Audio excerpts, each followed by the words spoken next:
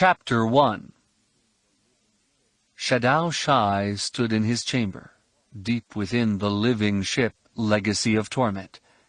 Tall and lean, long-limbed, with hooks and barbs at wrist, elbow, knee, and heel, the Yuuzhan Vong warrior had pulled himself up to his full height, and held his open hands out away from his sides.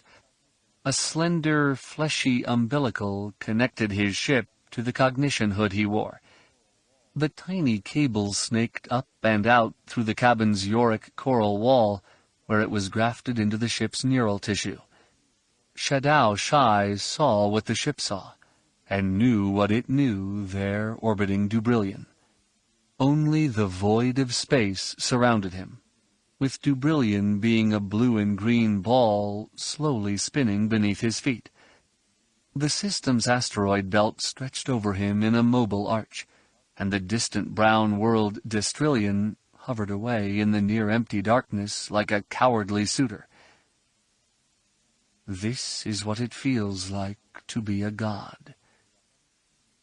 Shadow Shai hesitated for a second, barely a heartbeat, letting fear of having blasphemed run through him. He smothered the fear, knowing that Yun Yamka, the god known as the Slayer, would allow him his conceit as a reward for having successfully taken so many worlds from the infidels. The priests had told the Yuuzhan Vong that their new home was here, in what the infidels called the New Republic, and to Shadow Shai fell the hideous responsibility of leading the attack that would make the priest's prophecy a reality. Using the ship's senses as his own, Shadow allowed himself to slip the bonds and concerns of his body, and spread his intellect over all he saw. The Yuuzhan Vong had traveled far, in great world ships, seeking this new home. Scouts had located this galaxy over 50 years before, and the report of the survivors had brought reality to the Supreme Overlord's prophecy. A new home was at hand at last. Later, agents had been infiltrated into it. Intelligence had flowed back to the world ships, and a whole generation had been trained to cleanse the galaxy of the infidels. Shadow Shai smiled as he gazed down at Dubrillion. One truism of war was that even the most careful plan could shatter against the opposition, and so it had here. Nome Honor, a Yuuzhan Vong agent provocateur, had conspired with his brethren in the Intendant caste to usurp the role of the warriors. A premature attack had been launched, and repulsed by the New Republic, though not without losses to the infidels. Shadow Shai's initial assaults had to be shifted to the worlds where the Yuuzhan Vong had been driven off, so their conquest could be completed, and the shame of defeat effaced from Yuuzhan Vong honor. The Yuuzhan Vong commander closed his right hand, his smile broadening. "Were your throat in my grasp, Nome Honor, my pleasure would be boundless." Though the warrior did not deign to imagine how the priests or other intendants would explain away Nome Honor's action, Shadow felt certain the gods would punish him. "When next you come to changing, Nome Honor, you will find your perfidy rewarded."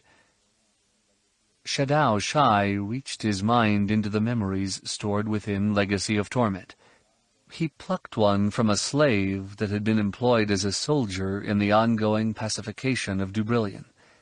The short, stocky, reptilian humanoid, Chazrak, had served the Yuuzhan Vong well in their wars, with some of them being celebrated enough to be allowed into the warrior caste at its most basic levels. As Shadow Shai pulled the memory to himself and donned it like an Uglith masker, it felt odd, since the creature was much smaller than he was. It took him a moment to accept the discomfort of wearing the creature's flesh. Then he pushed through and began to live the Chazrak's mission on the planet below. As missions went, it was not very challenging. This Chazrak and his squad had been assigned to clean out one of the warrens the infidels had created amid the rubble of Dubrillion's main city. The Chazrak each carried a kufi, a large double-edged knife, and a breed of amphistaff that was shorter than that employed by Yuuzhan Vong warriors. Not only was it more suited to the Chazrak's shorter stature, but it remained largely inflexible, since the slaves seemed genetically incapable of mastering the whip skills needed to use an amphistaff to its full capabilities. Shadao Shai shifted his shoulders, still poorly suited to the alien flesh he wore, but allowed his mind to plunge into the memory. Through Chazrak eyes, he saw the soldiers move into narrow, dark recesses.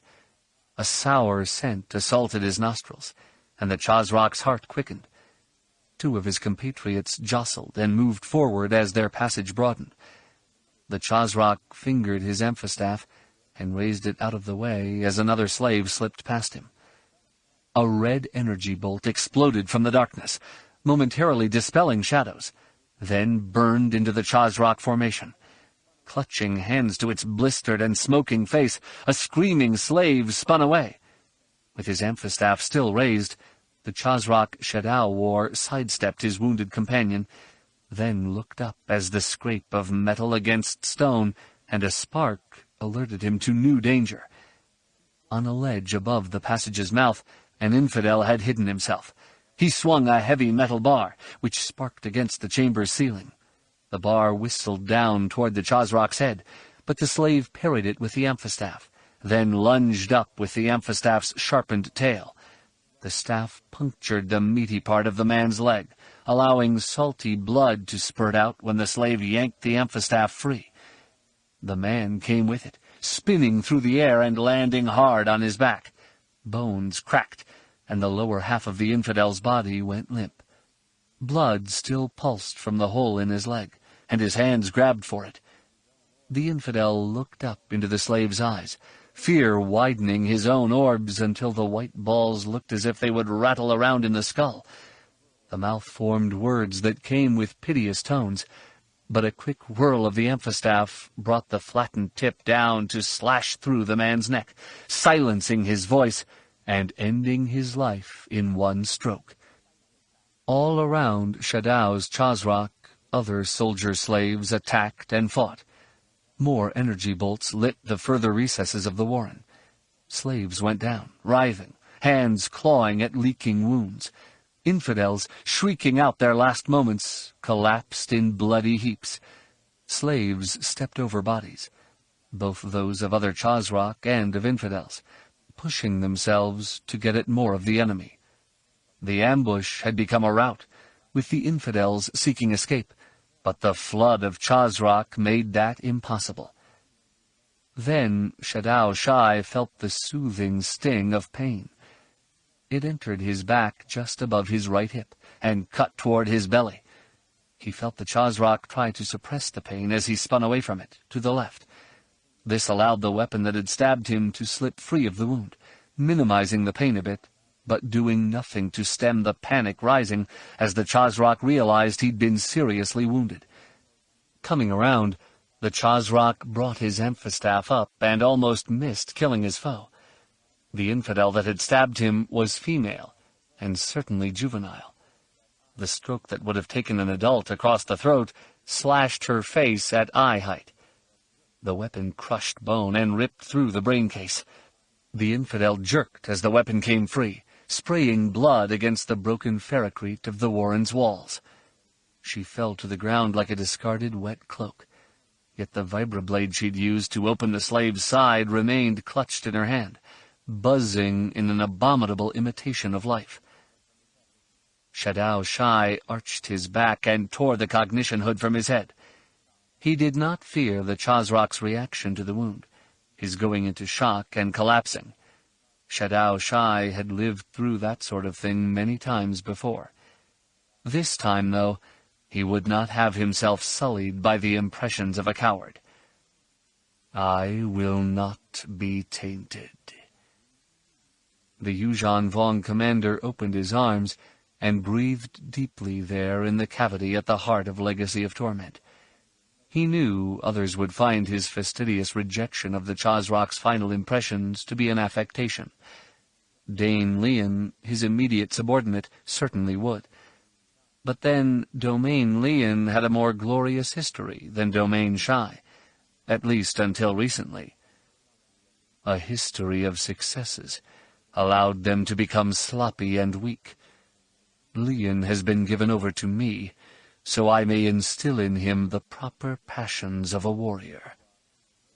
Shadow Shy knew that what he had sensed in the Chazrak would be seen as a minor thing by many, but it was not the Shy way to allow himself to be tainted. The pain the slave had felt when the vibroblade, a blasphemous weapon that corrupted an innocent and injected her into the war, had been met with rejection.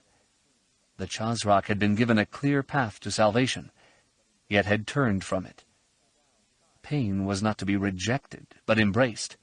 As Shadow Shy saw it, the only true constant in reality was pain. Birth was pain. Death was pain. All change required pain. To reject pain was to deny the very nature of the universe. Personal weakness distanced people from pain, which was not to be worked past, but woven through one so a being could become transcendent, and be transfigured into the very likeness of the gods themselves. Shadow Shy walked to one of the pitted chamber walls and caressed a pearlescent orb embedded in it. As if it were black beach sand being washed away, color drained from the wall, rendering it transparent. Behind it, arranged in a pyramidal hierarchy, lay relics of Domain Shy. Only a fraction of them had been stored here. By no means would so valuable a collection be entrusted to one person, and certainly not placed on a vessel like Legacy of Torment. The relics had been chosen by the Domain's elders specifically to inspire this one of their scions. Shadow Shy played a hand over the barrier between him and the bones therein encased, pausing only at the open spot in the lower left corner. He intended to enshrine there the relics of Mange Shy, his grandfather, a valiant warrior who had perished on a scouting mission to a world known to the infidels as Bimiel. Mange had arrived there as part of a scouting mission preparatory to the invasion. He had courageously remained behind to send information to those of his party who were flying back to the waiting fleet. His sacrificial death, resulting from his attention to his duty, had brought great honor to Domain Shy, and had in very large part made it possible, no, vital, that Shadow be chosen to lead the invasion. Shadow had dispatched 2 of his kin to recover the relics, but they failed in their mission. Nira and Drani Shy had been slain by Jedi, the most perplexing of the infidels that no Manor had sent information back about. These Jedi, they claim kinship with and mastery over life, yet their emblem is a lightsaber, a weapon that can destroy both life and abominable mechanicals with ease. They set themselves as above and outside life, using this mythical force to hide their wallowing in mechanistic blasphemy. The Yuuzhan Vong commander shook off a shiver, then turned away from the relic wall and crossed the chamber. There he stroked a red bar on a wall. That end of the chamber began to transform itself, with the Yorick coral wall flowing down into a platform. Triple-jointed appendages, 6 of them, unfolded from the wall. Turning again to face the relics, he held his arms up and out. The upper 2 appendages each exuded a leathery tentacle that encircled his wrists and snugged tight. The lower 4 similarly produced straps that trapped his ankles and thighs. He felt himself lifted by his wrists, with the lower arms resisting. Joints popped, and little explosions of pain shot down his arms, making his fingers tingle. His feet then left the floor. They came up above the height of his head, forcing him to crane his neck back so he could study the relics in the golden glow from above. Light rendered the uppermost skull's eye sockets into black pits. Shadow Shy stared at the left one, the more irregular one, his gaze tracing the concave edge of the orbit. Though he had never seen this female alive, and could barely keep straight the number of generations back she had lived, he could imagine her cold gaze being as merciless in life as her shadowed stare was now. Firmly settled in the embrace of pain, Shadow Shai began to struggle against his restraints. The creature's limbs contracted, twisting Shadow's arms and arching his spine. The pain slowly began to build. So Shadow Shai fought harder, pulling and pushing, trying to tug his arms free. The creature that was the embrace of pain wrenched his limbs and shifted so his shoulders turned one way and his pelvis another. Glancing back over his left shoulder, he could see his right heel. But I cannot see enough of it. He wrestled with the embrace more and harder, letting silver agonies replace the red traces of pain working up and down his body. He sought the pain, tasting it, savoring it, trying to quantify it and describe it, yet secretly luxuriating in the fact that it was too much, too great for him to possibly ever do. Even knowing that his task was beyond him, he forced himself to push against the embrace, mustering himself for one more explosive act of resistance. The embrace shifted again, cranking his wrists up to where they all but rested on the back of his neck.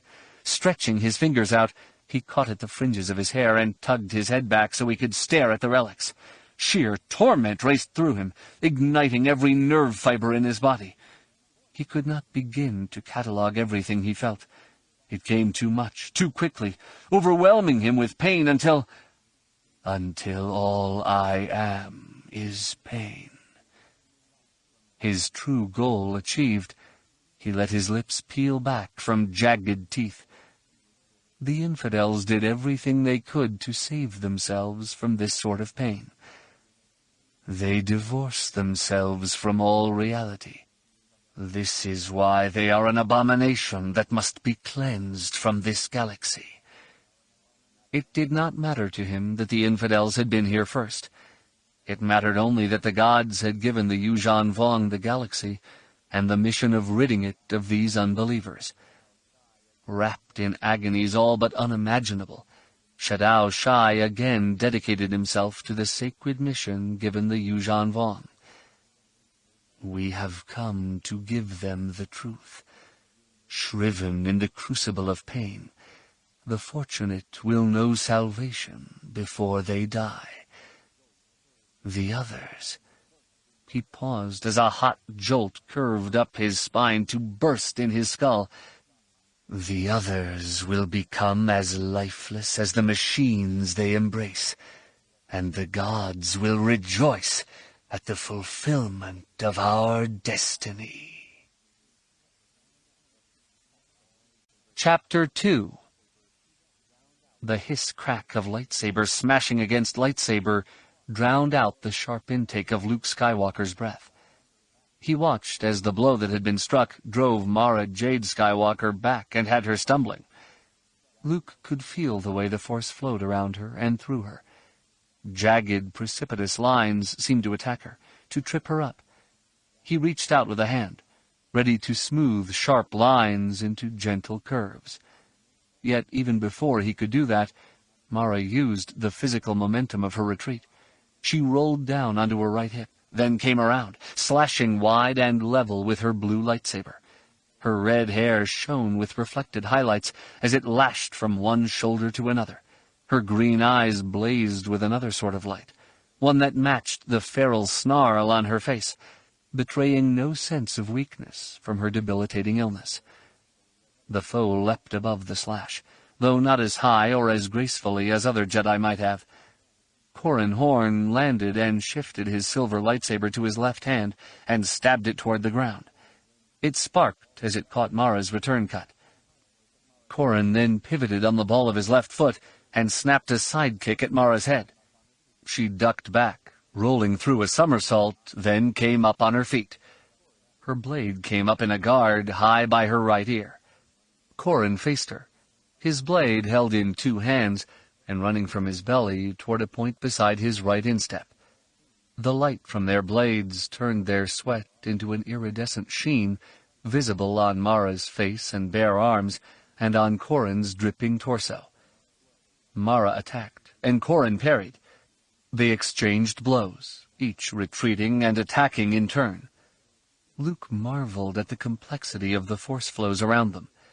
He had seen greater displays of the Force years ago, before I understood the Force's subtleties, and more fluid displays of swordsmanship.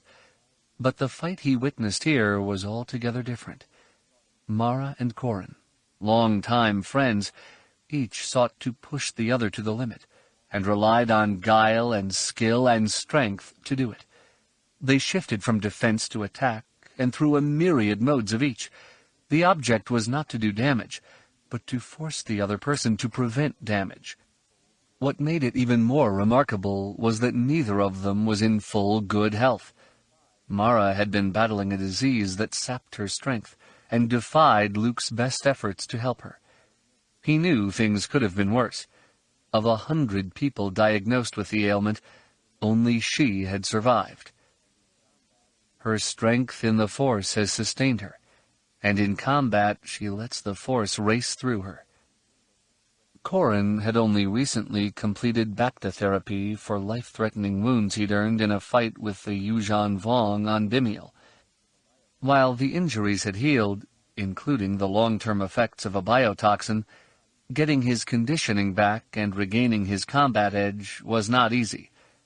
Luke could see Corrin's chest heaving with the exercise, and smiled. Neither of us is as young as we once were. Mara crashed her blade against Corrin's, driving him back. Corrin's right ankle twisted, dumping him to the workout room floor. He rolled back through a somersault and came up on his right knee, with his left flank closer to Mara than his right. He held his lightsaber in toward his belly, then rotated his right hand. The weapon's internal assembly shifted, more than doubling the length of the lightsaber's blade, and infusing it with a deep amethyst hue. Mara laughed sharply, and swung her blade at the slender purple energy rod opposing her. While Corrin's weapon did give him reach on her, a simple beat attack would swing the blade wide, then she could dart forward and spit Corrin with a lunge. The surprise of Corrin's blade-lengthening tactic had worked on enemies before, but Luke knew Mara must have been expecting it, and had long since worked out a strategy to deal with it. She swung her blue blade to batter Corrin's blade aside, but got no spark and no hiss from a collision of the blades. Her mighty swing spun her around, and as she completed the circle, the blue blade carved an infinity symbol in the air before her. She dropped back 2 steps, then thumbed her blade off and bowed in Corrin's direction, before slumping to her knees, with sweat pasting locks of hair to her cheeks. Luke arched an eyebrow at Corrin. "How long have you been waiting to use that tactic?" Corrin shut his blade off, then rotated the assembly back into its original position. He slid off his right ankle and onto his butt, then sat cross-legged on the floor. "The Vong got me thinking about it. We can't feel them through the Force, so we can't feel where they are. That makes them difficult to defend against." Mara snorted. "Turning your blade off in the middle of a fight like that is a foolish thing to do." "I know, but I could have just as easily switched blade lengths as you went to beat my blade aside. A stop thrust is very effective against an incoming enemy, if you know the enemy is incoming. I figured you'd have to press your attack. I doubled the blade, giving you a way to take my weapon out of play, then killed the blade as you went to knock it aside. Another touch of the thumb and you get spitted." Luke felt a chill run down his spine. He recalled his teacher, Obi-Wan Kenobi, raising his lightsaber in a salute, then killing the blade, even as Darth Vader killed him. It worked that time as a tactic, too. The ultimate in self-sacrifice for the ultimate in victories. The Jedi Master smiled and opened his hands as he walked to the center of the training floor. Above and around him, through a great transparisteel dome, He could see the orderly flow of airspeeders and hover trucks moving through Coruscant's sky.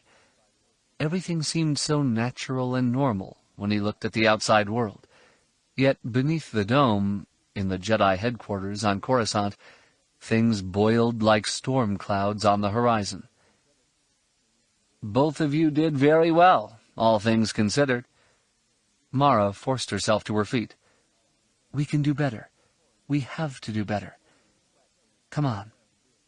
Corran shook his head, spraying sweat from his brown hair and beard. "I've got at least one more go-around in me, I think." Luke frowned. "No. Right now, this was enough for you both." Beyond the two of them, striding boldly through an archway, came a Jedi with a black cloak billowing behind him. Slender and sharp-featured, the Jedi had an incendiary gaze. His upper lip curled with a hint of contempt. Then he smiled carefully. And coldly. "Good afternoon, Master Skywalker." The way he spoke the word Master made it a simple title, draining it of any sense of respect. "Good afternoon to you, Kip Duran." Luke kept his voice even, despite his dislike of Kip's tone. "I thought you'd be here later." Kip stopped on the other side of the sweating combatants.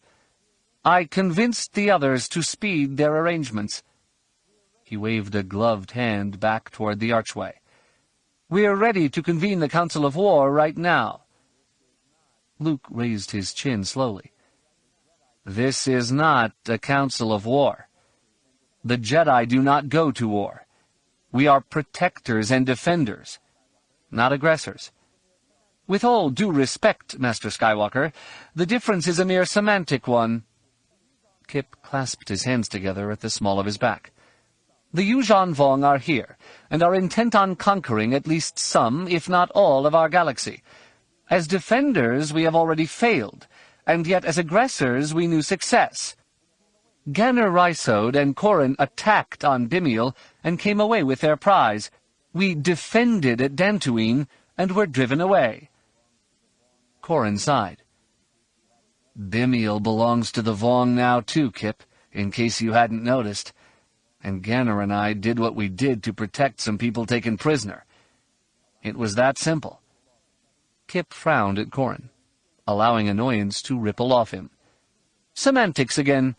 You attacked the Yuuzhan Vong and slew them, which is the only way you succeeded in getting your charges freed. Regardless, I have the others here with me. They are waiting below in the auditorium. What shall I tell them, Master?" Luke closed his eyes for a moment, then nodded once, wearily. "Tell them I appreciate their coming here so quickly. I wish them to relax. They should spend this evening in contemplation of the Force. Their input will be treated with respect and considered fully. We will meet with them tomorrow." "Tomorrow? I understand and obey, Master." Kip bowed once, quickly and shallow, then spun on his heel and marched out very precisely. Luke noticed Corran watching the other man's departure, his thumb caressing the black ignition button on the lightsaber's grip. Mara spared no glance for Kip, but flashes of fury came off her like bursts of radiation from a pulsar. "I know you find him annoying," Luke said. Corran turned at the sound of Luke's voice. "Annoying? Either I'm covering my feelings or you're being kind. If I had any talent for telekinesis at all, I'd have strangled him with his own cloak." "Corran!" Mara frowned as she looked at him. "Sorry. I suppose that would have been out of character for me." "Out of character to be so obvious." Mara's green eyes narrowed. "You need to be more subtle. Locate a partially blocked artery in his brain, then just pinch it off. Bang, he's down, and it's over." Corran smiled. "Now I'm really sorry I don't have TK." "Stop it, both of you." Luke shook his head. "Even joking that way compounds the problem we have with Kip and his faction. They've all grown up in the post-Empire era. They've always had dreams of being Jedi that could destroy the greatest evil we've ever known. What I did fighting the Empire, what I had to do fighting the Empire, that's how they think we should handle all evil. The slash of a lightsaber is the last word in justice. They know better than that, but the Yuuzhan Vong, because they are outside the Force, seem to leave us with only the lightsaber to deal with them. The Corellian Jedi flicked sweat out of his beard. I suppose that killing 2 Vong at Bimiel didn't help dispel that impression, did it? You had no choice, Corran, and you came very close to dying on Bimiel. Luke sighed heavily.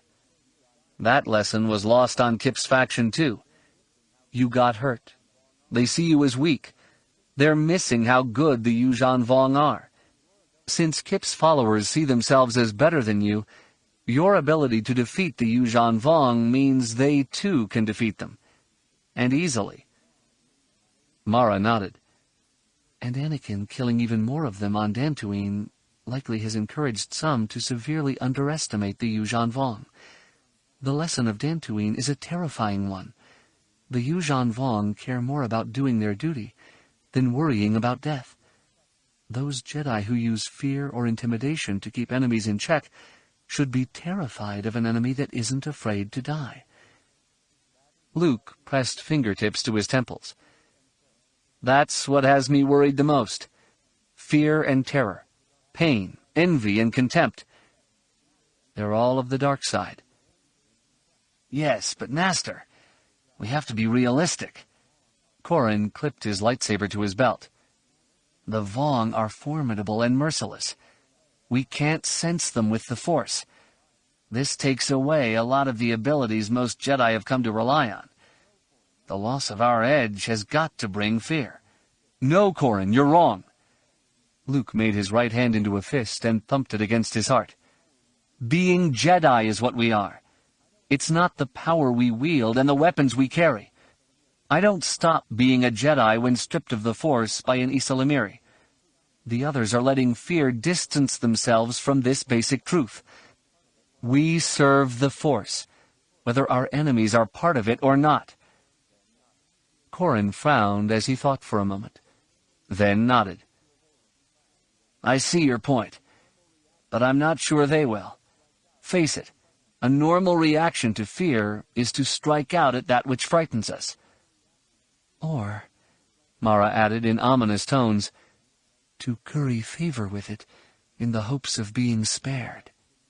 Luke hissed. I don't like the sound of that, Mara.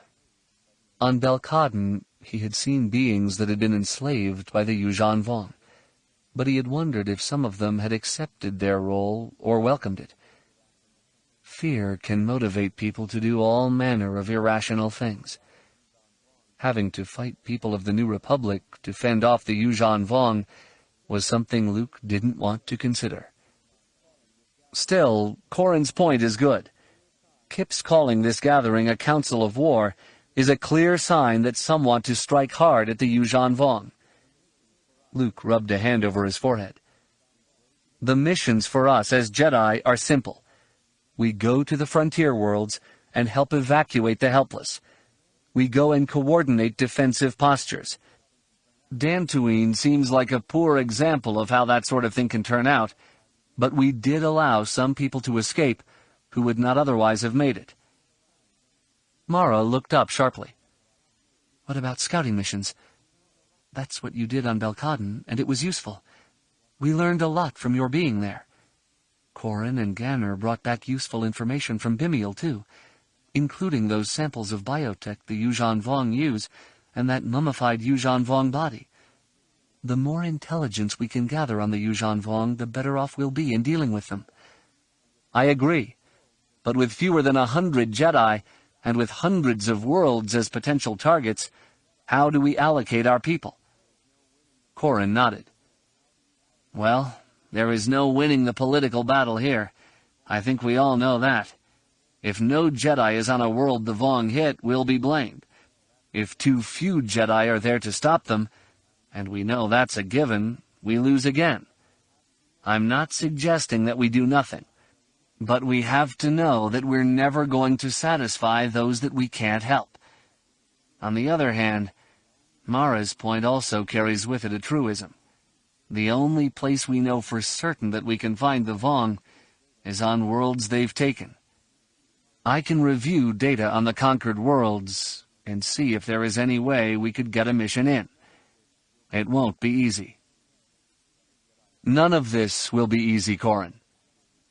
The Jedi Master reached out and took Mara's left hand in his right. We'll just have to make sure that the Jedi do everything we can to fulfill our mission. I'm less afraid of criticism from outside than I am that failure on our part may shatter the Jedi from within. If that happens, the Yuuzhan Vong will face no opposition at all. Chapter 3. Something about returning to the suite of rooms where he'd spent much of his time on Coruscant felt very odd to Jacen Solo. He would have said he'd grown up there, but he knew that wasn't close to the truth. He'd traveled all over the New Republic with his parents, then spent a lot of time at the Jedi Academy. The place didn't look that much different than he remembered it. His room was down the hallway. His parents' suite was upstairs. C-3PO still puttered about, dashing from one seeming crisis to another, stopping only to say how good it was to see Jacen again.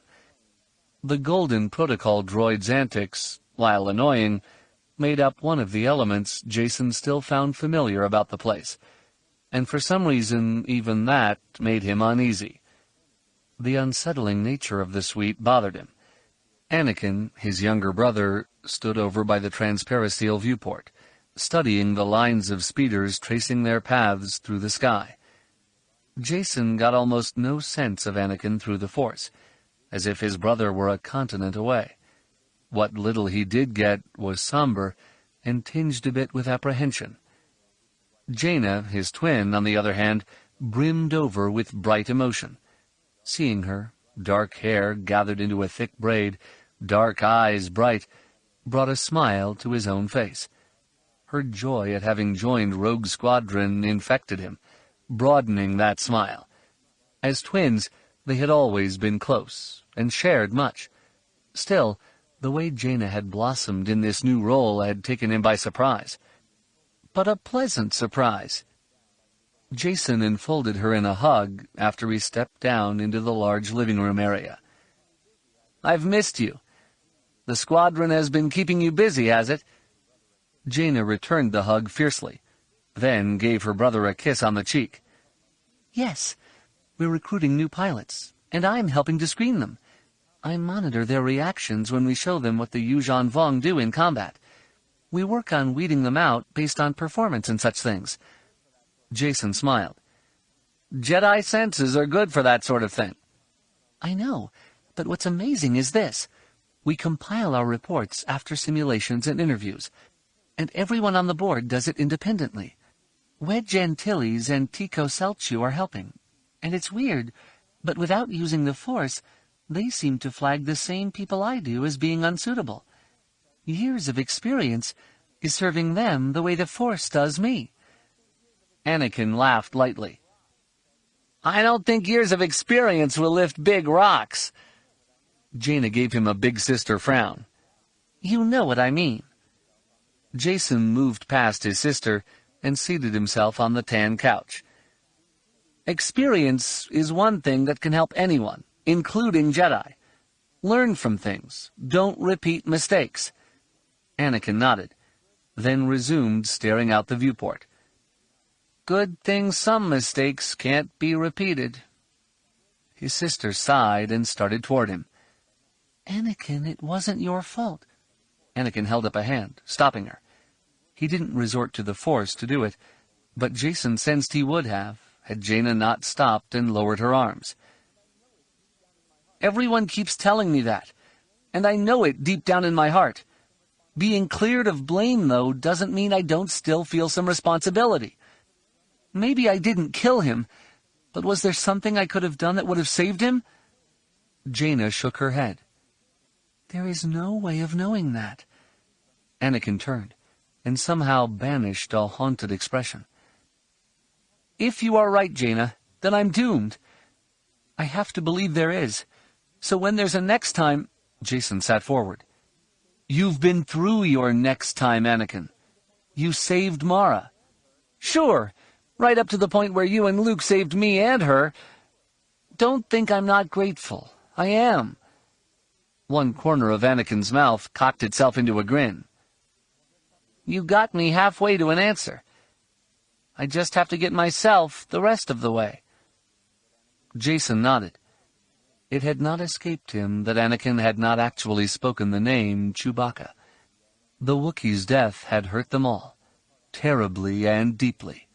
He had always been a part of their lives, and when he was taken away, they saw how vastly and to what depth he had been involved with them. His death opened up a gaping wound that, for Jacen, had not yet begun to heal. All three of them fell silent, turning inward. Anakin looked out the viewport again, but his eyes were focused too distantly to be watching any one thing. Jaina folded her arms across her chest and flounced down on the couch next to Jacen. Her brows furrowed, and Jacen could almost read the memories of Chewbacca radiating off her.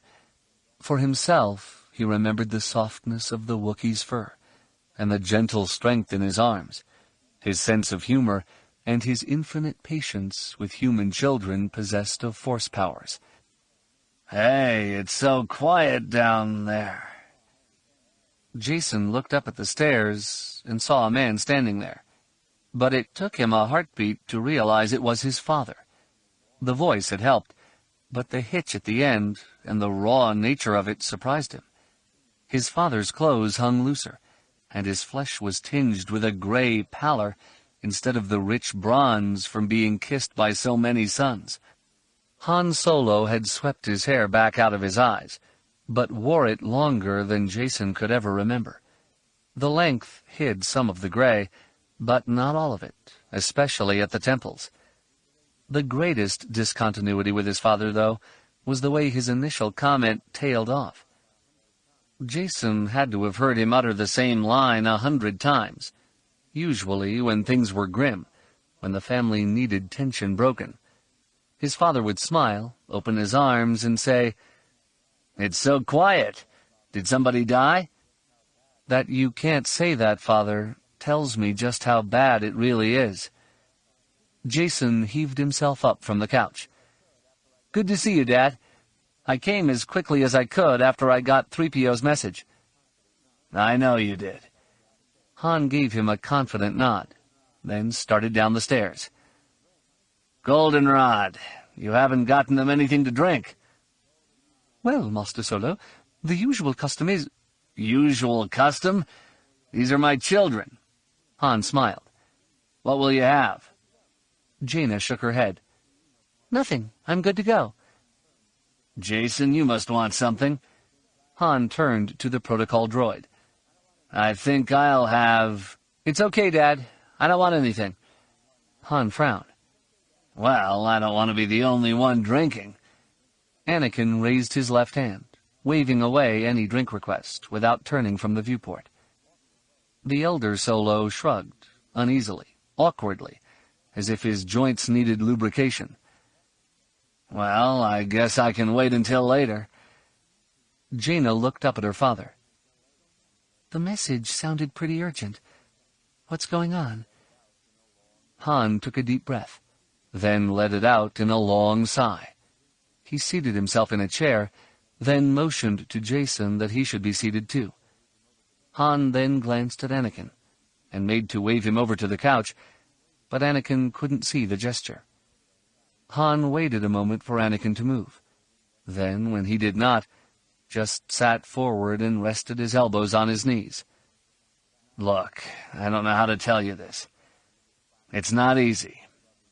He stared down at his clasped hands, rubbing one over the other.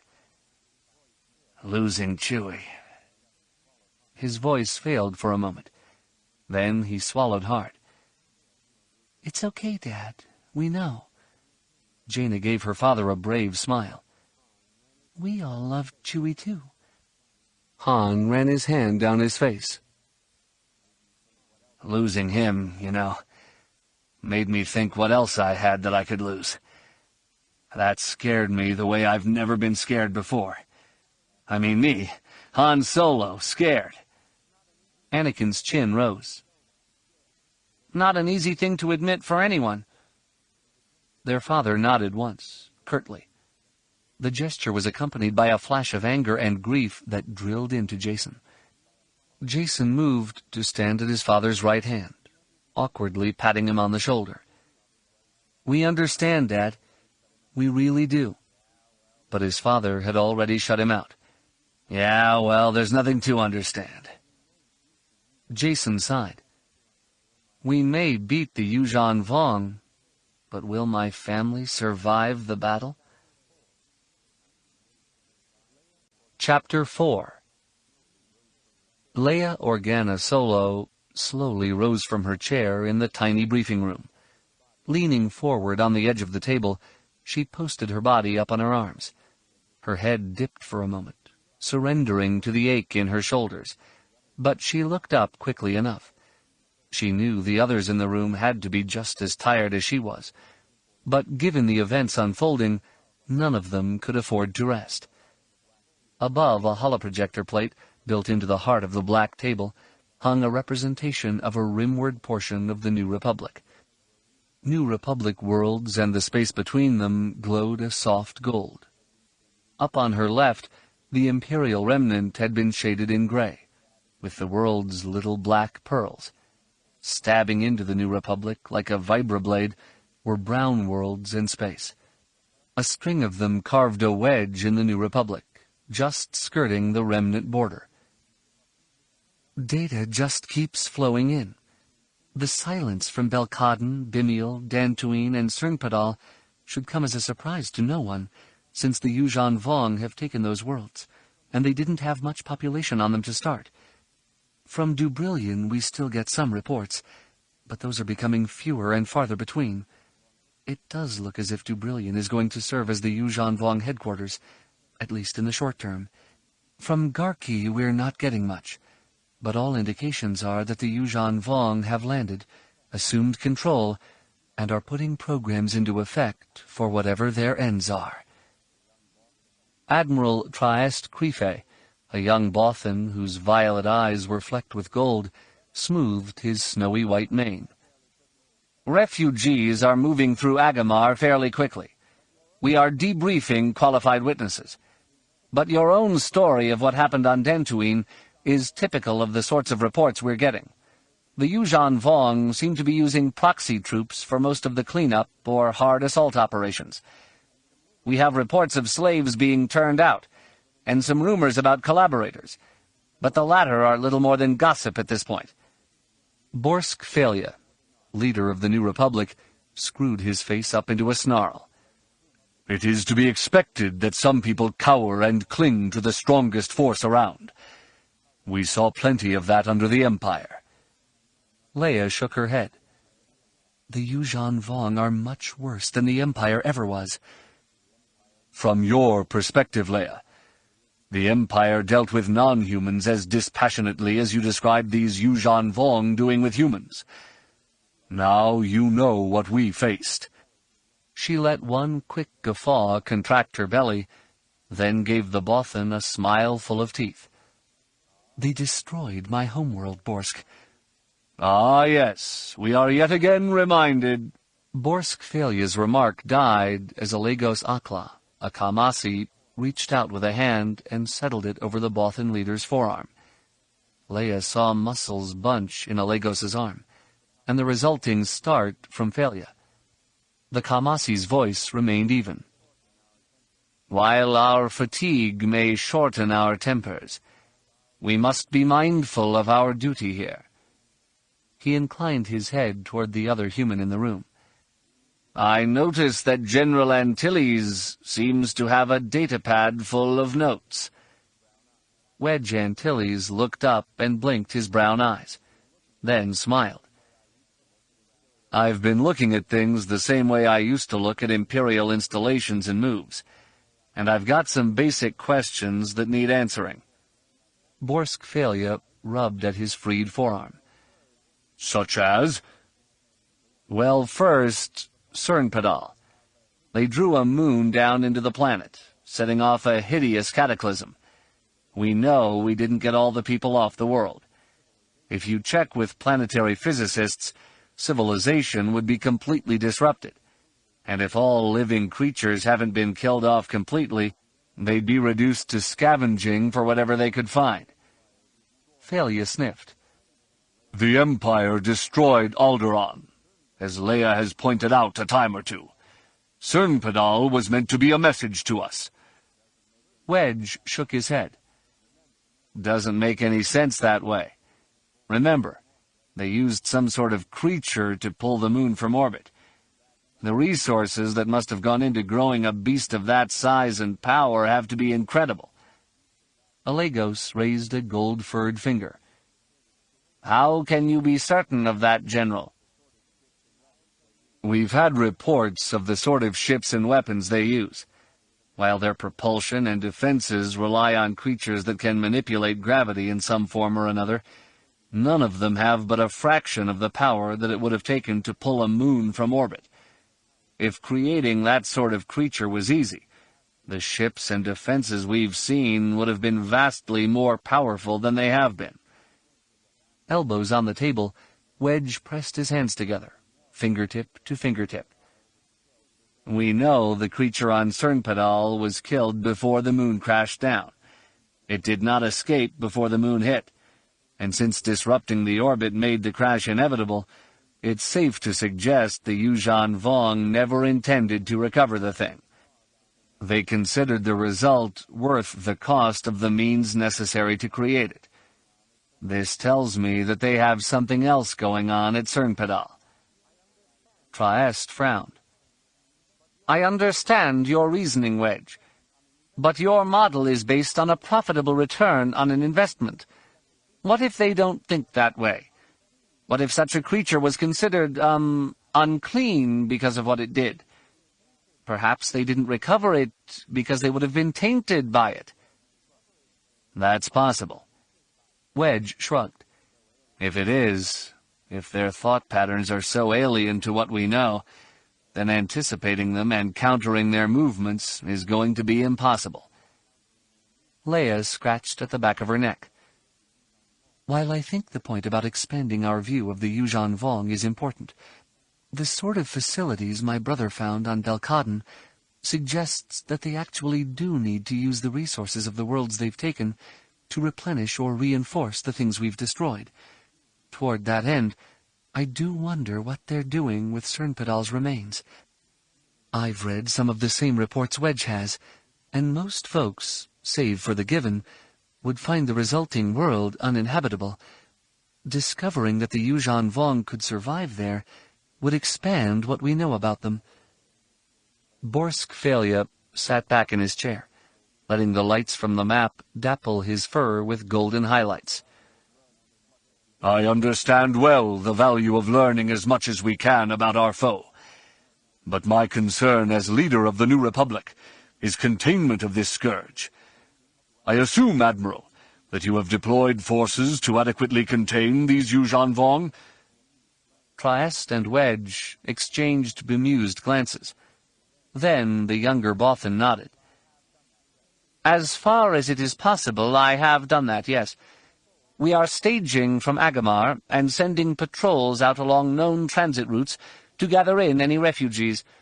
We organize them into convoys, which we bring to Agamar, load to capacity, and send to the core. So far, we are not seeing any more Yuuzhan Vong aggression, but our patrols are heavily armed and should equip themselves well, and we vary the nature of the patrols, their timing, composition, and the like, so planning an ambush would be difficult and very costly for the Yuuzhan Vong. Borsk's violet eyes half-lidded. As far as it is possible, you said?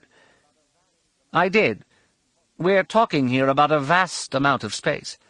While a computer can draw a very comforting and pleasing map for us to study, this graphic representation really has nothing to do with the reality of space. Trieste punched a few buttons on his own datapad. and the map shifted radically. The worlds remained in place and retained their color, but instead of the shading around them, each world sprouted tendrils that linked it to the other worlds. Some were long and looping, others short and direct. As Leia watched, some blinked out of existence, while others stretched and new ones were born. What amazed her the most is how interconnected the worlds were, and how the borders on the previous map stood for nothing. Trieste pointed to the new map. "These are the routes that link these worlds together. It's shifting because as planetary bodies orbit, the transit times between worlds alter. Routes develop breaks that have to be worked around in real space. And these are just the routes that lead from star to star.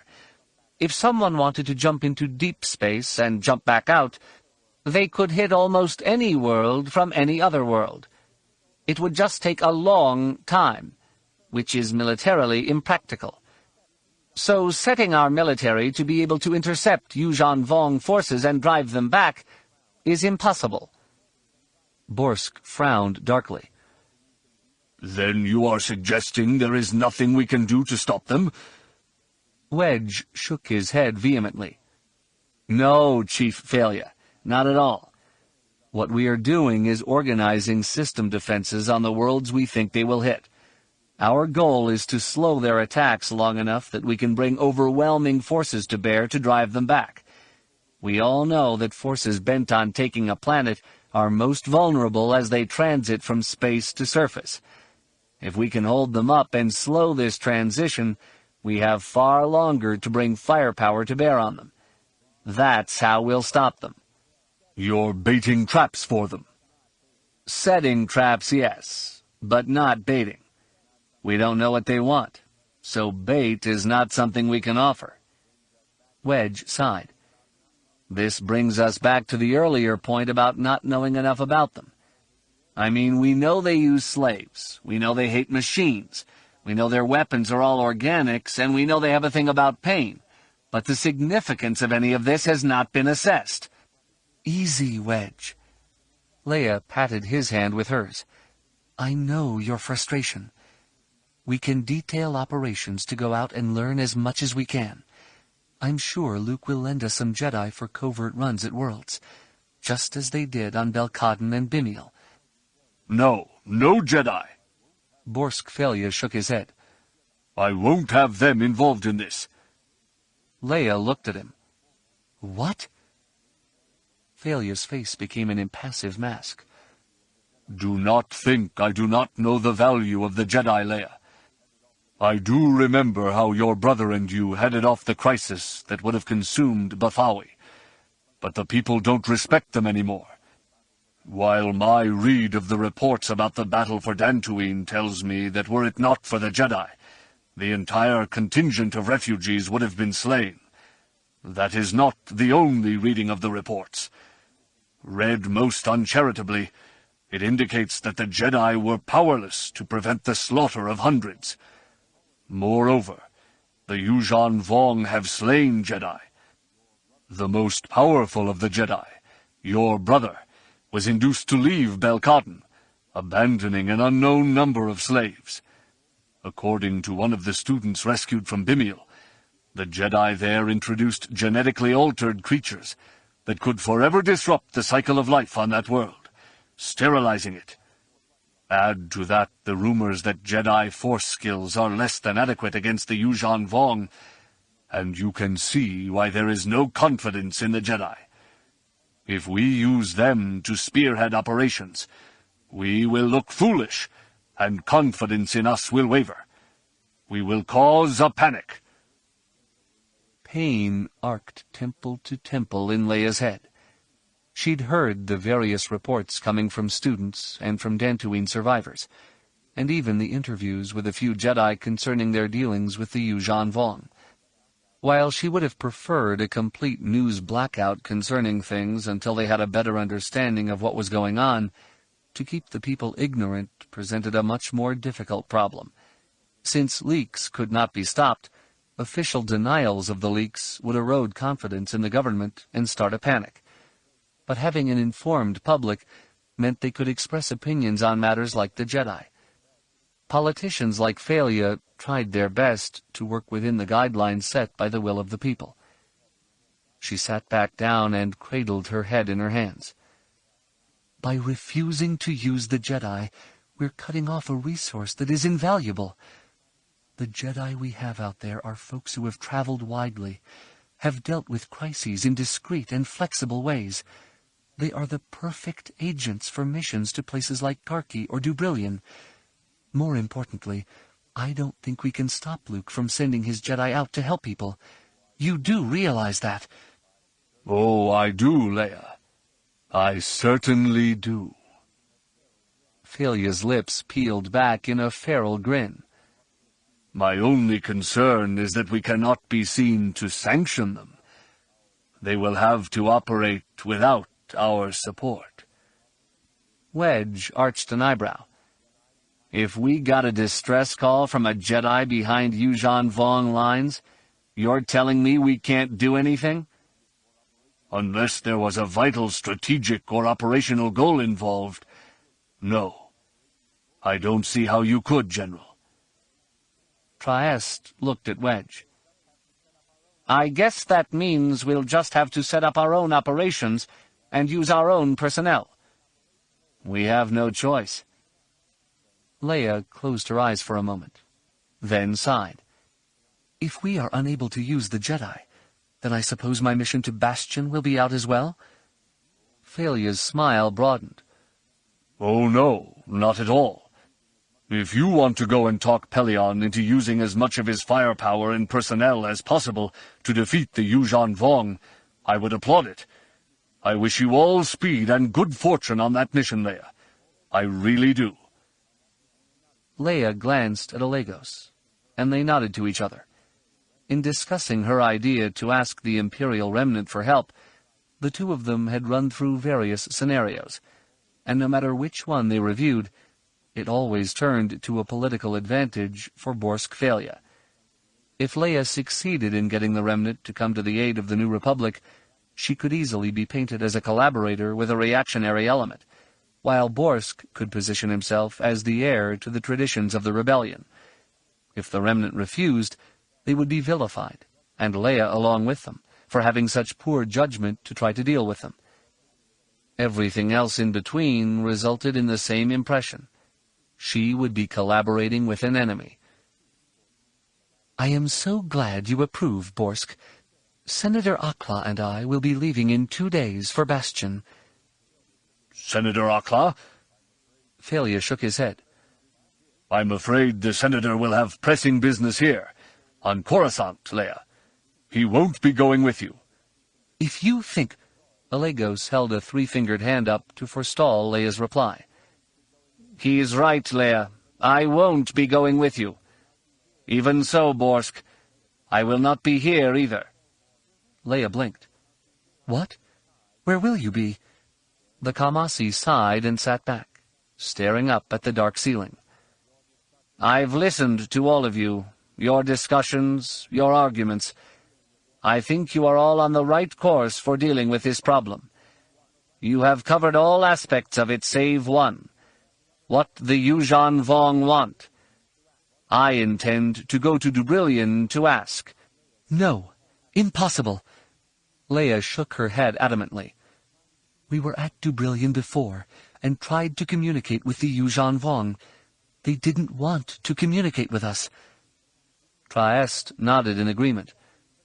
We've no evidence they understand the concept of truces. They certainly don't treat captives well. We have ample evidence of that. You'll be putting yourself in mortal danger.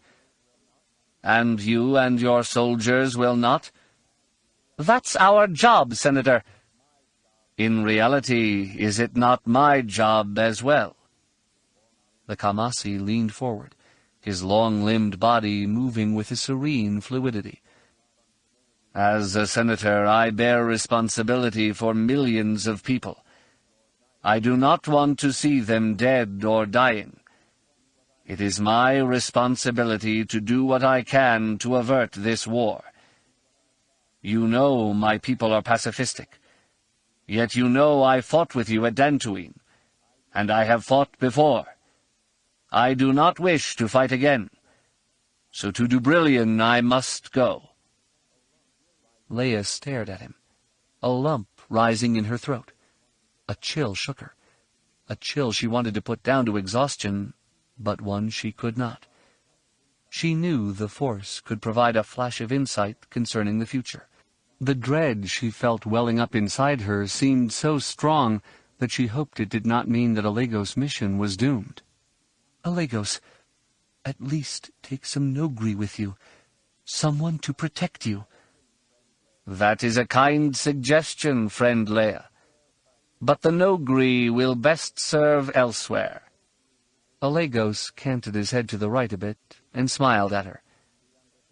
"This mission must be undertaken. If I am successful, we will all be saved." Borsk snorted. "Are you really so naive as to think your mission can succeed?" The Kamasi stared at the Bothan for a moment, then half closed his eyes. "The chances are slender, perhaps non-existent. But can anyone here tell me the risks are not worth it, if this war can be stopped?" Leia shivered. "And if you are not successful?"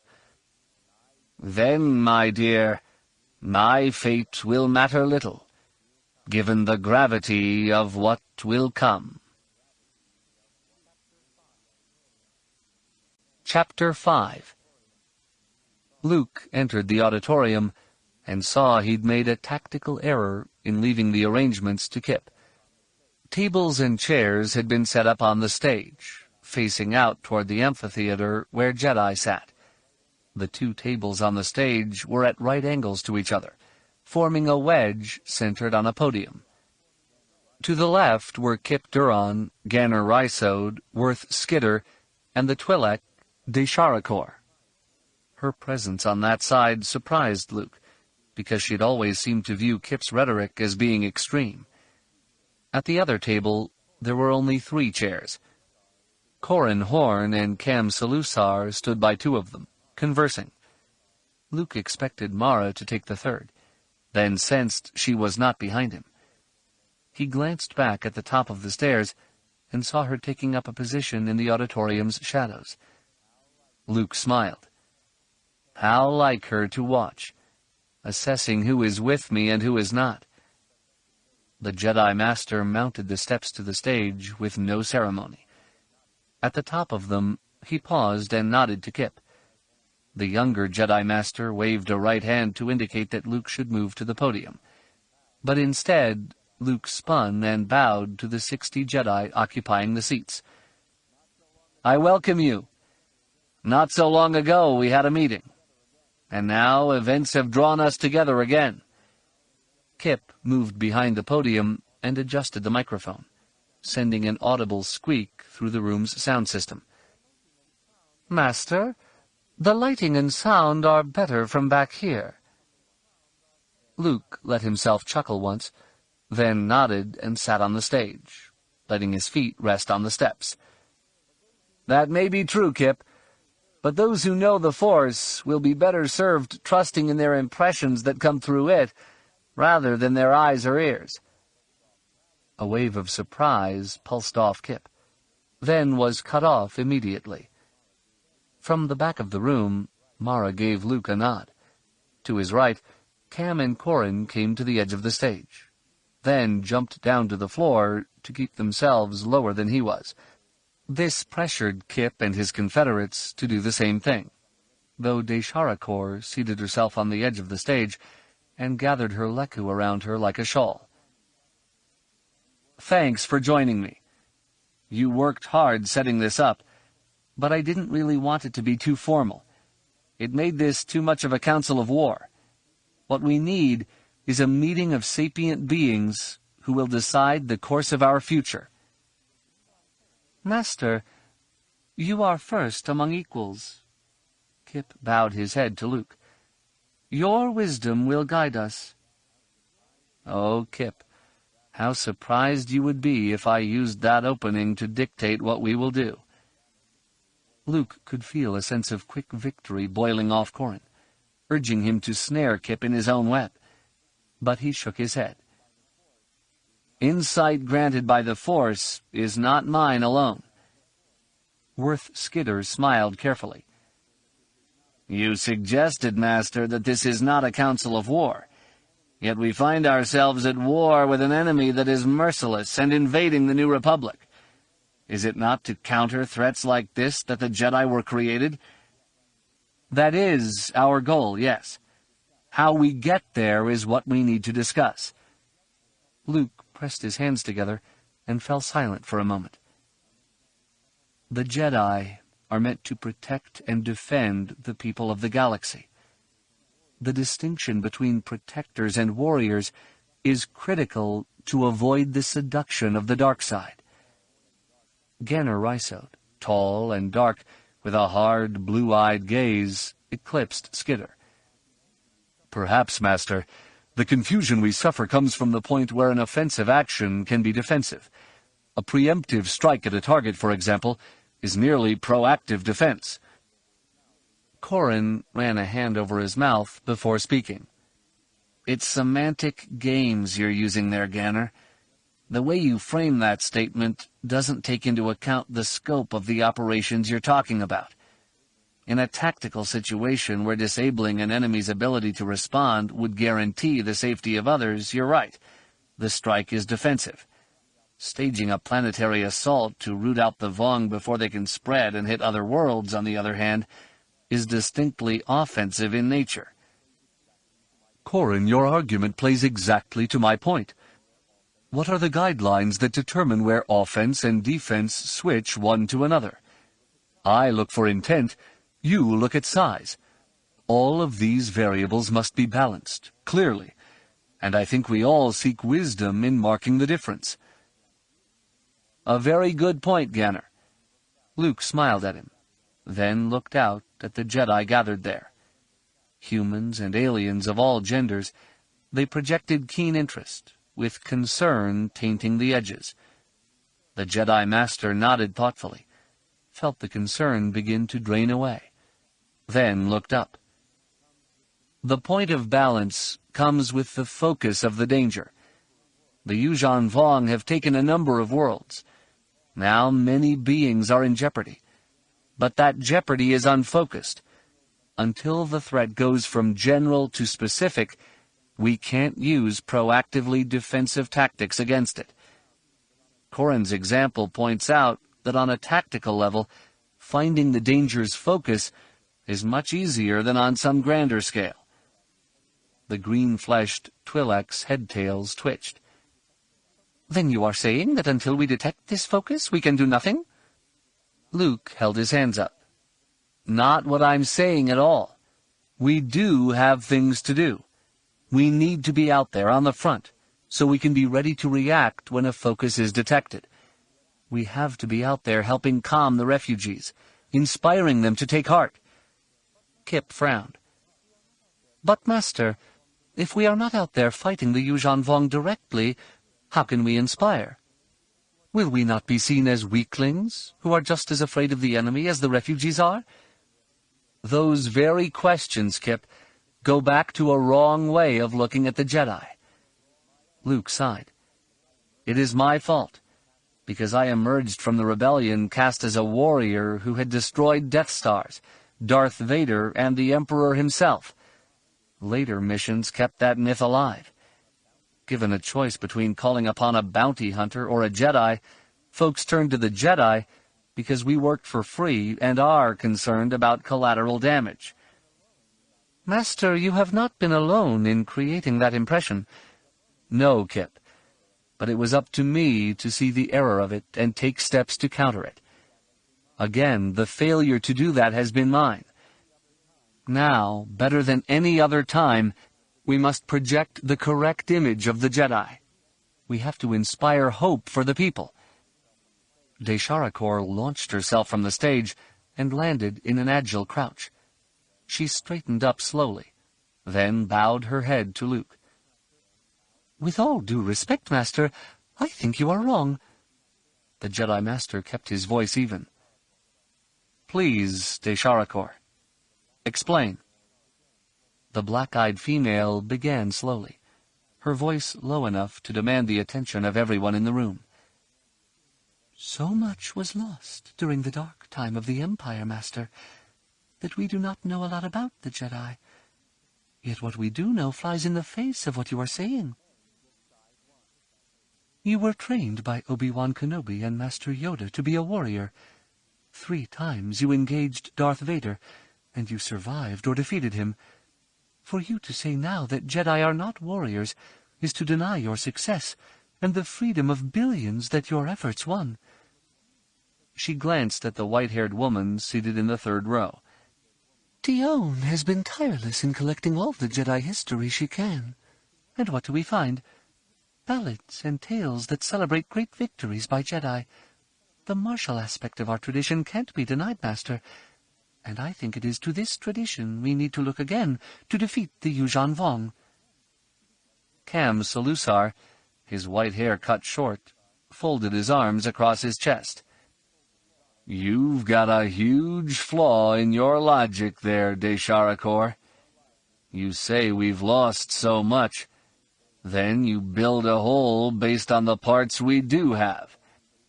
Fact is that for every grand battle a Jedi might have had, there could have been thousands of little victories. Victories just like the ones the Master is saying we'll need to deal with the Yuuzhan Vong. More importantly, his point about focus is critical. It's obvious to everyone here. Kip almost died fighting the Yuuzhan Vong. Miko Reglia did die fighting them.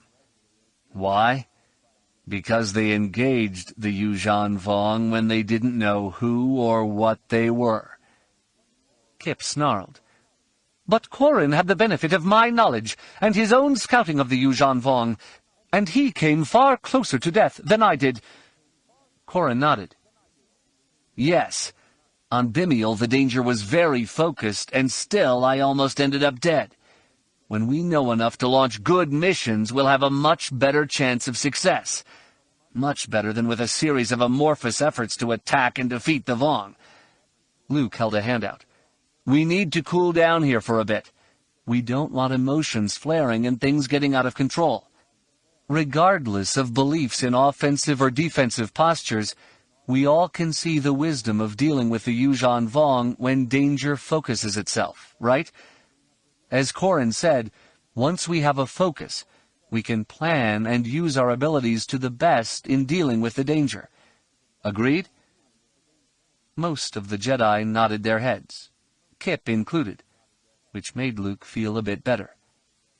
He may not agree with the course of action we will take, but he has agreed that his course requires limits, and that is a victory I'll gladly take. Desharakor was the only notable holdout, but she'd always been reasonable in the past. The Jedi Master smiled slowly. I do have some bad news. We're going to have some limits placed on our efforts. I learned from my sister yesterday that the New Republic will not sanction or support any Jedi operations in the invasion corridor. What? Kip's surprise exploded out like a supernova. That's pure madness! We're their best hope, and they won't have us working with them? Octoramus, a strongly built young woman from a high-gravity planet, shook her head. It makes 0 sense for them to do that. Then again, if that's how the government's thinking, being free of them might not be a bad thing. Ganner scowled. We have to make them change their minds. They have to see reason. Luke waved away the comment. Actually, I'm somewhat pleased with this decision. How, Master? Luke sighed. Octo was close to the mark. No sanction, no support, no answering to politicians. We'll be free to use our own best judgment in handling problems. Ganner ran a hand over his goatee. But it strips us of resources we could use to handle problems. Then you'll just have to be creative, won't you? Desharakor shook her head. How could they abandon us like this? After all we have done. It's better they have. Luke held his arms out. We are perhaps 100 in number. 100 Jedi. If the New Republic was relying on us, they'd pitch us into the battle and expect us to take care of things.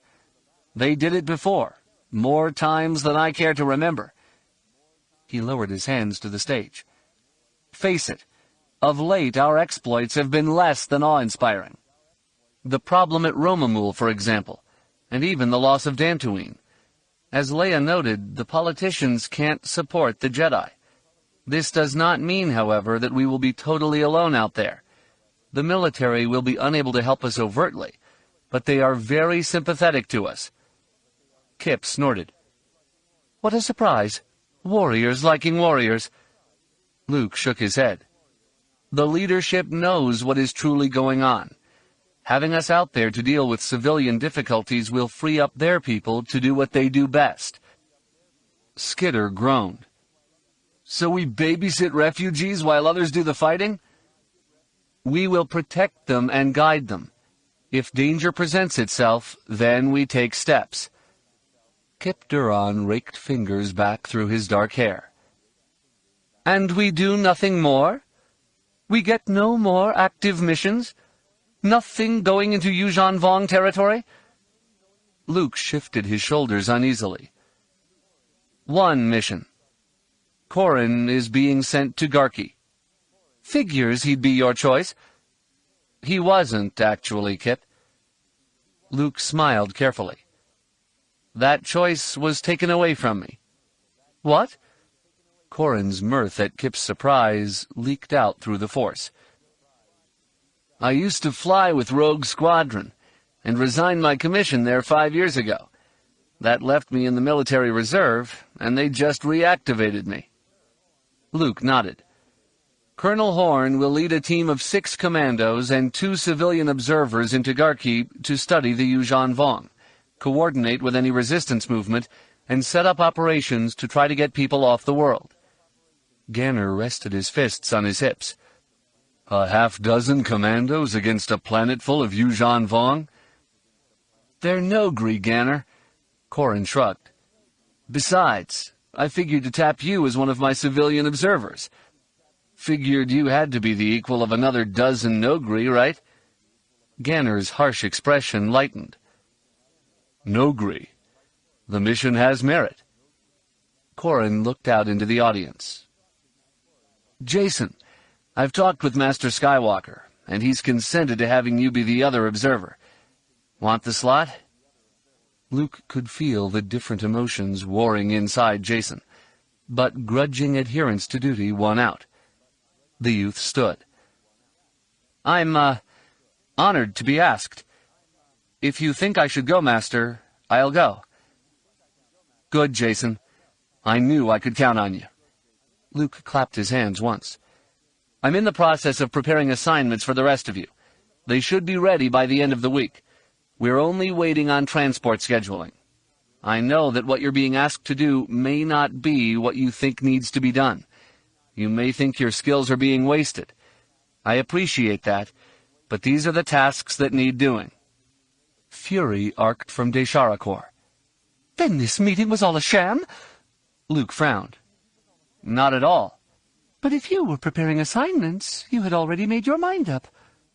You knew what you were going to tell us to do. You weren't willing to think about being wrong. That's not it at all. The orders could be changed easily. Had there been a convincing argument to show this course of action was wrong, I'd have changed them. Luke held a hand out toward her. Your effort was excellent, but lacked enough support to be convincing. And yet Cam's counter-argument lacked any evidentiary support at all. He argued that a complete lack of evidence to the contrary of my evidence was somehow evidence that my point was invalid. She balled her hands into fists. That is wrong, and you are wrong. If we persist in this course, we will find the Yuuzhan Vong right here on Coruscant. I know it. I can feel it. You may be right, Desharakor. I hope you are not. Luke's expression hardened. But if we follow your course, if we become warriors and go totally on the offensive, The Yuuzhan Vong being here would be the least of our worries. Her eyes narrowed. They would never make it. No. But in their place would be something worse. Luke's voice sank into a harsh whisper. In their place, we would have 100 Darth Vaders. And that should fill all of you with more fear than anything we face now. Chapter 6. Jacen Solo sat alone in the Ral Roost's meditation cabin. Located in the aft of the Bothan attack cruiser, the room featured a transparisteel arch that provided a clear view of the light tunnel of hyperspace. Jacen had seen such lights all his life, so they were no longer remarkable to him. Yet even so, he found it hard to concentrate and focus his thoughts. The week just past had been a very full one, but it was not the packing and farewells, the briefing and training that weighed on him. All of those things he had done long before, though he did admit to himself that to be heading off into such grave danger made a big difference in what he said to his mother and father, and even his little brother. Thought I'd find you here. Jacen turned and gave Jaina a smile. Join me? Sure. She appeared only as a silhouette in the cabin doorway. When it closed, returning the room to contemplative darkness, she floated forward like a ghost and seated herself next to him. Emperor's black bones, Jacen. You really can use some time meditating, can't you? I don't think I've ever felt you this agitated. Nor, apparently, ever found me this much out of control of my emotional broadcasting. Jaina laughed, and Jacen luxuriated in the familiar sound. We're twins, Jacen. We had a head start on reading each other before we got to know anyone else. Still, you do seem to be leaking here a bit. What's wrong? I'm not sure. I guess the enormity of what we're doing has finally hit me. He looked at his sister. Mom and Dad had the Empire to fight, and that was very big and powerful. Well, the Yuuzhan Vong are our Empire, and at first scan, they're more powerful than what Mom and Dad faced. Jaina nodded. Before, the Force has always tipped the scales in our favor. Here, we just have to be ourselves and do the best we can. Of course, I've got great examples to follow in doing that. Colonel Darklighter? Yes, him, the rest of the rogues, General Antilles, Colonel Selchu. None of them have the Force, but they're ace pilots. I have a hard time imagining life without the Force, and these guys are doing great things without relying on it. Jacen laughed lightly. Not having the Force has to be like being colorblind, but it doesn't affect them. He held his hands out and curled them down into fists. And that's what's getting to me, Jaina. We have all these people here willing to put their lives on the line, trusting in their leaders, the traditions that govern them, their own sense of right and wrong, their guts. It's a whole army doing that, going off to defend people on worlds that orbit stars that they can't see from their own homeworlds. As Jedi, that's what we do. But... His sister glanced down and picked at her fingernails. It can be overwhelming if you look at it on that grand a scale, I guess. How can you not? She glanced over at him. You look at the situation, you take responsibility for the things you can handle, and you trust others to shoulder their burden. I'm just one pilot in the squadron. I'm responsible for my wingmate. I'm responsible to Colonel Darklighter. I carry out my orders as best I can. If I try to think beyond that, I'll be distracted, and then I won't be of use to anyone. But Jaina, you're a member of Rogue Squadron. All the tradition. How can you not carry that with you? I don't have time for it, Jacen. I concentrate on what I have to do now, not worrying about the past or what might happen in the future. She turned to face him, allowing the light from the viewport to scroll in warped stripes over her right profile. I'm kind of surprised that all this has hit you so suddenly. Or rather, that it hasn't hit you before. He frowned. What do you mean? You've always been looking beyond things, Jason. You always wonder if whatever you have is it, if it's all it could be. It's not a question of whether or not a mug is half full or empty, but whether or not it's the right mug, and the stuff in it is the appropriate stuff. She shrugged. Because you're smart and talented, you've been able to blow past most problems and still function being concerned with these grander things. In fact, you roll over most problems without even thinking about them. That's not true. Sure it is. On Belkadon, you went out to free slaves without giving any real thought to your own safety.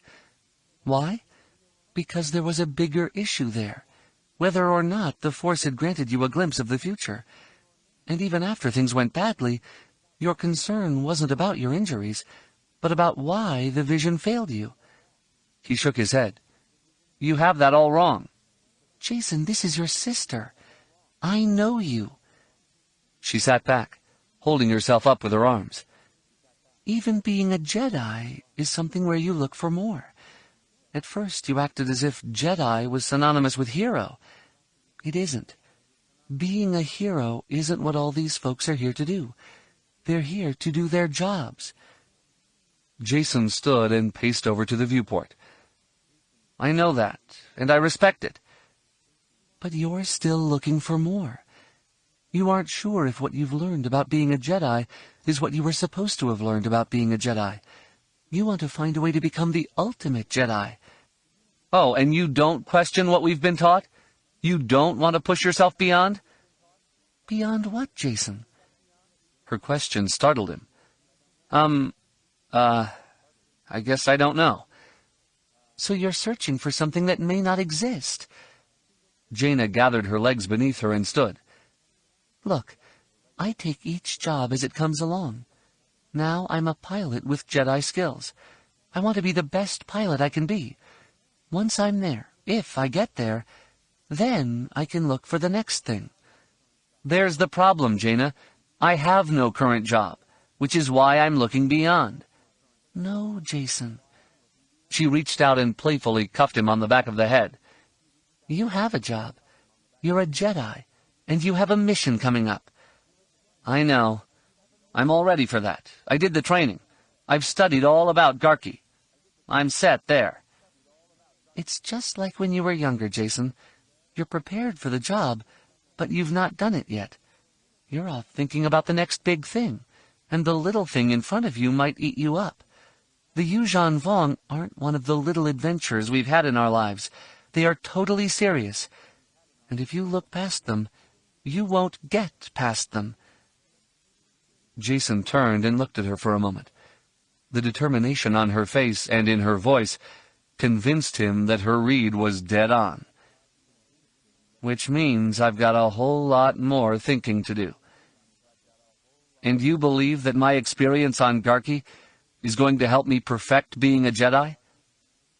It can help you perfect being yourself. You've got two very different Jedi on the mission with you, Corran and Ganner. You can learn a lot from them, both what to do and what not to do. Slow down a step, learn. Give yourself a chance to learn. It certainly gives me a place to focus. He sighed. Now you're going to tell me that you knew all this stuff because girls mature faster than boys. Women, Jason. Women mature faster than boys. She tried to maintain a stern expression on her face, but it cracked quickly. She drew her brother into a hug. Look, neither of us is playing kids' games anymore. We either have to be as sharp as we can, or we end up being very dead, and a lot of other people with us. I know. You're right. He clung to her as if it would be the last time they would see each other.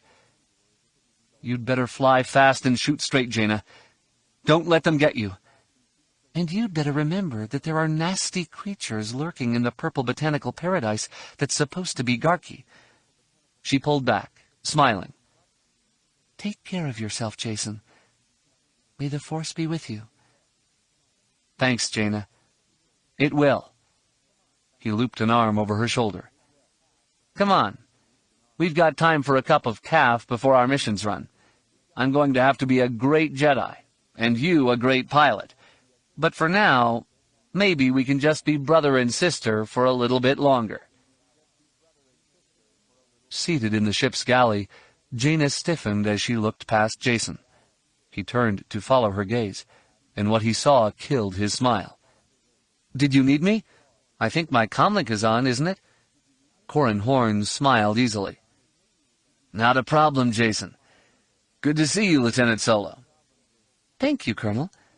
Jaina reached over and pulled a chair away from the small table where she and her brother were seated.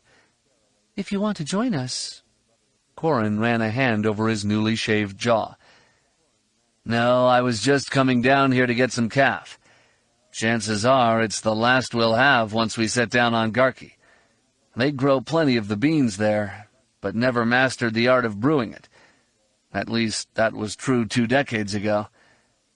Jacen glanced in his own half-empty mug. "If this caf is considered good by Garki standards—" "Too late, Jacen. No backing out of the mission now." Corran patted him on the shoulder, then looked over at Jaina. "I understand you've taken well to being a rogue." "Yes, sir. I like it a lot." "Different sort of responsibility than being a Jedi, but just as important a one. Colonel Darklighter suggested that when we get back from Garki I should run a sim against you and see how good you are." Jaina blushed. "I'll disappoint you, Colonel. General Antilles and Colonel Selchu regularly vape me in exercises." Corran shrugged. "Well, they still vape me. Perhaps we should sim against them. Teach them old guys a lesson or two." "I'll look forward to that, sir." Jacen glanced up at Corran. "Do you prefer being back in the military to being a Jedi?" "It was nice to see the uniform still fit, and I like the extra pip. Even got rid of my beard." Corran grinned. "But I'm no less a Jedi in this uniform than you are or Jaina is. It's a convenient fiction to get done what needs to be done. I'd prefer it were otherwise, but if we have to play games to save some lives, I'll play." Corran set his empty mug on the table. "That being said, the mission on Garki will be anything but a game." "I know. I've studied up on the terrain and surroundings, the natural resources, the communications network, transit links and routes, energy generators and distribution patterns." Jacen frowned as he ticked things off on his fingers. "I've also worked on sims of all our basic equipment, and know the workings of my sample scanner backwards and forwards." "Good. I expected no less from you. One thing that is going to be very important, something I know your sister is learning with Rogue Squadron. You're going to have to follow orders. I know that independent action the two of you took at Helska 4 saved Danny Kui. I also know your running off to free slaves on Belkaden didn't end so well. Right now, you're going to be part of a team. We all depend upon each other, so no running off on some wild tear just because you think you know what has to happen. I'm never going to say no to something just to say no. If it makes sense, I'll consider it. Understand?" Jacen nodded. He appreciated what Corran was telling him, and didn't miss the very fatherly tone the older man was taking with him. "Yes, sir. I understand." "Good. One other thing I think you should know. I chose you for this mission because of your experience with the Vong, and because of the heart you've shown dealing with them. My own experience with them has not been pleasant, and given an option, I'd not be here. Your willingness to come back again is admirable." Jacen glanced down again at his mug. "Thank you." "If we do this mission right, we'll be in and out, and the Vong will have scant evidence we were ever there. I'm not expecting anything to require the sort of reckless heroics your family is famous for." Corran smiled warmly. "On the other hand, knowing we've got a good dose of Corellian disdain for the odds, backed by no-Greek combat skills, is enough to keep me confident about our chances for survival." Jaina lifted an eyebrow. What about Ganner? He's from Tyr. He wouldn't know odds from groats. Corrin retrieved his mug from the table. He's good in a fight, though, and smart when he thinks before acting. And handsome, too, as you've probably noticed. Jaina blushed again. Well, it's hard not to. His preening all the time kind of makes it obvious. Corrin winked at Jason. We probably can keep that between us, though. Kind of outside mission parameters. Understood. Well, I'm off. Take some time with your sister, then double-check your gear. We have a day or two until we deploy, but being ready early is never a vice. Will do, Corrin. Jaina nodded. Good to see you, Colonel. And you, Lieutenant. Keep improving that rogue squadron reputation, will you? Yes, sir. Jason waited until Corrin had passed on before arching an eyebrow in his sister's direction. You were being awful formal there. In the military, Jason, familiarity flows downhill, not up. She smiled. We're playing by different rules now, I guess. Same goal, different paths. Jason sighed. Which could get me thinking beyond the mission at hand. But I won't. First things first. Get through them, and then worry about the future. That, my brother, she allowed as she clicked her mug against his, is a winning strategy. Chapter 7. Leia Organa Solo sat silently in the passenger compartment of the Marquetta-class shuttle Chandrilamoon. Her two Nogri bodyguards, Olmec and Vaspicon, sat behind her in the craft's narrow cabin. In contrast to the woman seated in the row in front of her, Leia sensed only calm from the two Nogri. Danny Kui, on the other hand, threw off fear the way a fire gives off heat. Leia forced herself to breathe in deeply, then slowly exhale, letting her tension slowly bleed away. Some of it, anyway. The journey from Coruscant to Bastion had been undertaken under the tightest security possible. The ship kept away from heavily traveled routes, plotted a convoluted course to its destination, and then, when the Victory-class Star Destroyer Protector arrived at the Bastion system, it waited at the edge, its shields down, weapons unpowered. Bastion's reaction was swift, sending out an Imperial-class Star Destroyer, the Relentless, to query the Protector concerning the intentions of the New Republic. Leia had indicated she had information she needed to communicate to Admiral Pellaeon. The Remnant ship had broken off communications for 2 hours, then instructed Leia that she, her personal staff, and 2 pilots could bring a single shuttle into the system. Admiral Errol Nunb of the Protector had insisted that for Leia to comply would be to put herself in the hands of the enemy. Leia acknowledged this was true. Many of the Remnant's people still clung to the former glory they had known in the Empire. A whole new generation had grown up since the Emperor's death, and all the wants they felt were blamed on the rebellion. Leia, as a leader of Same and the chief of state for the New Republic during all but the final battles with the Remnant, became the focus for much bitterness. People from the Remnant tried to disrupt Luke and Mara's wedding, and it would be foolish to assume I'm safe here. Still, if the greater threat of the Yuuzhan Vong was to be dealt with, the Remnant would have to be informed of what was going on and convinced their fate and that of the New Republic were intertwined. She once again pressed Danny into service as a witness to the depredations of the Yuuzhan Vong. She assumed the Imperials would find Danny as convincing as the people of Agamar had. Leia reached forward between the seats and patted Danny on the shoulder. "It's not going to be a disaster, Danny." "Thank you." The younger woman covered Leia's hand with her own. "Every time I start feeling sorry for myself, I just remember where Senator Aklaw is going, and I know I have the easy course." "I'm afraid you're right." Leia sat back in her seat. She remembered back to seeing Alegos off on his solo mission to Dubrillion, She'd been surprised that she caught no fear from him, despite the risks he would be taking. She commented on that fact, eliciting a smile from the gold-furred alien. "The truth is that I feel no fear." He blinked his big eyes. "I know this mission could end in death for me, but that seems a small concern weighed against a war that will kill many. And I must confess, I have an immense curiosity concerning the Yuuzhan Vong. I would assume they have a similar curiosity about us, which means we have a currency of exchange between us. This will make negotiation possible, and, I hope, fruitful." Leia had hugged him, and relished feeling his strong arms around her. "You don't have to go, Alegos. There are other ways."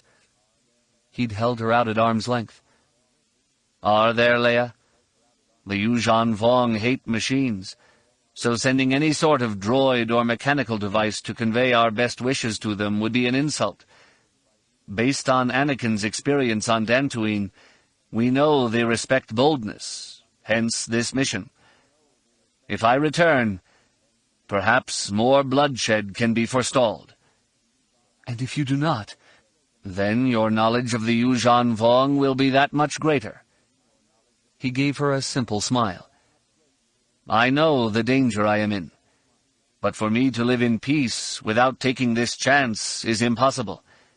You could no more abandon your acceptance of responsibility than I can. You just make wiser choices in exercising it than I do." Leia had agreed then, but as the screen in front of the cabin showed the Chimera looming larger, and Bastion's customs station yet larger, she had second thoughts. She'd last seen the ship when the peace between the Remnant and New Republic had been signed. Her focus on New Republic internal affairs and her subsequent retirement from government had insulated her from contacts between the Remnant and the New Republic. She found herself lacking a sense of the Remnant, which meant she didn't know how difficult it would be for Admiral Pellaeon to offer help. Even the briefing documents she'd studied on the way out had not given her as complete a feel for the politics of the region as she might have liked. While a number of unreconstructed Imperials had fled to the Remnant, taking a vast amount of wealth with them, economic development of the region had gone slowly. Only a few pockets had the amenities of Coruscant available, and there were portions of worlds where people lived in grinding poverty. The availability of cheaper goods from the New Republic had crippled several industries, and outbreaks of rioting connected with imports had been reported. On the diplomatic front, things had remained cordial between the two nations.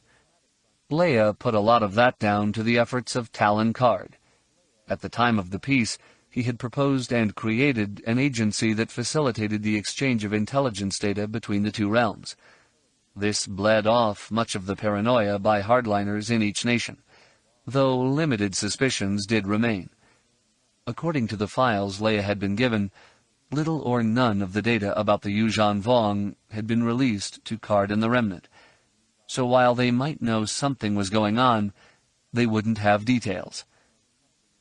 If that has spiked their paranoia, this mission might be doomed before it starts. The pilot's voice echoed through the cabin. "We have permission to set down in the primary docking bay at the customs station. Estimated time of arrival is 3 minutes. Dani turned around in her seat, came up on her knees, and peered down at Leia. "We'll actually be meeting the Admiral Pellaeon?" "It's possible, and if true, a very good sign." Leia sighed. "Diplomacy can be a game, Dani. When we went to Agamar and asked to speak to the Agamarian Council, the fact that I had been Chief of State of the New Republic pretty much guaranteed I would be granted access and allowed to speak. My addressing the Council was seen as an honor for them." Her eyes narrowed. "Pellaeon may have factions within the Remnant that oppose the New Republic, and if they are strong enough, it may be political suicide for him to meet with me. In that case, a functionary will conduct the preliminary negotiations. If it's a lowly staffer, our mission is doomed. If it is someone higher up, a deputy minister of state, which is roughly my equal as protocol is concerned, we have a chance of pushing our case and getting favorable results. Danny smiled. I think astrophysics is easier than diplomacy or politics. Oh, I don't know. In politics we have black holes, pulsars, things that give off more heat than light. Leia smiled up at Danny. I can't remember a time when politics was not part of my life. I'm fortunate that I took to it well. I will admit, though, retirement was fun, and I look forward to it again. The gentle hum of the shuttle's wings retracting was followed by a bump as the shuttle settled to the customs station's deck. The egress hatch hissed open, the hiss being more than enough to mask the sound of Bastion crossing to the landing ramp to forestall any assault. Olmec stood between the gantry and Leia, then nodded at her to come forward when his partner indicated all was clear. Leia moved past the gray-skinned aliens. The Nogri, with their small stature, appeared almost childlike, save for their fierce features. She knew from experience just how powerful and deadly they could be, either bare-handed or wielding the lethal knives they wore. The Nogri were quick and dedicated to her safety. The Yuuzhan Vong killed Bulfur on Dantooine, which is why I now have 2 Nogri to accompany me. A shiver ran down her spine. 20 years earlier she couldn't have imagined any creatures more deadly than the Nogri. But a Yuuzhan Vong warrior had killed Bulfur with his bare hands. Leia descended the landing ramp and was pleased to see 2 squads of stormtroopers lined up beside a white walkway painted on the deck. The formality and ceremony of the welcome boded well for the mission. Beyond them were 3 officials in Imperial uniforms, though one of them bore no rank insignia. She let Bastion precede her through the gauntlet of stormtroopers. Then she paused and waited for the envoys to come forward. The civilian, a woman only slightly taller than Leia, did so. Welcome, Consul. I am Miat Tem. This is Colonel Herrick and Major Presson. Leia shook hands with each in turn, then waved Danny forward. This is Danny Kui, my aide. The Imperials acknowledged Danny with a nod. Then Miat pointed toward a turbolift. If you would come this way, the Admiral is waiting.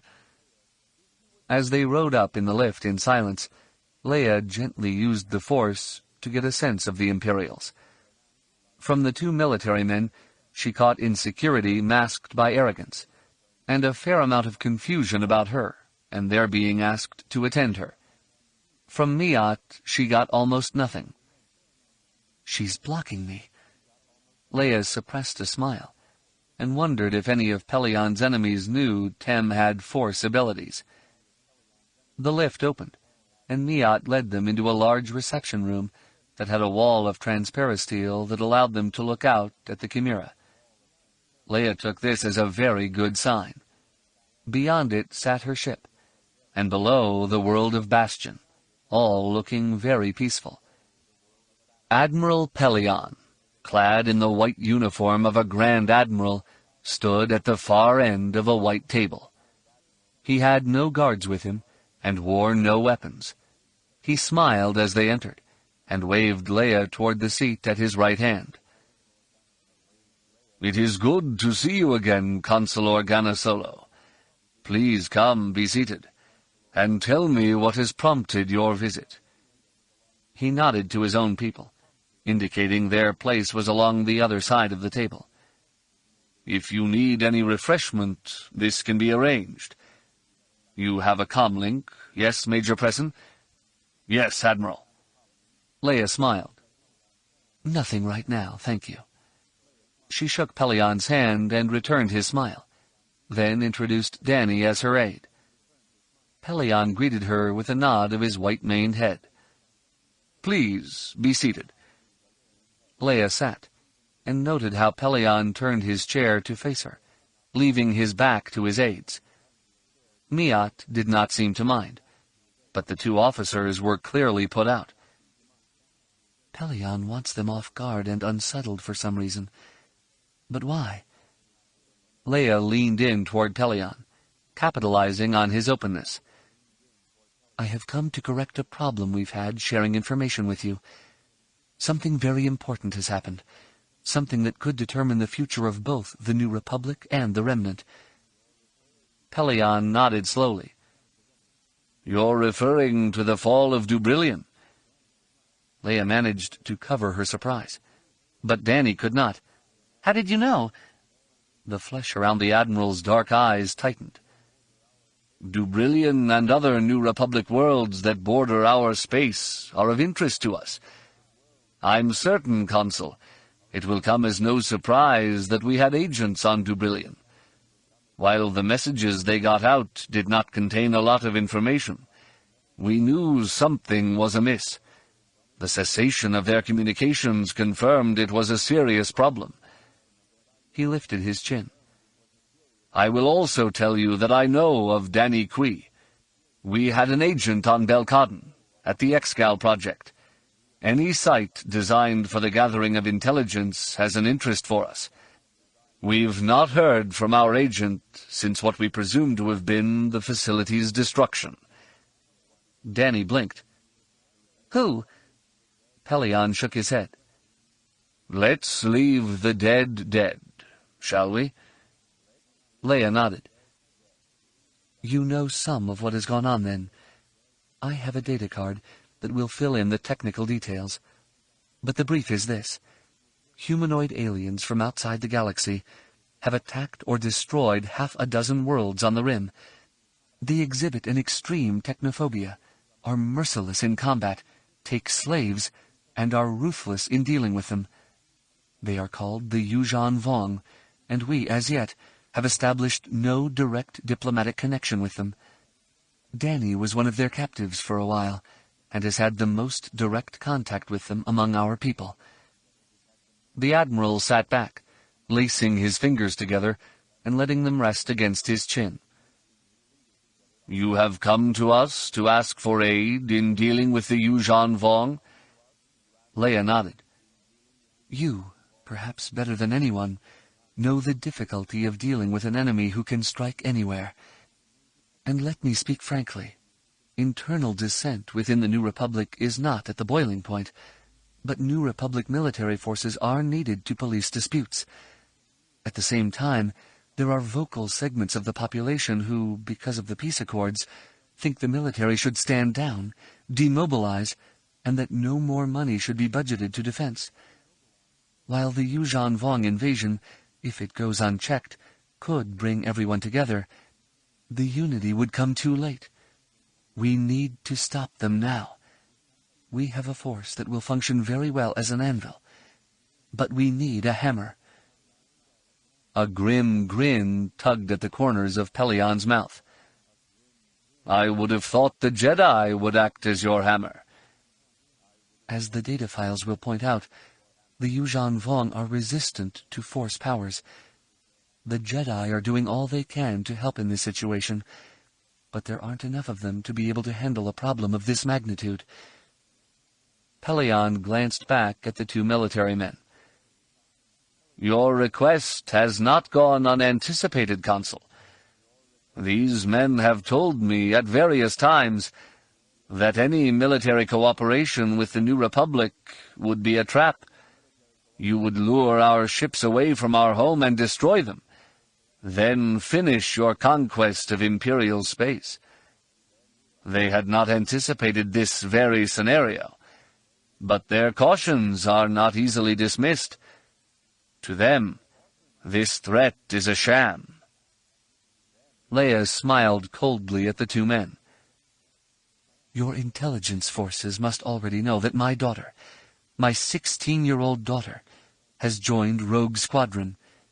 She did so at Dubrilion, and your sources would have told you that the squadron has just replaced over half its personnel.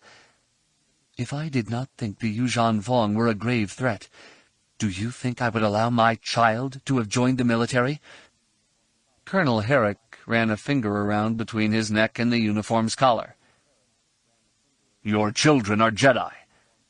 And as I said, the Jedi have little edge against the Yuuzhan Vong. Pellaeon raised a finger, cutting off Herrick's reply. All right, Consul. I will review the material you have brought. I am not unsympathetic to your plight, and I, as well as many others in the Empire, do feel a responsibility for the people of the New Republic. They may have rejected us, but we have not rejected them. If we are able, we will help. Leia nodded.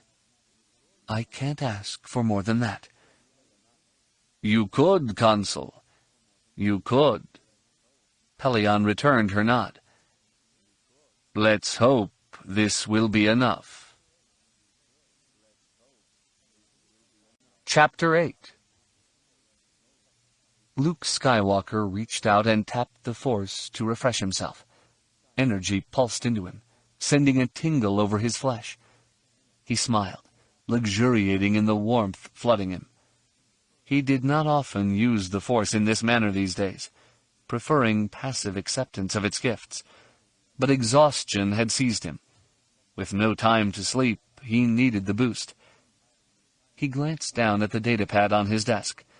Compiling the assignments for all the Jedi had not been as simple a task as he had hoped it would be.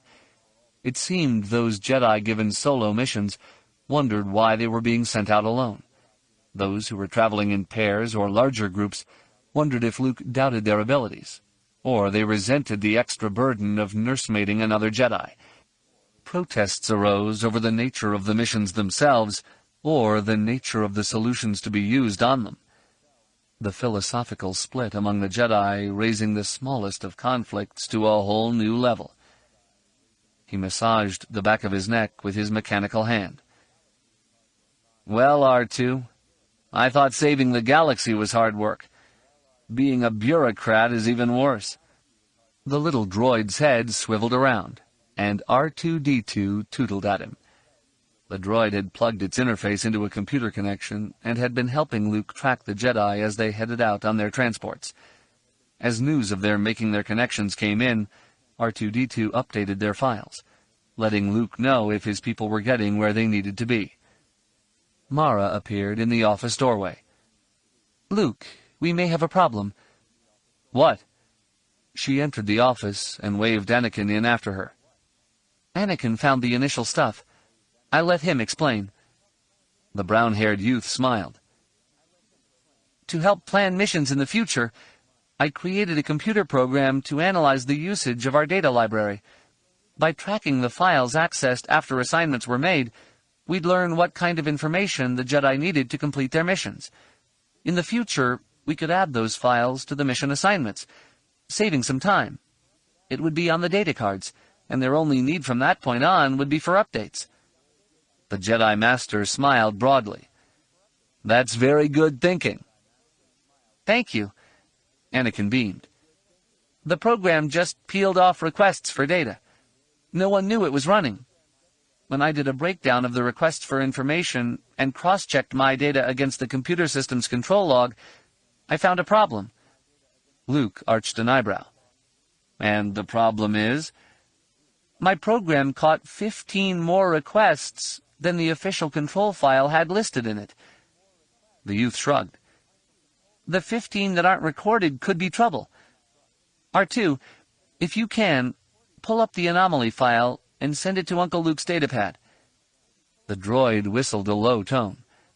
Luke glanced down at the screen and saw a list of 15 files scroll past, with descriptions for each appended. Maw installation, Death Star, Sun Crusher, Dark Saber, Eye of Palpatine. These are all about superweapons and the places they were built. Mara nodded. The files contained the complete technical specifications for those things.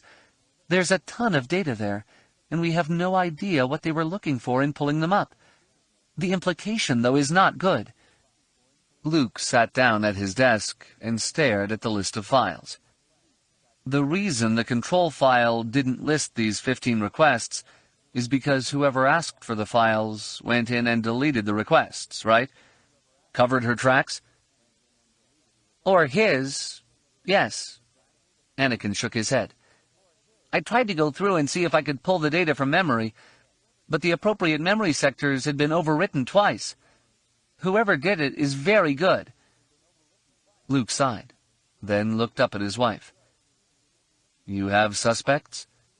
She nodded slowly. I checked our files. There are a handful of Jedi who have the necessary computer skills. I ruled Anakin out immediately. Ditto Tion. Most of the others I'm not concerned about, but Octoramus could be a problem. Luke called to mind the dark-haired woman. She was close with Miko Reglia, wasn't she? Tion said they had a romance at the academy. She thought they'd drifted apart after graduating and going their separate ways, but the logs of their travels suggest they were able to meet several times. Mara shrugged. I don't recall her being particularly distraught at his memorial service on Yavin 4, but I was not in the best of shape then. I was preoccupied. You notice anything, Anakin? She wasn't weepy or anything that I saw, but then I didn't pay that much attention to her. I'm sorry. That's okay. It's not your responsibility. Luke nodded. Do you think she pulled these files down to try to build a weapon to use against the Yuuzhan Vong? I can't see the sense in that. Mara shook her head. It would take years to build another Death Star. The fastest to build would be a Sun Crusher, but the facility for doing that is gone. I can't imagine anyone, no matter how much in grief, would look at building one and causing stars to go nova just to get rid of the Yuuzhan Vong. That would be extreme, yes. But isn't that what Kip did? Anakin frowned. To avenge his brother's death by the Imperials, he destroyed Kurita. And found out his brother wasn't dead after all, but died when the planet did. Yes. Luke sighed heavily. The ends never justify the means. You've checked on Octa? She has boarded her ship and is on her way. Luke sat back and ran a hand over his jaw. Interesting. Her associates? Mara smiled. She's been on a number of missions with Deshara Corps. But Deshara Corps is on the Durastar, going off to Bimasari. I mean, R2 reported to me that the Durastar suffered a drive failure, so came out of hyperspace early, but Corellia is supposed to be sending ships out to ferry the passengers on to their destination. The droid shrilled confirmation of Luke's comment. Luke's wife nodded. If you look at the standard emergency rescue report appended to the request for aid, you'll see one rather significant item. There are 0 Twi'lek females listed on the passenger manifest. What? Anakin smiled. I figure she boarded, planted some memories on the staff, then left the ship before it departed. The list of passengers was made up based on the folks who reported to evacuation stations. And you'd have to think, Luke, that a Jedi would be very hard to miss in that sort of emergency situation. The Jedi Master closed his eyes. Something here doesn't make sense. Octa looking for superweapons does make sense. The Yuuzhan Vong killed Miko. I can see her wanting to seek revenge, even if it's of the dark side. But what is Deshara Corps' motive? Were she and Miko ever close? Mara shrugged. I don't know, but I think motive is secondary right now. We need to find out where she went. Anakin laughed. That should be easy. There are only so many places where a superweapon could be built, right? The shipyards at Kuat. The Jedi Master stood. Building a superweapon isn't something that can be done in secret anymore, and the resources to do that just aren't available. She's after something else. He glanced at the droid. R2, pull up the docking bay data on the Durastar. I want a list of ships and their destinations that took off from that docking bay within 4 hours either way of the Durastar's departure. That could be dozens of ships, Luke. I know, Mara, but we have to start somewhere. Luke took his lightsaber from his desk and clipped it to his belt. "We don't need a rogue Jedi running around, and especially not one looking for a planet killer." An airspeeder got them to docking bay 9372 quickly enough. The cavernous enclosure bustled with activity. Load lifters shifted cargo. Passengers snaked through the chaos in long lines. Idle workers clustered together, drinking, laughing, gambling. Mara and Anakin split up to hit the ticketing offices for the commercial shuttles that would transport people from the surface to ships waiting in orbit. R2-D2 accessed a local terminal node to get the data Luke had requested.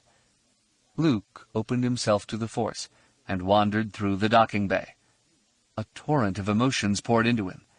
He smiled at the petty anger arcing between a couple whose sense of on time differed radically. He passed by people anxiously trying to remember if they had packed this or that. He nodded at ship's captains calculating profit with each crate loaded or unloaded from their freighters' holds. The excitement from folks heading into space for the first time broadened his smile, and the passion of a couple heading off on a honeymoon prompted him to blush. As he strolled along, he did his best to immerse himself in Desharakor's mindset. She had an interest in superweapons, and had access to fairly confidential files concerning them. She knew she was expected to be in Bimisari in 5 days, so she had that much time in which to operate before any alarm could be sounded. That narrowed down her choice of destinations. Luke immediately rejected her having traveled to the Maw installation near Kessel. The Durastar would have taken her to Bimisari, from which Kessel was a short hop. More importantly, the files she had accessed would have left no doubt that Admiral Dalla had destroyed the lab complex. While it was possible some portions of it still floated in space, the chances that anything useful still remained were minimal. Before Luke could figure out what Desharakor had been looking for, he felt something through the Force that seemed out of place. It began as curiosity, but spiked immediately into fear. Discipline immediately masked the fear, but did a fairly poor job of it. Luke looked to his right and saw a man hastily pulling up the hood on his cloak and turning away. The Jedi Master gestured easily. "Wait. Don't go." The cloaked man halted in mid-stride as if he'd frozen solid. Though he fought against Luke's suggestion, his torso turned, and his head came up, letting the cloak slip back. "Me?" the man stammered. Luke nodded slowly and smiled as he crossed to where the man stood. "I think you can help me." "I don't know anything." "Perhaps." Luke shrugged easily. "The fact is that you are here often, and you make a living by spotting needs and fulfilling them. Isn't that true?" I've done nothing." A security officer came walking over. "Is Chalco here giving you trouble, Master Skywalker? I will deal with him. Write up a report." Luke casually waved a hand. "Thank you, not necessary. Nothing here to report." The security officer blinked once, then continued on his way, passing between Luke and the surprised docking bay denizen. "What you do here, Chalco, is of no concern to me right now. I think you may be able to help me, though." The heavy-set man ran a hand over his bald head. "How so?" "You observe things. 2 days ago, a Twi'lek, a Jedi, was here. She was supposed to leave on the Durastar, but she did not embark on the ship. You saw her, yes?" The man slowly nodded. "I find it convenient to keep an eye out for Jedi, in case I can help them." "That's very nice of you." "Yeah, well, she came through and I noticed her. She boarded the ship, but I never seen her come off." He scratched at his unshaven throat. "Then later, I saw her talking to a mate on a freighter. She did that thing with her hand that you did there, and the mate, he just turned away from her like she wasn't even there. I looked away at that point, figuring I didn't want her to see me and do me like she did him, I heard those stories about losing your mind and everything." Luke's eyes narrowed. "What was the name of the freighter?" "Lucky Star 2. Tramp freighter. Makes stops all over the place. Half of them aren't on the flight plan. I think they were making for Ord Mantell, but I don't know. Good. Thank you. The man opened his hands. Hey, I helped you. You gonna do something for me?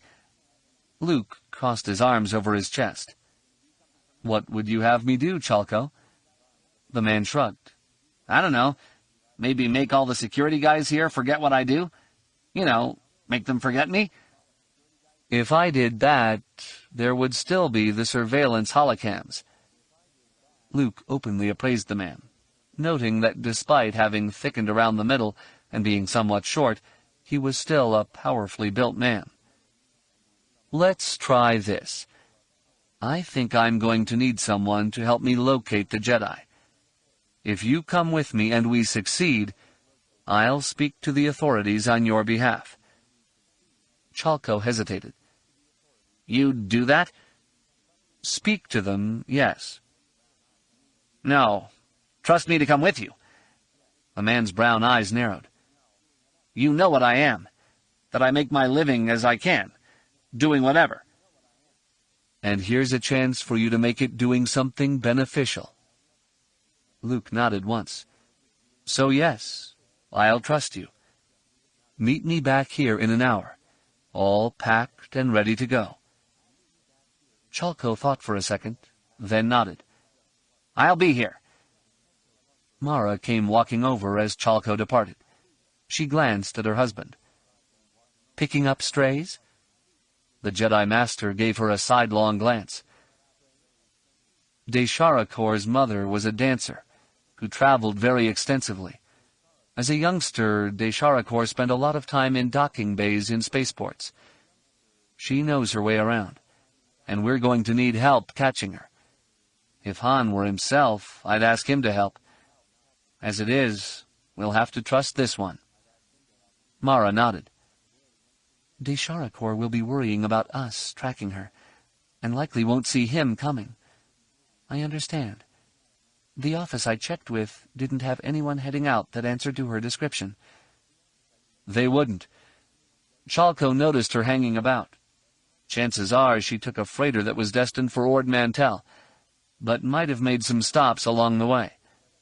Then she could be anywhere. I doubt it. My recollection of star charts isn't flawless, but there's one world out in that direction that will help Desharakor. Luke gave his wife a smile. We've got to get a ship. We're bound for Vortex. Vortex? Mara took Luke's hand in her own. There's nothing there but the Cathedral of Winds. Desharakor is going there to listen to music? Nope. Luke smiled and gave his wife a kiss on the cheek. She's going there to talk to someone who helps make the music. Chapter 9. Shadow Shai spun on his heel before the harsh, hoarse scream had a chance to echo down the street. A ragged human slave, flesh coated with dust, beard patchy and unkempt, broke from the work detail and rushed at him. The slave's eyes blazed past the nubbins of the coral growths on his cheeks, and he raised a piece of Duracrete debris to smash the Yuuzhan Vong leader down. Two younger warriors belatedly moved to intercept the assassin, but Shadow's sharply barked warning held them back. Clad in Von Dune crab armor, with his rank baton, the Tsaisi, coiled about his right forearm, the Yuuzhan Vong leader had little fear of injury. He flowed forward, keeping his center of gravity low, then came up, catching the slave's throat in his right hand. He lifted the man effortlessly, then battered the debris aside with his left hand. The slave grabbed Shadow's right wrist. His eyes widened as the Tsaisi hissed and rose up, ready to strike. The human's lips peeled back in a feral snarl. Then he looked into Shadow's eyes defiantly. Unable to speak because of the hand crushing his throat, the man nodded once, sharply, as if to demand death from the Yuuzhan Vong leader. Shadow's thumb pressed up along the man's jaw, slipping past the curve of the bone, touching the skull right behind his ear. The two combatants watched each other, both knowing that with a simple increase of pressure, Shadow Shai would pop the man's skull free of his spine, killing him. The man, with spittle flecking his lips and beginning to ooze down into the Yuuzhan Vong's gauntlet, nodded again, daring Shadow to kill him. The Yuuzhan Vong commander shook his head once, then cast the man toward the two warriors who were overseeing the work group. "Take this one to the priests. Have them prepare him. If he survives, he will be of use." The two warriors each grabbed an arm and bowed respectfully, tugging the man back down the street. Shadow Shai allowed them to get 10 paces away, then added, "And while there, ask the priests for a regimen of contemplation for warriors who are slothful." The warriors bowed again and set off, but at a pace noticeably quicker than before. Dane Leon, his direct subordinate, resumed his place a half-pace behind Shadow, at his left hand. "Was that wise, my leader?" "Easily as wise as your questioning my judgment here in the streets." Shadow Shai was pleased that his face mask hid the crooked smile born of Dane's flinching at that remark. "The warriors will return chastened, enlightened, and more dedicated to their duty." "It was not that, Commander, but sending the man off with them. He attempted to murder you. The other slaves will see his survival and exaltation as a license to try to kill you again." Shadow Shai continued his tour down the broad Dubrillion street in silence, knowing his lack of an answer would weigh more heavily on his aide than any rebuke. The destruction caused by the conquest of Dubrillion had not been overwhelming. Much of the cityscape was recognizable, and the work details were making much headway in clearing debris.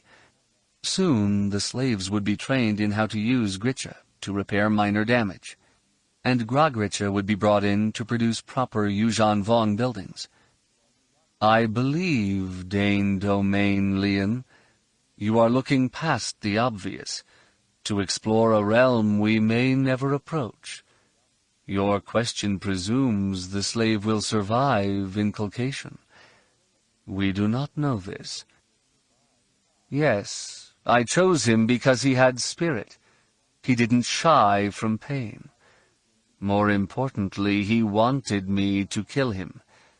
He had embraced his insignificance, which means our inculcation can give him new significance.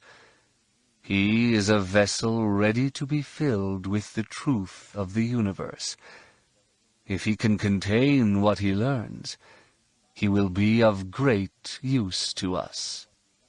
"This I understand, Commander Shadow Domain Shai." Dane bowed his head as he spoke. His using Shadow's full formal title, aping Shadow's formality, acknowledged his subordinate status. Shadow knew this acknowledgment was half-hearted at best. Domain Leon wished for a return to its former days of glory, and Dane was its best chance for such a return. In his aid, Shadow had a feral amphistaff clutched to his breast, and he knew he would feel the sting of its bite when he could least afford it. "Perhaps, then, what you do not understand is that despite the work of our agents like Gnome Honor, we do not know our foe well at all. This new republic is curious in how it approaches warfare." "They are cowards at heart, my leader." "To make that judgment so coldly, Dane Leon, is to deny that we have much to learn." Shadow glanced left, catching a spark of hatred in his aide's eyes. "Enlightenment is always useful, and we need more, much more, concerning these people." Shadao Shai ignored Dane's fatuous mouthings about his wisdom. The New Republic and its response to the Yuuzhan Vong invasion had him puzzled. Nome Anor had provided a succinct political analysis of the situation within the New Republic, which is why they had chosen the invasion corridor they did. They hit the New Republic at a point where it was weakest, along a line joining it to the Imperial Remnant. That was pure military strategy. Any force is weakest where two commands meet. The Remnant had not reacted and attacked the flank, which freed up units Shadao had held against that possibility. The New Republic still had not struck back, and this puzzled Shadao Shai. He did know of the Galactic Civil War, and it did strike him as possible that some peoples would not want to see a return to a conflict. Still, the actions of the slave showed that these people were capable of martial conduct. A total acquiescence to the invasion did not seem to be a rational response, which led him to suspect deception. He was willing to admit as well that of the worlds taken, only Dubrillion had true significance. The others had been sparsely populated and largely undeveloped, so their losses would be insignificant to the galaxy. Garki, to which he had sent Krog Val to oversee occupation and transformation, did produce a lot of foodstuffs, but its loss could easily be compensated for, since many of its products were geared for consumption by the elite, not the masses. In their military engagements, the New Republic forces had fought a series of rearguard actions. Shadao Shai refused to acknowledge their destruction of the Yuuzhan Vong base at Helska 4, because that had been a Preterite Vong operation. When politicians seek to play at being warriors, one must anticipate disaster. He glanced again at Dane. The reverse can also be very bad. Shadao Shai found his foes admirable after a fashion. That they were corrupt and weak was not in doubt. Their reliance on abominable mechanicals pointed out their moral decay. But the facility with which they employed their tools did impress him. The military response to initial encounters with Yuuzhan Vong biotechnology had neutralized the invaders' advantages, leaving their starfighters on even terms. The land battle on Dantooine had likewise shown how formidable the New Republic's personnel could be. When Shadao Shai reviewed a report listing the casualties among 2 training cadres of warriors in pursuit of a pair of refugees, he felt his belly begin to tighten. Given that the 2 being chased were Jedi, some casualties were to be expected, but the escape of the quarry was not.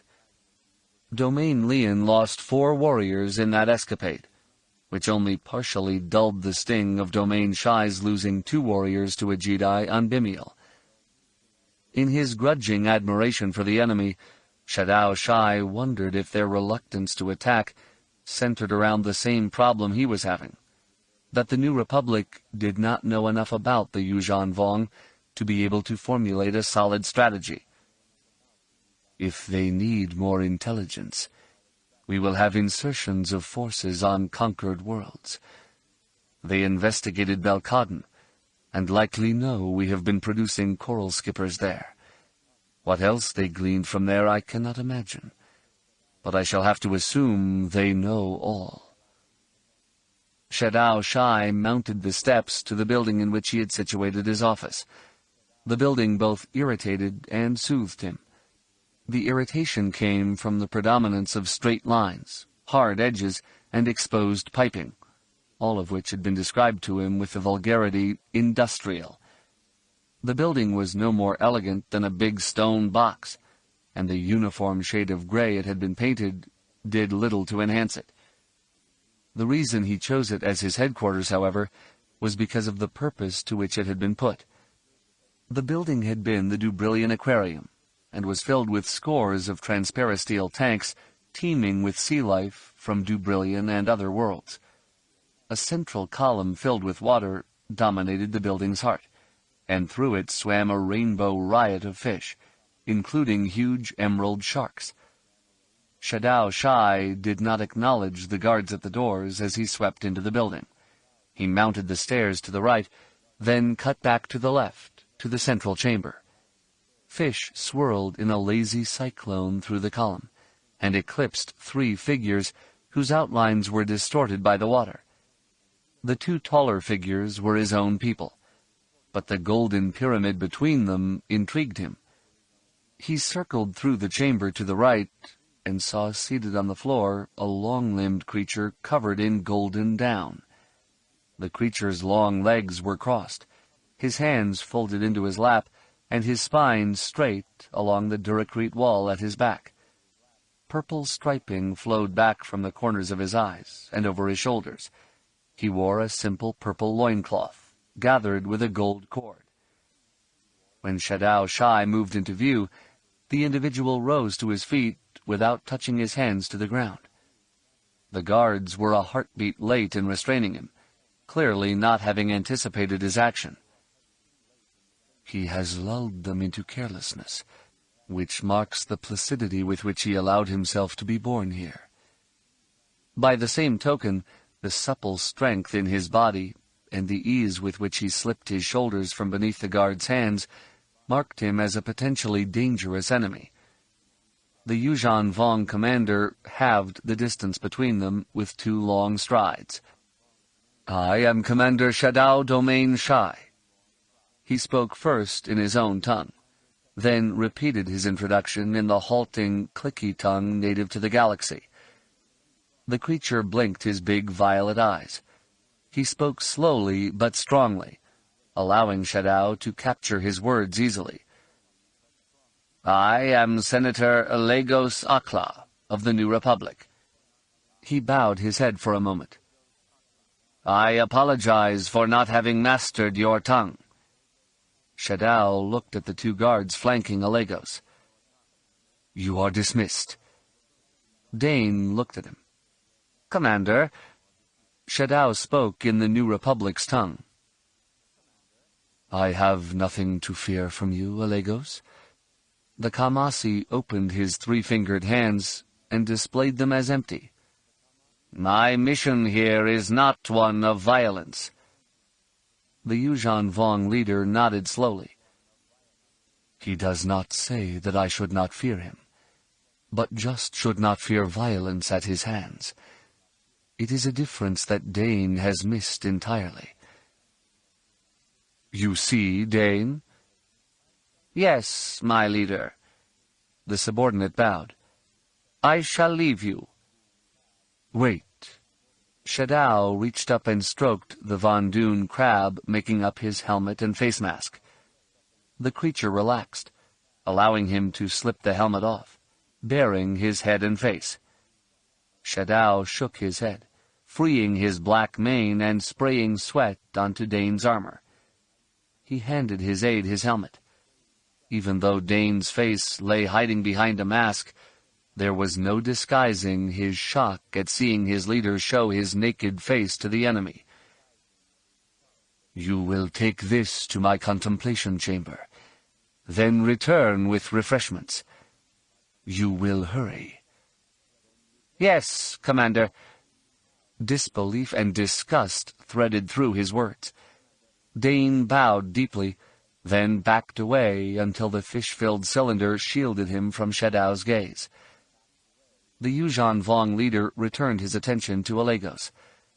He watched him for a moment, slowly organizing the words of his enemy's tongue. "I was told you appeared in a small ship at the edge of this system. You used a Villip to request transport here on one of our ships. Why?" Lagos blinked once. "It is believed you see machines as abominations. I wished to offer no offense." "Your respect of our sensibilities is appreciated." Shadao Shai stepped toward the cylinder.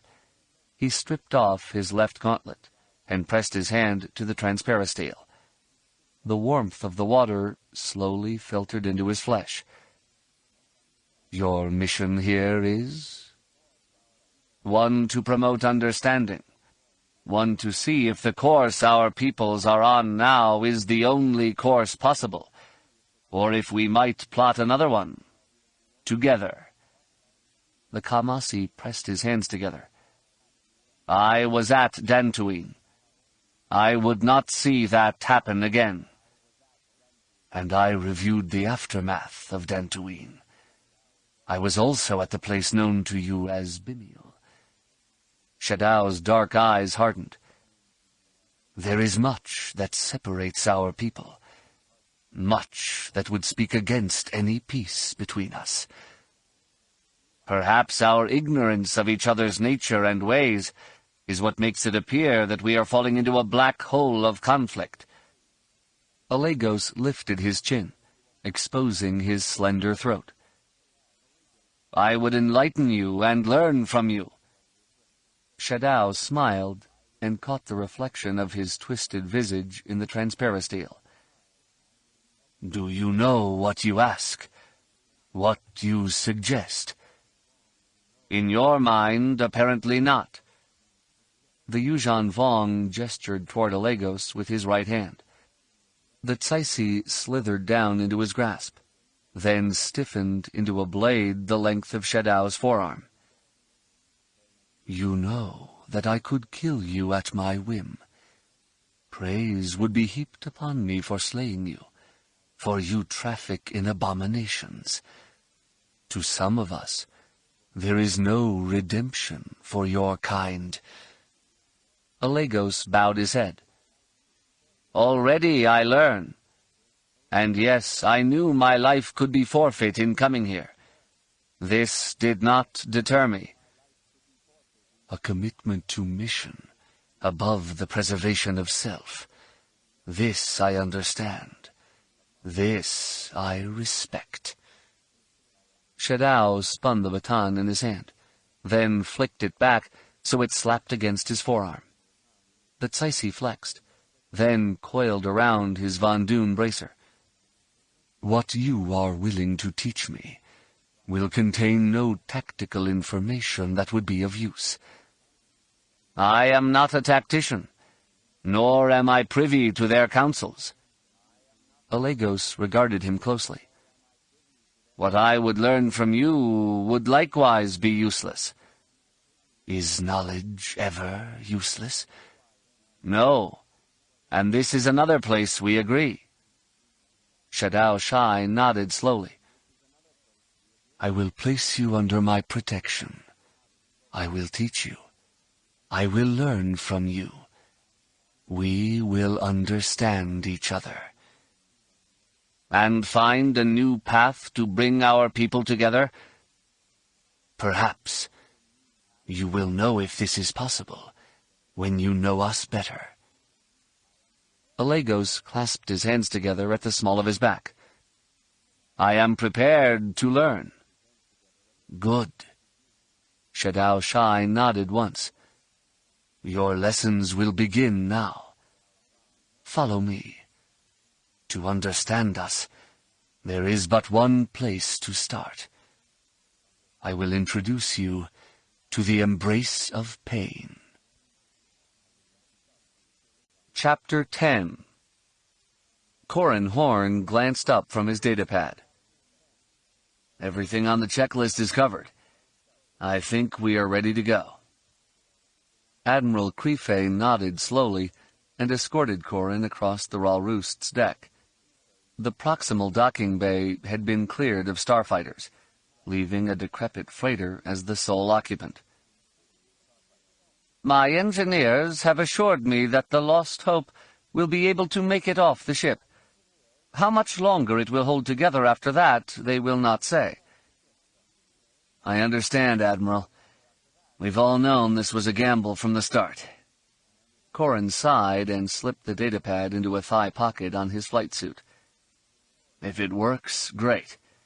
If it doesn't, well, make sure others learn from our mistake." "Certainly." The problem of inserting a scouting team onto an enemy planet was one that had perplexed military strategists for ages. Ships often tried to slip in disguised as space debris streaking toward a planet like a meteorite, then veering off under power once they were too low to the ground to be tracked. While the lack of an impact would tip the enemy to the fact that something was odd, the scout team could be well away from the area and safely gone to ground by the time investigators tried to puzzle out where they had gone. With the Yuuzhan Vong, things got a bit more complicated, because the New Republic wasn't certain about the technical capabilities of their scanners. The fact that the Yuuzhan Vong used biologically based tools suggested severe limitations, but without actually knowing, there was no way to put together a sure plan to slip in unnoticed. Absent the ability to go in unseen, the New Republic decided to go for the other extreme, and make sure the Yuuzhan Vong knew beyond a shadow of a doubt that their security had been penetrated. Corrin boarded the Lost Hope and retracted the gantry. He went up front to the bridge and waved at the Admiral. He refrained from touching anything in there. Since the Yuuzhan Vong would undoubtedly investigate the crash, the New Republic knew they'd need trace biological matter in the ship to make the enemy believe the crew had not survived insertion into Garki. Biomatter had been synthesized and sprayed around in all the logical locations, so any inquiry would have plenty of data to sort out in reconstructing the deceased crew of the Lost Hope. He worked his way back to the main cargo hold and climbed into a much smaller ship, one of the tiny shuttlecraft found on luxury liners. All 6 of the Nogri were jammed in the back and strapped in place. Ganner sat back with them, looking very large and uncomfortable since his feet rested on equipment, and his knees were tucked under his chin. Corrin slipped past Jason and took his place in the forward of the 2 seats in the cockpit. He buckled on his restraining belts, then pulled on a helmet and opened a comm channel to the Ral Roost. "Lost Hope reporting in. Ready to go." "Copy, Hope. 2 minutes to reversion." Corrin initiated the startup sequence. Both sublight engines came online, but the starboard one was producing only 75% of its usual power. "Jason, can you see about bringing Hope's starboard up at least another 10%? "As ordered." The older Jedi hit a button on his console, and reports concerning the Lost Hope vanished, to be replaced by the monitors for Best Chance, the smaller shuttlecraft contained within the freighter's hold. Corrin brought its engines online, and each reported 100% output. Repulsor lift coils reported operational. He hit a button that sealed Chance and made it spaceworthy. "I've got Hope's engines balanced." "Thanks, Jason. The charges are set and functional?" "Yes, ready to go on your command." "Good. We're perfect." Corrin forced himself to smile. The plan was simple enough. The Lost Hope would leave the Ral Roost and head down, then suffer a catastrophic engine failure. As it plunged into Garki's atmosphere, the ship would break apart. Debris would be strewn everywhere, and Best Chance would be able to fly away free. By the time the Yuuzhan Vong collected all of the Hope's parts and figured out something was going on, the survey team would have returned to the New Republic. The only hut spoiling the party was the lack of a hyperdrive on Best Chance. Without it, the only way the party could leave the system would be by rendezvousing with a larger ship, like the Ral Roost. The lack of a hyperdrive made emergency extraction very tricky, but Corrin knew that if they needed to get off Garki in a hurry, they'd already be in enough trouble that there was no guarantee they'd ever get a chance to escape into hyperspace. Corrin flicked his comm unit over to address Ganner and the Nogri. "Get set for a wild ride. No guarantees on this one, but with any luck, we'll all get out of it alive." Jaina's X-Wing shot free of the magnetic containment bubble over the Ral Roost's belly launch bay. She brought the fighter around on a heading that tucked it into the Rogue Squadron formation above Garki. Annie Capstan, Jaina's wingmate, designated Rogue 12, came up behind her. Then Rogue Alpha, A recon X-Wing piloted by General Antilles completed the formation. Colonel Gavin Darklighter's voice came strong and steady through the comm channel. 2 flight. You're on the Snoop. 1 on my polar, 3 below. Lock S-foils in attack position. Major Alan Varth followed Gavin's orders with a quick comment. On me, 3. Tighten it up, Sticks. Jaina suppressed a smile. Because she was a Jedi and carried a lightsaber, and because she used a flight stick to control the X-Wing, her compatriots had given her the call sign Sticks. She took it as a sign of acceptance, which was good, since she was a lot younger than the others in the squadron, and didn't have a fraction of their experience. They didn't look down on her for those lacks, however, and had even bragged about her to some of the new recruits. As ordered, 9. She nudged the stick to port, bringing her into proper position in the formation. Jaina glanced back at the R2 unit riding behind her. Sparky, pipe up if I slip out of formation again. The droid bleeped an acknowledgement. Colonel Selchu's voice came through the comm channel. Rogues, flight control here. We have 10 skips coming up from Garki. Intercept is plotted, being sent now. Data scrolled up on Jaina's primary monitor, and Sparky tootled as he assimilated it. The skips, more properly, Coral Skippers, were single-pilot fighter craft, similar in purpose to X-Wings, but utterly dissimilar in design. Unlike X-Wings, which were manufactured, skips were grown, forming a symbiotic union of various creatures that provided a hull, propulsion, navigation, and weapons for the stony ships. The pilot interfaced with the fighter through a hooded device that fed impressions to him and received his orders by reading his brainwaves. Jaina shivered. Her uncle had tried on one of the cognition hoods and experienced the contact with the alien fighter. She'd not been offered the opportunity to do the same, nor would she have taken it. Her experience as a Jedi built in her a dislike for anything trying to pick up stray thoughts, and having her head enclosed in a gelatinous membrane while that was going on was just not something she wanted to think about. She looked at her monitors as the Lost Hope deployed from the Bothan assault cruiser's belly bay. 9. I have 2 skips breaking off to go after Hope. I copy, Sticks. You and 12 are on them. Annie hit her comm unit's talk switch twice, sending a double click through the channel in acknowledgement of the order. Jaina broke to port and pulled back on her stick, coming around in a tight turn. She inverted, then dived and cut to starboard to make her first run at the skips. I have lead, 12. Jaina flicked a thumb over her weapon selection switch and linked her lasers for quad fire.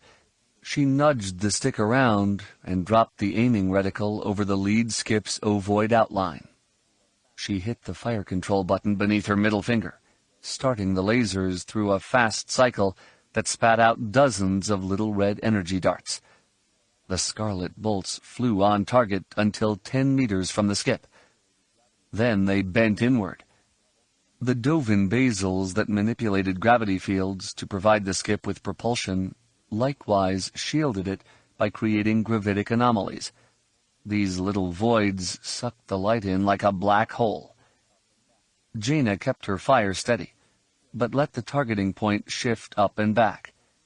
To properly shield the skip, the Dovin basil had to move the void, taxing its energy much as absorbing the bolts did.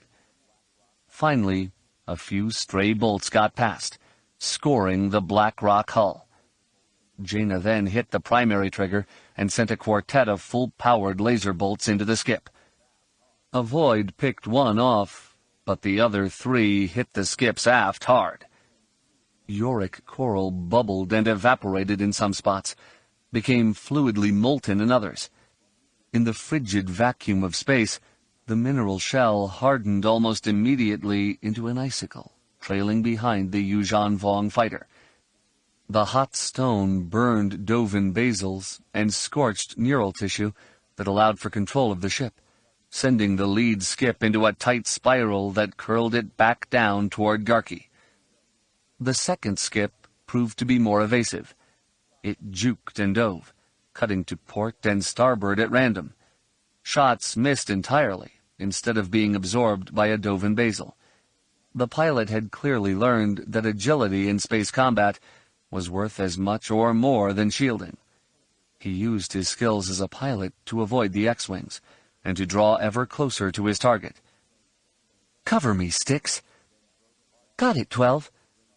Annie Capstan's X-Wing cruised forward and broke hard to port, bringing it in on a slashing attack at the skip's starboard aft quarter. She sprayed laser darts all over the ship, using her etheric rudder to keep the fire on target, and the Yuuzhan Vong pilot finally had to deploy a void to keep her shots off him. She cut loose with a full quad shot, but the void sucked all 4 of those bolts in. Then the skip bounced up above Annie's line of flight. Jaina saw the nose of Annie's fighter come up, and wondered for a second why she hadn't fired another burst. It occurred to her that Annie's lasers might be recharging, since she had sprayed a lot of energy around to little effect. The skip boosted forward, pulling away from the X-Wing, and Jaina thought Annie would lose him, since he could now use the Dovin Basil that had been shielding him to provide more propulsion. Then fire blossomed on either side of the X-Wing's slender nose. Throughout the time snub fighters had engaged in combat, a debate had raged over the efficacy of employing proton torpedoes against other starfighters. There was no doubting that the missiles would obliterate a starfighter. The weapons were designed for damaging much larger ships. To use them against a snub fighter was the equivalent of using a vibro axe to kill an insect. Gross overkill. Then again, in combat, can overkill ever be gross? Jaina couldn't be sure if the Yuuzhan Vong pilot realized that Annie had waited for him to pick up speed before she fired, or if he died assuming she had just gotten lucky. He did try to deploy another void, but it was late in materializing, and only slightly altered the course of the second torpedo. The first one flew straight and true, slamming into the skip's belly. It detonated in a burst of argent fire that fed up through the fighter like lightning. The fragmenting coral skipper disintegrated before her eyes, with the second torpedo flying through the heart of the blast and detonating 100 meters beyond it. "Great shot, 12." Jaina smiled as she looked up at the Lost Hope. She could feel her brother on board. "You're safe now, Jason." Then a terrible explosion ripped apart the freighter's port side, and the stricken ship started falling toward Garki. Hitting Jason harder than the jolt from the explosion was Jaina's shocked anguish. He'd tried to steel himself for it, having anticipated it, but the grief and sense of loss rolled through the Force all raw and jagged. He wanted to reach out to her through the Force and tell her all was well, but he could not. Instead, he pulled himself in, shutting down his presence in the Force. He'd not liked having to deceive his sister about how the Lost Hope would be used to get them onto Garki, but fooling her had been necessary. No one knew how much the Yuuzhan Vong could read in terms of communications or emotions. Just because we are blind to them through the Force, we've no call to assume they are blind to us, too. Only by having the people on the ship and in the fighters think their freighter was going down could they be sure the emotions and communications would be genuine. "Jason, my screen is showing a faulty linkage at J14. Bad switch or—" "Just a second, Corin." Jason's fingers flew over his console. "Looks like the explosion kicked metal back. J14 is broken and has released prematurely. J13 and J15 are still holding, but pressure is beyond spec already." "Sith spit." Corin turned in his chair enough to glance back at Jason. "Get the secondary charges ready to go. Blow them in sequence 2 on my mark. Be sharp. Can't be worrying about your sister right now." "Yes, sir." Jason brought up the pattern diagram of the sequence 2 explosions. 6 of the 8 charges glowed green, but 2 others showed red. The 2 nearest J-14. We have a problem, Corrin. The charges near J-14 are bad. Got it. Jason looked past the pilot's head and at the holographic feed occupying the area of Best Chance's forward viewport. The feed came from holocams mounted on the Hope's hull, allowing the pilot to see what things looked like as the doomed freighter hurtled at the planet.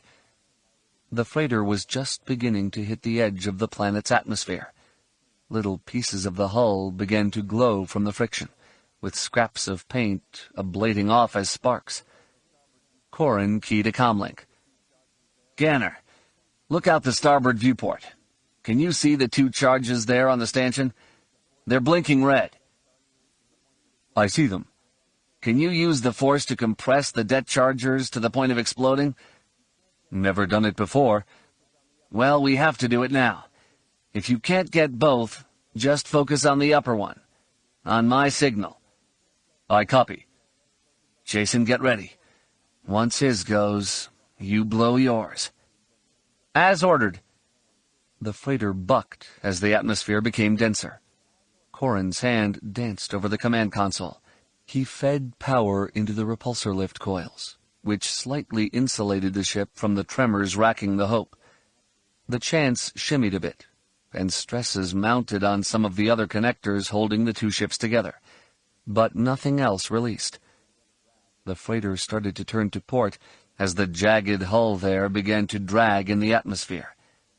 Corrin fought it and tried to get the ship oriented on a simple flight path, then hit a switch that cut the power on the Hope's engines. The whole craft lurched, then twisted as the atmosphere battered it. Everyone stand by. This won't be fun or pretty. Corrin hit some switches on his console. Ganner, blow the charges now! The force gathered behind Jason and focused itself on the explosives. The first one blew easily and vanished from Jason's screen. Without waiting for the second, the young Jedi hit a button on his console, lighting off the other explosion in a rippling sequence that shattered the aft hull. Corrin hit a switch, and the connectors holding Best Chance inside Lost Hope all released. The smaller ship tumbled free of the shell that had brought it into the atmosphere. Corrin made no attempt to direct its flight or stabilize it. He just let it twist like any other piece of debris. As the ship came around, Jason managed to look through the viewports and catch a glimpse of the Hope's fiery descent to Garki. The altimeter built into Jason's console scrolled off the meters to the planet's surface dizzyingly fast. 6 kilometers shrank swiftly to 4, then 3 and 2. Jason recalled a single click being their margin of safety, and sought any sense of anxiety from Corrin as the small ship plunged past that barrier. He got none, which brought a smile to his face. He could easily imagine his father sitting in the pilot's chair, waiting and waiting to bring the ship to full power, pushing safety margins that he considered overly generous. Jason didn't necessarily think this willingness to undertake risks was part and parcel of being a Corellian, as much as it was an artifact of the rebellion. Pilots then had had to do outrageous things to win the freedom of everyone in the galaxy. For them, prudence gave way to efficacy. 507 meters above Garki's rainforest-covered surface, Corrin boosted full power to the repulsor lift coils.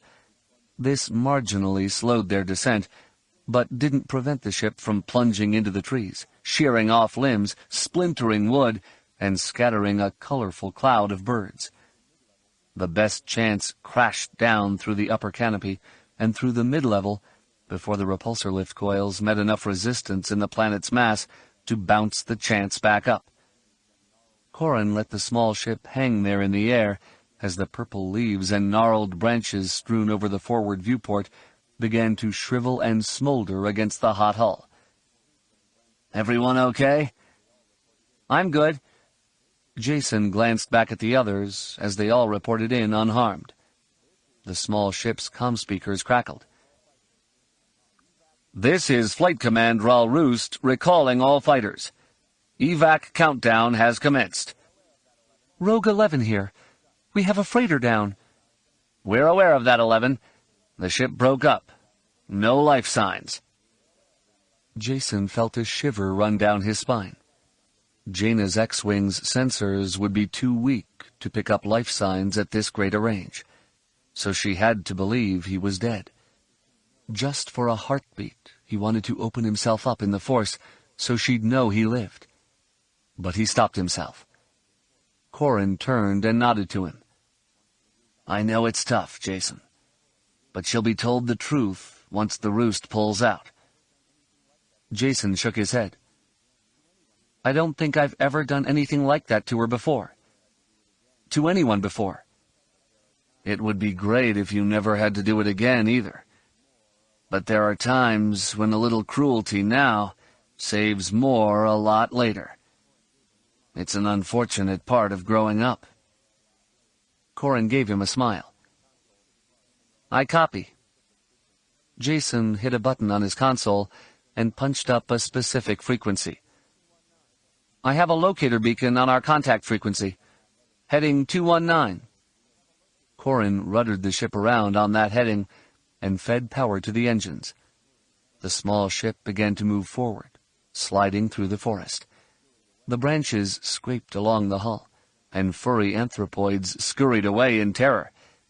The ship moved on, letting the purple world of Garki swallow it, and hopefully hide them and their mission from the Yuuzhan Vong. Chapter 11. Once the pulsar skate came out of hyperspace and began its descent toward Vortex, Luke Skywalker could feel the peace of the Vors lapping against him like waves on a shore.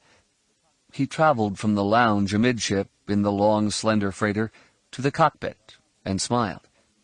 Mara sat in the co-pilot chair, and R2-D2 had plugged himself into a restraining socket built behind her chair.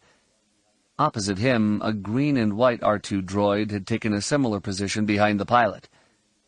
Mirax Terek Horn, her long black hair gathered into a braid, turned and regarded Luke with a steady, brown-eyed gaze. "We made it. With Whistler and R2 both doing nav plots, we shaved a good distance off that run."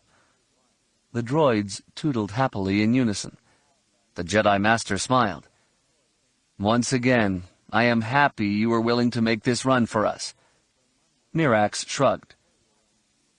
"I regularly have Whistler monitor request traffic for courier runs. Anything with Jedi appended to it gets a high priority from me.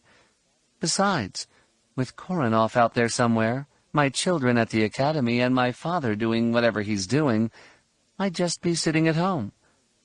Mara smiled. "Better doing something than just waiting." "Waiting is so boring." Luke raised an eyebrow. "I don't seem to recall the word boring ever being applied to times when the two of you are running around together. In fact, I recall—" Mara held a hand up. "We were exonerated." "And we could have been at your academy during those years, instead of off on our adventures. Your students would have loved that distraction." Mirax nodded. "Besides, the collateral damage was never really that bad." The Jedi Master smiled. "I think the Vors are rather particular when it comes to the issue of collateral damage." "Agreed. We've got a landing clearance at their primary cathedral docking bay. After Admiral Akbar and Leia's unfortunate accident, the Vors established a 2-kilometer no-fly zone around the cathedral, so no one else will plow a fighter into it." Mirax turned back around to look out the viewport. "Atmosphere in 15 seconds. Buckle in if you don't want to get bounced around." "I'll let the others know." Luke turned and walked back up the corridor to the lounge, where Anakin and Chalco both sat. The two of them had played a game on the holotable, but ended up squabbling about the other cheating. This offended Anakin, who only partially accepted the explanation that the tables Chalco normally played on had had their codes sliced so often that the only way to win was by cheating the other guy better. "Since you were winning and I couldn't cheat, I figured you had to be cheating," he'd offered. Luke smiled. "Strap in.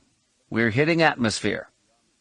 Anakin complied with the order, but Chalco just gripped the arms of his chair with white-knuckled hands. Luke shook his head as he walked over to a bench seat and fastened restraining straps about himself. "Chalco, you don't have to do everything the tough way." The heavyset man shrugged and almost bounced out of the seat as the skate bucked. "I know you Jedi have power, but that's not everything, you know. Us normal folks are capable too." As he spoke, he jabbed a thumb in the center of his chest. Another jolt shook the ship, and Chalco came half up out of the chair. Luke gathered the force to settle him back down, but discovered Anakin had already managed it. And he did it so gently that I doubt Chalco knows he's been helped. "Please, Chalco, just strap in." The man grumbled a little, but reached for the restraining straps. "Well, the ride is a bit bumpy. I mean, if you Jedi are going to strap in, can't hurt, can it?" Luke and Anakin shared a smile. Then the Jedi Master shook his head. "Can't hurt at all. When we get down, Mara and I will go see the person we need to speak with. The spaceport here is not much, so I'd like you two to stay with the skate." Anakin's expression immediately soured. "But I was hoping—" Luke held a hand up. "Stretch out with your feelings, Anakin. Can you feel Desharakor here?" The youth hesitated for a moment, then shook his head. "No." "No, indeed." Chalco frowned. "You didn't expect to find her here?" "Not unless something highly unusual is going on. I think she came here for information." The Jedi Master sat as far forward as the restraining straps would allow. "We will learn what she learned, then move on. That's when we'll need you, Chalco." "What about me?" Anakin asked. "You're vital to all this too, Anakin. That much I know." His nephew's expression brightened. "What am I going to be doing?" "I'm not certain. The Force hints at times, and hints are all I have. And the hint for right now is that you'll be staying with the skate." "You wouldn't be saying that because it's easier than telling me to stay because you're my uncle, right?" Luke arched an eyebrow at him. "Anakin—" The comm speakers in the lounge crackled for a second. Then Mirax's voice poured from them. "We are on final approach. A land speeder is waiting for us. We'll be on the ground in a minute." Luke smiled. "And if all goes well, we'll be off again inside an hour." A temperate world, with almost an equal mix of land mass and ocean, Vortex consisted primarily of vast grassy plains of blue-green grasses that whipped this way and that by the gusts of wind. The Vors themselves were a humanoid species of mammalian stock, hollow-boned, with leathery wings that let them glide on the thermals rising from the plains. The Vors had an incredible sense of harmony within their species, and with their world. This harmonic nature had inspired them to create the Cathedral of Winds.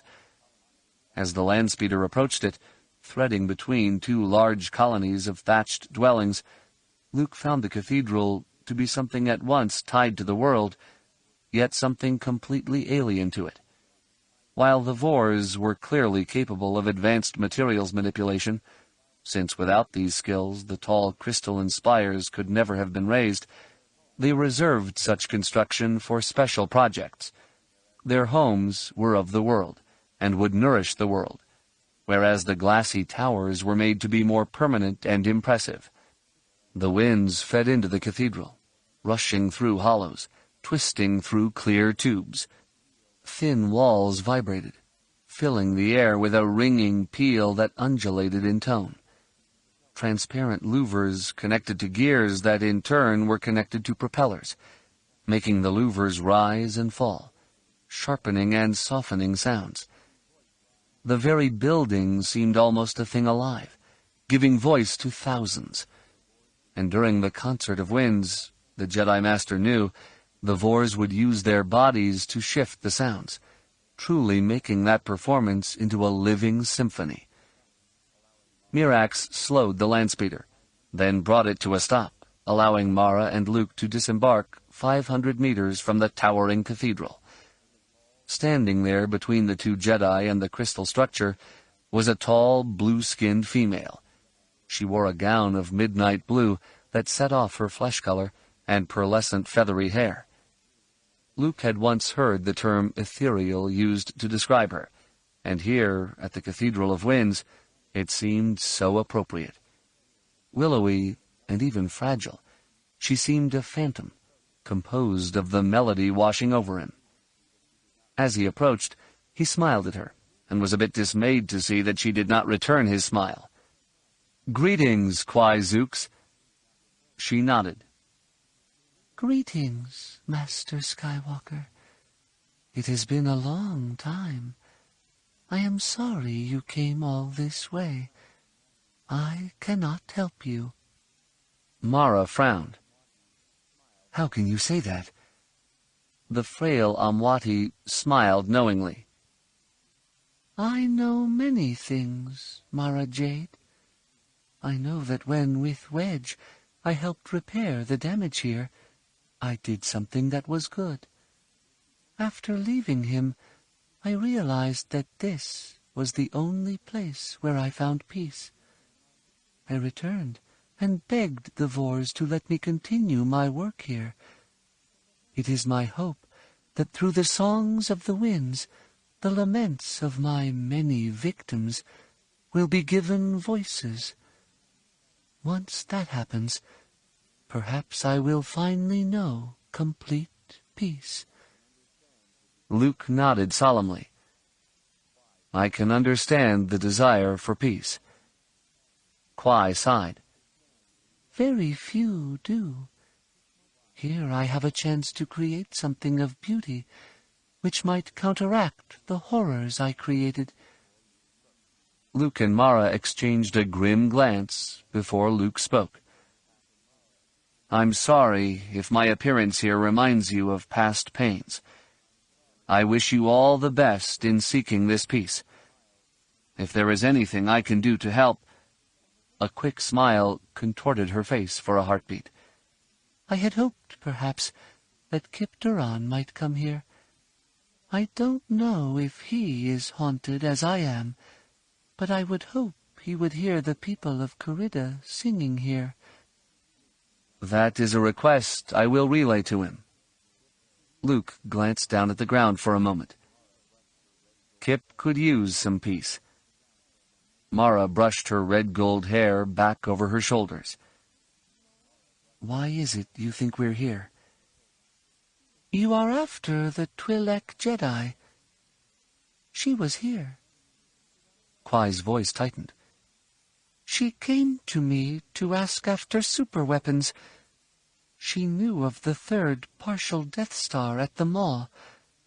She wanted to know if there was yet one more, or another Sun Crusher, or perhaps other abominations that no one knew of save me. She noted the Emperor seldom had only one of anything produced." Luke nodded. Even the first Super Star Destroyer, the Executor, had had a twin being produced at the same time. It had become the Luzankia, and was given over to Isan Isard as her personal playground, while the first one was presented to Darth Vader. "I've always assumed there are more of his vicious little toys waiting to be discovered out there." Mara frowned. "So was there a second Sun Crusher?" Kwai shook her head. "Not to my knowledge. The armor was a breakthrough. Some of the quantum crystalline technology was used here to rebuild the cathedral. Unless the Emperor had a parallel facility matching the Maw's work, he could not have produced another. Had such a facility existed, its lethal harvest would have already been seen. As it was, the Maw produced enough terror weapons that he must not have felt a need for another facility. Luke's head came up. There was nothing else? Quai thought for a moment. Well, there was the Eye of Palpatine. Its mission failure caused the Emperor to support the Maw. Perhaps the Eye has a twin. Desharakor seemed to think it might have. Did she ask you if you knew of plans for other things that had not yet been produced? Luke asked. Or for knowledge of scaled-down prototypes, or anything else that could be used as a weapon, Mara added. She asked, and I told her that all the memories from that time were gone, destroyed by Kip Duran. The Jedi Master's eyes narrowed. But you just said you used the Sun Crusher's armor technology in the cathedral. She would have picked up on a lie. The woman laughed lightly, but the sound came mirthlessly. Kip stole the memories, but I still possess the foundation upon which all that work was built. Reviewing files, experimenting, I now know what I once knew then. I can see how I did what I did. I did not lie, so no lie was detected.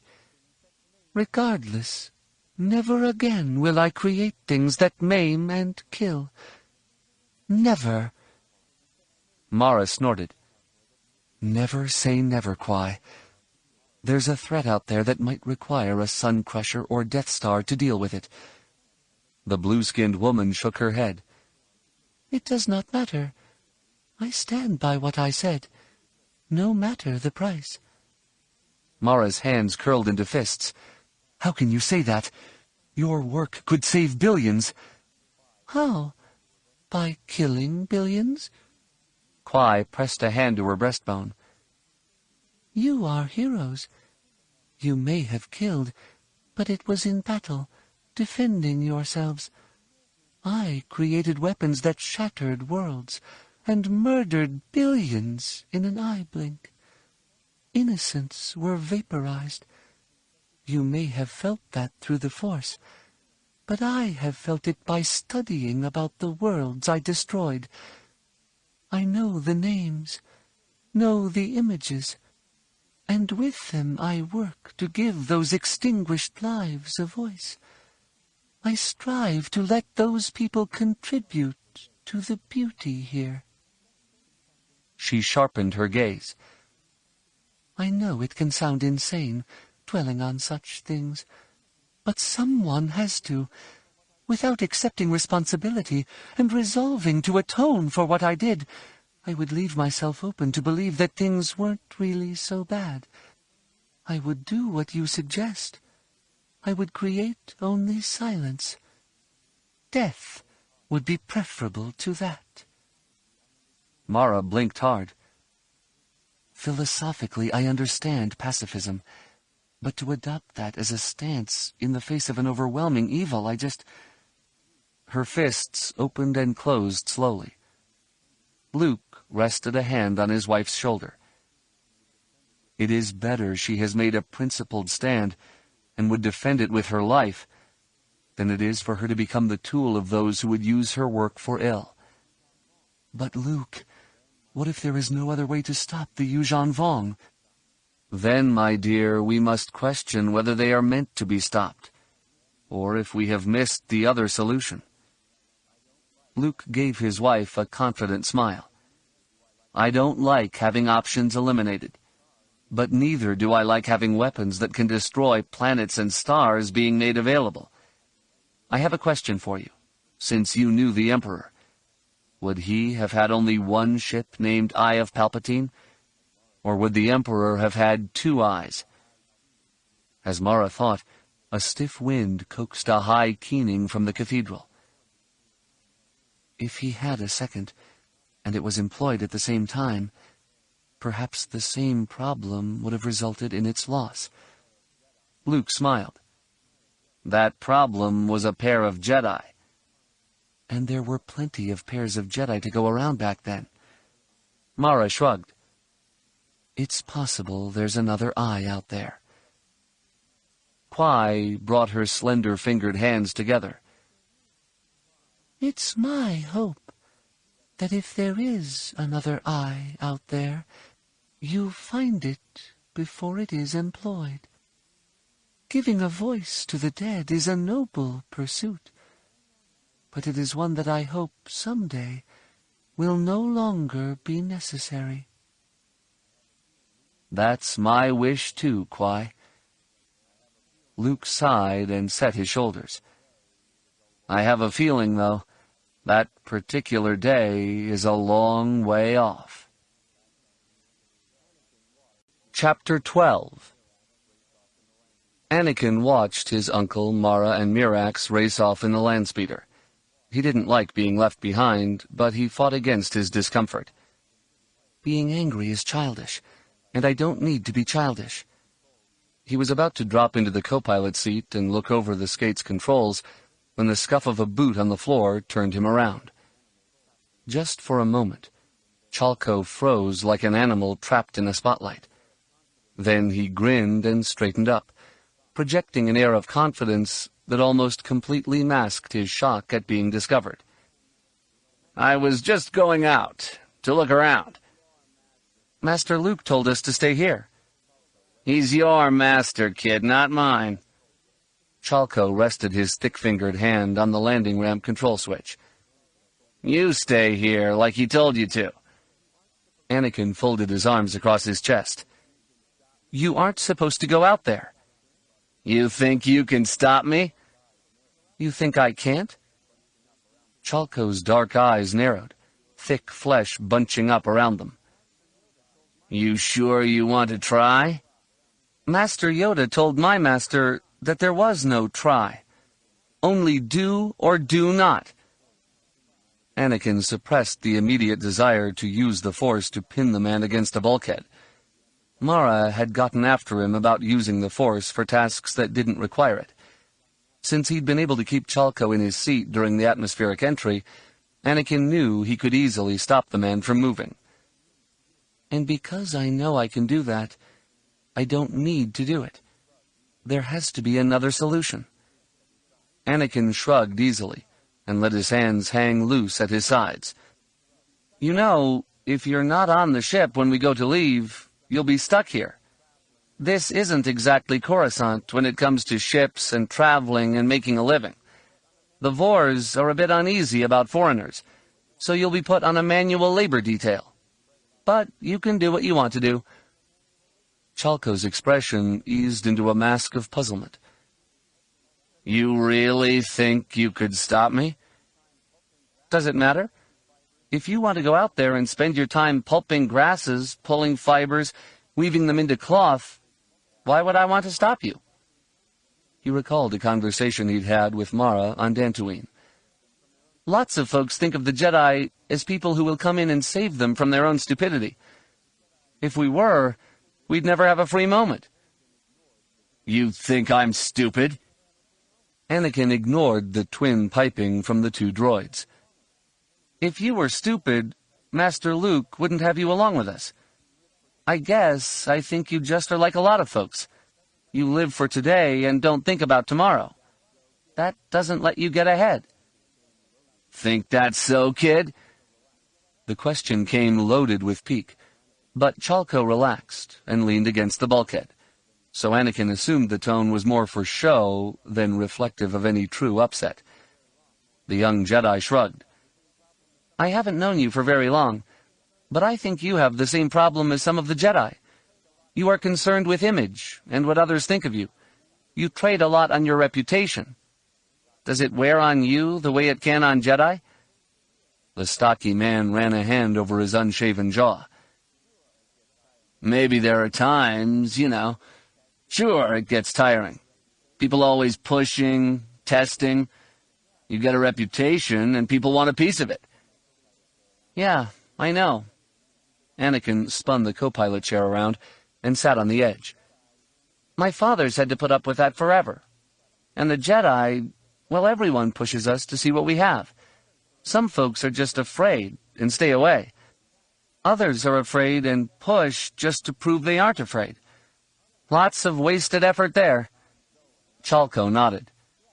Your father's Han Solo, right? Yes. I saw him a couple of times recently. Kinda torn up about his partner's death. Anakin nodded slowly, fighting against the automatic and now familiar pangs of guilt over Chewbacca's death. It hit him very hard. They must have been good friends. Chalco let a half laugh shake him. Never had much truck with Wookiees myself. Don't know that I've ever been that close to anyone. They'd been through a lot together. Chewie was a constant in my dad's life, and in mine. He was always there, and now he's not. A jolt of pain ripped through Anakin, choking him. The vast gulf Chewie's death had left in his life opened up before him. He tried to speak, but couldn't. He held a hand up for a second, then swiped at a tear. "Sorry," he croaked. Chalco shifted his shoulders stiffly. Look, kid, I, may not have had a close friend like that, you know, but I can understand the hurting. You get used to people being around, seeing them at a spaceport, having them in the next cell, that kind of thing. And, you know, one day you wake up and they've been paroled or something. You never know if you're going to see them, or the credits they lost to you playing sabacc. I mean, look, I'm not good expressing myself here, but... Anakin nodded and felt relief roll off the man. "Thanks, I understand. When you get to know someone, you can be hurt if they go away suddenly. The hurt is really big and really strong. Chewie, well, he was always there. Smiling, joking, never complaining when I climbed all over him or messed up something he was doing. He was just a rock. And when that goes away... But he wasn't the only rock in your life, kid." Chalco nodded off toward the Cathedral of Winds. "You have your uncle and your mother and your father." "Well, you saw my father. He's been, distant." Anakin sighed. "My mom has had things to do. She's been supportive, but we've been apart. Uncle Luke, he's been great, but he has a lot to do. It's okay, though, because this is an adult thing, and that's what I need to be learning to handle." "Don't grow up too fast, kid." The short man shrugged ruefully. "But you gotta grow up. You don't, you become like me. Maybe growing up fast isn't all that bad." "Well, the key is just growing up, I guess. Fast or slow, no difference." Anakin glanced at the landing ramp's controls. "You still want to head out there?" Chalco thought for a moment, then shook his head. "Not that I'm afraid of a little hard work." "Never thought that." "Didn't figure you did." The man smiled slowly. "Then again, helping Jedi track a Jedi, that's plenty hard work, I'm figuring. Harder than anything I've ever had to do before, and it's about time I start pushing myself. After all, it's the grown-up thing to do." Admiral Pellaeon hated being seated in a big chair on a dais at the Moff Council. Only 4 of the Moffs had attended in person. The rest were present in holo only, with their appearances costing more than the Admiral thought their input was worth.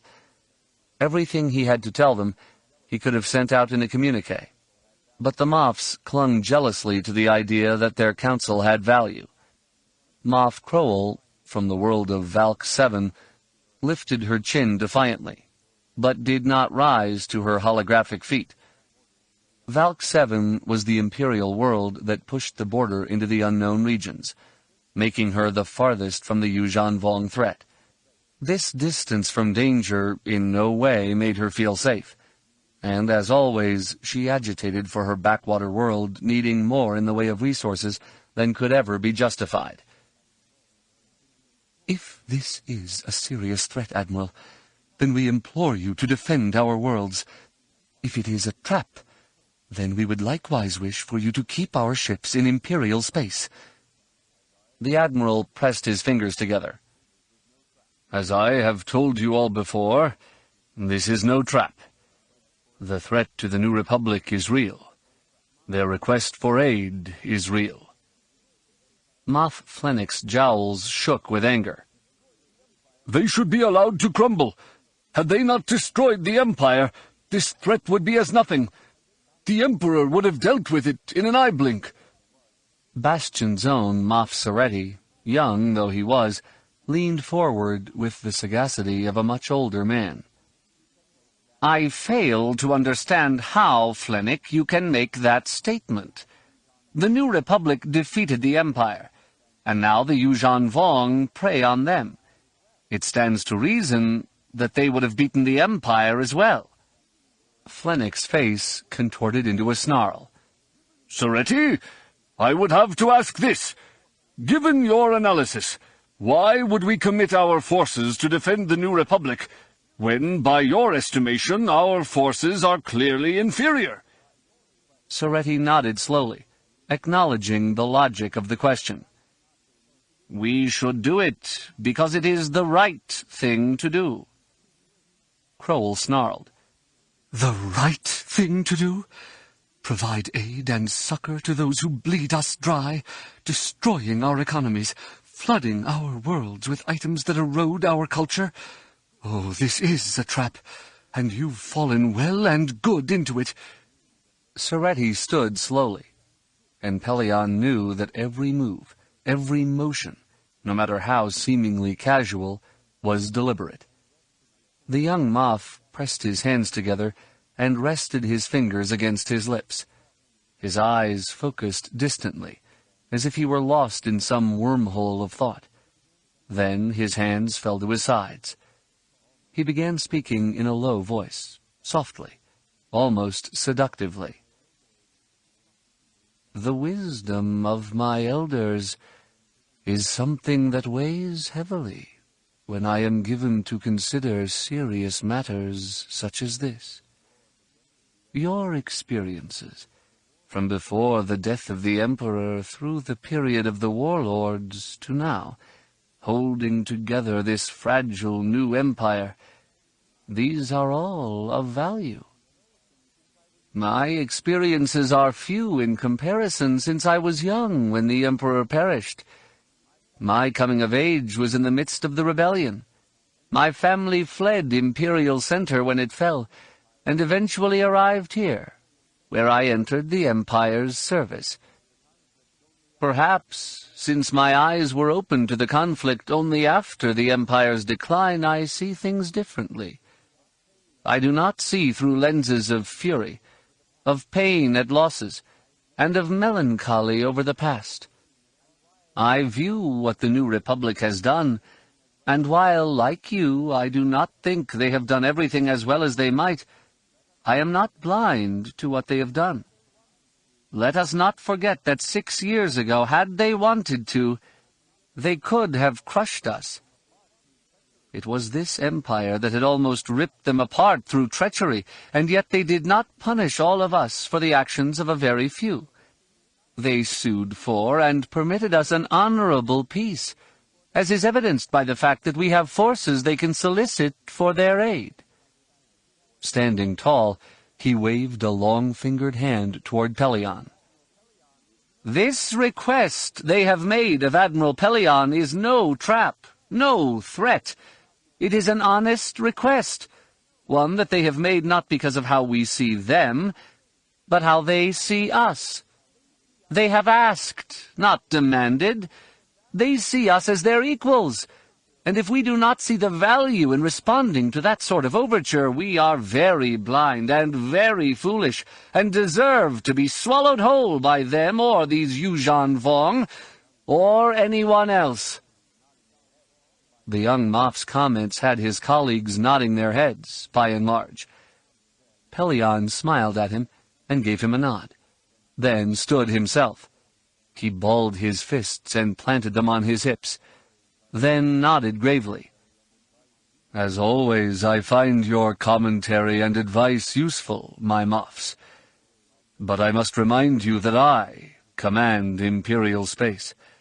I summoned you to this meeting not to seek your advice, but to advise you and warn you. When we allow the people to know what is happening in the New Republic, and what our response to it will be, there will be plenty who react as some of you have. They will see no reason to support those they see as enemies. I expect you will find it in yourselves to be persuasive to the contrary. I thank Moff Soretti for his eloquence, and commend him to you as an example. Flennick's hologram arched an eyebrow. You will commit our forces, no matter what our opinion is? You act as if you are surprised, Moff Flennick. Pellaeon smiled slowly, his bristling white mustache broadening. This was your opportunity to voice your opposition. But you know that your fellow Moffs, by and large, will be in support of this move. I wanted to inform all of you that I will be issuing a mobilization order that will activate all reservists and call some of those units into active duty. I will also issue a call to all of our covert forces, both within the Empire and without, to come to our aid. While some of you may have seen our hidden forces as ones that would someday enable us to take back the galaxy, the Yuuzhan Vong threat is one we must defeat. We will need everything we can summon, and then some. Pellaeon glanced at an aide in the rear of the chamber. I am having sent to all of you the acceptable codes being used by returning forces. You will not impede their travel in any manner. In return for this cooperation, I will not be summoning your personal bodyguard units, and you will be given latitude in using reserve units to maintain order. Crowell shook her head. You think you can distract us by giving us soldiers to play with? If you think that's what I'm doing, then yes. I think you shallow enough to be distracted. The Admiral's eyes darkened. Understand this. If the Yuuzhan Vong can defeat the New Republic, we cannot stand against them. I suggest you use the time I will win us in fighting against them to make our worlds as secure as you can. If I fail, if you are made to play with your soldiers, I hope I do not live to see the results. Pellaeon out. The holographic images of the Moffs vanished.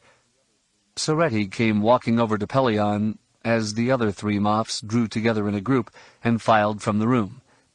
The Admiral noticed that the young Moff remained standing on the floor, not mounting the dais, allowing the two men to remain on an even eye level.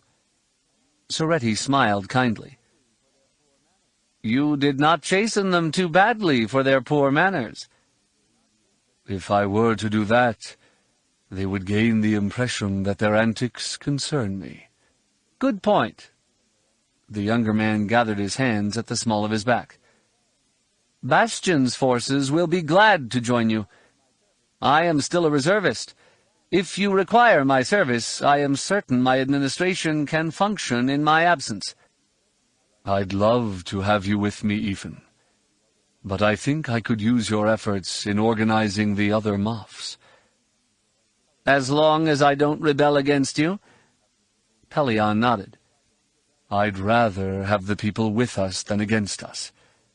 Then again, if I mismanage things so badly that you need to rebel, better you running things than Crowell or Flennick. I trust that situation will not come to pass. That's my hope. Pellaeon sighed. Now, if the Yuuzhan Vong will just oblige us and lie down and die, perhaps warriors like me can fade, and the future can be put in the hands of builders like you. At least then, there will be a future. Chapter 13. Lieutenant Solo reporting as ordered, Colonel. Jaina Solo stood stiffly just outside the open hatchway to Colonel Darklighter's cabin aboard Ral Roost. She had no idea why he had sent Emtre, the unit's M3PO military protocol droid, to fetch her. But she was glad to get a chance to speak with him. The whole incident with her brother the week previous had left her stomach churning. When I thought he was dead. "Come in, Jaina, please. Be seated." Gavin Darklighter nodded her toward the bunk against the wall. He sat at a small table bolted to the cabin's opposite wall. On it he had a data pad, several data cards, and a small holocube displaying alternating images of his family. With just that holocube, he'd managed to drain the small cabin of its sterility, despite the white walls and the gray decking. As she sat, he turned in his chair to face her. Though he was still a young man, gray had crept into his hair at the temples, and little lines traced back from the corners of his eyes. He'd assumed command of Rogue Squadron right after the peace with the Remnant, but the 12.5 years he'd put in with it before then had been what marked him. To Jaina, he was one of a handful of legends who had survived and even thrived within Rogue Squadron. "Jaina, I should have spoken to you about this before now. What happened at Garki was unfortunate. It was also necessary. Operational security demanded we let no one in system at the time know that the Lost Hope was meant to go down in flames." Jaina nodded. "I've been told that only Admiral Pellaeon and the techs who had prepared the ship, as well as the task force, knew what was going to happen. I know you didn't know, so you couldn't warn me." "Yes, I have been informed of how kind you've been in supposing what I would have done had I known what was going to happen. The fact is, however, I would not have told you." He looked straight at her, and she shivered. "The decision to keep that information secret came from above me, and I would have respected the security demands that would have kept me silent. And while I know you would not have let out any hint of what was happening, the judgment about whether or not to take that chance, again, was not one I would have made." Jaina gripped the edge of the bunk to keep herself upright. She felt betrayed by his words, in great part because she had credited him with far more kindness than he was saying he possessed. She had trusted in him, and here he was, saying he was not worthy of that trust. And while his voice rang with sincerity, he was plainly suggesting he would have remained silent no matter who or what was involved. Her anger over that latter point surprised her. Jaina would not have thought she was deserving of special treatment, but her anger clearly indicated that some part of her did. After all, she was a Jedi, as was her brother, and that should have counted for something. The affairs of Jedi were being meddled with, and that wasn't right. Moreover, after all her family had done for the New Republic, shouldn't it have at least taken steps to stop her from being hurt? Didn't the New Republic owe her at least that much? She quickly caught her outrage and broke it down. The umbrage at having Jedi affairs compromised, she realized, bordered very closely on the arrogant attitude that Kip and his followers embraced. "Jedi have abilities others do not. But this does not make us any better than anyone else. And for the purposes of my time with Rogue Squadron, I am a pilot first, not a Jedi." That thought led her to explore the idea that the New Republic owed her anything. "My parents might have a debt that needs to be paid off, but it's not mine. The only way the New Republic will owe me anything is if I earn something from it. So far, in comparison to what my parents have done, I have done nothing." Colonel Darklighter leaned forward, his elbows on his knees, his hands clasped together. "I didn't speak to you earlier by design, and while I might have saved you some pain, I thought a little now would be better than a lot later. When I came into the squadron, I was your age, and I had a burden. Biggs Darklighter was my cousin. so the Darklighter reputation landed firmly on me.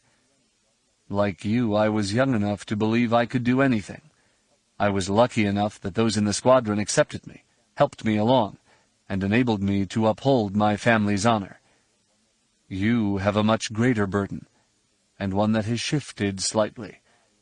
You've been born to privilege, whereas I was a moisture farmer's brat.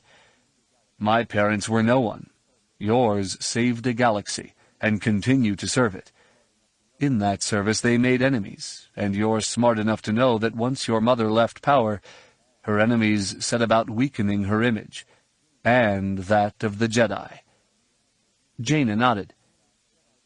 I've met people who figure me for a spoiled Jedi brat. I work hard to prove them wrong. That's very apparent, and those of us in the squadron are very happy you're with us. There are others on this ship, however, and in the service, who don't have the view of you that I do. He sighed. Part of what happened here was to show them that we play no favorites. There isn't a single person here who didn't feel for the death of your brother, and none of them would have liked to have been in your boots when the Lost Hope exploded. All of them know how much you must have been hurting, and when they learned that your superiors had purposely not let you know, not let any of us in Rogue Squadron know what was happening, they realized they've got more in common with us than they imagined. They realized that the problem of the Yuuzhan Vong is serious enough that the New Republic isn't playing favorites. Not for Rogue Squadron, not for the Jedi, not for any solos. The young pilot closed her eyes and rubbed one hand over her forehead. As he explained it, everything made sense. Jaina discovered she'd inherited from her parents the narrow belief that it was her role, her family's role, to be saving the galaxy. The fact was that their actions were crucial, but it was the hundreds of thousands of sapient beings that made up the rebellion that had been able to capitalize on and maintain the victories others won. Blowing up the Death Star certainly eliminated threats to the galaxy, but it hadn't liberated a single Imperial planet. That had taken lots of others working hard. And they needed to be shown that hard work is going to be vital here. She opened her eyes and looked up at her commander. Colonel, Boy, this is humbling. And I guess I didn't realize I needed to be humbled. Gavin laughed heartily, then nodded. You didn't need it as much as others might have thought you needed it. You're not the first pilot in this unit to be taken down a notch or two. And remember, all of us were treated similarly. Rogue Squadron is the best unit in the New Republic. But now our comrades know we're all on equal footing when it comes to how we are treated. He held up a finger. One more thing that I hope you'll take away from this. In my time with Rogue Squadron, I've seen a lot of people die. I've lost a lot of friends, people I was close with, and some I was very close to. What Admiral Pellaeon managed to do is remind all of us, through the persons of your brother and Corrin, that none of us are immune to death out here. He reminded us that we may be called upon to make sacrifices we don't want to make, and that's good. If we go out there thinking we're invulnerable, we'll get stupid. Stupid people die, and all too often they take friends with them. Yes, sir. Thank you, sir. Jaina had already seen, in the simulations she'd flown after Garki, that she was flying sharper than before. She had more of an edge, and she knew she'd need it against the Yuuzhan Vong. Very good, Lieutenant. He straightened up in his chair. Go find your squadron mates and tell them they have 2 hours before we report to the Belly launch bay. Admiral Pellaeon thinks he has a way to neutralize some of the Yuuzhan Vong threat facing us, but we'll still be out there patrolling in case there's a miscalculation. I want everyone ready to go, because at the end of this little foray, I want to recover as many fighters as we put out there.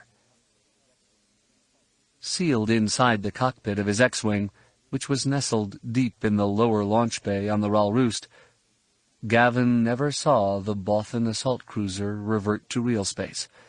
The second the capital ship's sensors became operational, they flooded Gavin's computer with systems data for Cernpadal. Launch control cleared him for launch, so he powered up his repulsor lift coils and nudged the throttle forward. The X-Wing picked up speed as it moved into the launch tube, then burst through the magnetic containment bubble at the end and looped up to the rendezvous point. He raised his right hand and flicked a canopy switch that locked his fighter's S-foils in attack position, then checked his shields, lasers, and finally his target acquisition system. Roost Rogue Leader here. Scopes are negative for an immediate threat. Copy, Leader. Commence run. As ordered. Gavin flicked his comm unit over to the squadron tactical frequency. 1, flight on me. 2, you're with the Snoop. 3, take low. So far, so good, but be careful. Gavin checked his scopes again and saw some movement out at the fringes of the system. The data came from the Raal Roost's sensors and registered the distant craft as coral skippers. Short of making a micro-jump through hyperspace, they couldn't get to the Raal Roost in less than 4 hours, by which time the ship should have been long gone. And if they do get to the Raal Roost before then, it will be long gone. Admiral Creefey had agreed that the slamming of a moon into Cernpadal had not just been a terror attack. The resources it required demanded some other gain, since Cernpadal was hardly a threat and could have been useful for whatever the sorts of things were that the Yuuzhan Vong were doing with Dubrillion. Getting a mission in to see what was going on there was very important. A standard scouting mission would generally appear at the fringes of a system, and employ probe droids or just long-range sensors to learn what it could. Creefey assumed the Yuuzhan Vong would place defenses at the edges of the system to prevent this strategy from working. The Admiral had his astro-navigators run countless analyses of data from the Millennium Falcon's outbound run. Using that information, they created models that showed how the planet would break up over time. The models helped determine how the fragmenting world would change the gravitic profile of the system as it slowly broke apart. They found a point very close to the crushed world where a ship could get in and out, yet intra-system jumps would be difficult for the Yuuzhan Vong. So Weir dropped into that space and get to go. Gavin brought his fighter around and headed into the labyrinth that the debris from Cernpadal had created. While the moon's fall had shattered the world, it had not done as complete a job with it as the Death Star had with Alderaan. Gavin had flown through the graveyard of Alderaan, but the remains of Cernpadal were bigger than the asteroid-sized shards of Alderaan. He could see huge chunks with what were once coastlines etched on them. He suspected, were he to fly in close enough, he would see the ruins of cities. The idea of doing that, aside from being well outside mission parameters, held no appeal for him at all. My job is to get past the debris screen and see what else is going on here, if anything. The screen of coral skippers at the edges of the system did suggest the Yuuzhan Vong wanted to protect something, but until Gavin threaded his flight through fragments of the planetary crust and around stone that had been molten and flowing until frozen by the vacuum of space, he had no inkling of what the Yuuzhan Vong would be doing. Once he did make his way through and brought his X-Wing out into the light of Cernpadal's sun, his mouth went dry. Emperor's black bones! Gavin heard the curse over the comm and almost snapped at the lack of comm discipline when he realized he'd been the one to say it.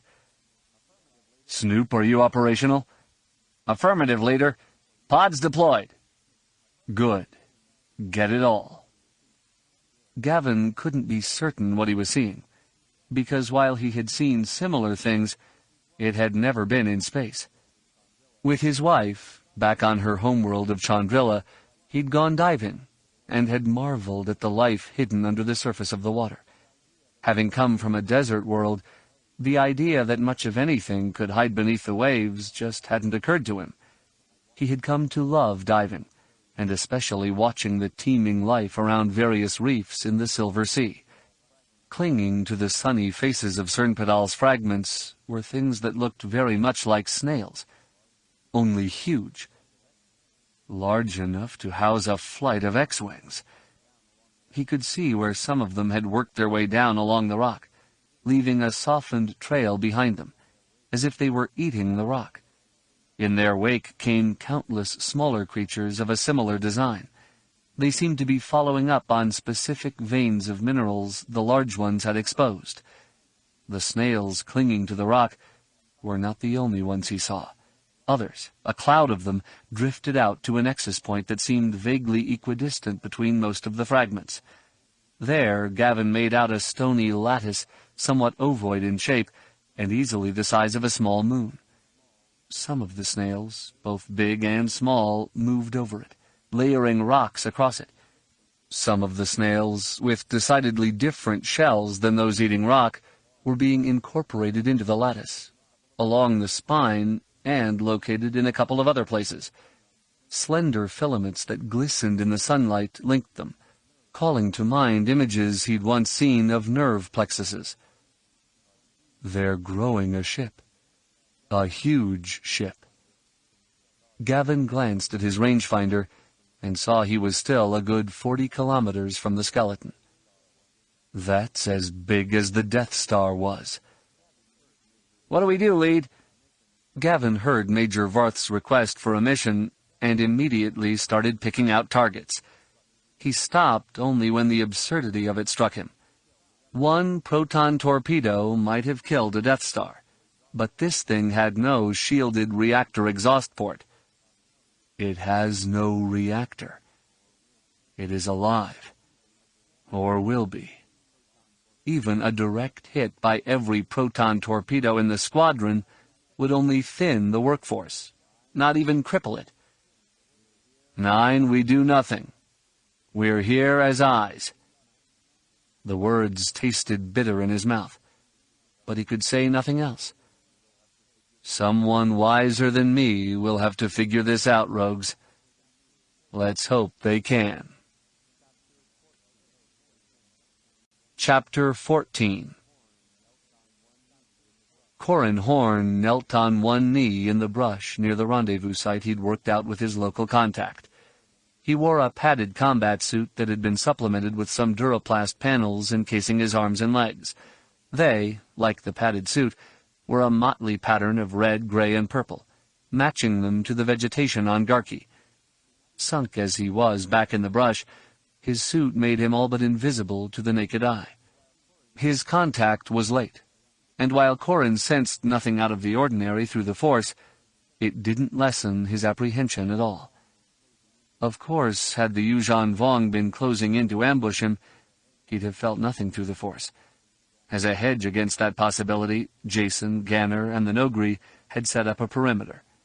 Corran was certain that if anything happened to them and somehow they were not able to use their comlinks to get him a message, he'd pick up their distress through the Force and be alerted. Having an alarm because I'm losing someone, though, that's nothing I want. The mission to Garki had so far passed a week without incident. The best chance had gotten well away from the crash site, and the Yuuzhan Vong seemed unable or uninterested in following up the little bits and pieces of the trail they'd left behind in making their escape. They'd brought the ship to ground at an agri-combine facility about 40 kilometers north of Peskta, the world's capital, and secreted it away in buildings that had once housed the large harvester droids. Going in, they'd expected the Yuuzhan Vong to wreak havoc with the droids that were used to do all the farming on the world. The harvester droids of various shapes and sizes had been uniformly reduced to amorphous blobs of melted durasteel that stained the ferrocrete thoroughfares around the facilities. The crops themselves were close to time for harvest, but without the huge machines, there would be no way to get it all in. This worked to the team's advantage, since it made living off the land much easier. Corran found it in himself to grudgingly admire the Yuuzhan Vong's stand on machines. The world of Garki was not terribly important in the overall scheme of things, but it did manage to produce a lot more food than the local population could use.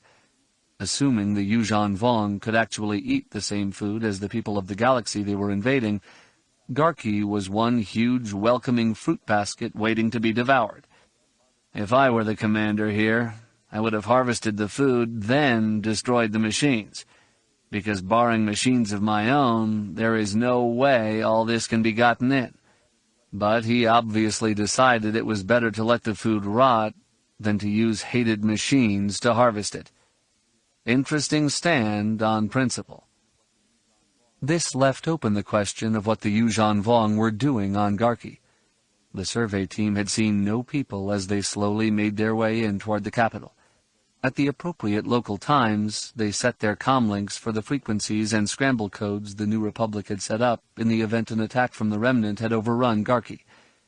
For the first several nights, they heard nothing, and then, 4 days in, they caught a quick burst of sound that, when fed into a datapad and decompressed, became a long text message to anyone who had survived the crash down south of Peskta. The message included a list of times and places to meet, with several of the sites within easy range for the team. Ganner and Jason had both argued that the message was a trap, but Corran had disagreed. If the Vong aren't going to use machines to harvest crops, which have obvious value, they aren't going to use one on a task with little chance of return. Besides, the Vong haven't shown a skill for guile. We stake out one site, watch it, see what happens, then make a meeting at the next site. The Nogri offered no opinion one way or another about whether or not they were going to be walking into a trap. Corran suspected that because a Nogri had been killed by a Yuuzhan Vong who was trying to murder Leia Organa solo, all Nogri saw themselves honor-bound to avenge that death. The reputation of the Nogri as being very lethal was quite well known, and Corran was more than happy to have them angry with the Yuuzhan Vong. At least I know they're not going to let themselves get out of control. He had no similar assurances concerning Jason and Ganner. Ganner's enmity toward the Yuuzhan Vong stemmed from acts he'd witnessed on Bimiel. While Corran didn't think Ganner would be stupid and precipitate trouble, he did figure him for doing his utmost to take the fight to the Yuuzhan Vong. That desire to engage the Yuuzhan Vong could get Ganner in a lot of trouble. Jason was another case altogether. On Belkaden, he'd been defeated and captured by a Yuuzhan Vong warrior. While he had engaged and defeated warriors on Dantooine, and killed a lot of Yuuzhan Vong slave soldiers there as well, he still hadn't the distinction his younger brother did of having fought and possibly slain upwards of a dozen of the warriors on Dantooine. Corran didn't think Jason would go on a killing spree just to even up the score, but that put him a long way from being able to predict the younger man's actions. A sense of determination tinged with apprehension came to Corran through the Force. He looked to the south, where a solitary young man ambled up the trail through the rainforest. Because of the Force, Corran had no trouble spotting him, yet the way the man moved through the forest would have made tracking him tough for anyone else. Clearly, the man had lived on Garki long enough to learn how to avoid detection in its forests. Corran gathered the Force, and projected the image of someone moving swiftly through the brush off to the man's left. The man turned quickly, bringing a blaster carbine around to cover the movement. Corran slipped from his hiding place and closed with the youth. The young man's hand came up to press against his right ear. Corran assumed he was comlinked to someone else who'd seen the Jedi move. Then the man spun and leveled the blaster at him. A jolt of fear rolled out of the man, but he quickly shut it down. "Green!" Corran nodded. "Yellow." The youth smiled, straightened up, and lowered his blaster. The agreed-upon challenge had been a color in the visible light spectrum, and the countersign, the color immediately contiguous with it. "I'm Raid Dromath." Drawing closer, Corran found something familiar in the man's face. The name likewise tickled at his memory. "Dromath. The name's familiar. My father was with the New Republic. He died during the Thrawn War. Things slowly trickled back into Corrin's brain. Your mother. She was from Garki. The tall blond man nodded. Din Batesk. She fled the Empire, met my father, and married him. She came back after he died. A shiver ran down Corrin's spine. I met her once, here. How is she? The young man shook his head. She's dead. The Yuuzhan Vong got her in the first wave. Because of the stories she told of the old days here, of fighting against the Empire and being so close to the Remnant, she'd prepared things. Wasn't like she was a nut about it, but just hid some things away. Her foresight is why we're alive. The Resistance, that is. Sorry to hear she died. Corrin sighed. He remembered Din Batesk as a naive but enthusiastic woman who'd been brave enough to oppose the Empire on a world where no rebellion was really necessary. Her stand on principle, though it made trouble for her, had enabled him to escape the same world, and eventually join Rogue Squadron. She was very special, your mother. Raid squinted his blue eyes and nodded. Okay, now I know you. Horn, the one who got her off Garki. She got herself away. I was just along for the ride. Raid smiled. My father was her hero, and the love of her life, but she remembered you fondly and was proud of your successes. A pang of regret arced through Corrin. I should have gotten in touch with her. Should have known to do something when her husband died. He shook his head. If we have time, you'll have to tell me more about her. This isn't the time or place, I suspect. I'll call my people in, you call yours. You have a safe place nearby? Right, a click east of here. The Yuuzhan Vong haven't been anywhere near it. Corrin quickly contacted his team. Jason and Ganner arrived first, followed by 3 of the Nogri. Corrin didn't mention that 3 more Nogri were out there, knowing they would act as a rear guard. Raid brought in 4 people, 2 women, another man, and a female Trandoshan. Together they headed east and found a half-buried, overgrown bunker that appeared to predate even the Empire. Once inside, Raid explained. In the early days of the colony, they practiced slash-and-burn agriculture. They'd clear whole areas, overplant, exhaust the land, then move on and allow the forest to reclaim everything. This bunker once housed the agridroids working this area. Jason Solo leaned against a rusted girder that curved up to support the arched ferrocrete structure. We saw what the Yuuzhan Vong did to the current crop of droids. We've not seen any signs of their setting up Villip paddies or anything else I saw on Belkaden. Ganner nodded.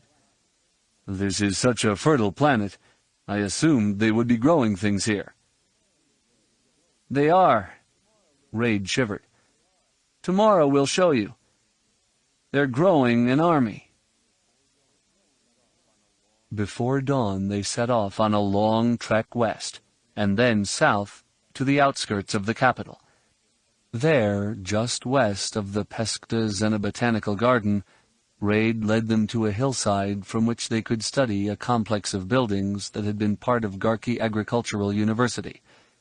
Several blocky buildings ringed a central rectangular grassy redsward. Pouring out of the dormitories came file upon file of tall and fit men and women. They lined up in ranks facing the rising sun, with little reptilian creatures bustling about, snapping orders. Jason lowered his macro-binoculars. The little reptoids are like the troops used against us at Dantooine. Ganner leaned forward, peering intently at the cadres. The people down there have growths like the ones we saw on the slaves at Bimiel. And like the slaves on Belkaden, but these growths are more regular. Corrin studied the humans and agreed with both assessments. Coral growths, generally white and smoother than he'd seen before, had come up through the human's flesh. The brow ridges and cheekbones had thickened, presumably to protect the eyes, and little horns curved up through the scalp. Bony buttons capped knuckles, while short, sharp spikes grew from elbows, wrists, and knees. From cadre to cadre, these growths varied in size and location, and a couple of cadres even had bony armor plates growing on chest and back, arms and legs. The fourth cadre actually had humans who were encased in the stuff, looking almost like stormtroopers carved of ivory. Raid sighed. "These are the latest. The Yuuzhan Vong have been here for a month, and produced 2 earlier cadres. They train them, then release them into sections of Peskta that have been cleared of life. The little reptoids and some of the Yuuzhan Vong warriors are released to hunt them. Not all of the machines have been destroyed here, so we can tap into surveillance holocams and get images of the fighting there. We've seen some Yuuzhan Vong casualties, and the cadres are getting better, which is why we think they are growing an army here. These are prototypes, and once they find one that works well, I guess they can transform anyone into a soldier." Corrin ran a hand over his chin, then lowered his macro binoculars. "This answers the question of why they were content to let some of the farms go untended. They've herded the others together at a combine, I assume, picking produce by hand, which is more than enough to keep everyone fed and healthy. They harvest the best of the people, transform them, and work from there." "That's it. My people and I are in contact with some other resistance groups. We can stage a raid and liberate the prisoners, but we can't stop those who have been transformed. And frankly, we can't stop the Yuuzhan Vong from re-establishing control." The frustration and weariness filling Raid's comments tightened Corrin's chest. He glanced at the other 2 Jedi. "Suggestions on what we can do?" Jason scratched idly at the flesh below his right eye. "I know we should do something, but our mission here is to scout out Yuuzhan Vong operations. We could attack their experimental station and destroy everything, but we don't know if that would be a crippling blow or just a minor setback. The repercussions could be horrible, though, if the Yuuzhan Vong decide to punish the locals for something we did." Ganner squatted on his haunches. Despite being dressed in a garish combat suit, he managed to keep an air of dignity about himself. "A strike at the experimental facility is a key. We ruin their work, and maybe take away some samples so we can have our people working up a way to counter what the Yuuzhan Vong are doing to people here. I mean, we're here to collect data, and samples would be hard data, and data we need." Corrin nodded slowly. "I think you're both on the right track, but hitting the experimental facility isn't going to do it. If we do that, what will the Vong know?" Jason frowned. "That we were here. That we know what they've been up to." "Right. Now on Bimial we used genetic manipulation to counter the threat of their insects. So we have to assume they know we not only use machines, but can manipulate the machinery of life." Corrin pointed back at the cadres. "I think it is safe to assume that the modifications done to each successive cadre builds on the work done to earlier generations. This means their experimental line will continue, unless they know we have enough data to be able to counter it. If we can obtain samples without their knowing it, we might be able to work up some sort of inoculation against what they're doing. I mean, if these implants function like, say, warts, then preparing a body's defenses to fight them at the first will prevent the growths from sprouting." Ganner scratched at the back of his neck. "You want a covert run to kidnap a couple of cadre members from their beds?" "No. That will give them evidence that we've been here. I have another idea." Corrin smiled. "The next time they're out there running a cadre through a war game, we'll be there too. We snag some of the cadre and get out. letting the warfare cover our escape, and the fact that a couple of bodies are missing. Are you just choosing to ignore the fact that we'll be on the same killing ground with Yuuzhan Vong warriors and their little surrogates? Jason shook his head. Kind of heightens our chance of discovery, doesn't it? Ganner straightened up and rested a hand on Jason's shoulder. He knows that, Jason. But those chances are high no matter where we are on this rock. We know they're there, but they won't know we're there until too late. And if they figure it out, Ganner, what then? The handsome Jedi smiled coldly. They'll learn that as deadly as their experimental troops may seem, they're nothing compared to a trio of Jedi. Chapter 15. Shadao Shai watched the gold-downed Kamasi from a high window. The New Republic's envoy, clad only in a brief loincloth, struggled beneath the burden of carrying broken blocks of ferrocrete from one side of a courtyard to another. The task was mindless, providing for Alegos a perfect opportunity to think of nothing save the pain racking his back and shoulders, knotting his thighs, making his feet burn. The alien had started the day standing tall, but now, as dusk came on, he hunched over his burdens and moved them along one staggered step at a time. The Yuuzhan Vong leader turned from the window and nodded at his subordinate. Yes, Dane Leon, I heard you. The New Republic's forces were able to study our shipwoom at Cernpedal. I do not find this as great a concern as you do. Master, I would ask you to reconsider all I have laid before you. Dane Leon hid behind a mask, and was bolder for it, this Shadao knew. He, too, wore a mask, one that was more terrible in aspect than that of his aide, but it concealed a face that could make Dane tremble. Master, the ship we identified at Cernpedal was the same one that was at Garki. Their scouting run there was aborted when we attacked, but not so at Cernpedal.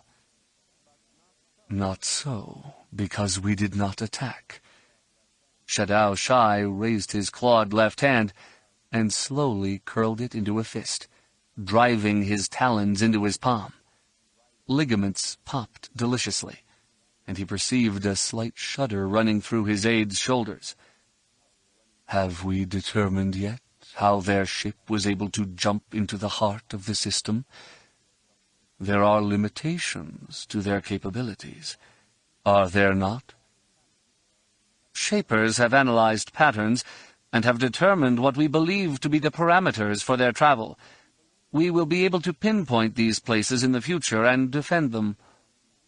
Shadao's hand opened, and he ran his thumb across his bloody fingertips. The wounds in his hand had already closed, so he smeared the blood on his right shoulder and down across his chest.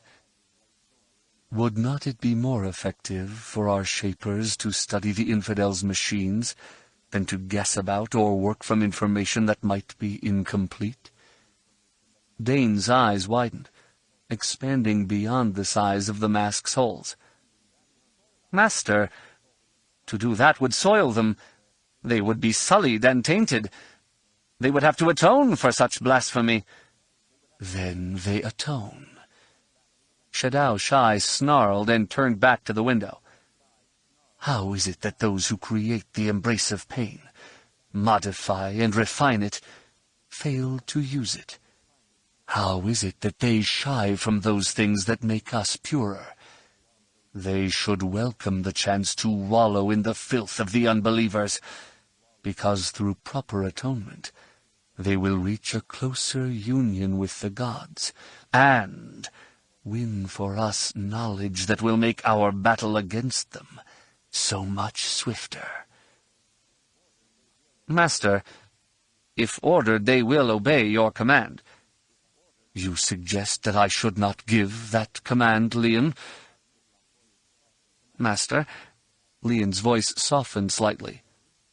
I believe your close congress with the alien has... shifted your perception about the infidels.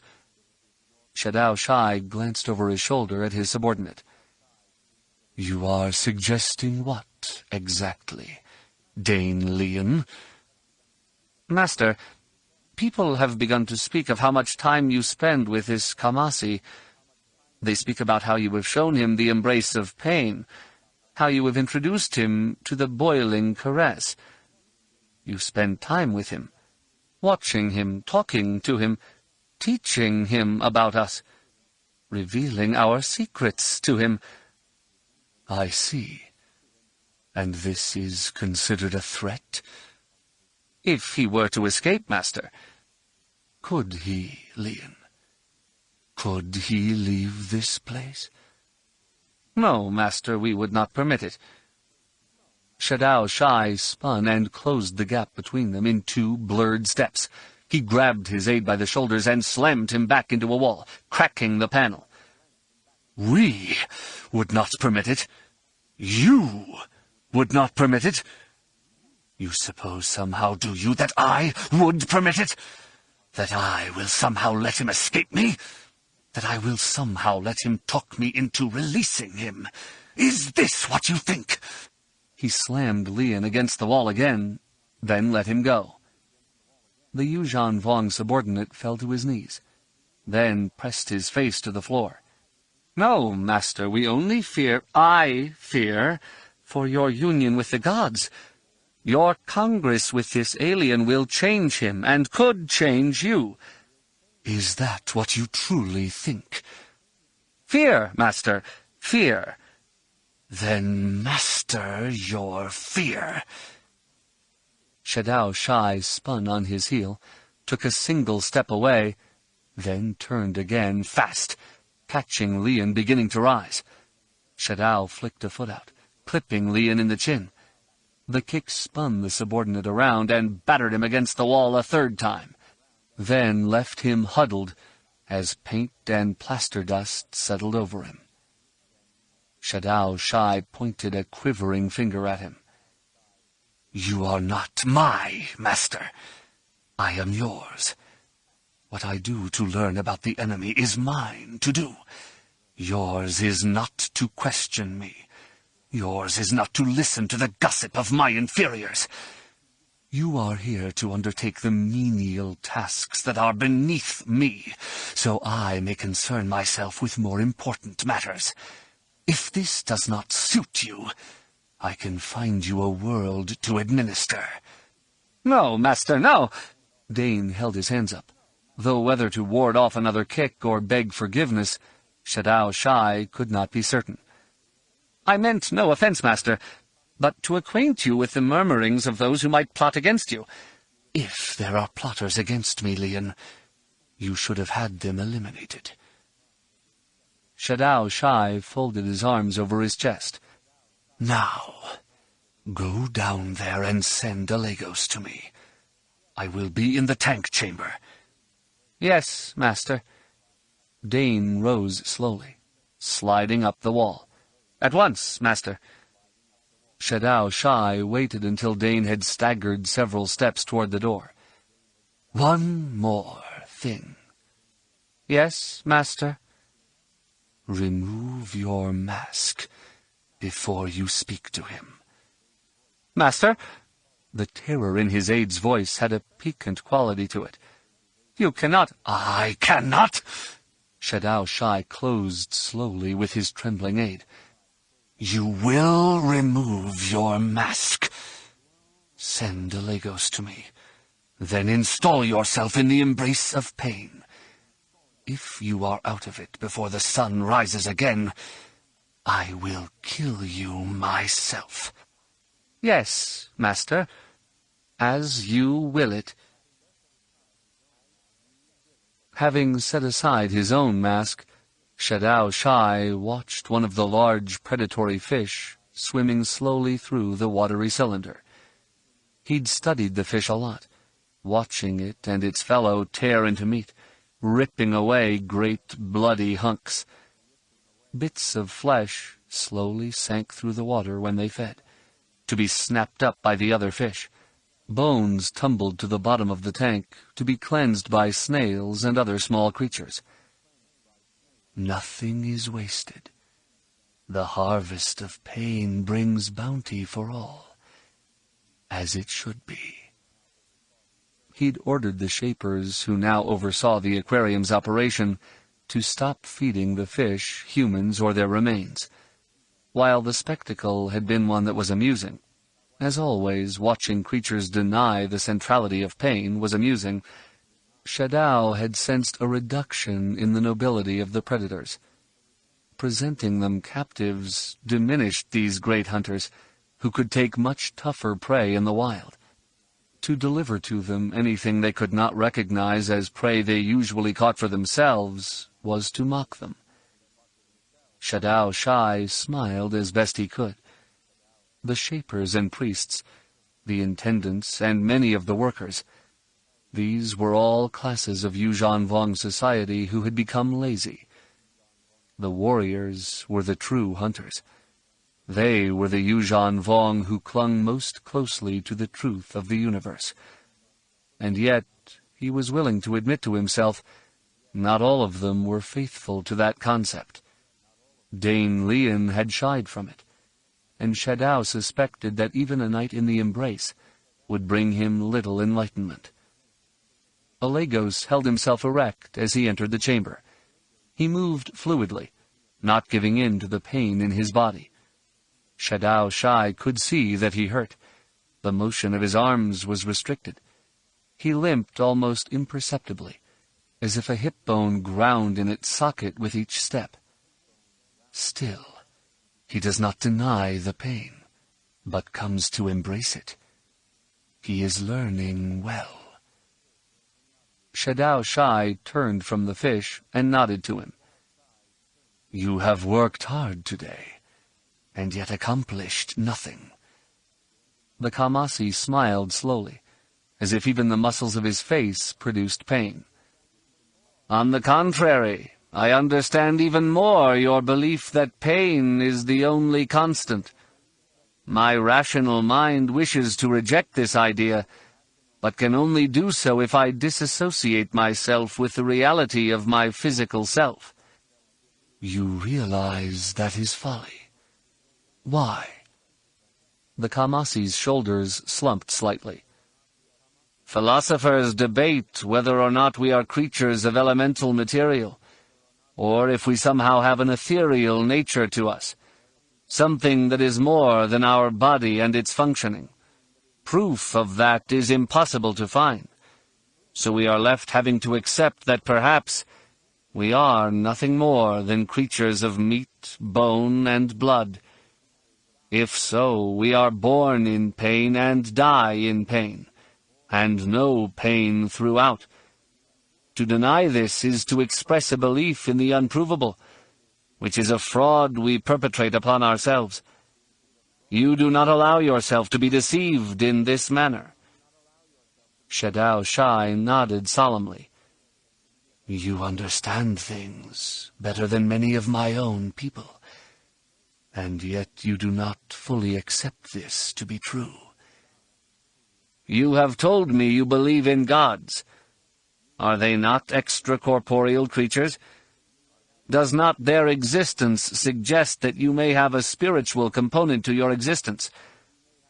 No more so than the ability of these fish to breathe water should suggest you too, somewhere, somehow, have the capacity to do so.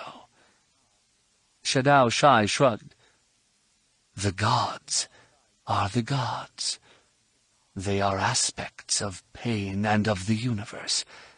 We can join their fellowship if we are true to reality. Alegos's head came up. When all you are is pain, you transcend your physical form? Yes. Then it would seem there is more I need to endure, since I have not transcended yet. You are fatigued, and I shall let you go rest soon. The Yuuzhan Vong leader tapped talons against the transparisteel aquarium. Dane Leon brought me news of events in our holdings. It seems your assessment that the New Republic would withdraw their probes in light of the failure at Garki was incorrect. The same ship appeared at Cernpadal to see what we were doing there. Did it find out? Shadow Shai refrained from granting Alegos a smile. Yes, play our little game. Don't ask me what we are doing at Cernpadal. Merely inquire if that information is no longer proprietary. It could be they did. Our forces were misdeployed and did not stop them. They scouted the system and withdrew. There is, of course, a chance that they will fail to correctly analyze the data they collected. The Kamasi cocked his head to the side. You do not believe that? No. The leader who placed his ship where he did is too wise to make such an error. The Yuuzhan Vong lifted his chin. This was the same ship that helped evacuate Dubrilion and fought us at Dantooine. I believe you told me the admiral commanding it was a Bothan. I believe you asked me to confirm information you had from prisoners interrogated here. Alegos pressed his lips together in a thin line. I am certain that if the ship is yet commanded by Admiral Creefey, he'll again turn up where you do not expect him. So you sought to fool me with your earlier assessment. The Kamasi shook his head. The Admiral's appearance at Cernpadal surprised me and you. I merely am predicting, on the basis of this fact, his continued unpredictability. I see. Shadow Shai granted Alegos his smile and received a solemn nod in return. It strikes me you are not stupid enough to believe I learn nothing of you or your people from these games we play. I have learned, such as broaching the subject of these games, something we have not spoken of before, which surprises you. I am able to surprise you, Alegos. In this same way, I will surprise your Admiral Creefey. Shadow pressed a hand against the transparasteel sheet as a large gray fish swam past. This admiral is a Bothan. How does he compare to this Chiss admiral you mentioned? Does he study art, too, to learn about his enemies? He does not have Thrawn's habits, but is considered highly skilled. The Yuuzhan Vong's eyes narrowed.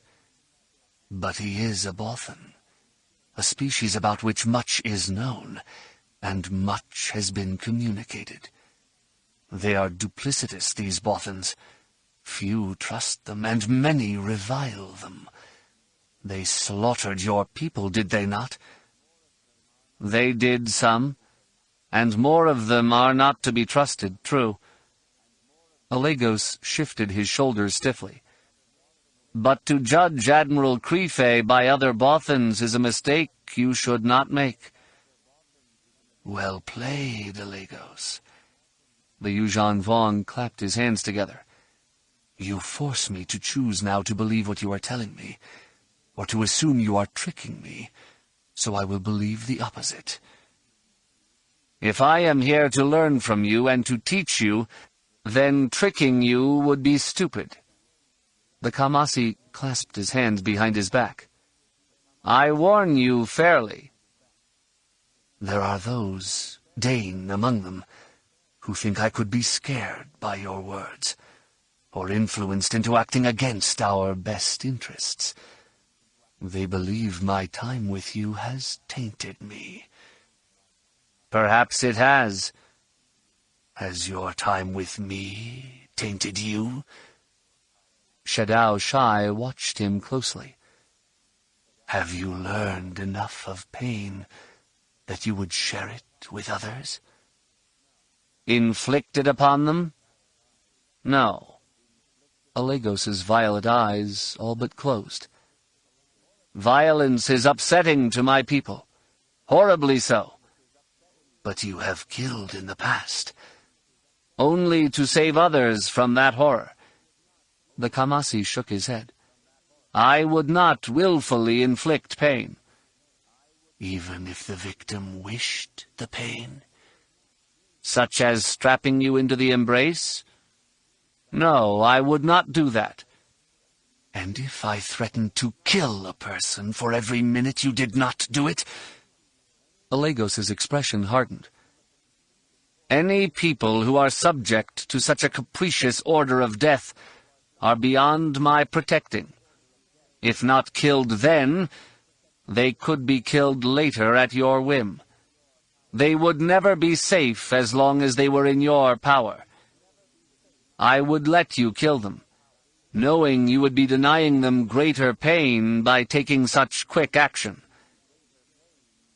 The Yuuzhan Vong leader turned away, slowly, and let talons trail across the transparent wall between him and the water. You have learned much, Alegos, and have taught me much. Chief among it is this: your people, blasphemers, heretics, and damned though they may be, have a resilience that may prove troublesome. A good lesson for you to learn. Indeed, and one to test. Shadao Shai smiled, enjoying the twisted vision of his face he saw in the transparisteel. One we will test, when next the New Republic sends its forces against us. Chapter 16. Anakin Solo felt pretty good about himself. Once Luke, Mara, and Mirax returned to the Pulsar Skate, a discussion began concerning the possible places Desharakor could have gone from Vortex. It was agreed that the chances that she knew her cover had been blown were slender, so she would proceed to the next place where she might be able to get information about a twin for the Eye of Palpatine. The logical choice for such a place was Belsavis, since the first Eye had traveled there. The difficulty with that idea came from two directions. The first was that Belsavis was an inhabited world that would certainly have raised an alarm if another Eye showed up there. The second was that while the first ship had a mission that would take it to Belsavis, there was no indication that the second had a similar mission. Anakin retreated to access the Skate computers and approached the search more systematically. He pulled down records of ships leaving Vortex with their stated destinations, then cross-referenced those worlds with an index of the availability of Imperial records there. One world popped immediately to the top of the list: Garros 4. Garros 4 was known primarily for the University of Garros, located in the capital, Ariana. Garros 4 had not joined the New Republic until after Thrawn's defeat. Whereas Isan Isard had destroyed many covert files in the computers on Coruscant when the world fell to the rebellion, no such destruction had taken place on Garros 4. Scholars descended on the world to use the secret Imperial files to complete studies of the Empire. It struck Anakin as highly possible that Desharakor would access these files in continuing her quest for a weapon to use against the Yuuzhan Vong. Luke agreed, so Mirax plotted a simple short hop to Garros 4. Actually, skirting the Nyerican Nebula made plotting a course somewhat tricky, but between Whistler and R2-D2, the work was done quickly, and the trip made in record time. This heightened hopes that they would arrive before Desharakor had a chance to escape. Anakin entertained great hopes that he'd be side by side with his uncle, heading to the university to apprehend her. His good feeling evaporated when Luke told him he would be waiting behind on the ship yet again. With the others gone, Anakin scowled, and the very weight of it seemed to press him deeper into the co-pilot chair. "It's not fair to be stuck here." Chalco laughed. "Well, I hope you're not complaining about the company, because Whistler here would be mighty put out if you were." The young Jedi scooted back up a bit in the chair and glanced at Chalco standing in the cockpit hatchway. I just wanted to be doing something, you know? I know. And you are. Yeah, waiting. Waiting here because we've got the best chance of catching her. Anakin straightened up in his seat. How do you plot that course? The short man laughed aloud. Come on, smart boy. You're the one who figured out she'd come here. You should be able to get the rest of it. Okay, she comes here for the information. She goes to the university, then we'll come back here to fly away. Anakin looked up. Not very enlightening. Okay, a clue. Why am I here? To help spot her. Why? You saw her on Coruscant. So did every Jedi there. Why am I here? Anakin's jaw dropped. You're here because you know spaceports the way Deshara Corps knows spaceports. And she knows spaceports because she's spent lots of time at them. Since the extent of her formal training was at the Jedi Academy, she's not going to be comfortable in some crowded university setting. Chalco scratched at his chin. University has a lot of folks to keep an eye on. Lots of memories to mess up, if she doesn't want to be seen. Right.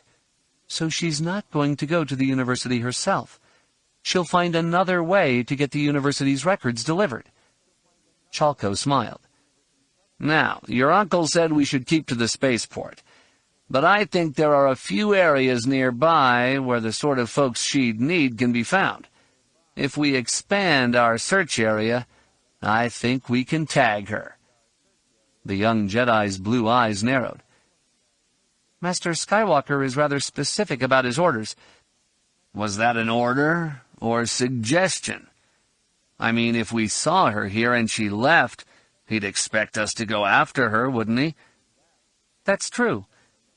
Anakin glanced at Whistler as the droid moaned in a low tone. We wouldn't go far, Whistler, and we can keep in comlink contact with you. Then again, I could comlink Master Skywalker and ask permission to explore. Chalco interlaced his fingers, bridged them, and started cracking the knuckles. You could do that, but if we're wrong and she was at the university, and your uncle decides to come back here, he'll miss her. Anakin shot Chalco a sidelong glance. You know, that kind of circular logic is why you get in trouble a lot. Got me where I am today, kid, which is in a position to help you get this Jedi of yours back on the straight and narrow. He got the sort of sloppy grin on his face that Anakin recognized his father wearing, usually right before his father wanted to do something quite risky. Let's go, kid. Up off your butt. Time to go hunting. You know better than to do this. Anakin heard the little voice in his head warning him off, but the fact that it sounded more like Jason than it did himself pushed him away from the sensible course. Jason had impulsively gone up against a Yuuzhan Vong warrior, but Anakin told himself his mission was nowhere near as dangerous. I'm just going out to find someone we need to find. He stood, shunting away the twinge of foreboding niggling in the back of his mind. Let's go. Ariana's spaceport sat on the outskirts of the beautiful city. The battle to liberate Garros 4 had been brief, so not much was damaged. Since the world was largely self-sufficient, the fluctuations in the New Republic's economy really didn't affect it that much. In fact, the influx of scholars had increased the university's reputation. As it expanded to accept more students, the business that catered to students and faculty likewise expanded. An economic boom followed, which allowed rebuilding painlessly, and resulted in Garros 4 showing up regularly on lists of worlds where the living was desirable. Despite the world entering into an economic golden age, the area surrounding the spaceport had the usual mixture of industrial zones, along with a seedy assortment of cantinas, casinos, cheap hotels, and other places of diversion. The garish holographic signs, the grime, and the powerful spoiled scent emanating from alleys, all of these things assaulted Anakin's senses. while he'd been well aware of such places, and knew his father of late had been spending a lot of his grief time in them, this was pretty much the first time they'd taken on a harsh reality for him. Chalco did nothing to insulate Anakin from this nasty domain, the way Lando Calrissian might have, or his father, or Chewie. The man had told him he couldn't go out in his Jedi robes, so they found some clothes aboard the skate and fixed him up. Anakin assumed they'd belonged to Corran, and they were only slightly too big. That worked to his advantage, though, since he needed to hide his lightsaber inside the nerf-hide jacket. He found a little hook there that let it hang in his left armpit. Properly attired, and with his brown hair messed up by Chalco's rough rubbing, Anakin followed the man through the streets. He did note the change in Chalco's gait as bits of swagger entered it. The man puffed up a bit, nodding, winking, pointing at people as they wandered along. It seemed as if he was making himself obvious on purpose, and that truly did seem to disarm some of those folks on the street. Anakin kept getting a sense of curt dismissal from most folks, or a sense of idle curiosity about him. He was very careful to keep the Force close to himself. He knew he was fairly powerful as far as the Force was concerned, but by no means did he have full control over it. He assumed Desharakor would be running with the Force held close as well, and he didn't want to give her the chance to detect him before he could find her. Worse than following Chalco off on some silly errand would be to tip Desharakor to their presence and start her running in earnest. As they went along, Anakin's admiration for Chalco slowly began to blossom. The man made his first stop at a news agency, where spacers could come in and download into their datapads the news feed from a variety of worlds. There he made some inquiries, quietly, and emerged grinning. "What now?" "I have a new place to look. I'll talk there, I'll get another place, and so on until we find her." Anakin turned sideways to slip between two hulking Ithorians, then caught back up with Chalco. "How do you do it?" "Do what?" "What you're doing. You managed to survive without really doing anything. You act like you know these people, but I'd bet you've never seen a one of them before. You just talked to that guy and he told you something." Chalco's stubble bristled as he smiled. "I don't know these specific people, Anakin, but I know them by type. The guy in the news shop, he hears a lot of rumors. People expect him to know things. He barters for information. I asked about secret imp files at the university. He sent me to a guy." "But you didn't pay him." "Sure I did." Chalco nodded. "I told him that a shrewd operator on this rock could make a lot of money in the short term buying up bulk lots of rooms in hotels." "What?" Chalco pulled Anakin into an alley and bent down a bit so they were face to face. Farther down the alley, a ragged Gotal looked at them, but a snarl from Chalco sent him shambling down to the far end. "What I told him only makes sense, Anakin. This world is a nice world. Lots of people would want to live here. Now the refugees coming from the worlds the Yuuzhan Vong have hit, they'll end up here too. They'll need rooms, and someone will pay for them. This guy buys blocks, or more like passes the information on to someone who will buy them, and someone will buy them off him. Inside a year, he can double his money. I gave him information for information." "I never thought—" "You never had to, kid, but I know your father did." Chalco straightened up and tousled Anakin's hair again. "Sure, I thieve a bit, but pretty much I'm a traitor, like your father or Talon Card. I carry my inventory in my head. I look at things, I figure out the angles, and I make something out of them." Anakin frowned as they moved back onto the street again. "Okay, I understand that. But don't you see that what you're doing is harmful?" "Harmful?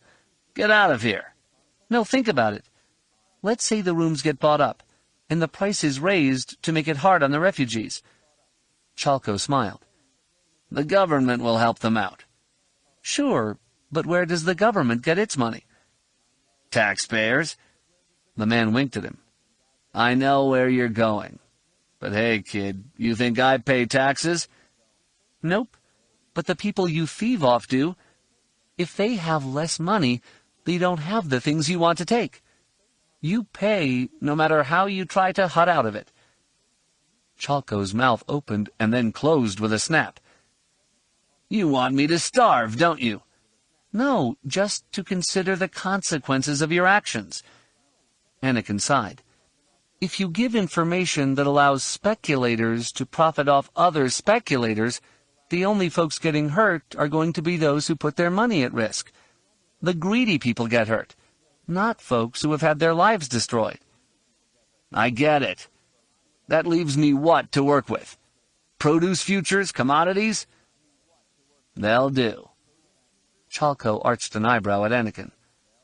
You know that smart boy comment I made earlier? I didn't mean nothing by it. Yeah, I know. Let's go. Their second stop took them to a curio shop. Anakin waited on the street while Chalco went in. Even before the men returned, Anakin could sense the pleasure pouring off him. Told you something, did he?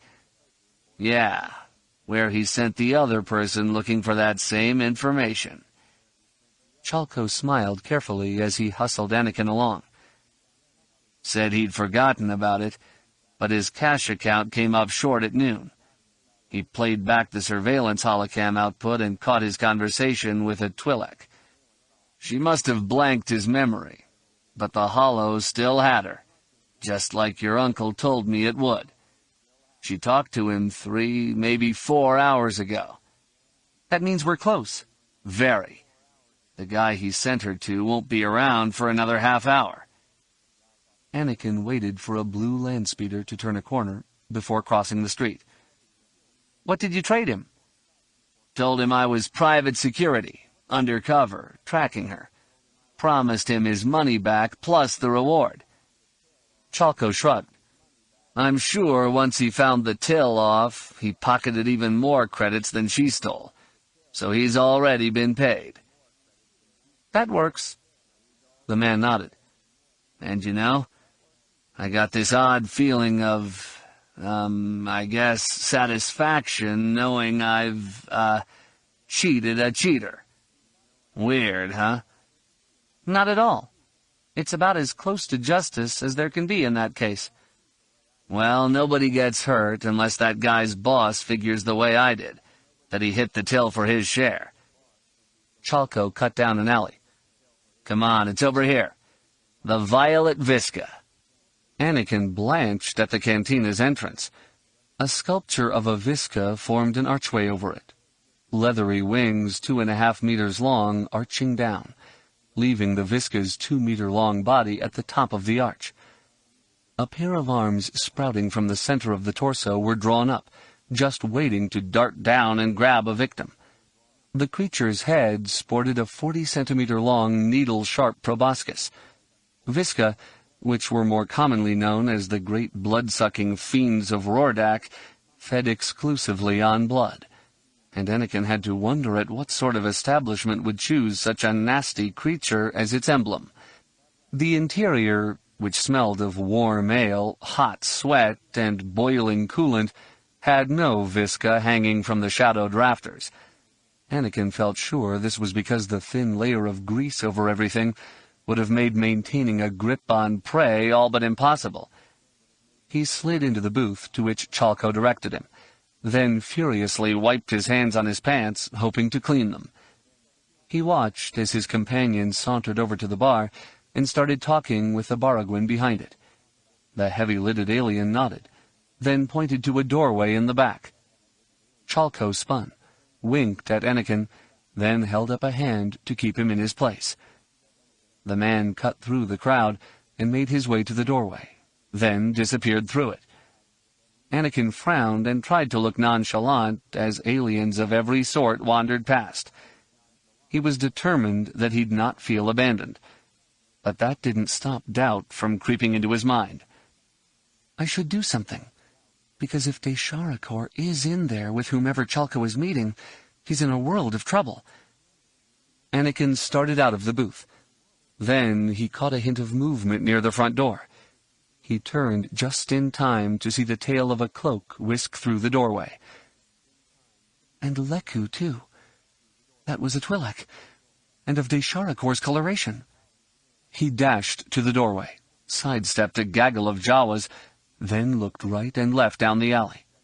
Deeper into it, off to his left, he saw the cloaked figure running away. Anakin sprinted after her, elation blossoming in his chest. He opened himself to the Force and tried to get a sense of her. He did, but it came from behind him. As he slammed into a brick wall, he realized she'd projected into his brain an image of herself fleeing.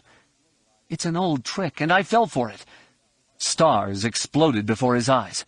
He rebounded and fell hard to the ground. Anakin blacked out for a moment. Then the world swam slowly back into focus. Desharakor stood over him, her head-tails twitching nervously. Anakin Solo, if you're here, then Master Skywalker is. That's not the encounter I wanted. Not this soon. She waved a hand, and Anakin felt his body slowly rise into the air. Still, all is not yet lost. And with you in my possession, I may be able to win after all. Chapter 17. Jacen Solo remembered well having heard that military service was hours of sheer boredom, punctuated by seconds of absolute terror. He'd not disbelieved what had been said, but had never experienced it himself. Even fighting on Dantooine, he'd never been bored. And the terror, well, I was too busy to be scared. On Garki, waiting in the Walesk neighborhood just east of the Peskta Zena Botanical Garden, he had plenty of time to let the terror sink in. He and the others had been deployed in underground tunnels that used to allow service droids to pass unseen beneath the streets. The conduits themselves carried fiber-optic cables that formerly allowed for communications between buildings through normal comm channels. Images were collected by surveillance holocams and so on, though the Yuuzhan Vong had destroyed as many of those as they could. The Yuuzhan Vong lack of understanding of technology hurt them, and helped the resistance fighters immeasurably. While the invaders had destroyed many holocams, they'd not ripped up the cables. By simply attaching a new camera to a cable, then plugging into the line through the conduit, or hooking a comlink into the line so the images could be pulled remotely, or using any of dozens of other methods, Raid Dromuth and his people had been able to collect and archive hours and hours of Yuuzhan Vong wargames. Corran had ordered virtually all of the holovid duplicated and stored in the best chance. After studying the most recent exercises, he formulated their plan for pulling out samples of the breeding program. The Yuuzhan Vong had appeared fairly ruthless in how they dealt with the prototype soldiers, so everyone agreed that if they could get only parts, they would get parts. Preferably, however, they would capture a live soldier and see if they could smuggle him off the world, so others could work on him and perhaps redeem him. On Belkaden, Jacen had encountered beings that the Yuuzhan Vong had enslaved. Through the Force, he had gotten a disturbing sense of them. It most closely equated to hearing static on a comlink channel. It wasn't right, and was definitely wrong, and it seemed to get stronger the longer the slaves existed.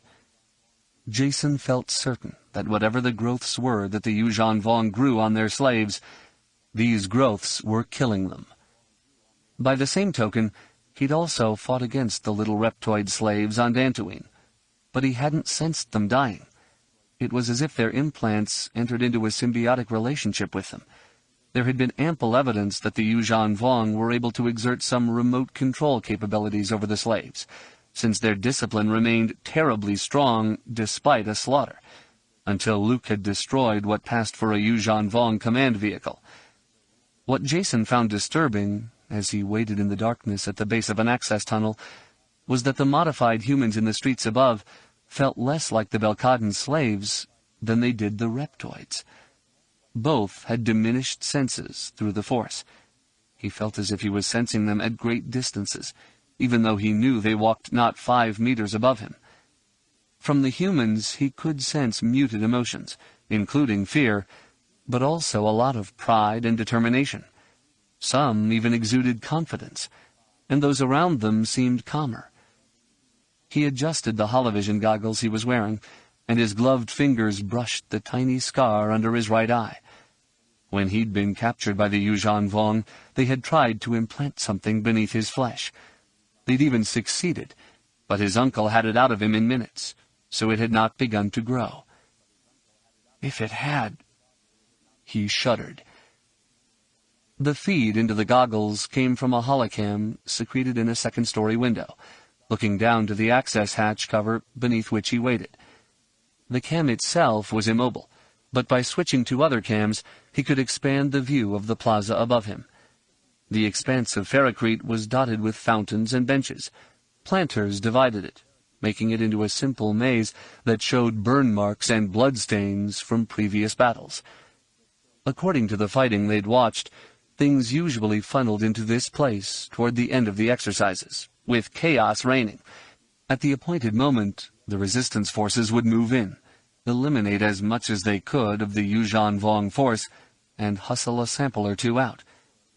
The virtue of a simple plan was that there was very little that could go wrong, but entering a battle pretty much guaranteed that wrong was what was happening already.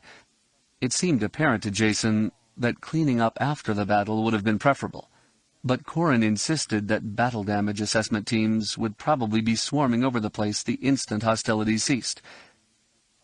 But there was something more in his planning. Jason had watched Corrin, and found him constantly walking a thin line. Clearly the resistance force wanted to hurt the Yuuzhan Vong, and hurt them badly. It seemed to Jason that Raid wanted Jedi sanction for whatever he planned to do, less to absolve himself of any guilt for excess than to know that someone who was supposed to be able to handle problems was agreeing with his plan. Ganner, too, seemed to be itching to engage the Yuuzhan Vong. The older Jedi had never come out and asked Jason how it felt to kill a Yuuzhan Vong warrior, but he'd given Jason ample opportunities to describe his fights against them. Ganner would smile at him and say something like, "Well, you're the expert here. How will you go after them?" Ganner seemingly sought reassurance that he could stand against them. "What am I looking for here?" Jason shivered. He remembered the frustration and humiliation of his defeat by a Yuuzhan Vong warrior on Belkaden. Later, on Dantooine, he had succeeded in killing warriors, but he knew they were young and not terribly seasoned. Then the Yuuzhan Vong had sent the reptoids against them, and Jason had not so much fought them as he'd butchered them. If there had been any doubt in my mind about the ignoble nature of killing and warfare, that erased it. Yet there, on Dantooine, he had been doing what Jedi of legend had been doing for generations without end. All the songs, all the stories pointed to Jedi defending the helpless, defeating the tyrannical, and restoring order. On Dantooine, he had fulfilled the role everyone expected of him, and done it well. While the Jedi may have had their detractors in the New Republic, none of the survivors of Dantooine were among them. They all saw us as glowing examples of the Jedi. But is that what I want? He'd long wrestled with the paradox of the Jedi. His uncle had been made into a weapon and directed at the Empire. Luke Skywalker had redeemed his own father from evil and had destroyed the fount of evil in the galaxy. He had continued to oppose evil up to and including the final battle with the Empire, and even beyond that. As nearly as he could tell, Jedi were meant to be warriors. The problem was that Luke Skywalker's training had been incomplete. The Emperor's drive to eradicate the Jedi had been so thorough that what information about them did remain seldom included any good instructional material. Much of what seemed to be solid was left behind by the Emperor with deliberate errors in it. Following those paths would lead one to the dark side, and might even usher in a new age of the Sith. Jason knew in his heart that there was something more to being a Jedi than being a warrior. In his uncle, he saw glimmerings of it, though Luke had so many demands on him that trying to focus on anything aside from problem-solving was impossible. And watching Corran balance between sanctioning a bloodbath and planning an operation that would certainly take lives, Jacen also saw something more than just a warrior. Corran insisted again and again that everyone focus on the objective, which was gathering data. If Yuuzhan Vong got in the way and had to be killed, so be it. But the job was one that would help others, not quench a thirst for blood. In them and others, Jacen saw hints of philosopher and teacher. He appreciated that, because it suggested to him a different course. But he wasn't sure that was for him either. I keep seeing the paths I don't think I want to take, but all that does is leave me in one spot. He shrugged. There has to be another path. A double-click sound came through his comlink, calling him to preliminary alert status. He played out the cable to his goggles and climbed the ladder rungs sunk into the ferrocrete tube. He climbed to within a meter of the access hatch and waited. Clinging there, he reached down and touched the hilt of his lightsaber. At least for now, being a warrior is a good thing. Through the goggles, he watched a mixed force of reptoids and Yuuzhan Vong warriors enter the plaza through the south end. The reptoids hurried forward, crouching behind planters and benches, wading through fountains. Anxiety pulsed from many of them, and several clearly had been wounded. At least one stumbled while running forward and never got back up, though a thin ribbon of dark blood raced on ahead of him. The Yuuzhan Vong warriors, by way of contrast, strode into the plaza with the air of soldiers on parade. Only 3 of them came, 1 for every 20 of the reptoids, but they looked magnificent in their armor. Silver highlights flashed from the edges of the black armor as they marched forward. They had small villips on their right shoulders, and turned their heads to speak at them.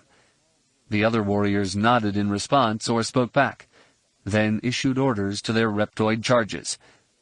Suddenly, a mixed cadre of what once had been humans attacked from the buildings surrounding the plaza. Many ran normally, but those more heavily armored loped along awkwardly, sometimes on knuckles as well as feet. All of them uttered inarticulate war cries, and many, though carrying blasters, brandished their weapons as if they were no more useful than clubs. As crude as the human ambush had been, it proved effective initially. The Yuuzhan Vong right flank broke, pulling back, and would have fled had the warrior in their midst not hurled his emphastaff and used it to behead the first human within reach. As that twitching body hit the ground, the little fighters regrouped and counterattacked. They drove the humans back to a line of planters, then engaged them with their own emphastaffs. On the right, the human attack faltered. Then the reptoids charged. The humans fell back, drawing the reptoids deep into their lines that consisted of the most recent cadre of humans. Though more bestial in form than the other groups, they also appeared to be more cunning. As the reptoids forced a salient into their line, the wings folded in, cutting the enemy off and falling upon them savagely. Jacen shifted to a holocam view that took him farther from that knot of breaking bodies. Then a tone ripped through his comlink.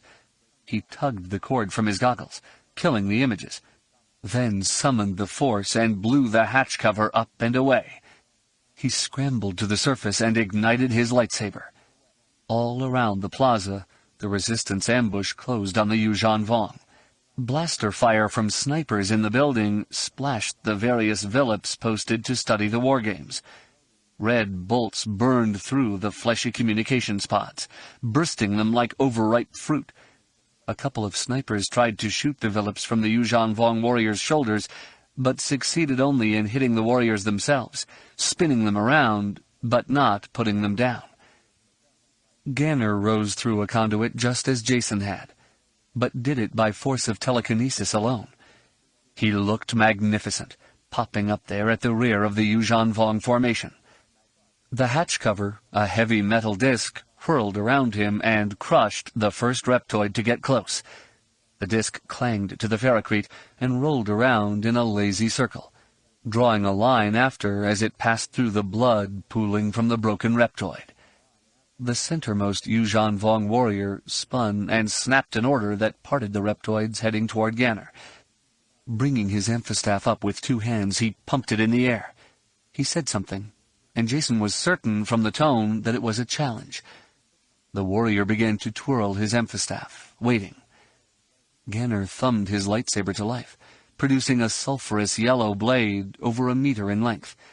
With his free hand, he waved the warrior in. Contempt masked Ganner's face while his movements appeared casual, almost sloppy, compared to the tightness of the Yuuzhan Vong's approach. The Yuuzhan Vong warrior flew at Ganner, smashing his amphistaff down with terrific force. Ganner blocked the blade high, then smashed his left hand up into the warrior's face mask.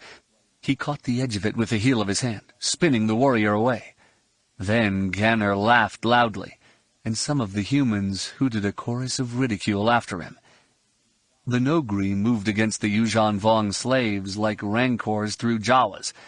Fists and feet blurred as they struck, crushing bone and pitching their reptilian foes to the ground. Jason had seen Nogri fight before, and had even sparred against some, but never had he seen them attack without holding something back. Here they were pure killers, and the ease and economy of their motions belied their lethal power. A trio of reptoids closed with Jason.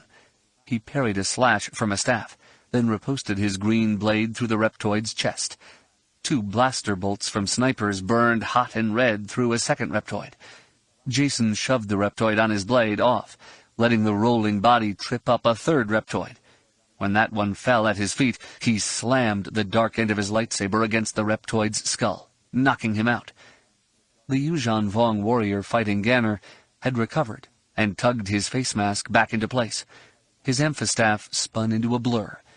The warrior came in fast, attacking low and high. Ganner blocked some cuts, ducked back from others. Then one grazing slash opened a red line on his left thigh. Ganner snarled, and the warrior yelled and increased the violence of his assault.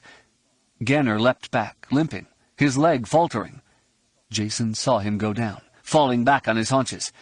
Ganner raised his lightsaber in a weak defense as the warrior charged forward, amphistaff raised for a 2-handed blow that would crush Ganner's skull. Blaster bolts sizzled through the air, but none touched the Yuuzhan Vong warrior. Jason glanced at the hatch cover, gathering the force to hurl it and shield Ganner. But there was no time. He hoped a bolt might catch the warrior, or Corrin might be able to project an image into his brain to save Ganner. But that did not happen. Ganner had already saved himself. The Yuuzhan Vong warrior, in his furious headlong rush, stepped into the hole from which Ganner had emerged. His right leg sank into it up to mid-thigh. Then his leg got trapped, and Jason could hear it snap halfway across the plaza. The warrior's torso smashed into the ground. His helmet and faceplate bounced off. Then Ganner's backhand slash carried away his head from the eyes up. One of the other Yuuzhan Vong warriors shrieked aloud, shattering the momentary silence that marked the other warrior's death. In an instant, the knotted balls of humans fighting reptoids separated. Humans and reptoids sorted themselves out. They appropriated new weapons from the dead. The Yuuzhan Vong warrior screeched another command. The human thralls turned, snarling, and galloped toward the resistance members. Malice burned in their eyes, replacing any vestige of humanity that might once have been there. Chapter 18. Luke rose from the chair he'd been occupying in the office of the director of the University of Garros library and paced out into the outer office before answering his comlink. He left Mara and Mirax behind to deal with the director's questions. The director was a bureaucrat who took great pains to explain every procedure she was doing as she went along, reducing her work pace to something slower than that of a wet tauntaun on Hoth. If she'd just let R2 jack into her system, we'd be done in no time. Skywalker here. What is it, Anakin? Greetings, Master Skywalker. Desharakor? A jolt ran up Luke's spine. He sought through the Force for a sense of her or Anakin. He found them, but very distant and small, as if they were actively trying to diminish their presence in the Force. Anakin had this comlink frequency. He is fine. A bit sore, but unharmed. Static ate at her voice, erasing traces of stress. If there is any. Luke realized she'd dialed down the signal power to make it more difficult to trace. If she keeps with training, this conversation will be short. Then she will move. Desharakor, we need to talk. What you are doing is not right. It will not help the situation. Master, if I thought you could understand, I would have spoken to you. I know you cannot, and it is not a failing of yours. She hesitated for a moment, then plunged on. You'll be blocking access to the information I need, so I propose a trade. The data I want, for your nephew. Think about it. Desharakor out. Blast! Luke wasn't really aware he'd yelled out loud until Mara and Mirax both came out of their chairs and into the antechamber. The anxiety rolling off them reached him before he focused on its mirror on their faces. Desharakor found Anakin somehow and took him. Mara's green eyes narrowed to malachite slits. How could she? Do you know she has him? Perhaps she just nabbed his comlink. I can't get a good feel for him through the Force. Her either. She's definitely hiding. And he's holding himself close, much as he did when you two were running on Dantooine. Her getting his comlink means he's out and about somewhere. And that somewhere has got to be with her.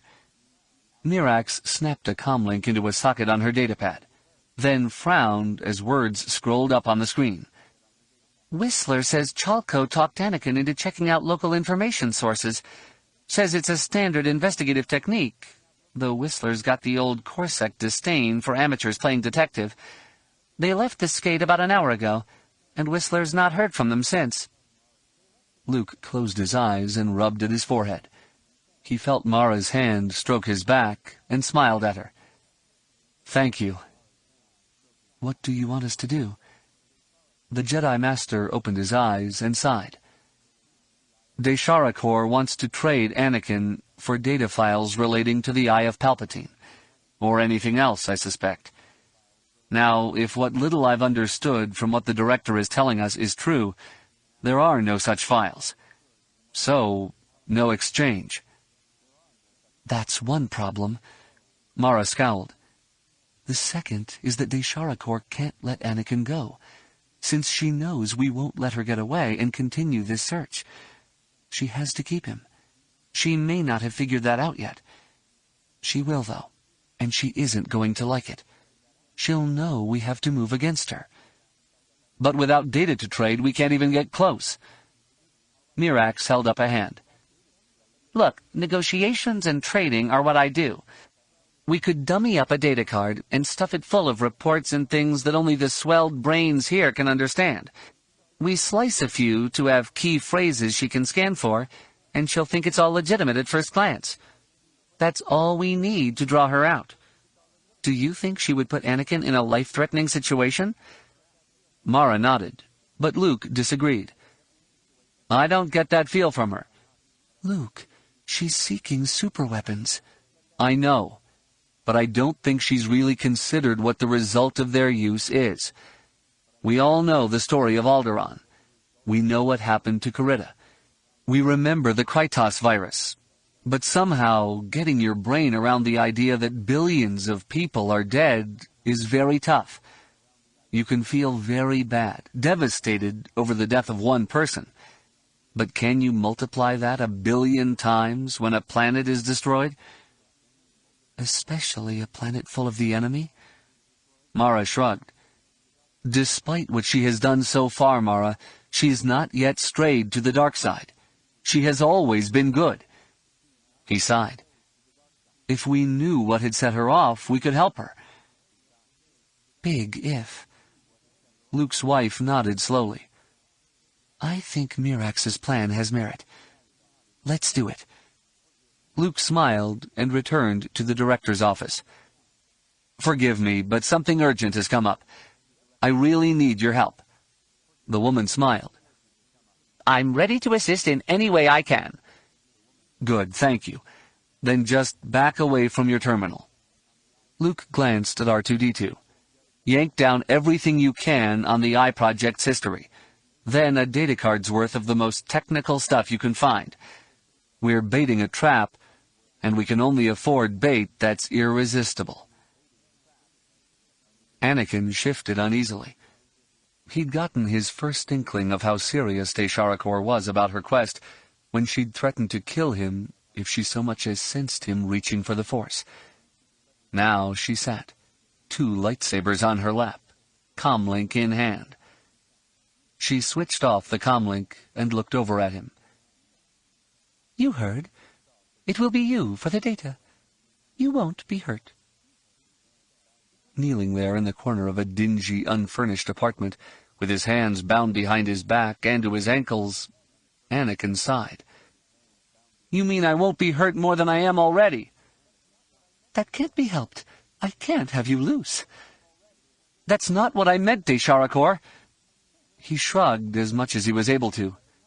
"I always admired you. How hard you'd worked. Why are you doing this?" She sighed. "You wouldn't understand." "No? Why not? Because I'm not a Twi'lek? Because I grew up on Coruscant and then at the Academy?" He frowned at her. Before she could say anything, the apartment door flew in with a crash. Chalco stepped into the doorway, a blaster carbine in one hand, and a ratty gray thing wrapped around his throat.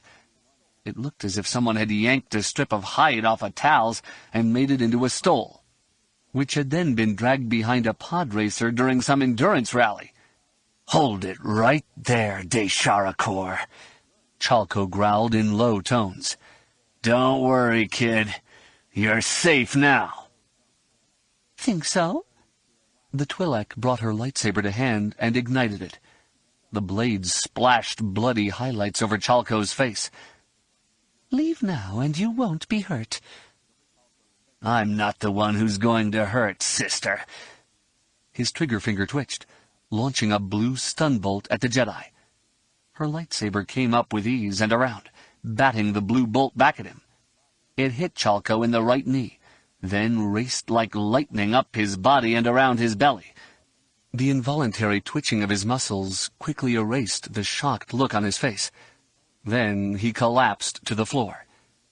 Using the Force, Desharakor dragged him into the room, then shut the door behind him. She kicked the blaster from his hands and slid him over next to Anakin. The man lay there for several seconds, then blinked and began to whisper. "I don't get it." "Get what, Chalco?" "She wasn't supposed to be able—" A shiver took him. "They said it would make a Jedi powerless." Desharakor frowned at him. "What are you talking about?" "The mirror skin." Anakin arched an eyebrow at his friend. Isalamiri skin? Is that what that thing is? "Yeah. Cost, too." Chalco, that only works if the Isalamiri is alive." The Twi'lek sniffed. "And the closest that thing you're wearing ever was to being alive was being touched when someone pulled it off a loom." Chalco groaned. "Did you tell Skywalker?" She extinguished her lightsaber. "No, you wanted to get me yourself." "Okay, I still have a little time." Anakin looked up at her. "You were going to tell me why you're doing this." "No, I was going to tell you why you couldn't understand." The Twi'lek's eyes hardened. "You come from a life of privilege, Anakin. You and your siblings were hailed as heroes from the moment you were born. You held a fascination for billions. Expectations for you were great, are great, and to your credit, you shoulder all that very well. Still, it puts you where you cannot understand the rest of it." "What I can't understand is why you want to find some weapon capable of killing billions. Could anything have been that bad in your life to inspire that?" Can you not imagine wanting to kill billions? No. Not even to protect your family? To save your mother? Your father? She regarded him openly. Wouldn't you trade the life of 1 billion Yuuzhan Vong to bring back Chewbacca? A lump immediately choked him. Anakin fought, his face scrunching up. He tried to blink away tears, but felt them searing his cheeks. He sniffed and tried to wipe his nose on his shoulder, but couldn't. His lips trembled, and he remembered Chewbacca as he last saw him, brave and defiant. And then nothing. Anakin sniffed again, then lifted his chin, stretching his throat. 1 billion lives, or 10 billion lives, would not bring him back, and the killing of 1 billion Yuuzhan Vong still wouldn't match the heroism of his death. Chewie went through so much. He was a slave my father freed. Then he would understand. Anakin frowned. I don't know, and you never could. She turned away and began to fiddle with the comlink's settings. I need to talk to your uncle again. Chalco slowly roused himself and pulled himself up against the wall. I'd try to untie you, kid, but, my fingers aren't working too good yet. My head is throbbing. Mine too. Anakin shoved off from the wall and righted himself again. His head hurt, his knees were sore, and his throat ached.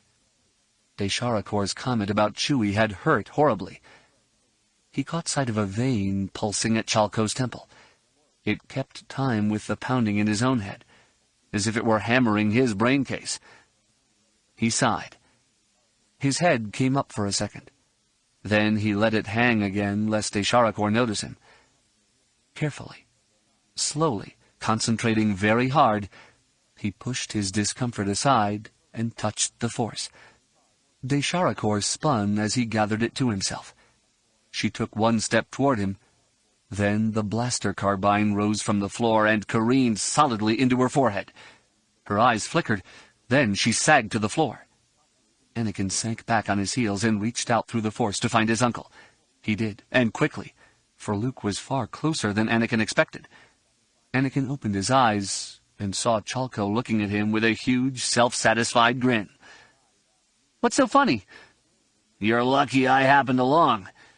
Without me, she'd have gotten away cleanly. You think dealing with you tired her out? No, not hardly. And clonking her with the blaster, that was something you did? Nope. Chalco shook his head. But if I'd not brought it along, you'd have had nothing to use against her. Sighing, Anakin used the Force to slide the blaster carbine over to Chalco. Now, pump a stun bolt into her to keep her out, and then you can see if your fingers are well enough along to untie me. Give me a minute. I would if we had one, but my uncle is on his way. Anakin gave the older man a smile. Now, knowing he's going to be upset that we're here in this situation, do you think it's better I'm all trussed up or free? Gotcha. You are a smart kid. Chalco whipped the mirror skin from around his neck and tossed it off into another corner. Our secret about that? Sure, Chalco. Our secret. We're in enough trouble as it is. Anakin smiled. My uncle doesn't need to know everything. Chapter 19. I'm not going to kill the people I should be protecting, Jason snarled, then summoned the Force, shoving back hard against the onrushing throng of armored human slaves. The two in the lead stumbled back, knocking down others of their number. Jason grabbed one of the fallen humanoids and shoved it back low, slamming it into the knees and thighs of the other slaves. Bodies flipped high in the air, then crashed back down. Off to his right, Corran and his silver lightsaber entered the fight. He swept past and through two Reptoids, spilling smoking bodies left and right, then met the Yuuzhan Vong leader on equal footing. The Jedi feinted high, then slashed low. The lightsaber's argent blades sparked off the Von Dune crab armor covering the Yuuzhan Vong's shins, but did not penetrate to the flesh. The warrior took a half-step back, then scythed his staff around in a cut that came at Corrin's left flank. The Jedi spun inside the arc of the cut and parried it wide with the blade held in his right hand. This left Corrin standing with his back to the Yuuzhan Vong's front, just for a second. He continued his spin, pivoting now on his right foot, and brought his left foot up in a roundhouse kick that cracked his heel against the Yuuzhan Vong's face mask. The Yuuzhan Vong staggered backwards and caught his legs against the planter. He fell back, off balance, and found his limbs trapped by the branches of a spindly ornamental fruit tree. Corrin closed and slashed at him twice. The first cut traced a scar across the Yuuzhan Vong's armored belly. Then the return stroke opened him from hip to hip. The third Yuuzhan Vong warrior hissed an order, which started the reptoids pulling back. Before he had any chance to organize any sort of defense or retreat, Resistance snipers targeted him. A hail of red blaster bolts shot down at him from all angles, jolting him. He wobbled and lurched, raising a hand to ward off the sting of the energy weapons. His Von Dune crab armor might have been proof against an errant bolt or two, but such concentrated fire burned through it. The Yuuzhan Vong spasmed, throwing his limbs wide, then collapsed to the ferrocrete decking. The reptoids, bereft of any leadership, scattered. Ganner slashed 2 down, and the Resistance fighters killed more. But none came in Jason's direction. Instead, nearest him, a thrall snapped an order that brought several of his fellows with him. They retreated in good order to the north, back into the building from which they had launched their attack. Corrin raised his blade and circled it over his head. "Move it! Grab 2 of the guys Jason put down. Let's go!" 2 of the Resistance fighters each grabbed a downed thrall and started to drag them off when a black ovoid form screamed overhead. It vanished beyond the line of buildings to the south. But Jason felt a sour taste growing in his mouth. "That was a coral skipper, Corrin." "Sith spawn!" Corrin glanced at his chronometer. "We have to get out of here fast, and we've got at least 2 hours before our ride will be here. As we planned it, people, get the prisoners out in the vehicles. The rest of us will pull the Vong off." Ganner nodded grimly. "I've heard the Pesque de Zena Botanical Garden is worth seeing." "Yeah, well, don't figure you're going to get time to read all the exhibit signs." Ganner frowned, but Jason smiled. "Hey, at least he thinks you can read." The older Jedi's return comment was swallowed by the reappearance of the coral skipper. The ship came down and hovered 10 meters above the plaza. Its nose-mounted plasma cannon spat out a bolt that sizzled over the Jedi's head and melted a 2-meter-wide furrow in the ferrocrete. Corrin pointed west. "Go, now! I'll distract it!" Ganner started sprinting west, but Jason grabbed Corrin's sleeve. "You know what you're doing?" "Nope, but that's never stopped me before." The Corellian Jedi winked at Jason and stood, then darted east. He waved his lightsaber in the air and shouted, "Come on, Sparky, I dare you!" The plasma cannon's muzzle swiveled in Corrin's direction, like a bug's eye on a stalk. The Jedi set himself, lightsaber in hand, ready to deflect the bolt. Light began to glow gold in the muzzle. "Go, Jason, go!" The young Jedi frowned and gathered the force to himself. He grabbed the hatch cover Ganner had used as a weapon and flicked it up into the air. He slammed it against the cannon muzzle and summoned all the strength he could to hold it there. Jason felt an immediate shock of pressure through the force, so he redoubled his effort. The hatch cover glowed red, then white, then evaporated from the center out. A little spurt of plasma squirted down, and Corrin batted it from the air with ease. On the coral skipper, from the nose back, little golden lines traced their way along the ship's black body. They seemed to define where bits and pieces of it had grown together. Then a nova filled the cockpit and blew out the viewports. Burning plasma geysered into the air, and the ship hung there for a moment before dipping its nose and plunging into the ferrocrete. It hit hard enough to ripple the surface, knocking Jason down. Pieces of the ship shattered and started bouncing across the plaza. Jason began to comprehend his danger from them, but before he could act, Corrin came sprinting over, hauled him up by his shoulders, and pulled him clear. A huge section of the coral skipper's tail toppled over on the spot where Jason had fallen. He smiled up at Corrin. "Thanks for saving my life." "Sure. Now don't ever disobey another order."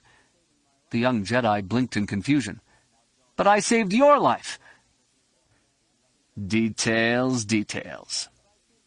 Corrin pulled him along as they sprinted to catch up with Ganner and the majority of the Resistance fighters. "I lead this expedition. I get to decide the risks and who assumes them." "You almost got yourself killed." Jason frowned. "But since I saved your life, you managed to save mine." Corrin's eyes narrowed, but he smiled. "You know, if you're going to keep using logic against me, I'm just going to have to send you home." "Yes, sir." His chest heaving as it hadn't in years, Corrin crouched in the shadow of one of the Xenobotanical Gardens outbuildings. The retreat from the plaza had been easier initially than he had expected. While the human thralls did come after them, they did so with little organization. Corrin had no desire to slay the thralls, but the Resistance members seemed to regard setting their fellow Garkians free of their torment as a sacred duty. Corrin had previously acknowledged on Bimial how those who could not be cured had to be destroyed, but he was glad he didn't have to be the one pulling the trigger. He glanced across the small pathway to where Jason Solo knelt on one knee. The boy had impressed him. "Boy? Emperor's black bones, he's a young man, and growing up fast." The use of the hatch cover had likely saved Corrin's life. The fact that the plasma reflux blew out the plasma cannon and splashed plasma all through the interior of the coral skipper had been an added benefit. What he liked more about Jason, though, was the way he had paced Corrin in their retreat. Along with several of the Resistance members, the two of them formed the group's rear guard. Ganner and 4 of the Nogri went with the main body, while the remaining 2 Nogri were heading away with some Resistance fighters and the 2 prisoners. The action the rear guard faced had not been that serious until a larger Yuuzhan Vong transport had descended. From that point forward, Yuuzhan Vong warriors entered the fight, and they clearly were something more than thrall trainers. Corrin ducked as a hum rose, and a slender, dark shape flew at him. The razor bug sailed past his head and landed in the dust a couple of meters behind him. It sprouted arms and legs, and if allowed to, would have taken wing again and returned to the warrior that had thrown it. The Jedi reversed his lightsaber and twisted the handle. The blade went purple, and more than doubled in length. The coruscating purple blade tapped the bug, instantly converting the moisture in it into vapor. The bug popped crisply, spraying legs and chitin everywhere. "I hate those things." Jason nodded, then pointed off to the right. Returning his blade to its normal focal length, Corrin ducked his head out past the edge of the building. He caught a fleeting glimpse of a Yuuzhan Vong warrior. Then nothing. "These warriors are very good. We're not going to see them until too late." Ganner's voice poured through his comlink's earpiece. "Perimeter secure. Ithorian section is ours." Corrin double-tapped his comlink's microphone, then glanced at Jason and pointed toward the gardens and the tall grove of Bafor trees. The young man nodded, then took off at a run, cutting left and right at random intervals to make hitting him with any sort of missile weapon tougher. "Good for you, Jason." The eldest Jedi came up out of his crouch and gritted his teeth against the pain in his legs. He danced back from his shelter, watching for movement, then turned and sprinted. Like Jason, he juked, and even threw in a few skips. 2 razor bugs arced past him. Then a fatter blue thing hit the ground and exploded off to his right. He cut through an archway and dodged right, then heard something skip off the ferrocrete. He almost stopped for a half-second, hunkering down in the archway's shadow to ambush the next Yuuzhan Vong through, but he knew he'd be overwhelmed by those following him. "No, into the Bafor Grove. That's going to be our chance." The Bafor Grove was a rarity from Ithor. The towering trees, with their dark green foliage, were semi-intelligent, and certainly a big reason why the Ithorians worshipped the Mother Jungle. The Ithorians' decision to transplant Bafor trees to Garki signaled their belief that the Garkians shared that uniquely harmonious bond with their environment that the Ithorians had with theirs. Corrin hoped that, through the Force, the Jedi could link with the trees and get an idea where those hunting them were. He was far from sure if that plan would succeed, but it was the best they had to work with at the time. Corrin arrived at the heart of the grove and dropped to one knee near Ganner, Jason, and Raid. On their faces, he could recognize the fact that they knew they were dead. He knew it too, but every second they could buy would be one more second that the best chance could use to get its cargo aboard and out. He looked up at Jason. "I should have sent you out with the ship." Jason shrugged. "I'm just the co-pilot.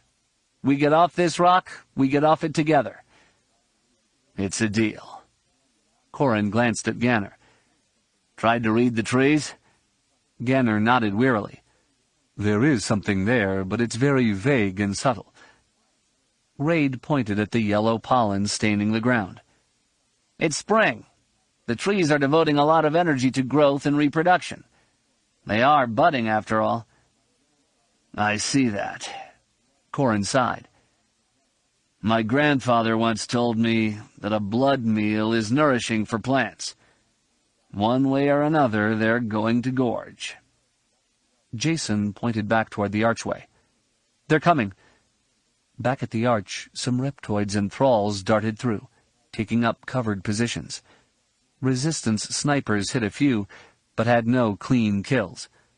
More of the Yuuzhan Vong experiments and slaves came through, but they huddled there around the gate, waiting. Their anxious glances told Corrin what they waited for. When it came, he couldn't help but be impressed.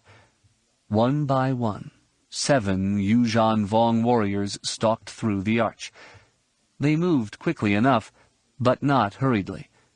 While they did not choose to stand in the open, they did stand, and didn't seek heavy cover. A few blaster bolts reached out and struck them, but their cerulean armor skipped the bolts off.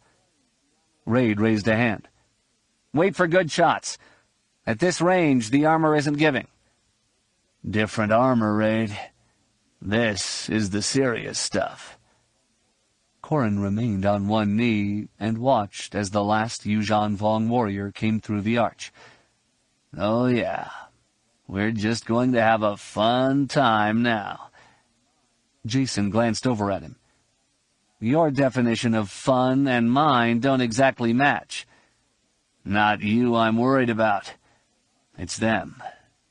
Corrin scraped 2 fingers through the yellow Bafor pollen and streaked it beneath each of his eyes. "Not quite as nifty as their battle masks, but it's something."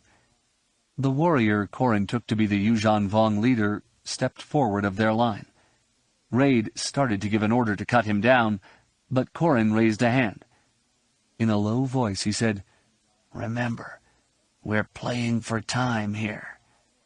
The Yuuzhan Vong brandished his emphastaff and began shouting in a high voice. "I am Krog of Domain Val. Garki is mine. Surrender and you live." Corrin stood, but Ganner eclipsed him. "I am Ganner Rysode. I am Jedi. Before you can engage our leader, you must go through me." "Didn't know you cared, Ganner." "I don't, Corrin. But the last time I let you fight the Yuuzhan Vong, I had to lift you into a ship and save your life. A gram of prevention is worth a kilo of cure." One of the Nogri likewise stepped out between the Yuuzhan Vong and Ganner. "I am Mushkil, of Clan Baikver. The way to a Jedi is through me." Tension rose in the air. For Corrin it was all but palpable, and even the Bafor trees could seem to sense it. A flurry of yellow pollen began to drift down, as if the bright, playful color could somehow leach the malevolence from the air. He saw yellow spots dapple the shoulders of Ganner's combat suit and mottle the Nogri's flesh, adding a gay note to what had only been grim before. Then a single blaster shot burned through the air, spinning a reptoid around and dropping him to the gravel-strewn garden pathway. The tension exploded like thunder, and though Corrin knew his action was suicidal, he charged with the others at the Yuuzhan Vong line. Blaster bolts, hot and red, filled the air, knocking down reptoids and thralls, leaving the Jedi and Nogri matched number for number with the Yuuzhan Vong warriors. But not for long. Mushkill did reach Krog Val before either Ganner or Corrin could. The Nogri hurled a knife as he closed, but the warrior's spinning emphastaff flicked the blade up high and away. Then, even before the knife had time to fall to the ground, the Yuuzhan Vong had closed, swept the Nogri's legs from beneath him, and stabbed down. He impaled the Nogri on his emphastaff's tail. Blood spurted straight up as Krog Val pulled his weapon free and engaged Ganner. The Jedi's sulphurous blade slashed low at the warrior's legs. Krog Val pivoted on his left foot, pulling his right foot back, letting the lightsaber scar the armor on his left shin. Ganner's rush carried him past the warrior. As he turned to bring his lightsaber into play again, the Yuuzhan Vong slashed down. Ganner reeled away, his left hand trying to keep his torn face together. Corrin drove at Krog Val, but Jacen got to him first. The younger Jedi slashed high, letting the Yuuzhan Vong block with his emphastaff. Jacen kept the pressure on, grinding the blade against the emphastaff, then kicked out with his right foot, catching the warrior on his left knee. The joint straightened, then locked and would have broken, but the warrior hopped backwards. Jacen arced his green blade around, stroking it through the scar Ganner had cut on the left shin, and took the warrior's leg off at mid-calf. He leapt above an emphastaff blow, then slashed down and caught Krog Val's right arm at the juncture of his elbow. Sparking and smoking, the lightsaber sawed through it, freeing the arm and emphastaff. Corrin streaked past Jacen and leapt over the fallen Ganner. He blocked a slash meant to decapitate the downed Jedi, then whipped his blade down and around in a cut that scored a warrior's breastplate. That warrior fell back, for a moment blocking one of his fellows. This gave Corrin a chance to step on the dark end of Ganner's lightsaber and kick it up into the air. He grabbed it in his left hand and held it with the blade trailing back behind him. He let the tip of his silver blade drift, as if he was going to connect the pollen dots on the Yuuzhan Vong's armor with it. "Come on, you two. Let's go!" Corrin stamped a foot and feinted at the warriors he faced. "I don't have all day." They glanced at each other. Then one took a step forward, but it was a halting one. Corrin knew it wasn't a feint. The step ended abruptly, and too much weight shifted onto that foot. In an instant, Corrin lunged high with his silver blade, then spun to the right, slashing Ganner's trailing blade across the warrior's knee. As he came around, he brought the silver blade down and across in a parry he hoped would pick off the attack coming from the other warrior. But the blade met no resistance at all. He tightened the arc and left the blade pointed straight at his second foe. If the warrior came at him, he'd impale himself. But that's not going to happen. Corrin stared wide-eyed at the warriors. The soft, leathery tissue that covered the Von Dune crab armor joints had begun to swell, stiffening limbs. Dark fluid oozed from holes beneath the warrior's armpits, flooding down to erode the pollen stains. The swelling forced the warriors upright. Then, stiff-limbed, they toppled over. Breath came short and shallow for them, and Corrin had no doubt the armor's swelling was suffocating them. All around him the Yuuzhan Vong warriors were down, along with two more Nogri. Ganner had risen to hands and knees, his left glove covered with blood. Jacen stood over the body of another dying warrior, while the Resistance blaster fire broke the slaves and sent them scurrying from the garden. Jacen looked stunned. What happened? Corrin waved a hand through the air. "If I had to guess, their living armor had a nasty allergic reaction to this pollen. It's swollen up and is killing them." He swept his silver blade around in a circle. "We have to burn all this down. Everything." "What?" Jacen pointed at the Bafor trees. They're semi-intelligent. They saved us. How can we burn them down? We have to. We have to burn the entire garden. Corrin nodded at Raid. Gotta be done. We know Bafor pollen can affect Von Dune crab armor, and quickly, too. The Yuuzhan Vong don't. Otherwise, we'd never have been allowed to retreat here. This knowledge is vital, and we have to delay the Vong figuring out what happened here. The youngest Jedi shook his head. What if it's just the pollen from this grove? What if this grove's genetics are unique? Take cuttings then, Jason. Take pollen samples, as much as you want. Corrin turned to Raid. We need to start 4 fires, so the Yuuzhan Vong can't trace this grove as what we're trying to destroy by having the fire's epicenter be here. We'll also need to knock out the fire suppression system here to make sure it all goes. Their dead have to burn too. The Resistance leader nodded. I'm on it. Jason shook his head. This place, so much greenery. Can't you feel the force here, Corrin? I can, Jason, but we have to look beyond it. He dropped to a knee beside Ganner and helped one of the Resistance fighters press a bandage over the left side of Ganner's face. The Vong will figure out what happened here eventually. I just hope what we're doing earns us enough time that we can mount a defense of Ithor. If we can't, that world will die. And with it will go our best chances for driving the Yuuzhan Vong from our galaxy. Chapter 20. Jason looked at the digital readout on the sedative injector in his right hand. 1 dose left. The 2 captives had received enough of the drug to keep a small gang of men down for a week, and still they could move, though not much given how tightly the Nogri had bound them. Just how tough the Yuuzhan Vong's creations were slammed into him, along with bloody visions of a long war against them. He turned from the back end of the Best Chance, sidled past where Ganner sat with a reddened pressure bandage against his face, and slipped out the hatch. Jason crossed quickly to where Corrin stood talking to Raid.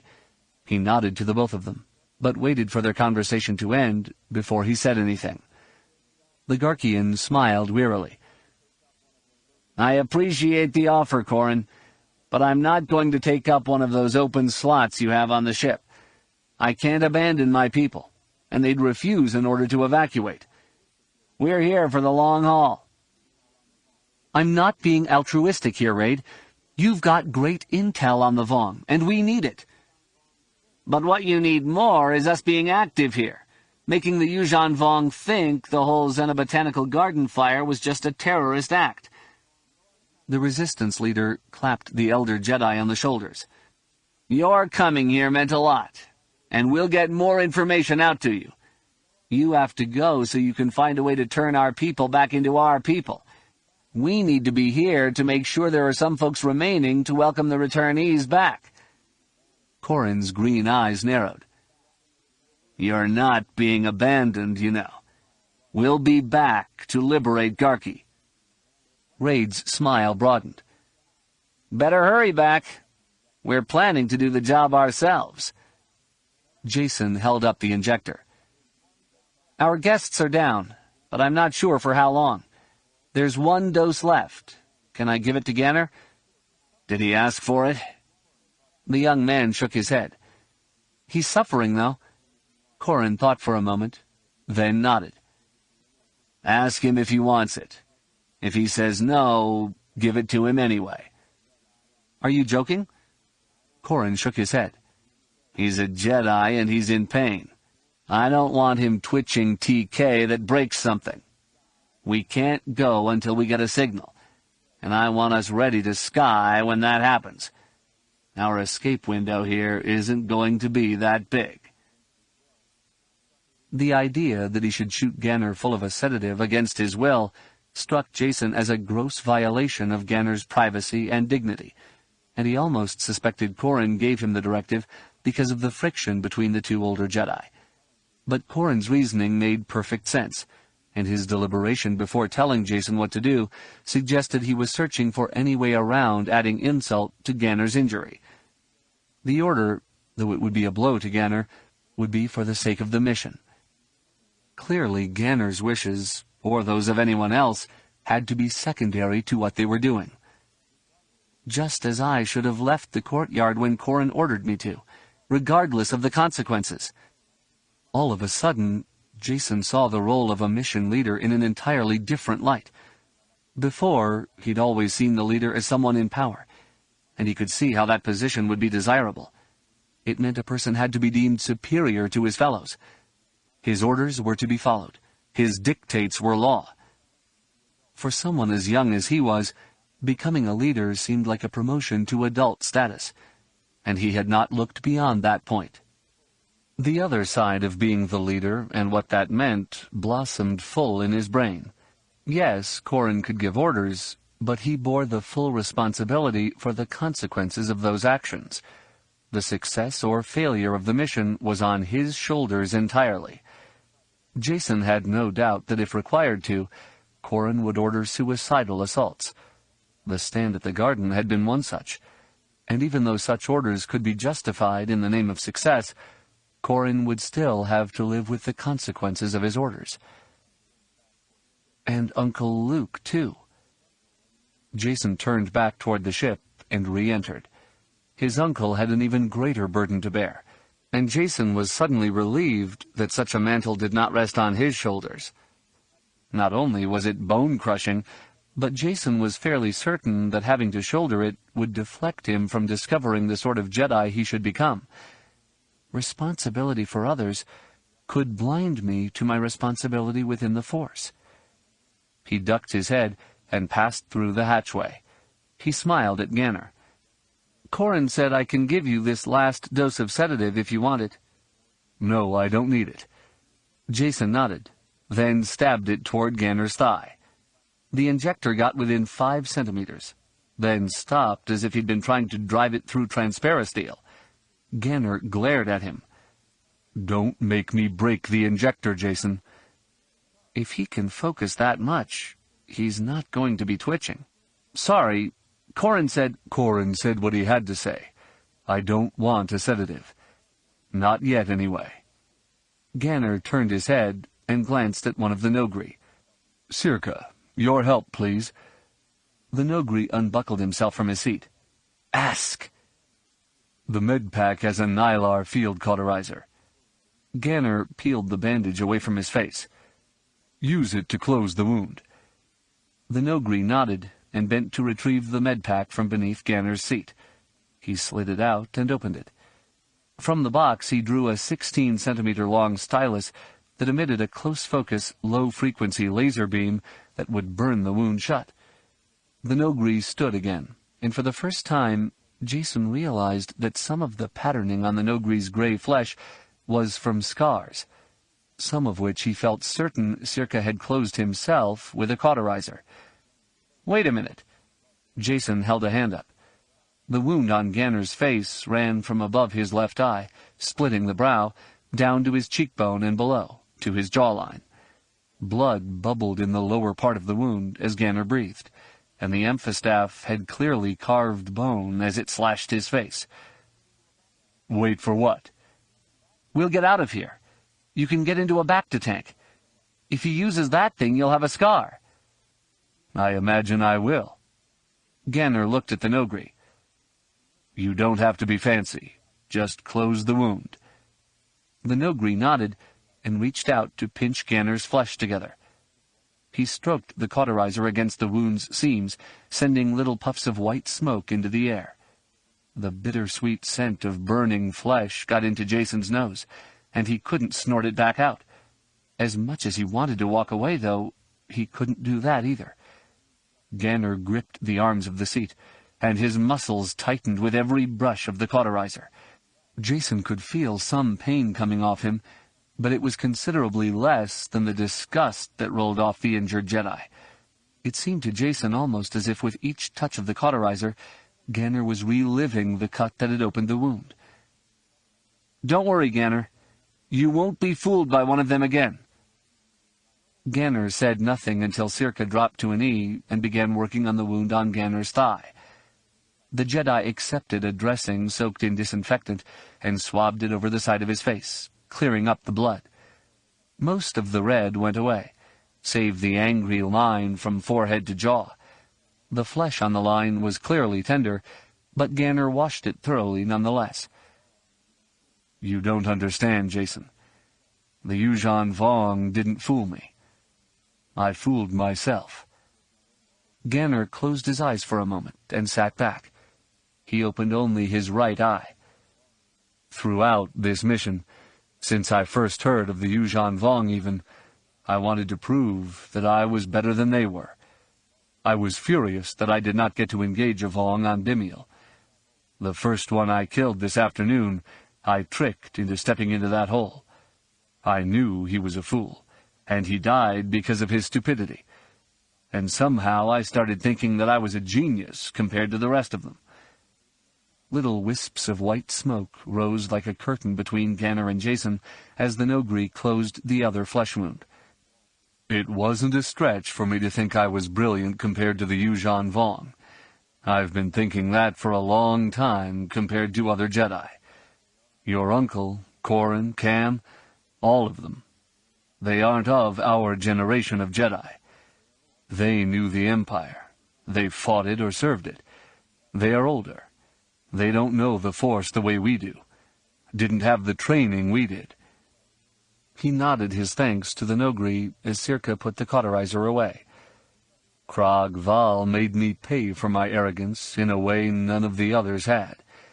They could have. Your uncle could have broken me down. Corran could have been nastier. But I took their being nice as a sign of weakness. I mean, I teased Corran's son. I was being an idiot, and Corran endured it because the mission we were given was more important than his feelings." Ganner sighed. "So yes, I'll have a scar. And it will be good. The old Ganner, he had a perfect face over a perfectly arrogant attitude. Not so anymore. Every time I look in a mirror, I'll be reminded that he died on Garki, and I'm here in his place." The cold edge to Ganner's voice sent a chill through Jason. He wanted to protest that Ganner didn't need a ruined face to remind him of the sort of person he should be. Jason couldn't bring himself to speak. "As we grow up, we change physically. Maybe Ganner needs this change, not to remind him of who he should be, but as a mark of who he has become. My uncle lost a hand doing that. What will happen to me?" Ganner sighed. "Now, if you wouldn't mind—" Jason blinked. "What?" "Sedative. I'll take it now." Jason frowned. "But you could have had it before to make all that easier." "I didn't want it to be easier, Jason. Wanted it to be memorable." He smiled, then closed his eyes. "Wake me when we're safe again." Jason touched the injector to him and pumped a full dose of sedative into Ganner. Jason smiled as the man relaxed. "Let's just hope, Ganner, that there will be a point when we're safe again." Wedge Antilles stood with Admiral Creefay on the Ral Roost's bridge. They both stared at the forward viewport and the system's brilliant spot that was Garki.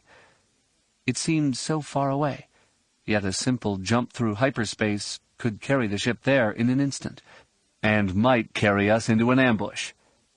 Wedge slowly shook his head. "Think they're waiting for us?"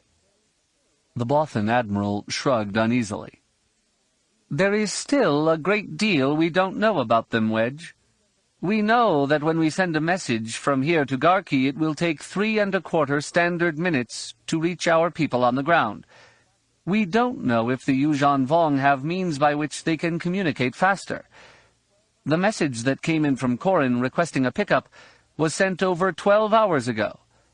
The Yuuzhan Vong could have reacted to their operation and have summoned support. Sith spawn. We don't even know if the Yuuzhan Vong travel through hyperspace the way we do, or if they are faster than our ships are.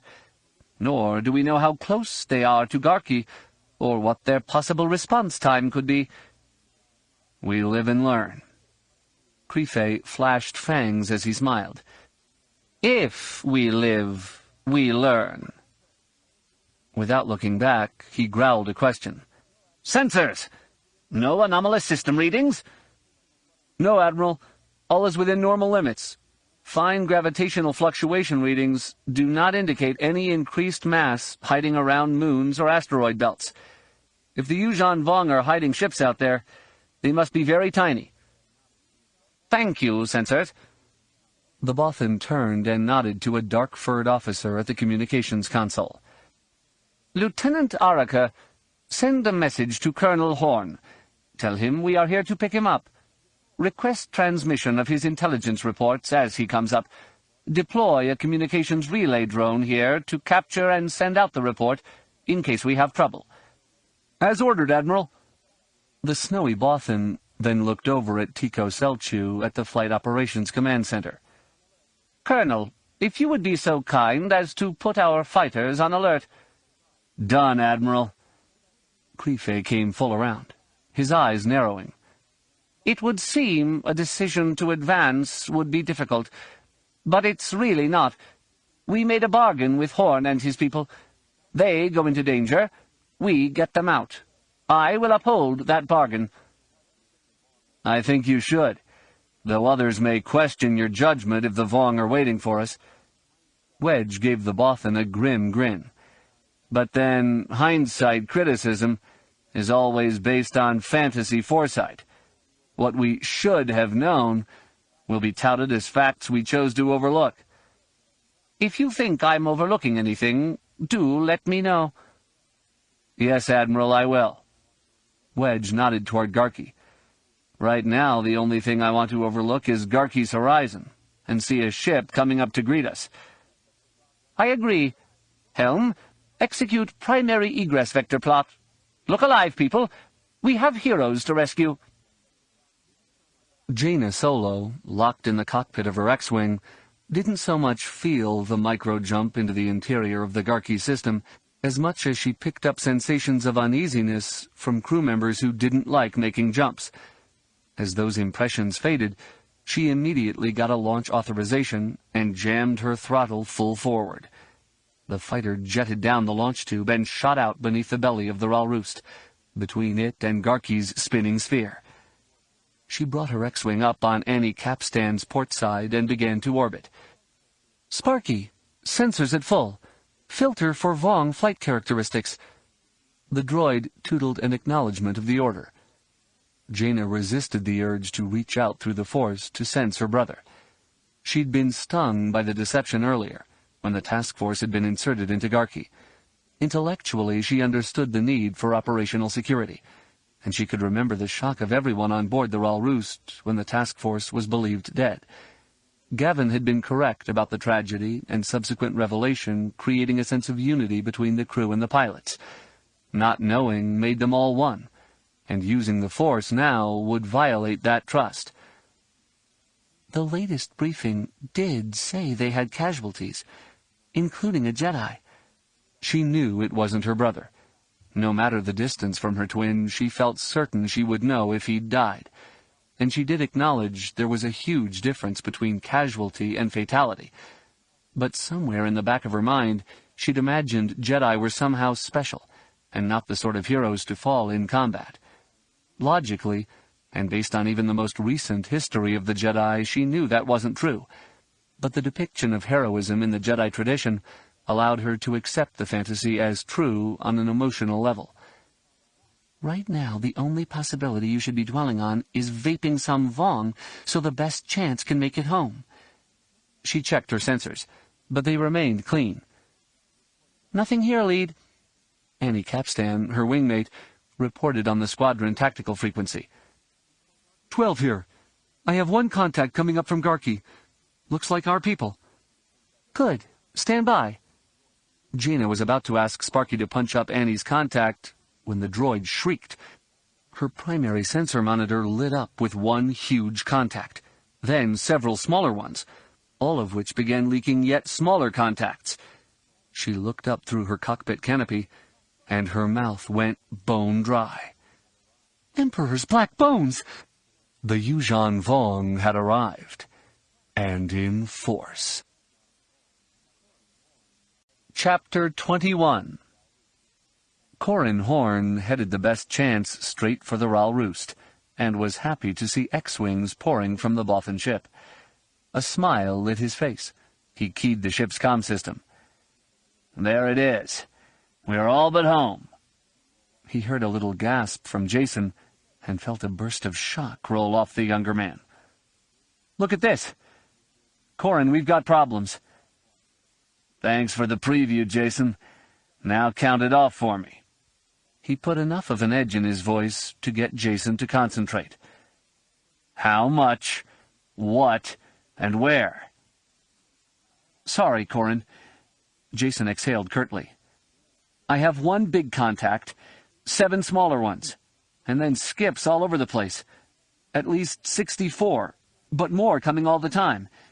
Small contacts are corvette size. The big one is a Yuuzhan Vong cruiser. They are vectoring in at our aft. Their closure rate means they'll get us before we get to the Ral Roost." "Thanks, I think." Corran flicked the comm unit over to the tactical frequency for the Bothan assault cruiser.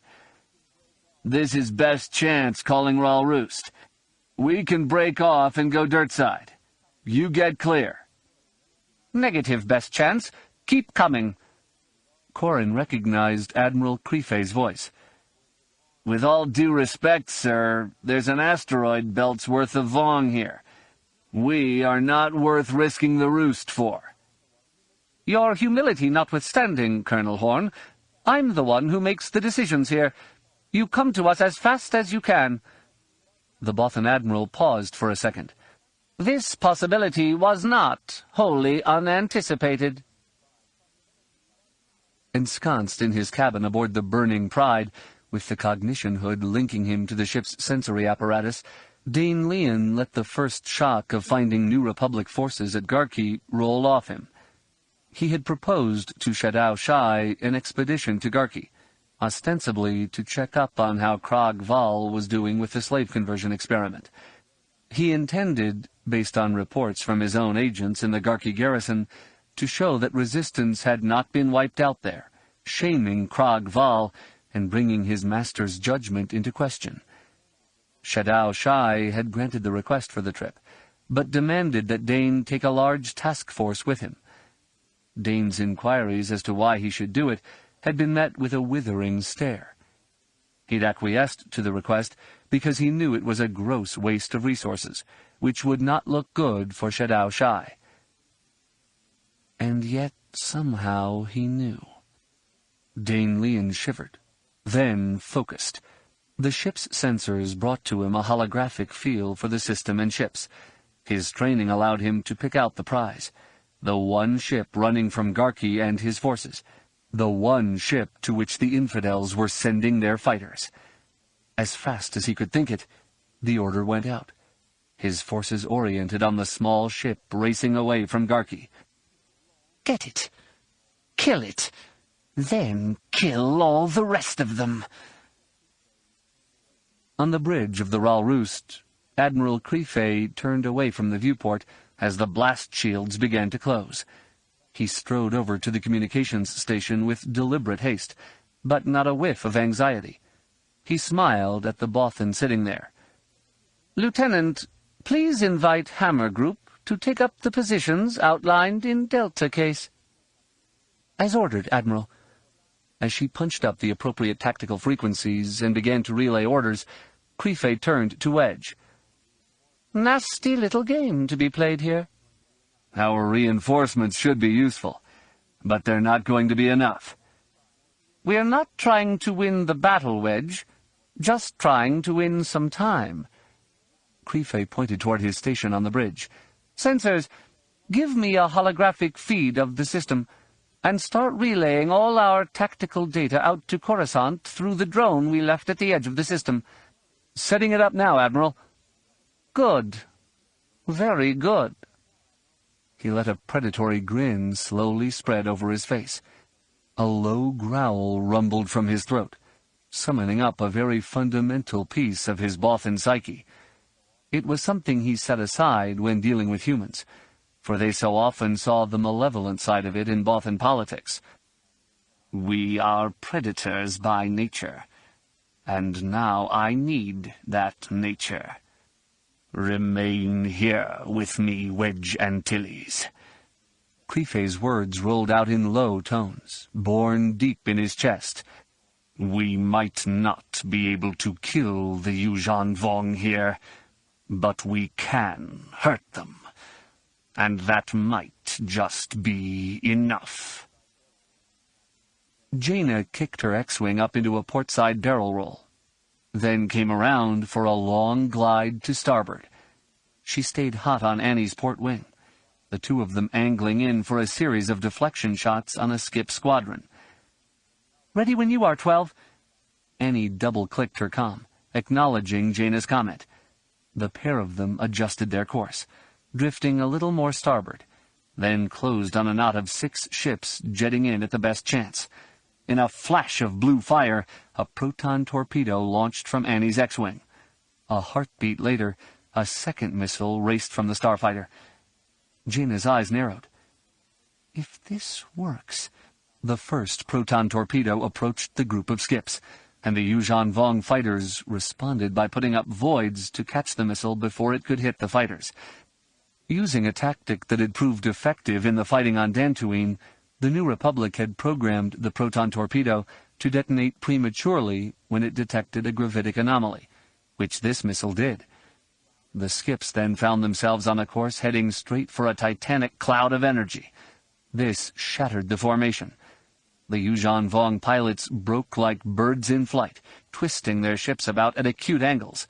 Some flew below, and others turned toward the attack. One pair broke away and up, and therein proved the efficacy of the new tactic.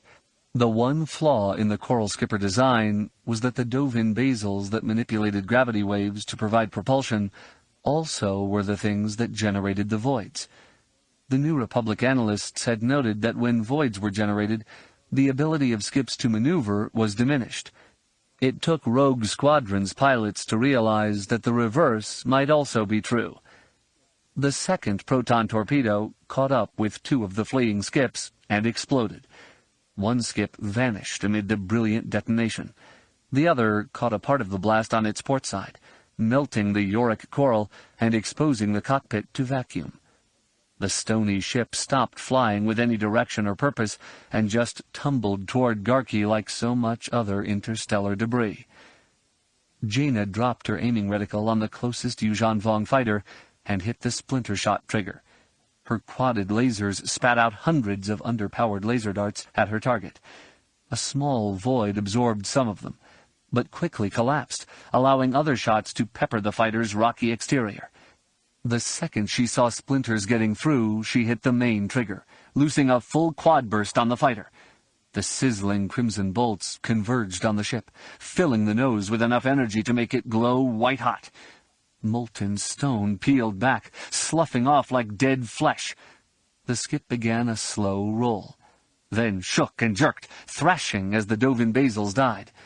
Annie clipped off a quick shot that damaged the other skip, but didn't kill it, and then she and Jaina were through to the other side of the Yuuzhan Vong formation. Watching the sensors intently, Jaina brought her X-Wing around for another run. Above her, the battle had deteriorated, with skips and X-Wings spinning and looping, streaking and rolling in a chaotic tangle. The proton torpedo tactic that proved so useful in the first pass would now have as much chance of taking out an ally as an enemy. We're back to conventional tactics. Beyond the fighters, the capital ships had begun to slug it out. The Ral Roost's 2 companion ships, a pair of Victory-class Star Destroyers, appeared above and beyond the Yuuzhan Vong cruiser. They launched barrages of concussion missiles and laced the enemy formation with turbo-laser fire. The Corvette-sized Yuuzhan Vong ships intercepted many of the missiles and shots before they could reach the cruiser, providing an outer sphere of defense. Their shots back at the New Republic forces were picked up by shields. But those shields could not hold forever. Jaina felt a shiver run down her spine. Were this a sim, it would be obvious that we're overmatched. It would be time to cut and run. She sighed. It's not a sim. We can't run. We can't win. So we just have to hope we hurt them enough that they don't really win either. Deep in the bowels of his ship, Dane Leon smiled. The advent of the New Republic reinforcements had surprised him, but a quick study of the situation showed that their intervention would only extend the time it took to kill them. While his coral skippers had taken more damage than he expected they would, and the new ships had deployed more mechanical fighters, his fighter force still outnumbered the enemy. Likewise, his capital ships outnumbered them, and were more powerful. He directed all his attacks at one of the smaller New Republic ships. The cannons on the Yuuzhan Vong ships vomited plasma bolts at it, hammering the shields. The enemy ship's sphere of protection began shrinking. Another volley or two and the shields would collapse. Then the shots would melt their way through the enemy vessel, ridding it of its blasphemous parody of life. And when that is done, I take the rest of them. The Yuuzhan Vong leader smiled slowly. Forces will praise me for winning. My position will be such that when my master falters, there will be but one choice for his replacement. Admiral Pellaeon, seated in the chair from which Grand Admiral Thrawn had commanded the Chimera, watched the holographic display of the battle raging at the heart of the Garki system. He smoothed his mustache with the thumb and forefinger of his left hand, then stabbed his right index finger down on the command chair's comm button. "Is Force Spike deployed? Guns?" His combat command officer replied affirmatively. "Confirmed now, Admiral." "Good. Helm, 5 seconds to jump. Positions from Gamma File. Tell Spike Lead he is cleared to jump to point Blood Niner." "As ordered, Admiral." Pellaeon released the comm button and sat back, pressing his hands together. For decades he had dreamed of finding a New Republic task force in such a compromising position. He would plan out an ambush as he had done here, then order it executed. He smiled as he imagined their surprise. "Oh, they will still be surprised, I imagine."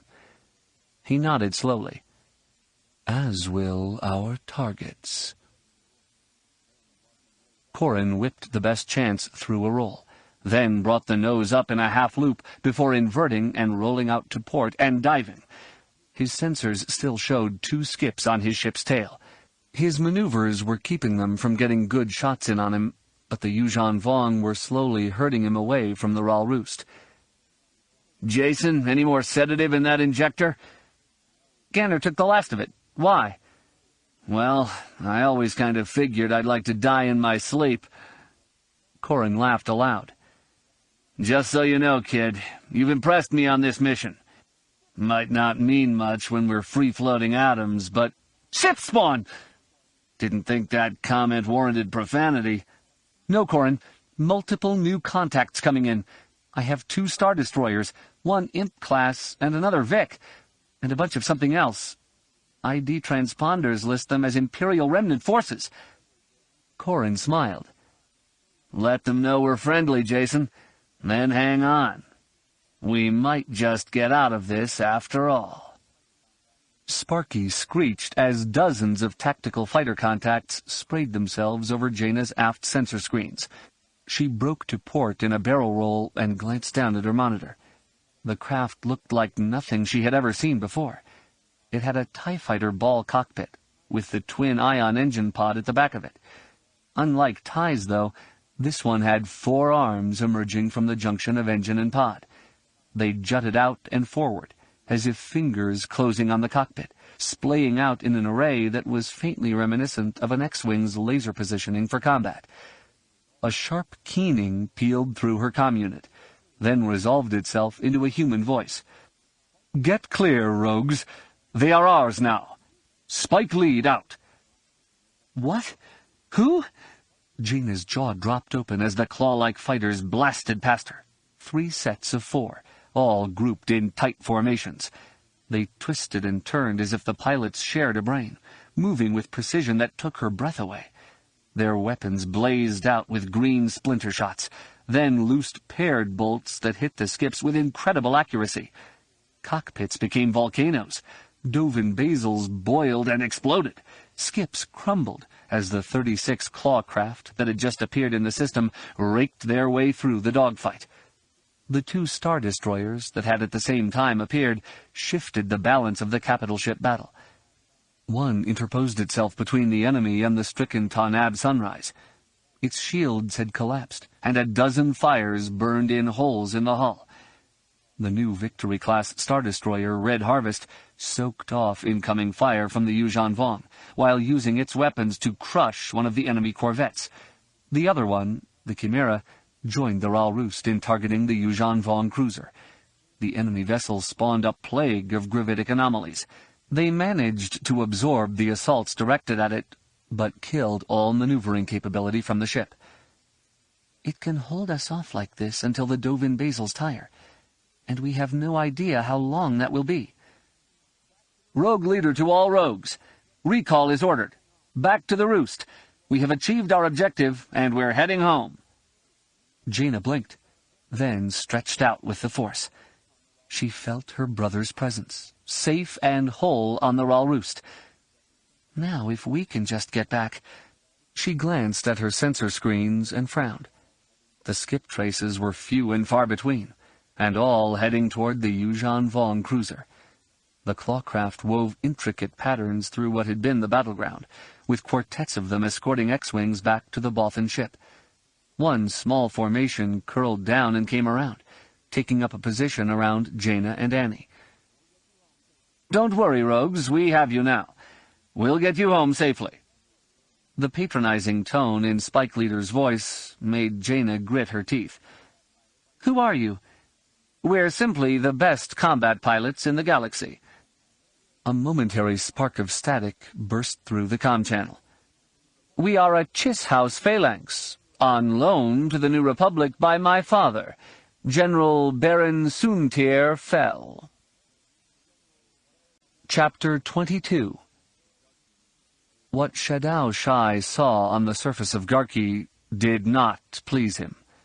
Coming down to the planet in a shuttle, he had seen a blackened scar below, but standing amid it magnified its obscenity.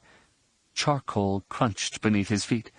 The dry scent of burned wood filled his nostrils, and occasionally a hint of charred flesh made it through as well. Pleased that the mask he wore hid his shock and disgust, Shadao Shai looked down at the subordinate who lay prostrate before him. He carefully placed his foot on his inferior's neck. You say, Runk Das, that Krag Val fought valiantly here before dying. How is it that you did not die with him? Runk spit cinders from his mouth. Commander, Krag Val ordered this one to remain behind, preserving information for you, guarding against a different attack by the Resistance. I wanted to be here to guard him, but I had been ordered to remain behind. Dane Leon snorted from Shadao Shai's left. Obey a foolish order, and you merely reveal yourself to be a complete and total fool. The Yuuzhan Vong leader's left hand snapped out. Stiffened fingers slapped against Leon's throat, punching a coughed gasp from him. The subordinate staggered back a step and began to bring his hands up to his throat. They stopped halfway, curling down into fists, then loosened again, and slowly drifted back to his sides. Leon dropped to one knee and bowed his head. Your pardon, Master. Shadao Shai regarded Leon coldly, then returned his gaze to the Yuuzhan Vong beneath his foot. What happened here? Tell me all. Runk's fingers clawed into the ground. We can only surmise, and only have information from some Chazrak who ran from here. And what you surmise is? A grey tongue licked lips free of black specks. Krog Val, as is proper, announced a challenge to the enemy leader. Silverblade did not answer it. Yellowblade did. Then one of the others, not a Jedi, answered. Krog Val cut down the first. Then Yellowblade. The third Jedi slew him. Silverblade engaged others and must have slain them. Our slaves broke and ran. The enemy burned this place to the ground, consuming the bodies of their dead and ours. Shadow Shai's right hand convulsed into a fist. He pounded it against his armored thigh, breaking the grip and letting each finger slowly straighten. And by the time you got here, the conflagration had spread. You could find no way to track them? No, leader. There was nothing we could do. Wrong! Runk of Domain Das! Shadow Shai shifted all of his weight onto the subordinate's neck, then twisted his foot, popping skull from spine. You could have been faster. He glanced quickly at Dane Leon. His subordinate hesitated, then started to lower himself to the ground. Don't be stupid, Dane Leon. The Yuuzhan Vong leader left Runk's body twitching out its life and stood over his aide. What have you learned from letting your prey escape? Dane Leon's eyes studied the blackened ground. That the infidels are cunning. They laid a trap for us. Had you not insisted— Shadow Shai kicked him in the chest, dumping him onto his left flank in a black cloud of dust. If that is the lesson you learned, you are no smarter than Runk. But, my leader— Think, Leon. Truly think. Shadow slowly spread his gauntleted hands. You see this ruin around you, and you come away with an impression of cunning? Analyze the battle you were involved in. The truth is obvious. I have tried, Commander. Not hard enough, Leon. Shadow suppressed a shiver spawned by his subordinate's incompetence. They arrive and deploy to recover the Jedi. You arrive and deploy to deny them their prize. Your force is superior. Then they bring in reinforcements in 2 waves. The second wave's delay gained them no tactical advantage. One of their ships took serious damage because of the delay.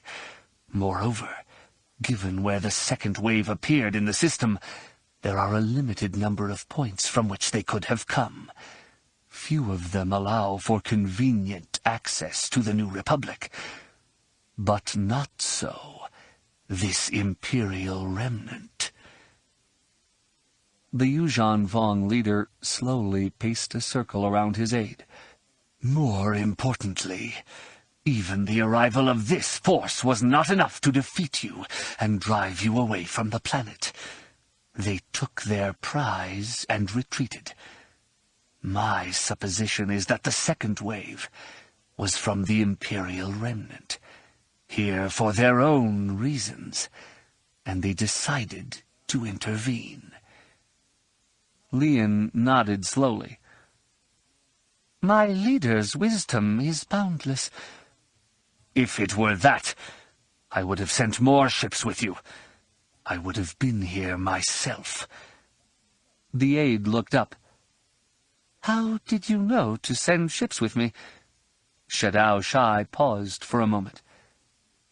The earlier appearance of the New Republic ship made no sense. If they wished a scouting run on Garki, it could have remained at the system fringe, while their fighters flew in close, gathered data and retreated. This was largely their activity pattern at Cernpadal. The only reason for them to be here was to deliver the ship that was reported downed. Analysis of the crash site showed us all we would expect. I failed to see— Indeed, Shadao Shai snorted. You and those who explored the ruins of the ship. They were so afraid of being tainted that they missed the obvious. Why would we find traces of the crew of a stricken ship when they could get into escape pods? But there were no indications of life pods. Exactly. There were none.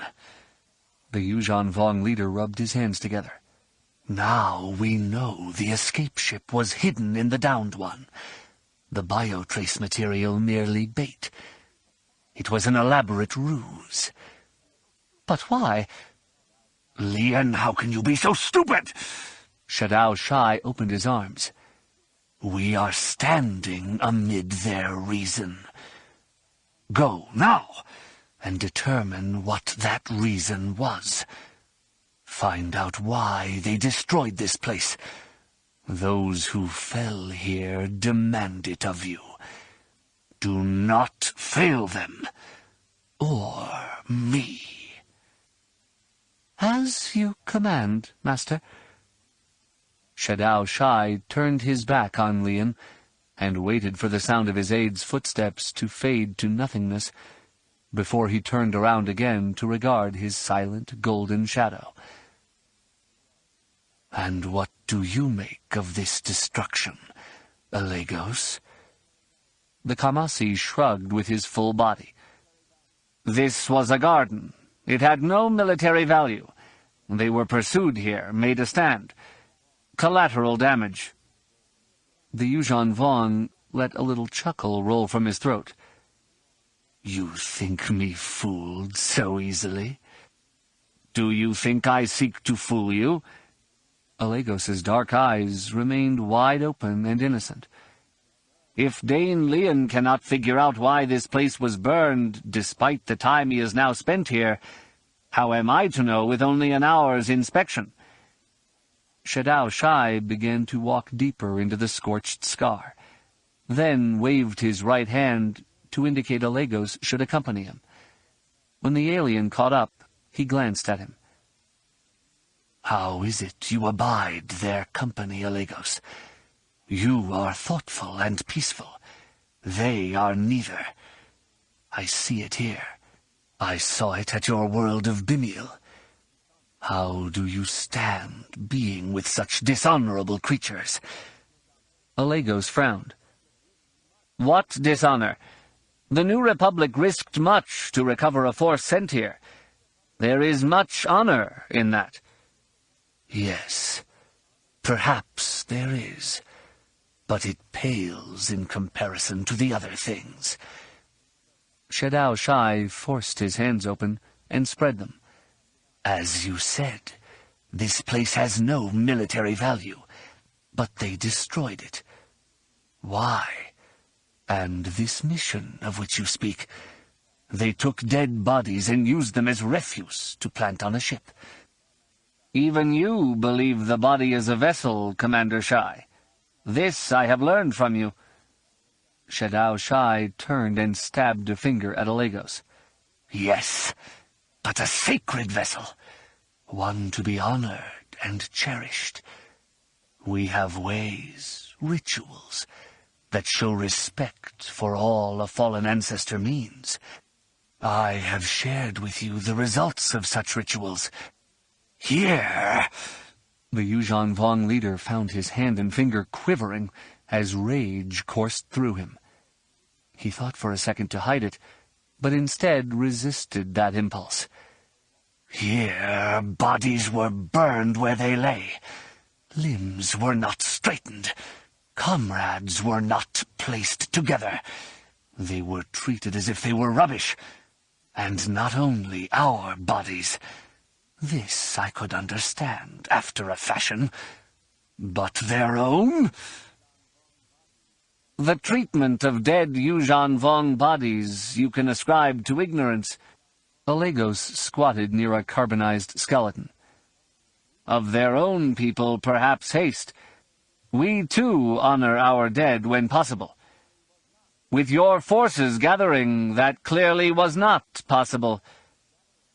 It could be as you suggest. I have learned much from you. But now, I need to learn one more thing. Alegos glanced up, the sun flashing white from his golden fur. I do not think there is more I can tell you, Commander Shai. Oh, there is. The Yuuzhan Vong pressed his two fists together. At the mention of a Jedi called Silverblade, you started, almost imperceptibly. When I mentioned Bimiel, you again gave a sign of recognizing something. I shall assume you know this Jedi Silverblade. I have never denied knowing Jedi. But Silverblade you know very well. The Kamasi nodded and slowly stood. His name is Corran Horn. Corran Horn. Shadao Shai let the words roll around in his mouth. He linked the sound of them to the taste of the Jedi's blood from Bimiel. You didn't tell me he was the one who killed my kin at Bimiel. You never asked. If you are willing to be that coy, Alegos, you not only know him, but you care for him. You think to shield your friend from my wrath? The Kamasi lifted his chin, exposing his throat. Perhaps, Commander Shai, it is you I am shielding. You care for him, and fear for him. Shadao tapped an index finger against his battle mask's chin. Your loyalty is laudable, though to such a disreputable character, impossible to understand. You are wiser than that. Corran is not a stupid or dishonorable man, despite how you read what you see here. Alegos gathered his hands at the small of his back. None of the Jedi are stupid, nor are most of the leaders of the New Republic. You put too much weight on their ignorance of your ways, and you are swayed because of how little of them you understand. But Alegos, you have taught me well. I understand much about them. The Kamasi ventured a small smile. And through my time with you I have some understanding of your ways. I am even led to believe that some sort of accord could be reached. This war does not have to go on forever. No, I would not want that. Shadao Shai folded his arms across his chest. If I were to open a dialogue, I would need an envoy I could trust implicitly. I have none such among my people. Alegos's eyes half shut. I could be your ambassador. Indeed, an excellent idea. Shadao Shai nodded slowly, then turned and beckoned Alegos to follow him. Come along. I will prepare you to deliver a message to these Jedi. A message they cannot possibly fail to understand. Chapter 23. Though there had been peace with the Imperial Remnant for over 6 years, Corran still felt a sense of dissonance as he watched Admiral Pellaeon enter the briefing room aboard the Ral Roost. Admiral Krefe greeted him warmly, shaking his hand. The Imperial Admiral acknowledged Master Skywalker with a nod, then turned and smiled at Corran. I had a chance to study your initial report from Garki. Good work. Corran blinked, then nodded. Jason Solo prepared the report. I just corrected some spelling. I'll pass your comments on to him. Please do. Pellaeon took a seat across from Corrin at the lozenge-shaped briefing table. That left Admiral Pellaeon at the head, Master Skywalker at the Bothan's right hand, and Corrin on Luke's right. "We have quite a situation here." Pellaeon seated himself. "We do, on several different levels. I cannot thank you enough for having intervened when you did. The intelligence assets you have in the New Republic are clearly very thorough." "Not as thorough as you might imagine." The Imperial officer leaned forward on his elbows, pressing his hands flat against the table's black top. "We can speak plainly, and we'll need to before the politicians arrive. I brought my force here after I heard of your abortive raid. My assumption was that either you had inserted assets onto the planet, or that a previous attempt to exfiltrate assets had been rebuffed. It suggested something of value on Garki that I wanted to know about, so we had been there for 2 days by the time you arrived." "The data we recovered would have been yours immediately, regardless of what my superiors might have said." Pellaeon scratched with claws at his throat. "And yes, we must speak plainly, because the politicians are going to complicate things incredibly." Corrin sighed and slumped down in his seat a bit. The task force had leapt to the edge of the Garki system, rendezvoused with the Imperial force, then had plotted a course directly for Ithor. Admiral Pellaeon issued a call for reinforcements, scientific teams, and a lot of support that raised alarm on Coruscant. While they did say they were sending what they could, a report also came in that Borsk Thalia and a number of the key senators and ministers would be coming to Ithor as well. Once there, no one had any doubts they would begin to interfere with what really needed to be a military operation. "I harbor no illusions, Admiral Pellaeon.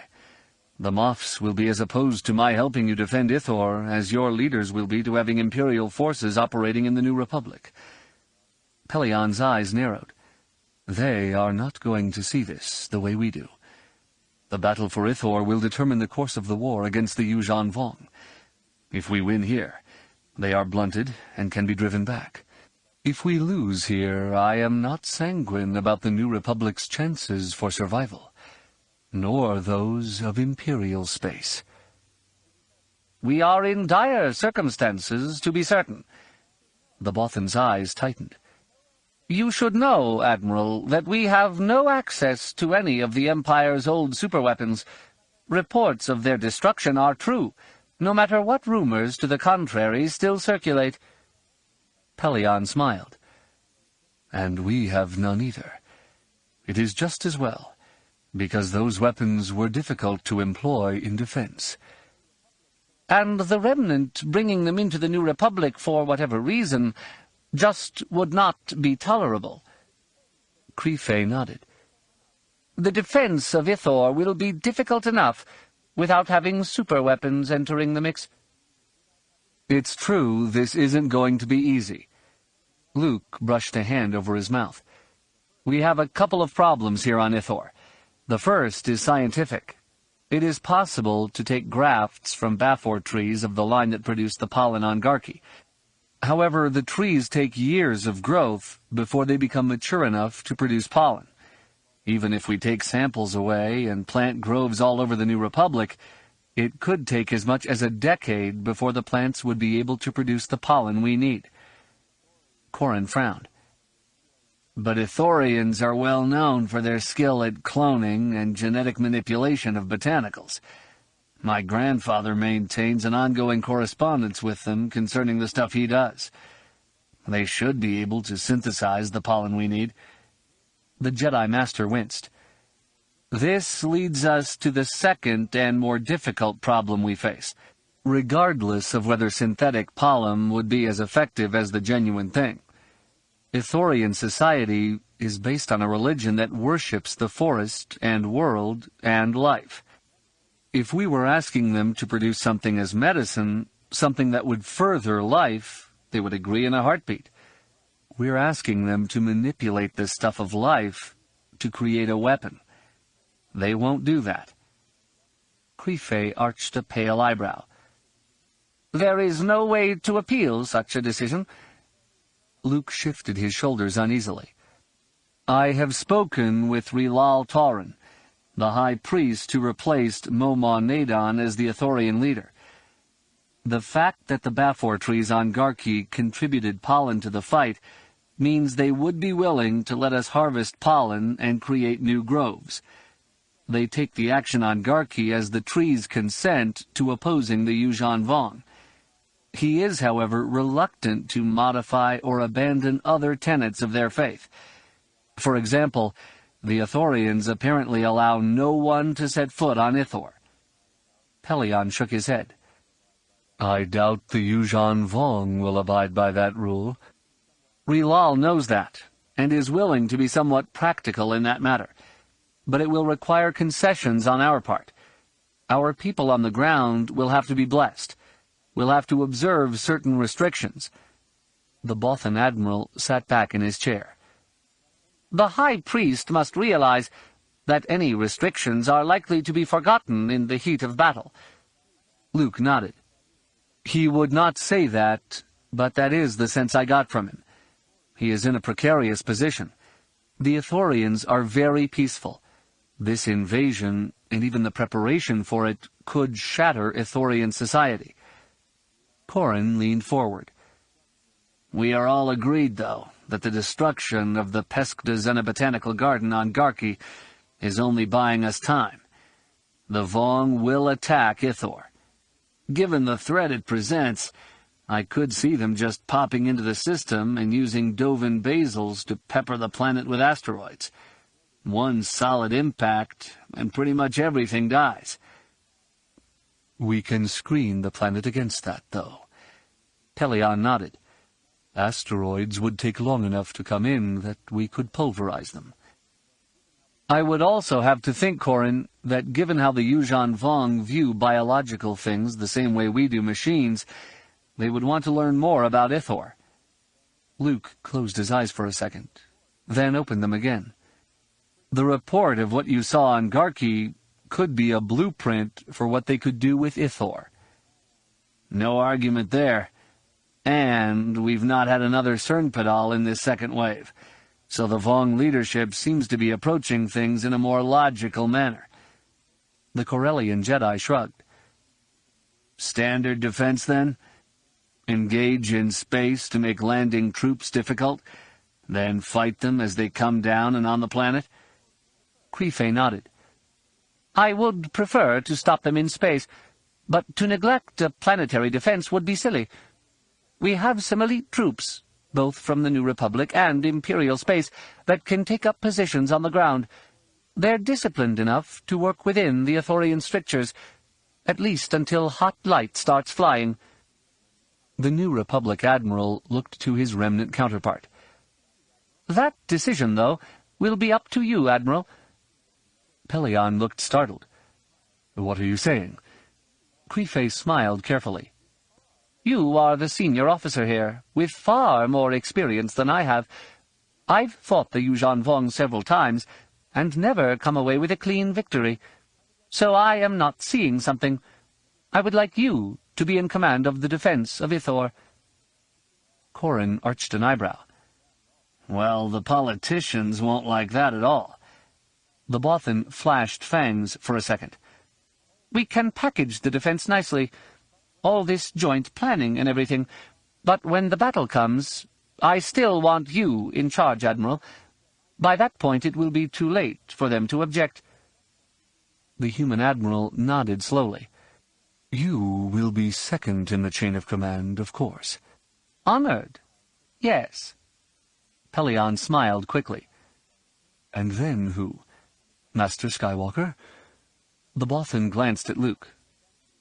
"Jedi fought on the ground at Dantooine and again at Bimiel. Will they have a role here?" Luke pressed his hands together, and Corrin caught a faint impression of emotional pain from his master. Jedi were not combat troops, but were trained to fight in ways that would be very useful on Ithor.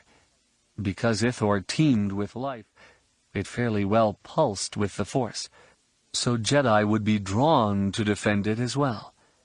Still, things they might be called upon to do would be outside the boundaries of strictly defensive action. The Jedi Master glanced at Corrin. Your thoughts? No question we have to help with the defense. Corrin sighed. In essence, the whole of the planet will be held hostage. I'm not sure there is anything we could do here short of slaughtering innocents that would be of the dark side.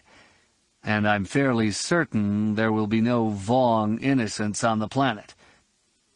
If there are Yuuzhan Vong who surrender? Pellaeon asked. Luke shook his head. The slaves they use as proxy troops can't surrender, and the Yuuzhan Vong themselves, well, I have a hard time believing they would surrender to us. I don't know as how I'd trust any of them who would surrender. The Corellian frowned.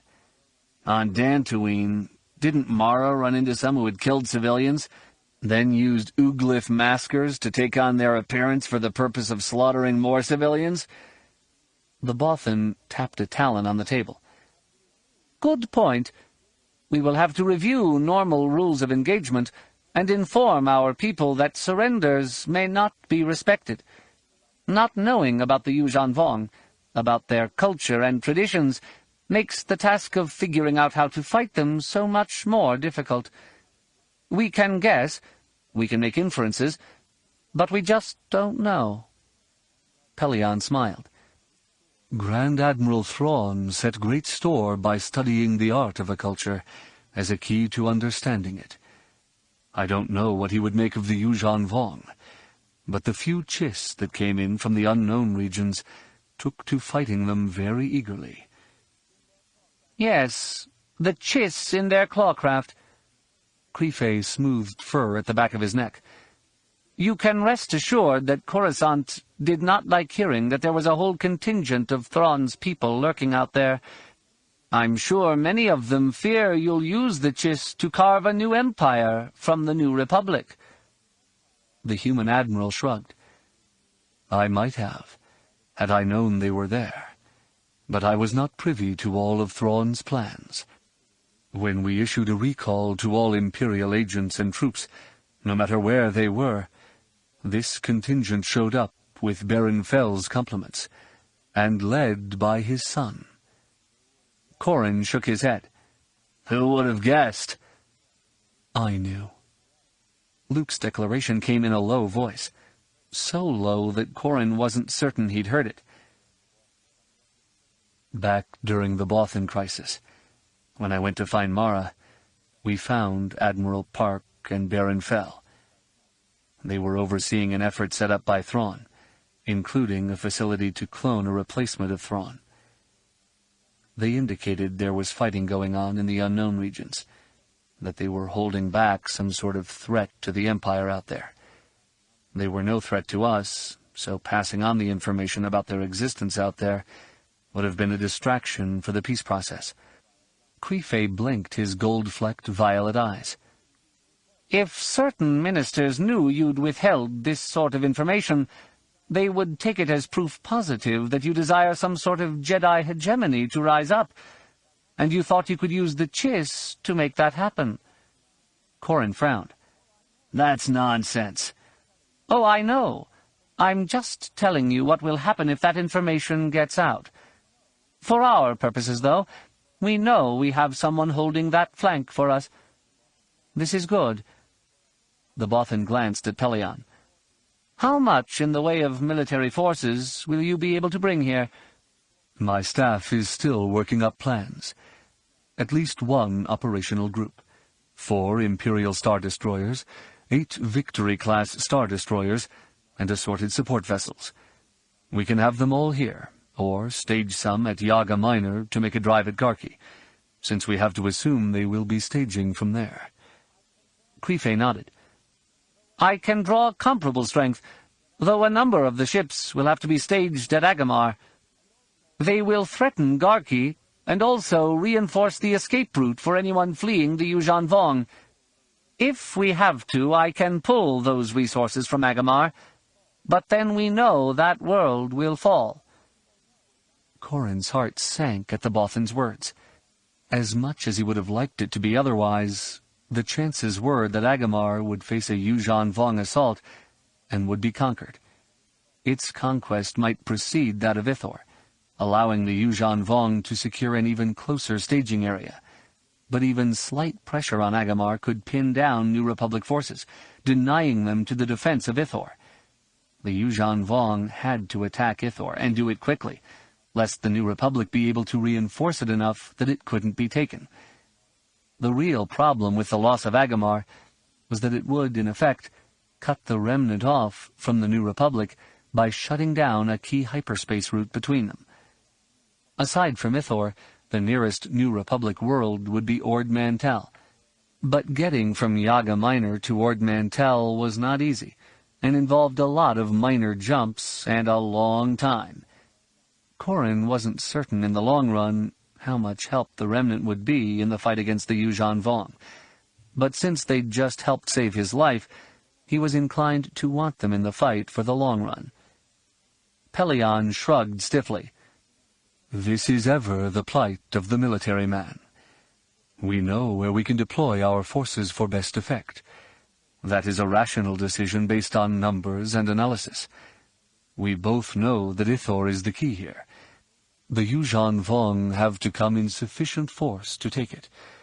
If we strip defenses from elsewhere, we provide a tempting alternative target. Some people suffer, so others will not. We can provide the best response as per our brain, but it isn't the right response according to our hearts. He spread his arms wide. We have approximately 2 weeks before your leaders get here, and I imagine some of mine will arrive too. In that time, we will have to come up with a plan in which we show them we are splitting responsibility and risk to the gain of all. This means we will make concessions to political considerations that we don't want to make. In essence, slipping binders on our own wrists before we go into this fight. I don't like that any more than you do. But the alternative is for our leaders, fighting between and among themselves, to impose their own binders on us. I'd much prefer the binders I choose than theirs. The man's eyes sparkled. After all, if I tie myself up, it's with the knowledge I can get out of the binders. And in this coming fight, if we can't do that, everything, Ithor, New Republic, and Imperial space, is doomed. Chapter 24. For Jaina Solo, the absurdities of the reception would not end. To begin with, the reception was a formal affair that took place on the Tefanda Bay, one of the Ithorian herd ships, cities that drifted lazily above the jungle. The transparasteel-domed ships, with their own ecosystems and loaded with plant life, were kept warm and very humid. In everyday clothes, she didn't mind it, but dressed up in formal Jedi robes, she found the atmosphere heavy and oppressive. Just having such a formal affair on a planet that was going to be the focal point for an enemy assault struck her as wrong. She would have preferred to be up on the Ral Roost with the rest of Rogue Squadron. It annoyed her, too, that she had been invited because of her status as a Solo and a Jedi, not as a member of Rogue Squadron.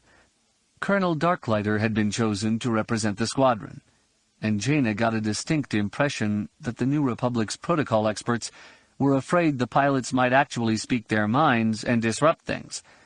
The tension of those gathered in the room seemed almost as oppressive as the humidity. They had been gathered into a large hall that was open, though overarching tree branches made glimpses of the night sky through the dome few and far between. More impressive than the trees, though, was the way the wood covering the floor and paneling the walls had been fitted together. A rich gold in color, with dark streaks of grain, the strips formed a mosaic through which the lines flowed effortlessly. Jaina could have followed the grain with her eyes forever, but knots of diplomats kept eclipsing it.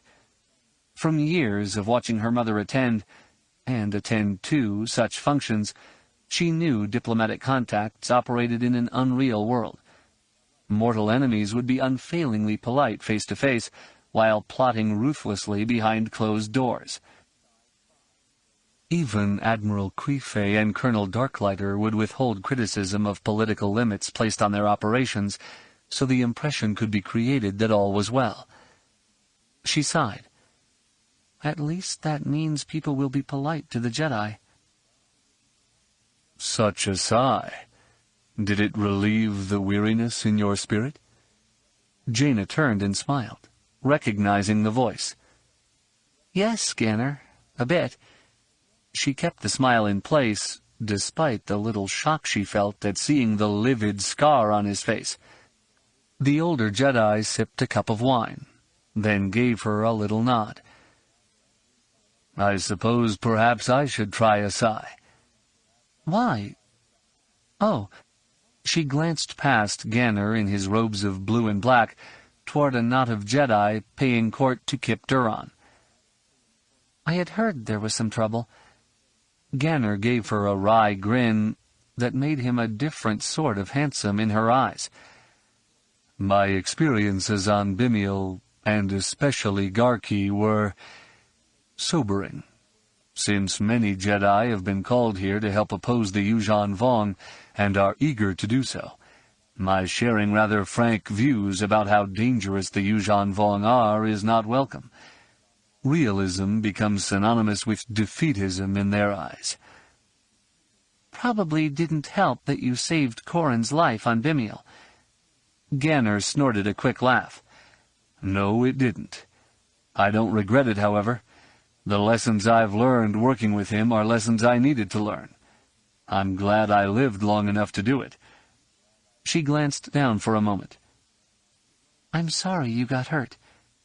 I'm not. His blue eyes narrowed. Before I got this scratch, it was easy to believe in my own invincibility.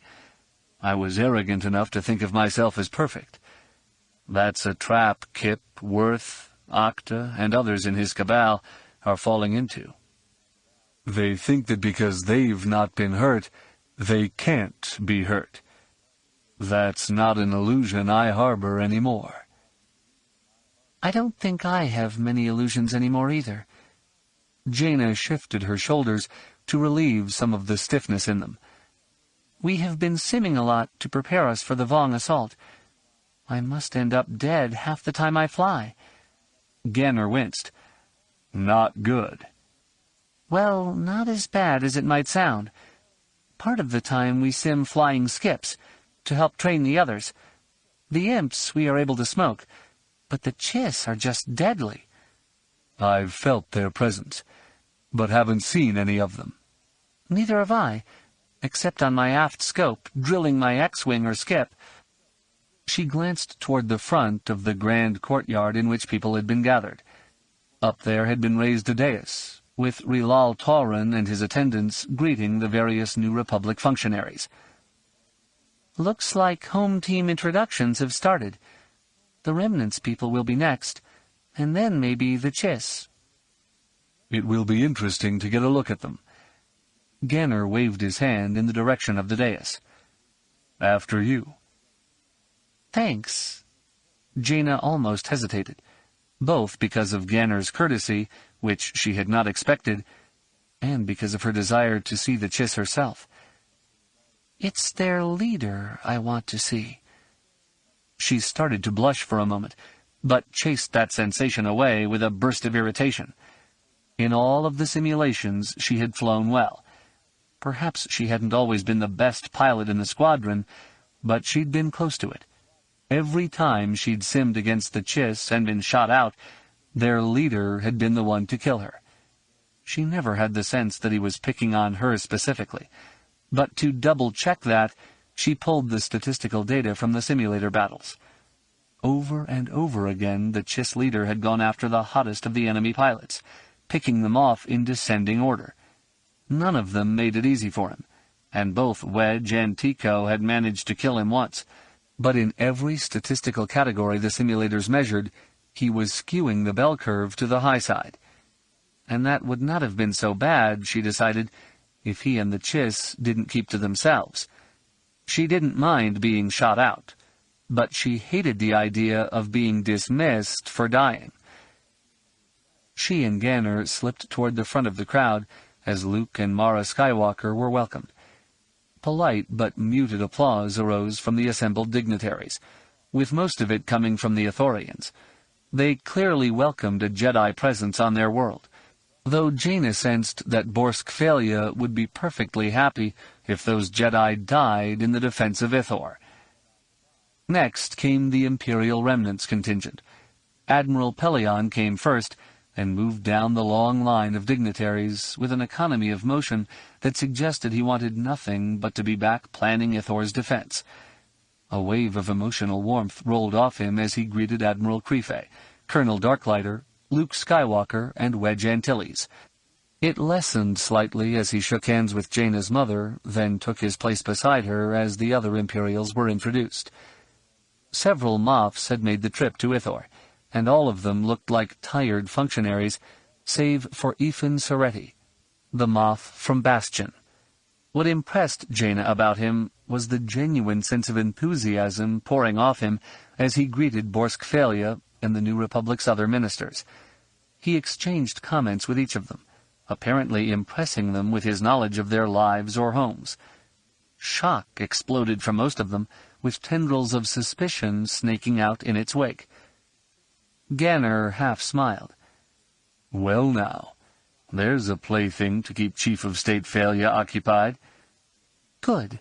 Give him less time to advise the military about the defense of Ithor."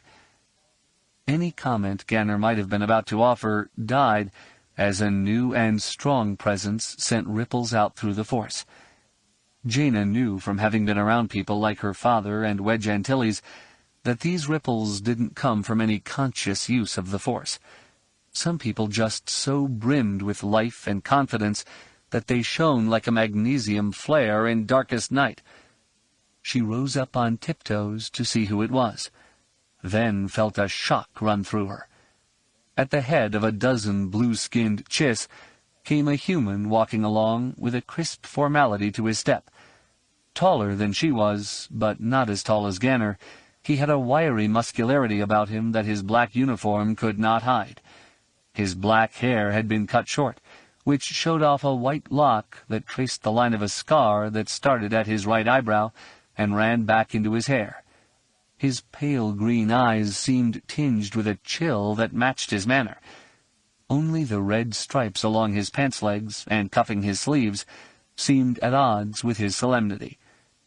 He mounted the dais at a step, leaving the Chiss in their white uniforms to file along the front of the platform and stand at attention. He bowed sharply to Rilal Tauren, and shook his hand. The Ithorian High Priest turned to introduce him to Borsk-Phalia, but the Chiss leader bypassed the Chief of State and the rest of his cabinet. He marched along until he met Admiral Creefey, again executed a stiffly formal bow, and shook hands. He repeated this process with Colonel Darklighter and Luke Skywalker. As he moved down the line, gasps and hubbub began to rise in the crowd. It increased as he bowed before Wedge, then smiled and allowed the older man to enfold him in a hug. Before Jaina could figure out what was happening there, the Chiss leader greeted Admiral Pellaeon. Ignoring the Remnant Moffs, the young man then stepped off the front of the dais. "He's coming straight at me." He drew himself up before her, straight of limb and muscularly taut, then snapped his head and upper body forward in a bow that was not as deep as that given the others, but was nonetheless respectful. "I am Jagged Fel." He straightened, and she started to blush as his green-eyed gaze raked her over. "A Jedi, too. Fascinating." Jaina blinked. "Two?" "In addition to being a superior pilot, you are a difficult kill." She wasn't sure why, but she smiled at him. "You meant that as a compliment." Jag Fel nodded.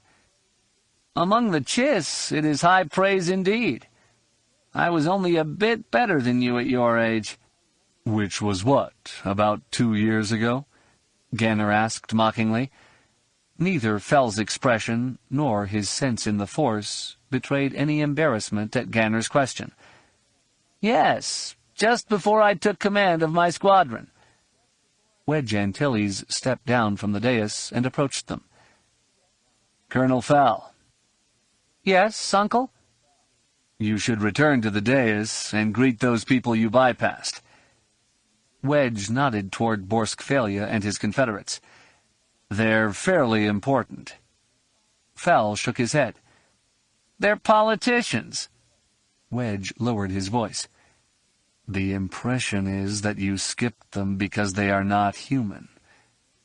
Fel turned to face the dais and raised his voice. If they believe I did not greet them because they are not human, they are stupid. I did not greet them because they are politicians. A Sullustan senator stepped forward. A convenient label behind which you hide your xenophobia. Surprise stiffened Fel's spine, and disbelief flooded his words. You are accusing me of having an anti-alien bias? Poe, a Quarren senator, opened his hands. It floods from you, Colonel Fel. Your uniform is cut on Imperial lines, hearkening back to the uniform of your father's 181st Imperial Fighter Group, one of the most effective Imperial units at suppressing the rebellion. Your formality. Greetings like that were last seen at the Imperial Court. The disdain with which you bypassed us makes it more than obvious. Fel shook his head. Where I come from... Borsk-Phalia cut him off. Where you come from is an archaeo-imperial community. Grand Admiral Thrawn gathered his most staunch and reactionary followers and set them up like a pocket of infection. You've festered out there, hating every moment we have been in control of what was once your empire. You've inherited the attitudes that oppressed us for ages, and now here you are ready to resume control, all under the guise of helping us. Stop, please! The Chiss leader held up a hand. Don't make even more of a fool of yourself. Borsk-Phalia's violet eyes blazed. How patronizing! You have to tell me what is best for me? You, born to privilege, have no idea what it is like to be discriminated against because of your species. You have no idea what it is like to sacrifice to win freedom. He flicked a hand at the dozen Chiss before the dais. You even dare parade your non-human subordinates before us, reminding us of how Imperials should always be in the lead. Jaina felt a cold calm come over Jag Fel, as his hands slowly unknotted. Where I come from, Chief Phalia, I am in the minority. I am the alien. If you remember anything from the history of your precious rebellion, it is that Thrawn was uncompromising, and that is a trait of his people. I was raised among them, raised with them, judged by their standards. I met those standards. I exceeded those standards. He took a step forward and pointed at the Chiss men and women who had accompanied him. I won command of my squadron. These people competed to join that squadron. They wanted to fly with me, not because I am a man or because I am an Imperial, but because I am a superior pilot and leader. And as for fighting for my freedom, I've been doing that in the unknown regions for all my life. My mother gave birth to 5 children. My older brother died fighting, as did a younger sister. Why are we out there? Why are we fighting? A threat to the new republic like the Yuuzhan Vong has long been anticipated. You remember the devastation of the Yavithan Great Purge? There were things in the unknown regions that would have made it look insignificant, save we were there and stopped them. Fel pressed his hands together. You accuse me of xenophobia, but you ignored the fact that I greeted my host, an Ithorian, and immediately greeted Admiral Crefe, a Bothan. You saw what you wanted to see. This is what you accuse me of, accuse Imperials of, that we saw only bestiality where there was sapience and nobility. I have come here to help defend you against the Yuuzhan Vong. And yet what you choose to see is some specter of the past." He looked around the room. "That is why I bypassed you. I came to fight a war, not to play political games. My mission is to help you maintain your freedom, not to help you gather more power to yourself, or to take it from you." Leia Organa Solo stepped forward, holding a hand out to forestall any rebuttal by the New Republic's Bothan leader. "We want that help. From you, from the Remnant, from all the peoples of the New Republic. Working together is the only way we will defeat the Yuuzhan Vong and save Ithor." People began applauding her mother's words, and Jaina joined them. With public agreement, the politicians retreated a bit, and it would have been easy to imagine the situation had been solved. Still, Jaina found herself haunted by what Pellaeon and the others had said. The vehemence in their words had previously been directed at her mother, with similar accusations of her desire to take power away from non-humans. And whispers about the Jedi, blaming them for the loss of Garki and Dubrillion, somehow suggesting the Jedi brought the Yuuzhan Vong down on the New Republic. They make me wonder if we're not being positioned to take the blame if Ithor falls. Jag Fell turned and looked at her, and Jaina wondered if somehow he were reading her mind. She met his stare unflinchingly. "We will save Ithor." He nodded. "We will win the battle for Ithor. Its salvation, well..." He spared a glance for the knot of New Republic politicians. "Its salvation is in other hands, and, I am afraid, is beyond our ability to control." Chapter 25. Jacen Solo clasped his hands at the small of his back. He'd answered his uncle's call for the Jedi to assemble in a small grove on an upper level of the Tafanda Bay. Though he could still feel Jaina's presence in the floating Ithorian city, he was a bit surprised that she had not come to the meeting. Given the impression he was getting from her, he knew she was simming again, and he momentarily resented how the squadron was keeping her separate from him and the Jedi. Standing there between Ganner and Anakin, Jacen caught himself thinking negatively about his sister, and probed his own feelings.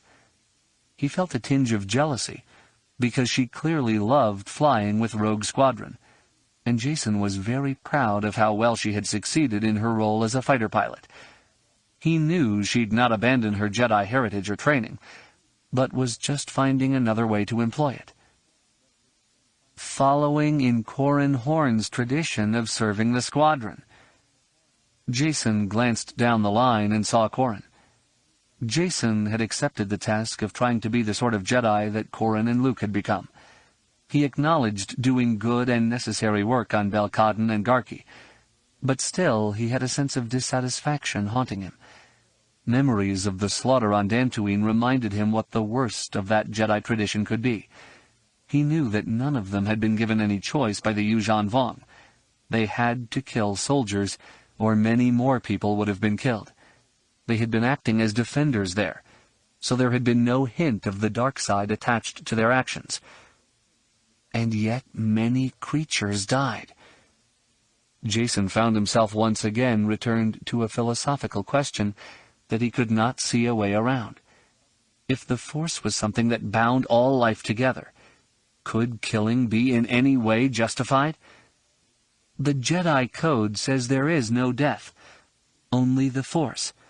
But the death of billions on Alderaan and Corrida was enough to send shockwaves through the Force. If that was true, then didn't lesser deaths also have an effect? As certain as he was that he didn't have an answer for that basic paradox, he knew there was one out there. Anakin had suggested that in his search he was circling the answer, and he couldn't fault his little brother's insight. But in circling something, I know at the very least there is something to circle. Now I just have to find what it is I'm circling. Two things served to rock Jason out of his internal journey. The first was the arrival of Rilal Tauren, the Ithorian High Priest, along with Luke. Until the Ithorian showed up, Jason had no idea why they had been called together, and the solemnity with which the High Priest and the Jedi Master moved suggested that the reason for the meeting was most serious. The entry of Desharakor into the room, slipping through the hatchway after Luke and taking up a position beside Octoramus, likewise underscored the seriousness of the situation. Ever since Luke had arrived at Ithor, the Twi'lek Jedi had been kept secluded at her request. He knew Luke had spent time with her, but he had offered no explanation for her search for superweapons. Luke Skywalker stood before the 24 Jedi and inclined his head toward them. "Brothers and sisters, Rilal Tauren is here to prepare us for what will be our part in the coming struggle. Listen well to what he has to say. Though we are here to save Ithor, we could, through negligence, destroy it. That cannot happen." The Ithorian nodded acknowledgment of Luke's words, then looked over the Jedi in silence for a moment. He interlaced his fingers and let his hands rest against his belly, then slowly began speaking in a voice that was as resonant as it was low. "We welcome you, the Jedi, here, and thank you for what you will do for us. I speak not just as myself, but for the Mother Jungle, above which we drift, and for the Ithorian people. We are one, and wish for your communion with us." He again studied the assembled Jedi. When his gaze fell upon Jason, the young Jedi found a blush rising to his face. He knew of no reason he should feel ashamed, then realized that what embarrassed him was the sense of complete calm coming from the Ithorian. Jason's own wondering about his future ran smack up against the confidence in Tauren's life and life choices. He feels about himself as I wish to feel about myself. Rilal Tauren opened his hands and spread his arms. "You all have heard that no one is allowed to set foot on Ithor. This statement is materially correct in its translation into Basic, but not absolutely true.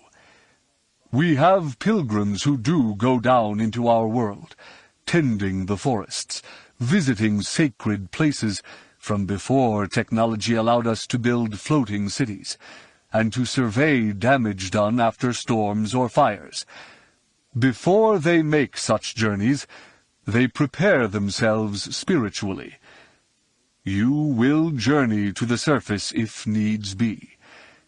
We wish then to prepare you, so you will accept the world as your mother, and the world will accept you as its children." The High Priest's eyes blinked slowly. "In order to do this, you need to become other than yourself. No one is allowed on the surface. Those who are allowed are not themselves." Jason frowned for a second, but caught a glimpse of Corran nodding to himself, so he assumed the mystery was not impenetrable. He recalled some of his early training in which he was required to open himself to the Force, to let go of himself so the Force could fill him. To become one with the Force, I had to become more than I had been before, but that meant casting off the image of who I thought I was. "Each pilgrim, in making the journey to the Mother Jungle, wishes to become closer to the jungle. To facilitate change and growth, the pilgrim looks at pruning aspects of herself that keep her from being one with the world below. So it shall be with you. You must think upon that part of yourself that closes you in, and that is the part of yourself you need to modify. You will share those things." "Out loud?" Worth Skidder, over next to Kip Duron, shook his head. "This is a waste of time. We should be getting ready to fight the Vong. Luke frowned. This is more important than that, Worth. The Ithorian High Priest pressed his hands together. If you feel we are wasting your time, you may be excused. What? Worth folded his arms across his chest.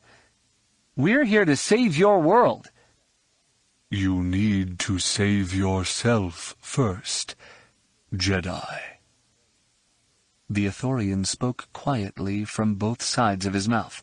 Until you wish to be saved, the Mother Jungle can do you no good. I don't Kip laid his left hand against Worth's folded arms. The confusion is ours. We understand Rilal Tauren, and will respect your customs. The Ithorian nodded assent, then spread his hands again.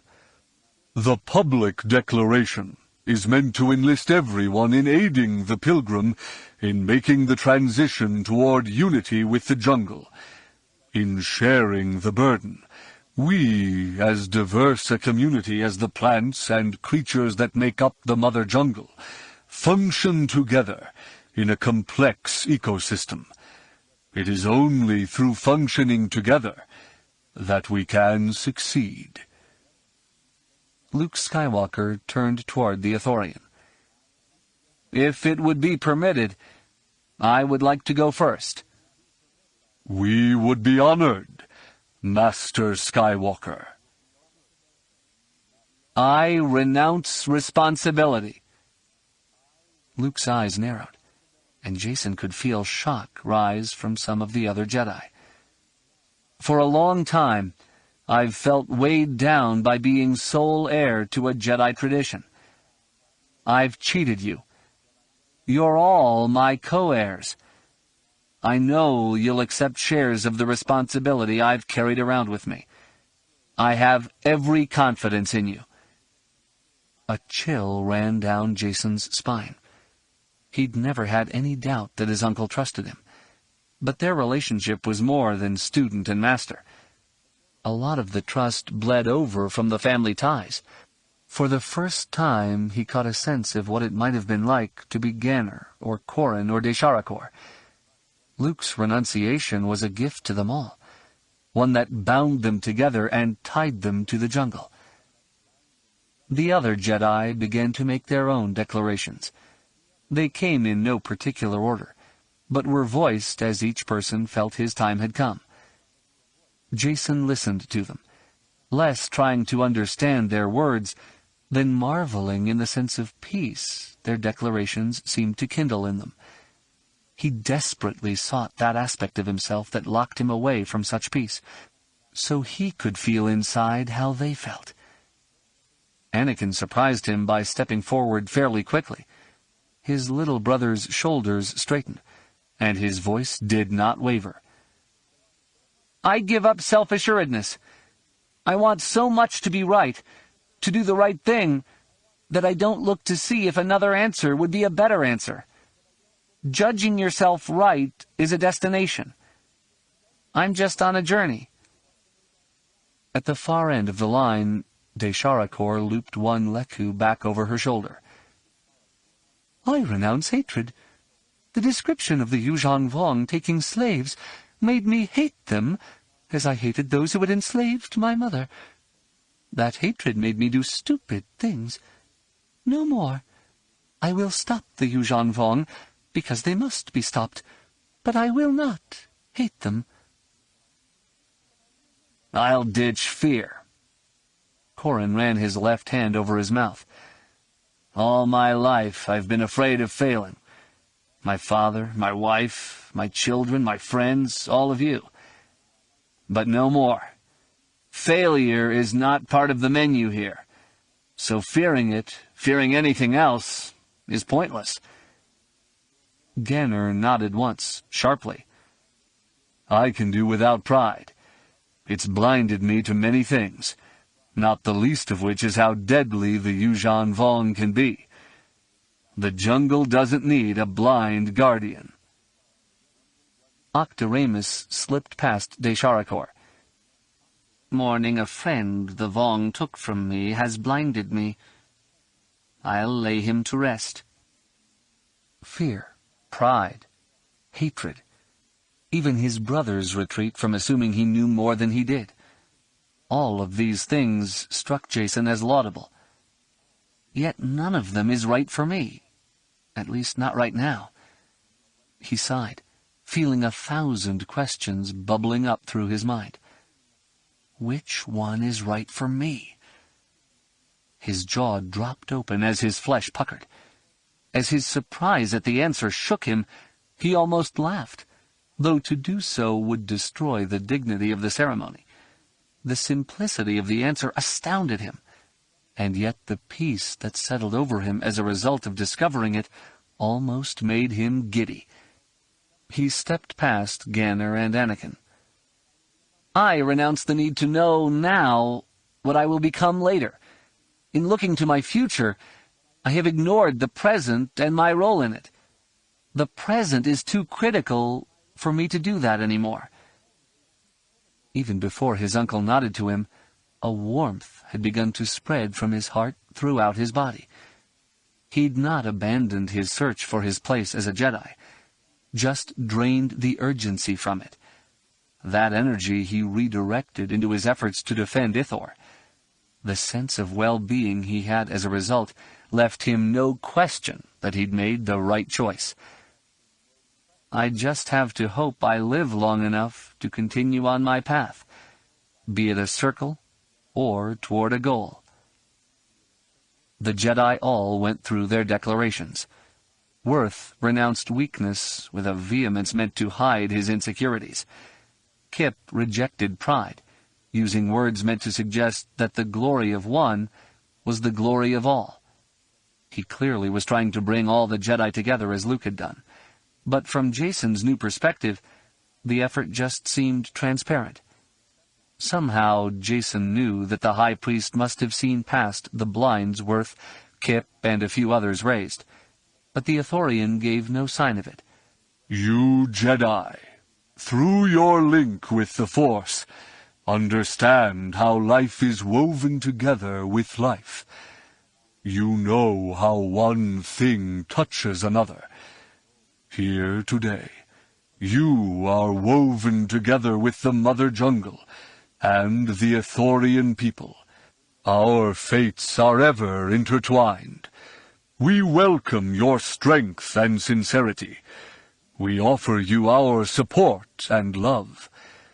As fibers woven are stronger than those alone, so shall we all be strong together, facing this threat.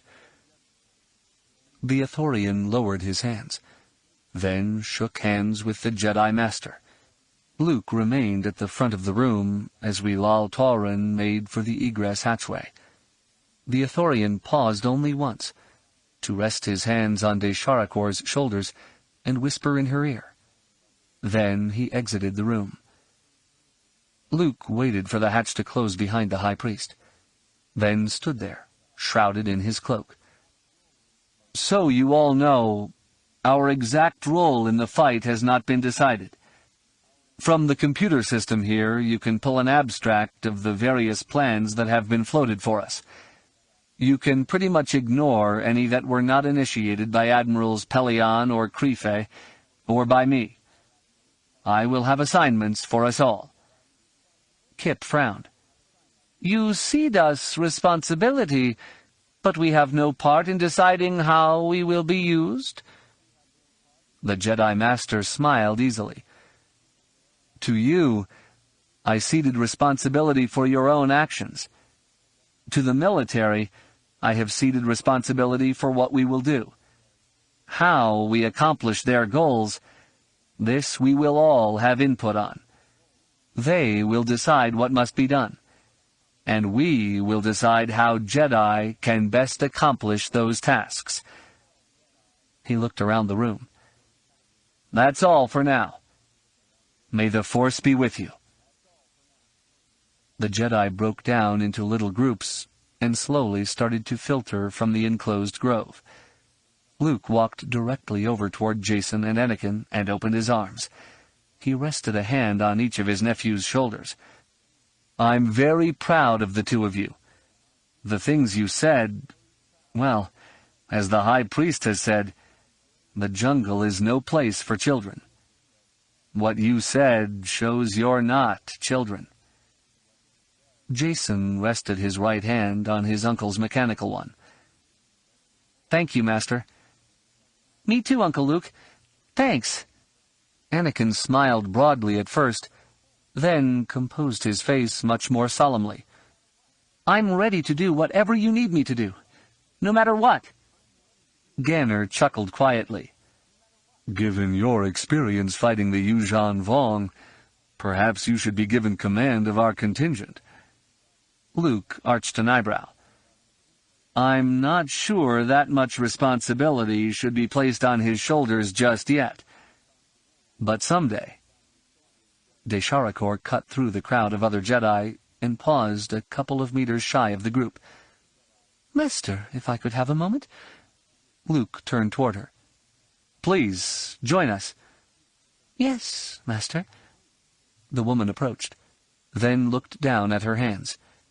Her leku twitched ever so slightly, betraying her nervousness.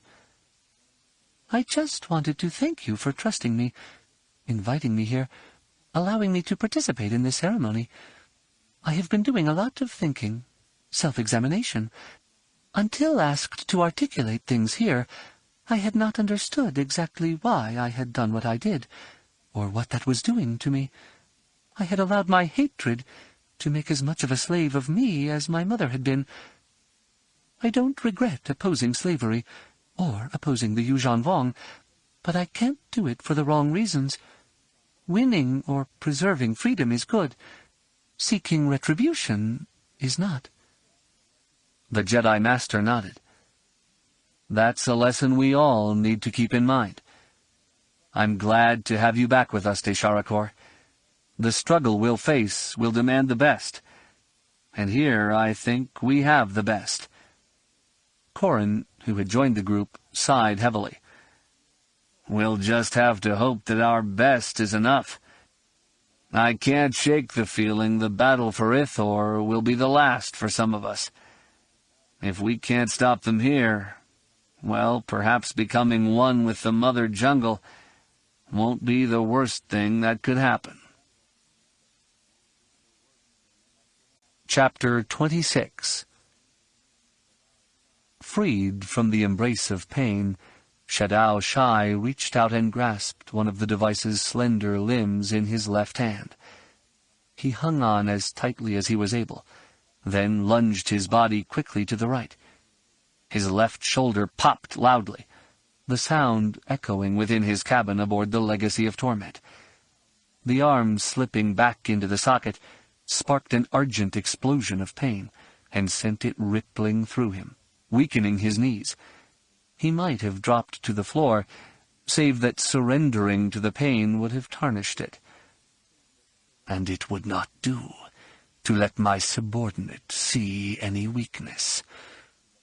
He turned his head slowly to where Dane Leon stood, eyes averted to decking. "You have a reason to disturb me?" "Commander, yes. Many reasons." "Then give me the best one." The implied threat in his command shook Leon, and Shadao Shai took secret pleasure in that. His subordinate did not look up, and could not quite rid his voice of a minor tremor. "My leader, we believe we have determined what it was that the Jedi sought to hide on Garki." "Really?" The Yuuzhan Vong leader kept his voice light, his tone questioning. "After so long, why is it you think you have succeeded now?" "As you will recall, Commander, we had great difficulty with the probes we were using in that area. We had a high failure rate on them. It was assumed that one generation of them had an undetected defect in the breeding. We employed another, and had similar results." Shadao Shai nodded. "You have bored me with these excuses before." Leon's shoulders shifted slightly. The creatures we were using are a strain related to Von Dune crabs. We employed another device while doing forensic examinations of the searchers that had failed. The searchers had inflammations of their respiratory systems, and with the new scanning creatures, we discovered pollen grains. The searchers died of an allergic reaction to the pollen. Von Dune crab armor had a more immediate and violent reaction to the pollen. The Yuuzhan Vong leader held up his left hand, ignoring the grinding in his shoulder. The idea that their armor fell prey to a naturally occurring element in the environment stunned him. That revelation had serious implications. The first, on a purely military level, was that now the enemy had a weapon they could employ that would seriously handicap the Yuuzhan Vong warriors. He had no doubt the enemy would use it. He would not have hesitated were he as beset as they were. Suddenly, every combat situation was a potential disaster. The second and more fundamental issue was that of biological and botanical opposition to their invasion. Ever since the invasion had been ordered, one of the motivating forces had been that the enemy were machinists. They created machines that mocked the living with their pseudo-life. Their reliance on machines marked them as defective, as weak, as contemptible, and certainly as deserving of death. They were infidels, blasphemers, and heretics, with no help of justification of their lives. But now, a living thing opposes us. He shook his head ever so slightly, realizing how dangerous was the battlefield that this development could lead him to. Just as a political faction had struck prematurely to gain control of the invasion, now the priesthood could use this new opposition to strengthen their influence. While Shadao Shai had every faith in the validity of the crusade, in spite of this discovery, war was a task best left to those trained to it. His eyes narrowed. "Who knows the information you have revealed to me?" "Just myself and those who investigated it." The hint of a smile snaked its way across Leon's lips. "They have been isolated. No word of this will escape." "Very good." He gave his subordinate a sincere nod. "You have isolated the plant that produced this pollen?" "The Bathor trees, which are native to the planet they call Ithor. The world is within our current invasion corridor, accessible from Garki." Leon lifted his chin. "I have taken the liberty of preparing a plan for the planet's annihilation." "A repeat of Cernpadal's destruction?" Leon shook his head. "No, Commander. My researchers have assured me that they can prepare an assault weapon with which we can seed the planet. Ithor is rich in organic matter. Destroying it will be simple." Shadao Shai raked a talon over his own chin and down his throat, feeling it click along the folds in his leathery flesh. "Stand off the world? Deliver the agent?" "Most efficient, my leader." "Indeed, but wasteful." Shadao Shai shook his head. "That is not how we will do it." "Why not?" Impatience flashed over Leon's face. He flicked a hand toward the planet below. "Even the conquest of a planet like Garki was not without casualties, and that is accepting the deaths in the garden. The infidels must be fortifying Ithor. They cannot allow us to take it from them. Fighting there will be fierce." The Yuuzhan Vong commander lunged at his aide and flicked a backhanded slap at the younger warrior's throat. Leon's hands came up, but not fast enough. The blow landed, not hard, but hard enough to drive him back a step and wring a choked gasp from him. Leon immediately dropped to his knees and touched his forehead to the deck. "Forgive this one, leader, for angering you." His harsh croak carried little contrition to Shadow Shai's ears, but the fear shooting through it brought him satisfaction. "Do you think we will be defeated in taking Ithor?" "No, Master." "Do you think our warriors will shrink from the possibility of dying there?" "No, Master." "Good." Shadow Shai spun away from Leon and let his heel spurs click on the decking as he began to pace. "What you suggest would be most efficient, but would hurt us more than help. We need to show them that we will crush them, no matter their preparations. So far, we have not launched a solid military operation against any of their worlds.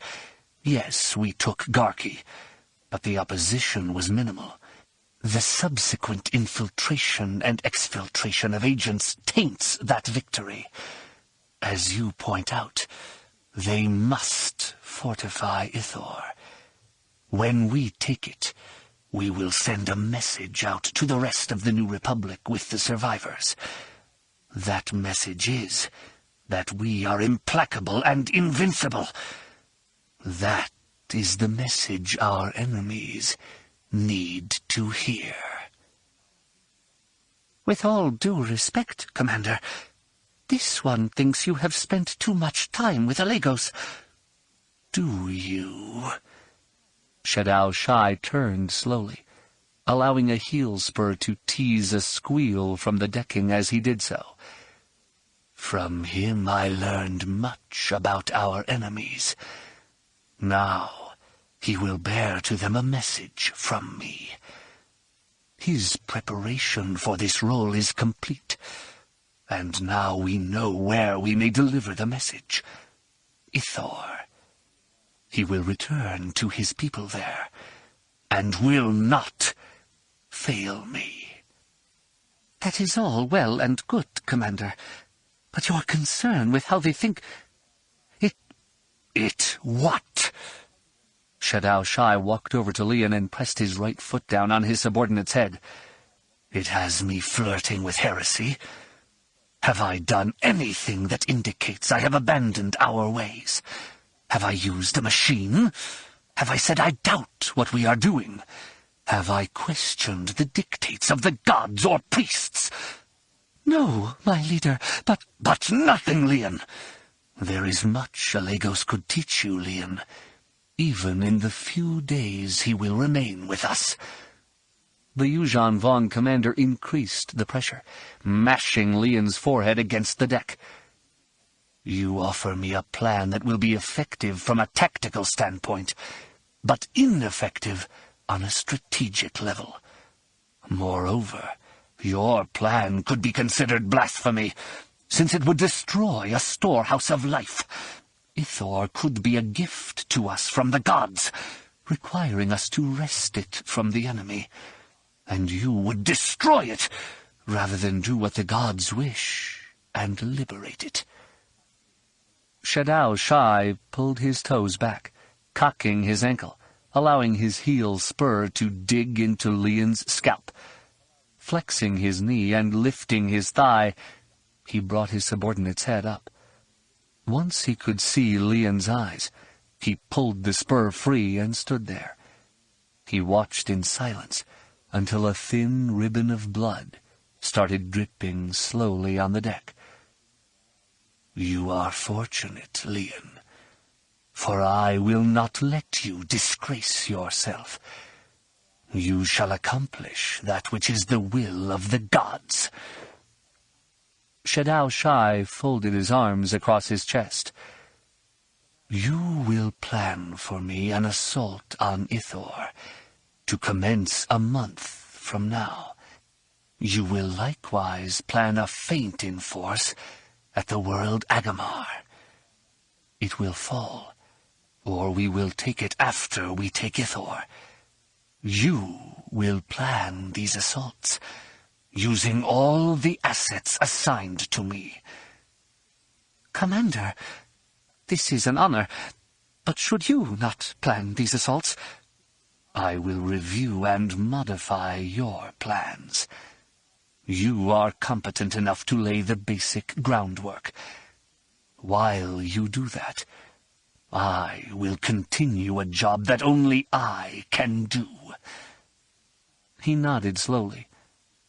"Pellaeon will provide our first avenue of attack on the New Republic. Within a week, he will be doing our work for us. Then I will have time to oversee what you have drawn up, correct it, and make it work." "Yes, my leader." Leon nodded slowly. "It shall be done as you order it." "One last thing. Commander?" "No word of this pollen goes out to anyone. If your people can find a way to modify armor to be immune, good. If not, we will fight without living armor." Shadao Shai smiled. "We are the Yuuzhan Vong. Our cause is right and just. The gods armor us when we go into combat, and entering it in a dead shell is just a sign of our faith in them." Dane Leon retreated to his cabin aboard the Legacy of Torment, and closed and sealed the hatch behind him. The small, ovoid enclosure had almost enough room for him to walk through it without scraping his head against the ceiling. He kept his head ducked, not wanting to smear blood on the ceiling, then dropped to his knees at the small storage space beneath his bed and pulled forth a Sclipune. He gently set the creature on top of the bed so the line where the two halves of its shell met faced him. Reaching around to the sensory tissue at the hinge, Leon ran his fingers over it in the combination of movements to which the creature had been trained to respond. The upper half of the domed shell rose, revealing a villip nestled there like a pearl. The Yuuzhan Vong stroked the villip once to waken it, and felt his pulmonary arch quicken its pumping as the communications creature morphed with the features of his true master. Leon ducked his head immediately. "Master, forgive this intrusion, but this one must report." "Proceed." The villip voiced the command flatly, but it still contained a hint of his master's tone. "It was as you suggested it would be. I offered Shadao Shai the plan to destroy Ithor, but he rejected it. Instead, he would have us assaulted in a most conventional manner, and, perhaps, in not so conventional a manner." The brows on the face assumed by the villip arrowed downward. "Explain." Leon kept his face expressionless, and flattened his voice. He knew that in crafting his answer, he was playing a dangerous game. But Shadao Shai demanded he play it. He was likewise certain that his master knew he was playing, but might not know the depths of his skill at political manipulation. "He remains obsessed with the infidel. He has not enough time to spend on planning the Ithorian assault. He is so preoccupied. He is convinced eliminating the threat that is Ithor would be detrimental to the future of our assault, because of how it would make the enemy feel about us."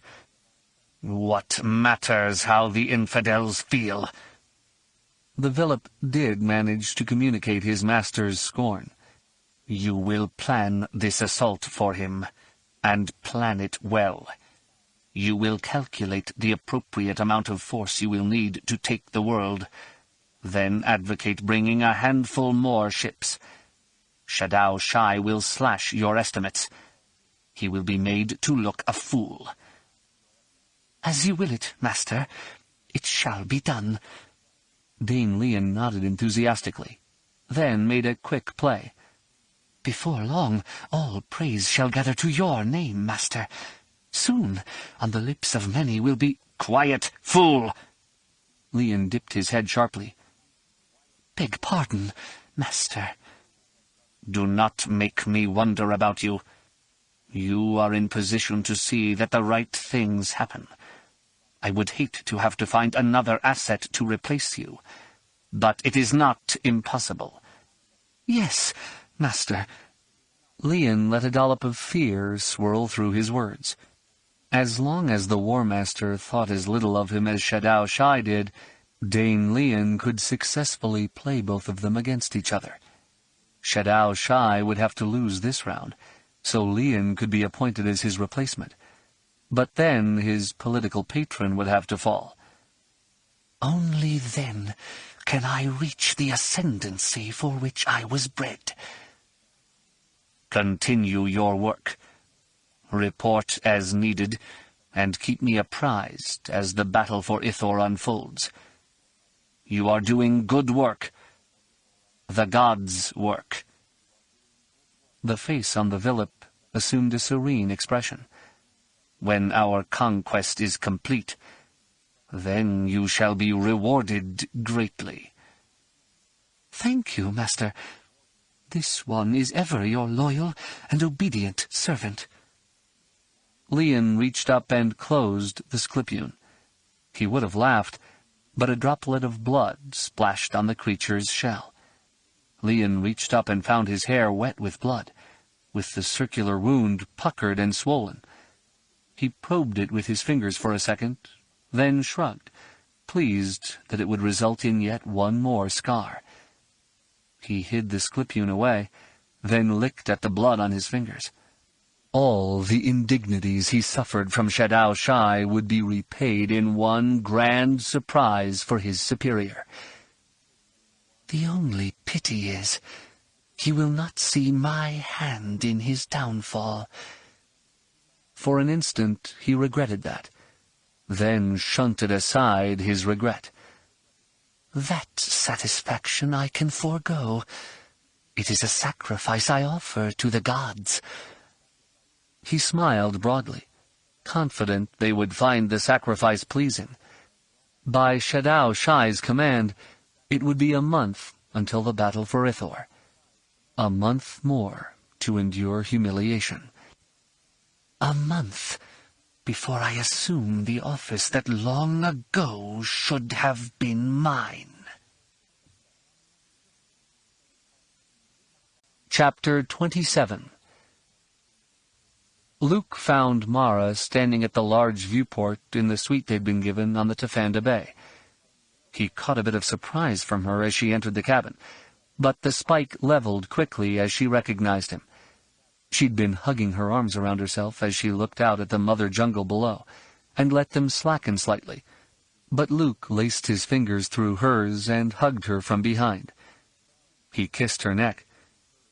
"How are you doing?" Mara nodded confidently. Good. Very good. High Priest Tauren stopped by and graciously performed with me the ritual he did for the Jedi and others. I felt ashamed that I'd not been there with the Jedi, but... It's okay, Mara. We would have loved to have you there, but we want you rested to be at your best. She leaned her head to the right, gently touching her temple to his. I know, and that's very sweet of you, Luke. But there are times I feel like a malingerer. In some ways, Ithor seems so peaceful that maintaining an edge is tough for me. It's not so much that I like strife. It's just that I've been trained to deal with it. I'm at my best doing that. And you're one of the best doing that. One of? Luke laughed lightly. Let me amend that. The best at dealing with strife. She turned her head and kissed him on the cheek. Thank you. Mind if I just relax here in your arms for a while? Sure. We have time. A day or two? Well, sure. But standing here for a couple of days will be a bit much, don't you think? Luke smiled. We could get faint from hunger. Oh, good point, husband mine. Perhaps we should go lie down. Definitely like the way you think, Mara. The Jedi Master hugged her just a bit tighter. Outside the viewport, a flock of triple-clawed manolium birds took off in a brilliant gush of color, to whirl and dive in a rainbow arc back down to another roost. Wow. With all the planning and everything that has been going on, I have had little time to stop and see what it is we're fighting to protect. I've been watching for hours, and there is always more to see. Mara turned within his arms and brought her arms up and around his neck. Wilal Tauren was very good for me. He told me that while the Mother Jungle is a peaceful place, it is not without violence and hostility. He noted that predators and prey are all part of the natural cycle. A predator kills prey and eats it. Then bugs and microbes devour what remains, nourishing plants that provide food and shelter for the prey. And he likened you to a predator? Mara shrugged. Actually, he likened me more to a firestorm, burning a huge swath through the jungle during the dry years. Didn't think they got that much news out here. Oh, Jedi sarcasm. I'm wounded. They both laughed aloud, and Luke kissed her again, on the lips and tip of her nose. He gave you a bit of perspective with which to view your role in the upcoming battle? Yes, one that allowed me to reconcile my nature with that of the Mother Jungle. And that's really the key. The Mother Jungle embraces it all, because it is part of the natural cycle. What is unnatural about the Yuuzhan Vong invasion, about war, is that it's not for natural reasons. Politics, avarice, greed, jealousy, all of these things cause wars, but are pretty much unrecognizable in nature. They occur when creatures try to divorce themselves from nature. Luke smiled at her and hugged her very close. That's one of the things I like the most about you, Mara. You're always on the move, always getting better and better. You continue to grow when so many would be content with sitting back. I can't sit back, Luke, especially now. Mara slipped from his arms. There are so many things I want, and with the invasion, with my illness, I don't know if I will ever be able to... Her lips flattened into a thin line. Then she took his left hand in hers. Maybe it's just all the talk of nature, but right now I really wish that I was carrying our child. I mean, I look at you and love you so much, Luke, and to even think that we might not be able to... She looked away from him, her other hand curling into a fist. Mara.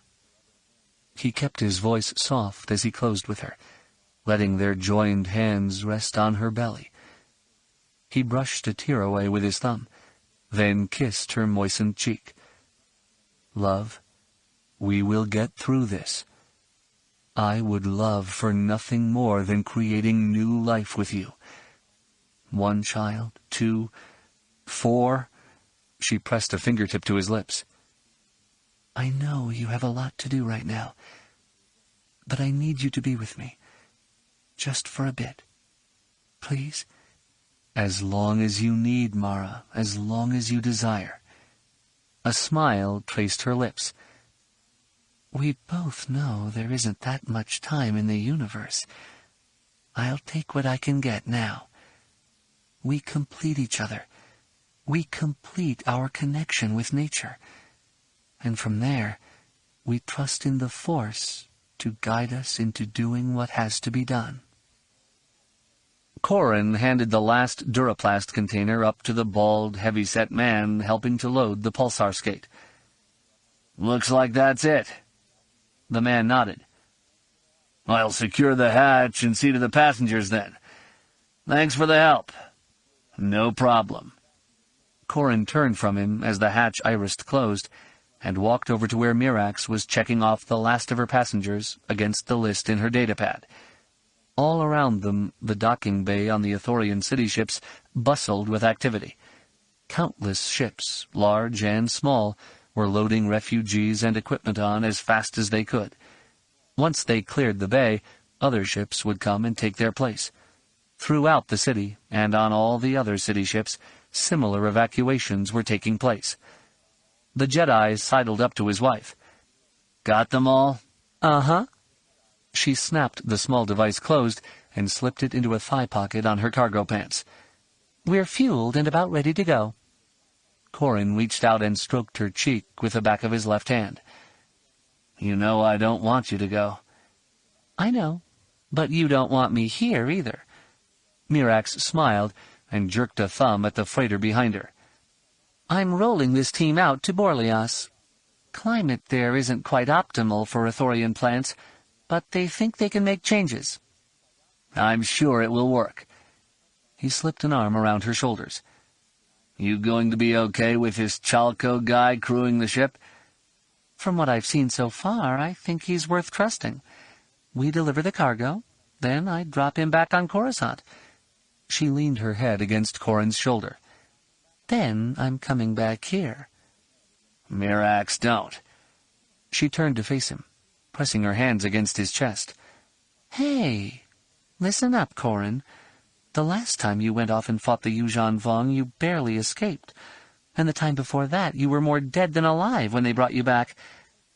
"Mirax, having you here isn't going to keep me safe." "Maybe not, but I can certainly kill whoever it is who gets you." Corrin rested his hands on her shoulders. "First, I'm not planning on dying." "Very few people do." "True." He sighed. "Mirax, I don't want you here. The fighting is going to be nasty. What you're doing now, taking Ithorians and their botanical bounty away, that's more important than anything I'm likely to accomplish here. You're going to be doing what you do well, and so will I." Her brown eyes narrowed. "The chances of my being killed are rather slender." "I know, and I like that." He gave Anakin Solo a quick nod as the youth went running up the skate's landing ramp, then touched his forehead to his wife's. "My grandfather died when my father was young, and I know you lost your mom young. I don't want that to happen to our kids. But the only thing worse would be if both of us die here." "If we both die, Booster will take care of the kids." "Now there's a comfort." She lifted his chin with her hand. "Think of it as motivation to stay alive, Corrin." He ducked his head to kiss her hand, then looked up, his smile carrying all the way from his mouth to his green eyes. "I have motivation, love. And look at the record. The first time they nearly killed me. The second time I escaped in pretty good shape. Momentum and trajectory I've got. It's the Vong who should be worried." Mirax smiled grudgingly. "You know, that cockiness of yours really drives my father nuts." "But you love it." "Well, when you were a pilot, it was attractive." She shrugged. "In a Jedi Knight, well—" "Yes?" "Well, the Yuuzhan Vong should take it as a warning." Mirax kissed him once, softly. Then her kiss hardened. Corrin let his hands slip down and around her back to draw her into a tight embrace. In her kiss, in her body, he felt an urgency and intensity, fueled more by love than any sense of loss or fear. "I will miss you, Corrin, so much." "Me too, Mirax." He clung to her fiercely. Through his mind flashed scenes from their life together. The first time he ever saw her. Her face as she slept peacefully in the wake of passion. The tears and smiles after the birth of their children. And even that spark of pain hidden behind an impassive mask as she watched a child try and fail, knowing that she could not make the failure right. "I love you, Mirax. Always will." "I know." She kissed him again, then smiled. "You know, I'd love to take the next 12 hours to say goodbye to you properly, but they need the ship berth." "Bureaucrats have no romance in their hearts." Corrin kissed her again. "Whatever you were thinking for us to say goodbye, figure that's how we'll say hello again, and take a week doing it." You have yourself a date. She kissed her fingers, then pressed them to his lips. Be careful, Corrin. I know you'll be brave. Anakin found Chalco tightening the restraining straps on a couple of the Ithorians in the Skates lounge. You weren't going to tell me you were leaving? Chalco patted the young Ithorian on the shoulder, then turned to face Anakin. You've been busy doing Jedi stuff. I didn't want to interrupt. Mirax needed some help, and one thing flowed into another, you know? That explains why you're here, but not why you didn't say goodbye. The man frowned. Always said you were a smart kid. It's like this, Anakin. Chalco leaned down, resting his hands on the youth's shoulders. Going after Deshara Corps, I kind of wanted to be a hero, and you saw how that turned out. I went to rescue you, and you turned around and rescued me. I guess I figured, well, I'm not really hero material. Anakin frowned at him. Hey, you did rescue me. As you said, if you'd not brought the blaster, I'd not have taken Deshara Corps down. And you know, what you're doing here, helping these people escape, is heroic. Sure, maybe. But not the sort of heroism you're going to need. Chalco patted him on the cheek. Don't get me wrong. I'm happy I met you. Proud, in fact, to know a Jedi like you. I mean, we're friends, right? I'd like having a Jedi friend. And more important, I'd like having you as a friend. We're friends, Chalco. Good.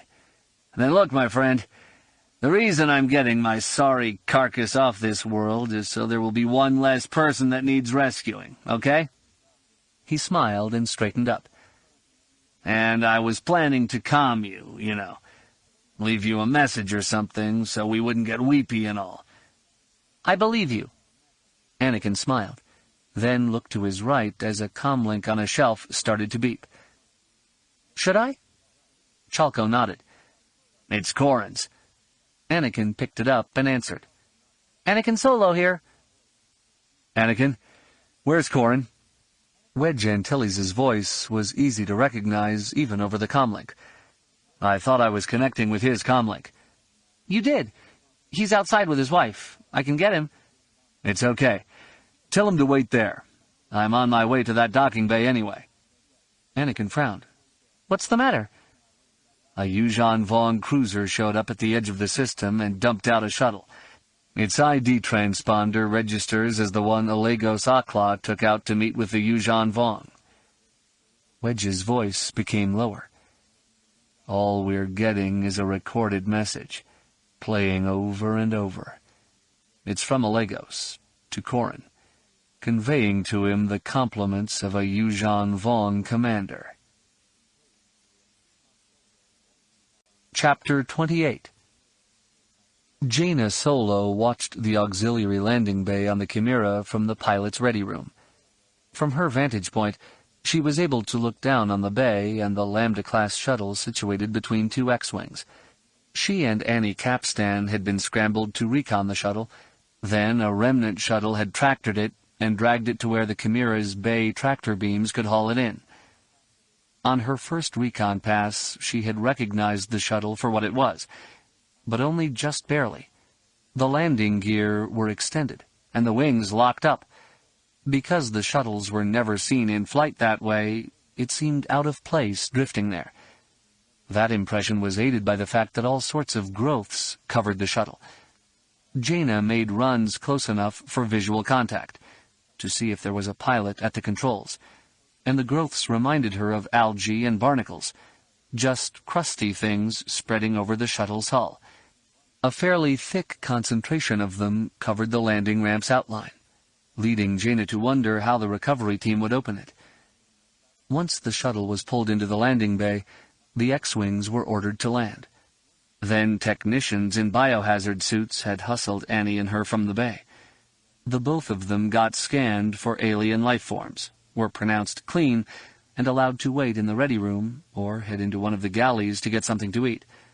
Annie ran off, and Jaina was fairly certain she'd have found a sabacc game somewhere and in no time at all would be stripping crew members of whatever the Remnant used for credits.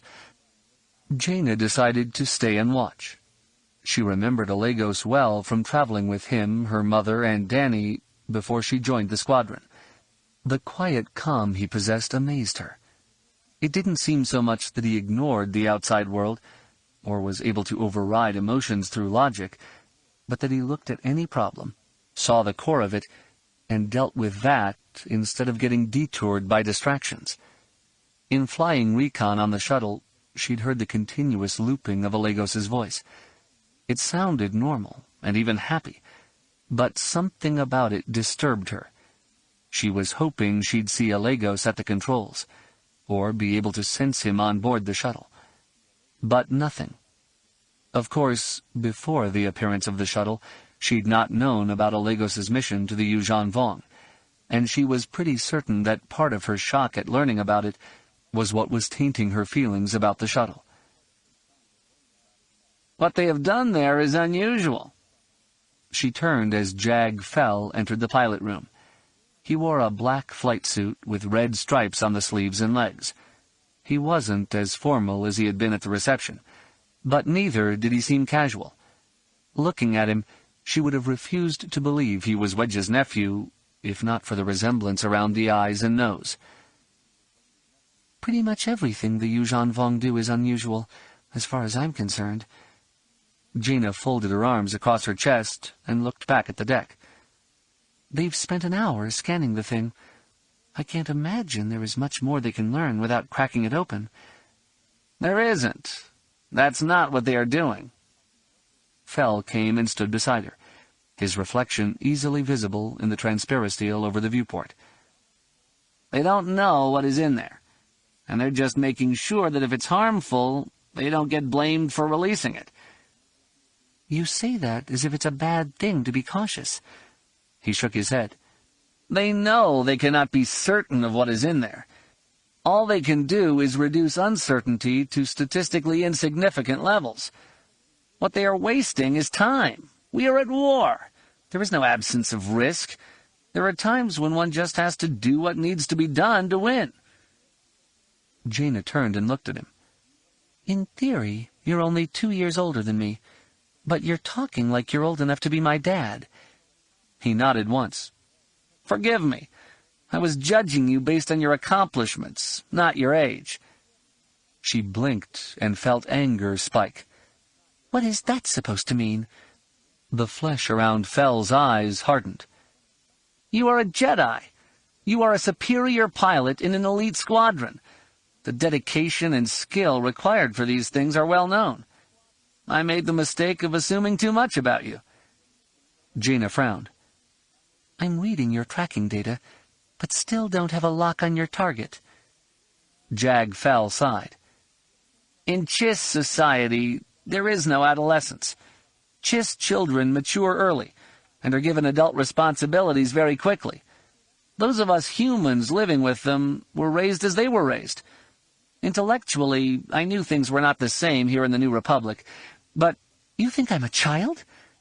Jaina gave him an icy glare. You think I'm soft or something? Fell broke eye contact, and she noticed a blush rising on his cheeks. He raised a hand to ward off her comments, then shook his head. In doing that, he peeled off a decade or two, and seemed to her for the first time to be someone his own age. Not soft. No, not at all. You have determination and courage, but you lack— Lack what? He frowned and glanced out at the shuttle. You're not grim. Jaina caught herself before she could proclaim that she was, in fact, grim. Grim enough to out-grim him, even. No. I mean, there are times, yes, but being grim takes such a toll. It does, at that. He pointed a finger toward 2 men walking across the deck. They were wearing environment suits, but the clear headgear made them easily recognizable.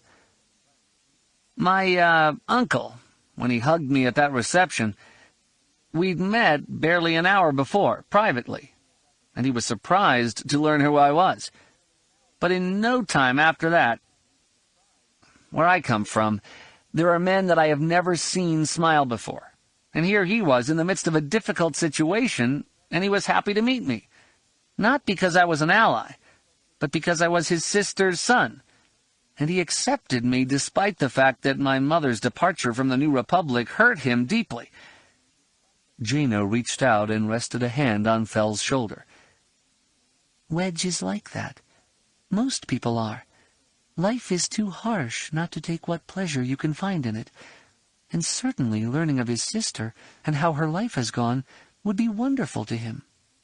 No matter how bad things might be, a joke, a smile, a pat on the back help break the tension. Fel raised his chin, and Jaina could feel his defenses repairing themselves. Among the Chiss, celebration is saved until the job is done. Even if it is never-ending? If it isn't ended, the celebration is false. No, it's necessary. She looked at him, at his strong profile, at the determination on his face, and felt a shiver run down her spine.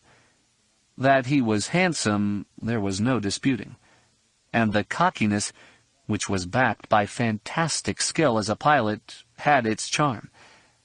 She admired the way he'd stood up to the New Republic's politicians, most of whom disgusted her because of the way they treated her mother.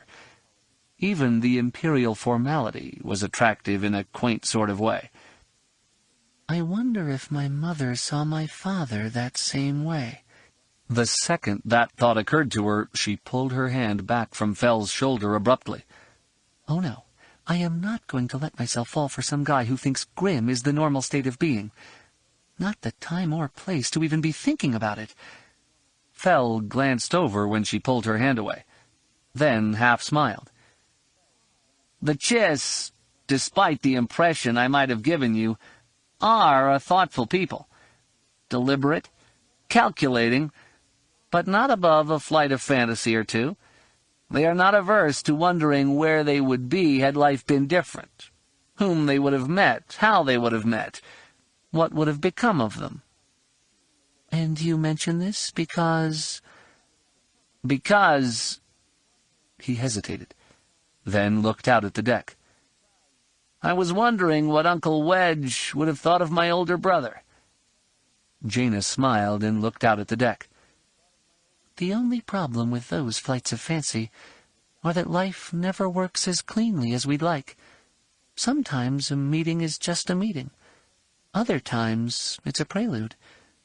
Fel laughed lightly. Had I said that, you would have accused me of talking as if I were your father's age again. I might well have, but probably not. She didn't glance at him, but did look at his reflection. The nice thing about being an adolescent is being able to make mature decisions when you need them, and being able to just flow along with life when you don't. Corrin felt extremely uncomfortable in the environment suit. He was sweating, but wasn't hot, since the suit's cold temperature had him shivering. The way the growths on the shuttle changed its outline, the way scales trailed along edges, then blossomed into a gush of gray-brown mineral crusts, just had his flesh crawling. He glanced over at Wedge. You don't need to be here, Wedge. If anything happened to you, Iella and the kids would never forgive me. Oh, sure. And you think Mirax would forgive me if anything happened to you? Wedge laughed easily. You and me. Just like that trench run on Borlias. Except this time you go first. Didn't I get ordered out on that run? Yeah, you did. You going to pull rank on me here, Colonel? You'd listen to that order as well as I did. Corrin shook his head. And you're not feeble-minded enough for some of the Jedi things to work. Okay. Glad you're on my wing.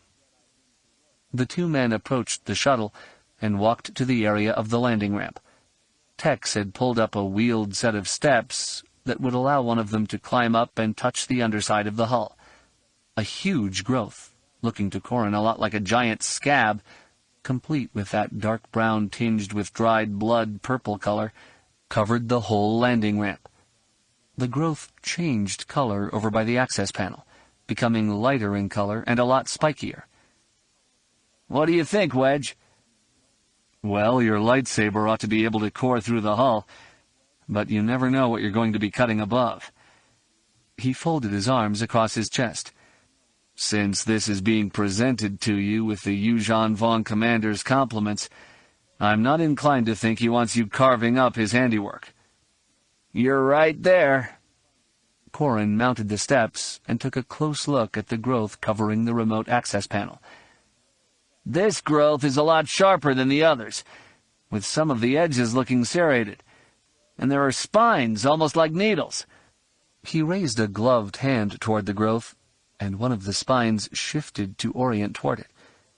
In an eye blink, a slender needle shot out, but failed to penetrate the glove.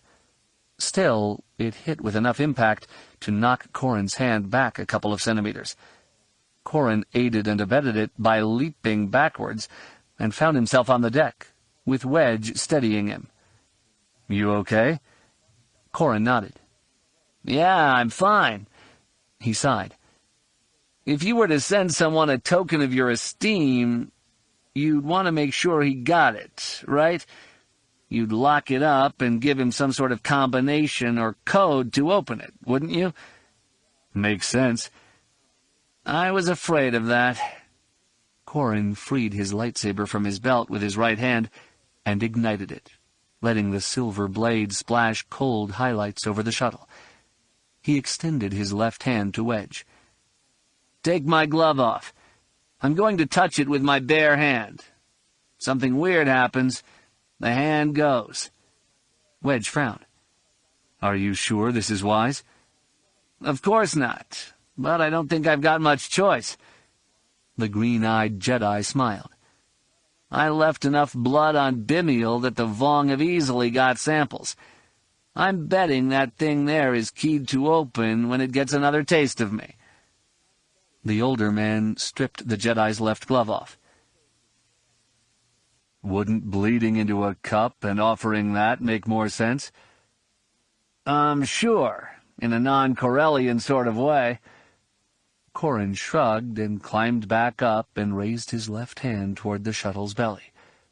One of the spines shifted over and flicked a needle into his palm. It pulled back fast enough, and Corrin stared at the bead of blood rising from the little wound. "Guess we should have thought about venom, shouldn't we?" Before Wedge could answer, the edges of the scab cracked, with little brittle pieces of it falling to the deck to shatter like ice. Thick, glistening lines of mucus flowed from around the edges, linking the hull to the descending ramp. The lines stretched thin, then broke in the middle, half of it retracting to drip from the hull, the other slowly flowing into a sluggish crystalline pool on the deck. Corrin climbed off the stairs and headed up the ramp, his lightsaber still lit. Wedge came close on his heels, with a blaster in his right hand. Save for some bioluminescent lighting, the shuttle remained dark, with the lightsaber's blaze deepening shadows and stretching them into grotesques as Corrin waved it about. Throughout, the shuttle panels had been pulled open and smashed. Weird Yuuzhan Vong growths, some like roots, others just coral spikes, decorated the interior hull.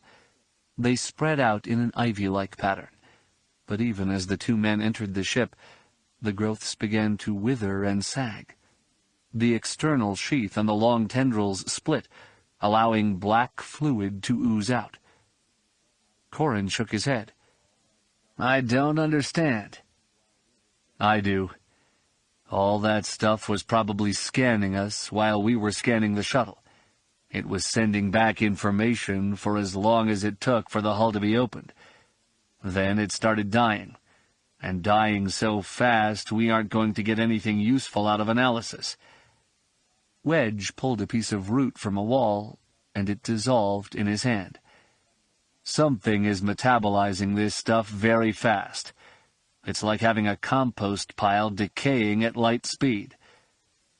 "Well, if that's the message Shadow Shai wants to send me, I don't know how to take it. I mean, I'm not the Jedi who was a farm boy, and I'm not planning on dying that fast, thanks." Corrin held his lightsaber high to spread the light out. "Wait, what's this?" Up toward the front of the passenger compartment, flush against the bulkhead that backed up to the pilot's compartment, sat a large and semi-ovoid shape, lying on its side. It had a seam running around the middle, parallel to the deck, and looked very much to Corrin like the shell of a sea creature. It had a rough tan exterior, with stripes running from the spine to fan out along the front edge. Another of the stony growths with spines sealed the seam at the front. As the two men approached it down the aisle between banks of seats, the Villip perched on top of it took on the features of a Lagos.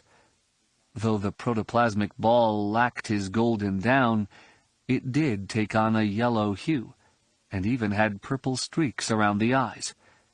It looked much akin to a static holograph, where the lasers had been misaligned. Recognizable, but only barely. The Villip began to speak in a Lagos's voice. "There is much I would tell you about the Yuuzhan Vong, but I have little time. Shadao Shai has taught me much. The Yuuzhan Vong are not mindless predators, but a complex species whose philosophy is much the antithesis of ours. I have not discovered the origin of their hatred for machines, but in other things I believe there is room for compromise. My mission to the Yuuzhan Vong has been difficult, but not fruitless, and I have hopes for continued progress." The image molded onto the Villip smiled. "In our many discussions, Shadao Shai was especially intrigued by the tale of Grand Admiral Thrawn studying the art of the enemy and gleaning understanding from it. For you, Corrin Horn, Shadao Shai has great respect. He knows you were at Bimiel. The 2 warriors slain there were kin of his. He knows you were at Garki. He believes the 2 of you will meet in the future.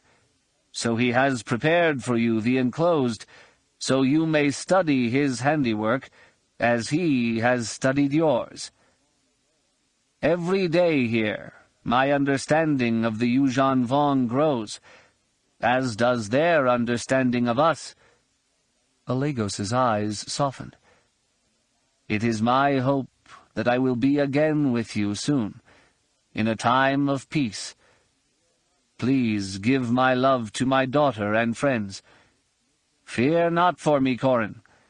Though difficult, this mission is vital, if there is to be any chance at peace at all." At the message's conclusion, the Villip condensed back down into a ball, then rolled off to the left and dropped to the decking. Corrin looked over at Wedge and shivered. "I don't think I like Shadao Shai thinking the folks on this side of the firing line are the same caliber of genius as Thrawn was." Wedge shrugged. "Well, it might make him more cautious, and might make him come at us with enough force that even Thrawn would have run." The Jedi shook his head. "Maybe we can talk the Vong into accepting some Nogri bodyguards." "I don't think that's likely." Wedge nodded at the container. "You going to open it?" "I guess. If Lagos had thought this was a trap, he would have found a way to warn me." Corrin held his left hand above the seal and tightened it into a fist, letting a couple droplets of blood drip down onto the Yuuzhan Vong device. The growth cracked slowly, then crumbled. The shell case slowly opened. The lightsaber's glow flashed from gold in the interior. "Sith spawn!" Corrin felt his guts liquefy as he dropped to his knees. Oh no. No. The opened case revealed a work of art that clearly had been the result of many hours lovingly lavished on it. A fully articulated skeleton sat cross-legged, each bone washed with gold. The sternum and the smooth caps at the end of long bones were gleamed with platinum. Scintillating violet gems burned in the hollows of the eye sockets. Amethysts had been powdered and layered onto the sides of the skull, flaring back in the exact pattern of Alegos's stripes. The teeth, polished white, grinned coldly in the lipless mouth. The Kamasi skeleton sat there, the head canted down to stare at the Villip nestled in the triangle described by its legs. That ball of tissue hardened into mismatched features. The voice that emerged from it came equally harsh and halting. Its command of basic was fine, but shaping its mouth around the sounds appeared to be difficult. I am Shadao Shai. You were at Bimiel. You slew 2 of my kinsmen and left them to be gnawed by vermin. You stole the bones of my ancestor. These bones here I present to you, so you may know the proper way to venerate fallen Yuuzhan Vong warriors. The voice softened almost imperceptibly. I regret that your actions forced me to slay Alegos. I want you to know I did it myself, with my bare hands. As I strangled him, I read in his eyes betrayal, but only at the first. Before he died, he understood the necessity of his death. You must understand it as well. The Yuuzhan Vong's eyes narrowed on the Villip's surface. We will meet our respective forces at the world you call Ithor. If you have any honor at all, and Alegos assured me you did, you will return to me the bones of my ancestor. If you do not, then it is you who renders our friend's death meaningless. Corrin felt Wedge's hands on his shoulders as the Villip rounded itself again. The Jedi flicked off his lightsaber, sinking the cabin into darkness, all but hiding the skeleton displayed before him. He reached out with his left hand, seeking warmth, seeking something of Alegos's essence, but just felt cold. Wedge, Alegos was so peaceful. He saved me and my sanity when I was with the pirates. He helped save Mirax. Corrin hung his head. And his murderer tells me that his death is my fault? Alegos never did anything to hurt anyone, and is slaughtered to make a point? Wedge's hands tightened on Corrin's shoulders. To the Yuuzhan Vong, this was the only message they thought you would understand. Yeah. Well, this Shadao Shai made his point. Corrin heaved himself to his feet. He wants those bones back? He'll get them. And in a big box, too. I'm going to pack his in with them. Then the Vong can carry the whole stinking lot back to wherever they call home. Chapter 29. The light from the holographic representation of the Ithorian system splashed over the faces of the people gathered in the briefing room. Luke watched it shift and change as Admiral Creefey altered the perspective.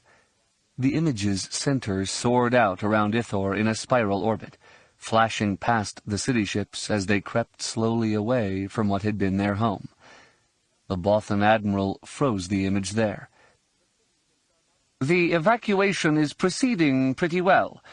The city ships are not structurally sound enough to make the jump to lightspeed, even if they could be fitted with hyperspace drives.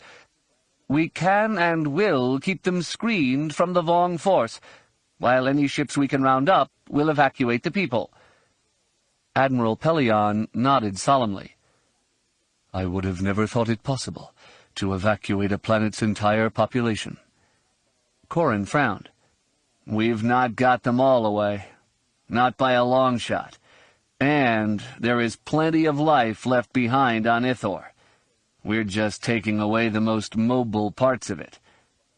Crefei nodded and glanced down at the datapad he was using to control the holoprojector. "Best estimates are that we need a week or so to complete the evacuation. But that's provided the extra shipping I've requested can get here. Already the price of passage from worlds like Agamar is spiking, so anyone with a ship that can haul a load is heading up there to get self-loading freight. It is a race against time, and the chances to win it are quickly slipping away." The Jedi Master sighed, the gravity of the Bothan's words weighing his spirit down. "Nothing your cousin can do?" Trieste Crefei laughed aloud. "No, not really. His advisors fled back to Coruscant on one of the first ships to go." Corrin arched an eyebrow in surprise. "Borsk stayed behind?" "He did." The Corellian Jedi held both hands out, palms up, as if they were either side of a scale. "Brave, stupid. Brave, stupid. Not sure which I want to believe of him." "As long as he does not cause trouble, I don't care which it is." The Bothan sighed. "Then again, the chances of his not causing trouble are minimal." "And really immaterial." Pellaeon pressed his fingertips together. "Our engineers have finished the work on the ground station. The defenders, such as they are in position. Shells defending a shell, but it should be sufficient to fool the Vong." Luke nodded. "Good. The Jedi are very close to finishing our preparations on the Tafanda Bay. I'd prefer more time to make sure things will work properly, run some simulations, but we go when we go. It's really up to the Yuuzhan Vong." "It is that, definitely." Crefei hit a button on his datapad, and the viewpoint's spiral continued on out in a long arc toward the depths of the solar system. There, nestled between an asteroid belt and a gas giant, sat the Yuuzhan Vong fleet. The ships almost appeared to be a group of asteroids, slowly leaving the belt to orbit the gas giant, but their course pointed inexorably in toward Ithor itself. The fleet's image sent a chill down Luke's spine. The Bothan Admiral sat back and smoothed the white fur on his neck with both hands. "Ever since they showed up in the system, I've been running dozens of simulations of the probable course of battle. With the forces allotted to both sides, the outcome is fairly consistent. We engage in space, inflict damage on each other, then retreat to the opposite sides of the world. At their current rate of advance, we engage in 3 days, perhaps 4. One big battle, then a standoff." Gilad Pellaeon leaned forward and smoothed his mustache with thumb and forefinger. "I've requested reinforcements, and I know you have too. What I don't like about the simulations I've run is this. The Vong can peel off a small contingent of their ships and send them after the city ships once we've settled into our standoff. We have to react, shifting the balance of power here. Ithor will be open to them." Corrin's green eyes narrowed. "Can these reinforcements come into the system in a position to cover the city ships?" The Imperial Admiral nodded. "That would be relatively simple to accomplish, and would put them in position to help with the evacuation, too." "And the evacuation is more important than killing any Yuuzhan Vong splinter force." Luke looked at Corrin. "What is it?" The Corellian Jedi blinked, then glanced down at his hands. "Well, it sounds as if what we really need, instead of just a standoff, is a truce." Pellaeon nodded. "That would be most useful, but the fate of your Kamasi friend would suggest it's unlikely." "Maybe not." Luke looked hard at Corrin as a spiked wave of conflicting emotions erupted from the dark-haired Jedi. "What do you have in mind?" You've been planning something. Caught red-handed. Corrin's lips pressed into a flat line. I didn't mean to deceive you, Luke. I know that's not possible, but you all heard what Shadow Shai said to me. I sent a message to Agamar. A day from now, I expect to get those bones from the archaeological team that recovered them. I'll have something Shadow Shai wants. Luke shook his head. You weren't planning something stupid, were you? Were you going to bring them to the Tafanda Bay and use them as bait? I don't know what I was thinking. I hadn't gotten as far as planning. Corrin looked at his open hands, then pressed them flat on the tabletop. I just knew.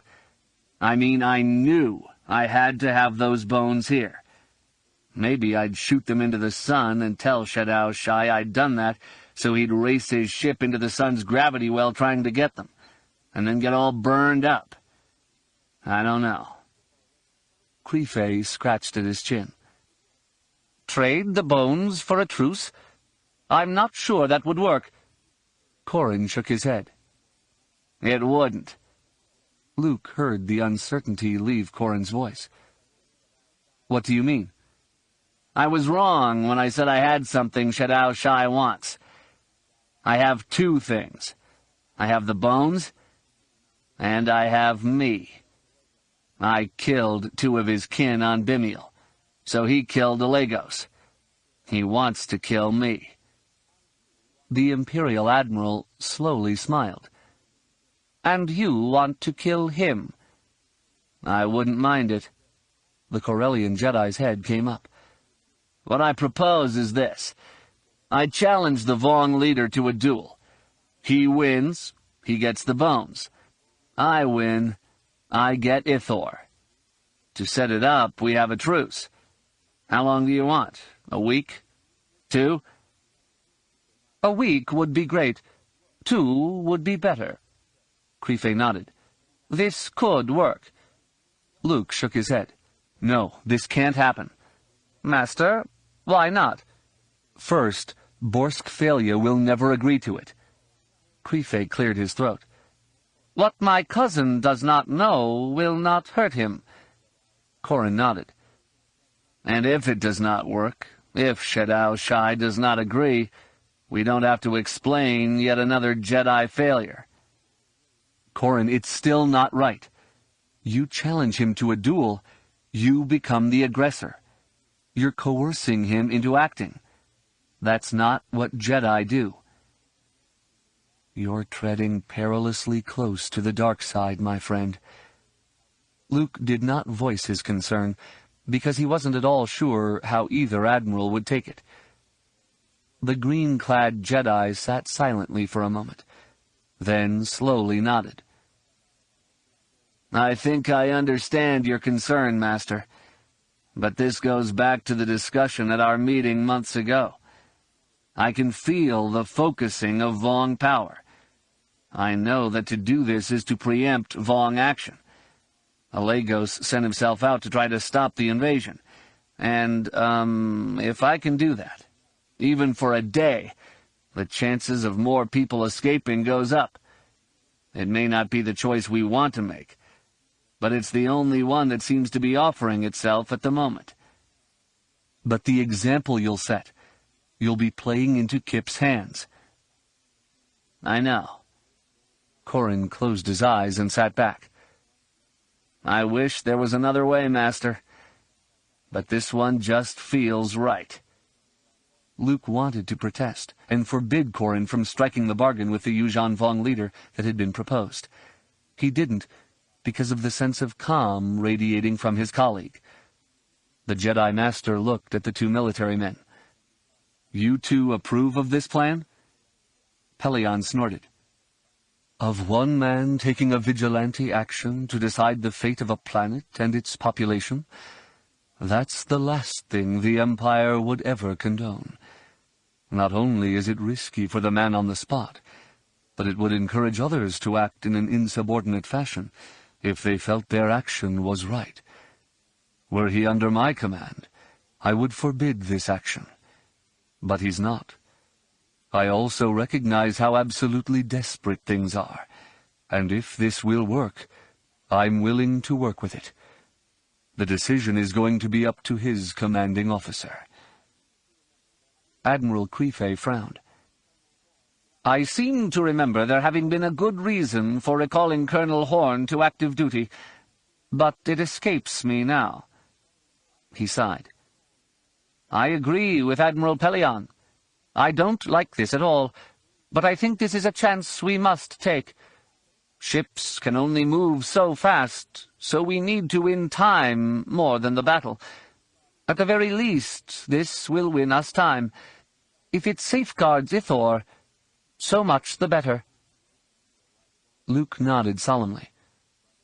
"There is a great deal I don't like about this, but—" He glanced at Corrin.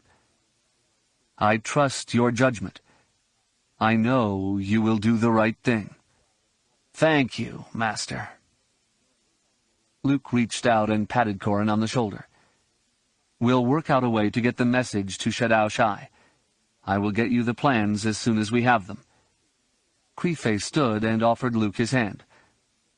"Just in case it never gets said, I appreciate the sacrifice you and your Jedi are making here. I wanted you to know that, in case we don't make it through to the other side of this conflict." The image of Chewbacca flashed through Luke's mind for a second. Then he banished it with the sensation of meeting the Bothan's firm, dry grip. "Thank you, Admiral. May the Force be with us all." Chapter 30. Jacen Solo watched the freighter captain accept the datapad back from Corrin, check the receipt flashing on the screen, then wave forward the binary load lifter with the brushed aluminum case. "You should know that Dr. Pace said she was going to protest this appropriation of Yuuzhan Vong artifacts to the highest levels." The captain shook his head. "Noted." Corrin gave the man a curt nod. "Thanks for the diversion here. I won't keep you." "Not a problem. Your wife's done me some good turns in the past. Glad to return the favor." The man gave Corrin a quick salute, then directed the load lifter back to his freighter. "Want me to get that, Corrin?" The elder Jedi hefted the case by its handle, then extended it toward Jacen. "Has your mind changed about this? You didn't like the idea at the briefing. Second thoughts?" Jacen accepted the case and was surprised by how light it really was. "Not really. You're making part of this war personal. You against Shadow Shai. That's not right. It's divisive. It's of the—" "Don't tell me it's of the dark side, Jacen." Corrin held up a hand and shook his head. "I'm not in a mood—" "Yes, you are, Corrin. You're in a mood. And you don't want to hear it because you know it's true." Jacen got a step ahead of the other Jedi, glancing back at him over his left shoulder. "You're the one who told me we all have to be pulling in the same direction. But you're going off on your own. You want revenge for your friend. I can't blame you for that. But were the situation reversed, you'd be arguing with me to subordinate my feelings to what others thought was best." "That's probably true." "So why doesn't the same work for you?" "Because—" Corrin frowned, then grabbed a handful of Jacen's tunic and tugged him down a side corridor. "Come here." The two of them walked along in silence and emerged on a walkway that gave them a view across the expanse of the bowl that was the Tafanda Bay. Had Jacen not known they were floating over the mother jungle, he could have easily been led to believe that the Ithorian ship was a domed city nestled comfortably on the planet below. The transparisteel dome displayed a bright blue sky, through which freighters streaked toward space, and the verdant foliage throughout the city let the white walls and walkways peek through only here and there. "Look out there, Jacen. This is a city that is now abandoned by the people who love it, who labored to create it. Why? Because it's a target. We know the Vong are going to hit it, so we've moved the people and have rigged up some surprises for the enemy. We're doing that on the planet itself, too." The youth nodded. "I understand that." "Well, understand this. Shadow Shai, because of what I did at Bimiel, because of what we did at Garki, has decided I'm a target. He's going to be looking for me, and for the bones in that case, which means he's going to be distracted. That's what we want, because a distracted leader is one who will give us some time, and ultimately is going to fail." "I get that, but the rest of it—" Corrin sighed and laid a hand on Jason's left shoulder. "Look, Jason, I don't want revenge for Alagos. His death hurt me, deeply. But I knew him well enough to know that the last thing he'd want is someone slain in his name. You remember on Dantooine, he took to flying that shuttle because he was willing to take responsibility for killing, to shield others from having to bear that burden. If I went out after Shadow Shai in Alagos' name, Alagos would see that as his having thrust the burden of violence on me. I wouldn't do that to him." "But you do intend to kill Shadow Shai." Corrin's face resolved itself into a solemn mask. "If the opportunity arises, yes. Look, Jason, it's not about vengeance, which, you're right, would be of the dark side. It's about responsibility. Shadow Shai wants to kill me. If I don't engage him, then you or Ganner or someone else might be required to deal with him. Yes, he's dangerous, of that I have no doubt. He may well kill me, and then he's your problem. Until then, he's mine." Jason shivered. "I don't know about that." "Yeah, but you don't have to." The older man sighed, not wearily, but as if he were letting tension boil off. "I know what we are doing is right, Jason. The battle here is for two ends. The first is to preserve Ithor and its fleeing population. The second, which is equally important, is to inflict a defeat on the Vong. We need them to know the easy course of their invasion so far isn't going to continue. If they pay a price here, they may reconsider further action. I don't expect you to understand it at your age, because I didn't until well past it. But I just know that what I'm doing is right." He smiled. "I can feel it in my gut. It's just what has to be done." Jason heard the conviction in Corrin's voice and took heart in it for a second, then frowned as his mouth soured. "I felt that way about freeing the slaves on Belkadon, and you know how that turned out." Corrin looped an arm over Jason's shoulders. Kid, you've got a lot to learn about this morale thing." "Just trying to be realistic." "Yeah, I know." Corrin smiled grimly and steered Jason along to their staging area.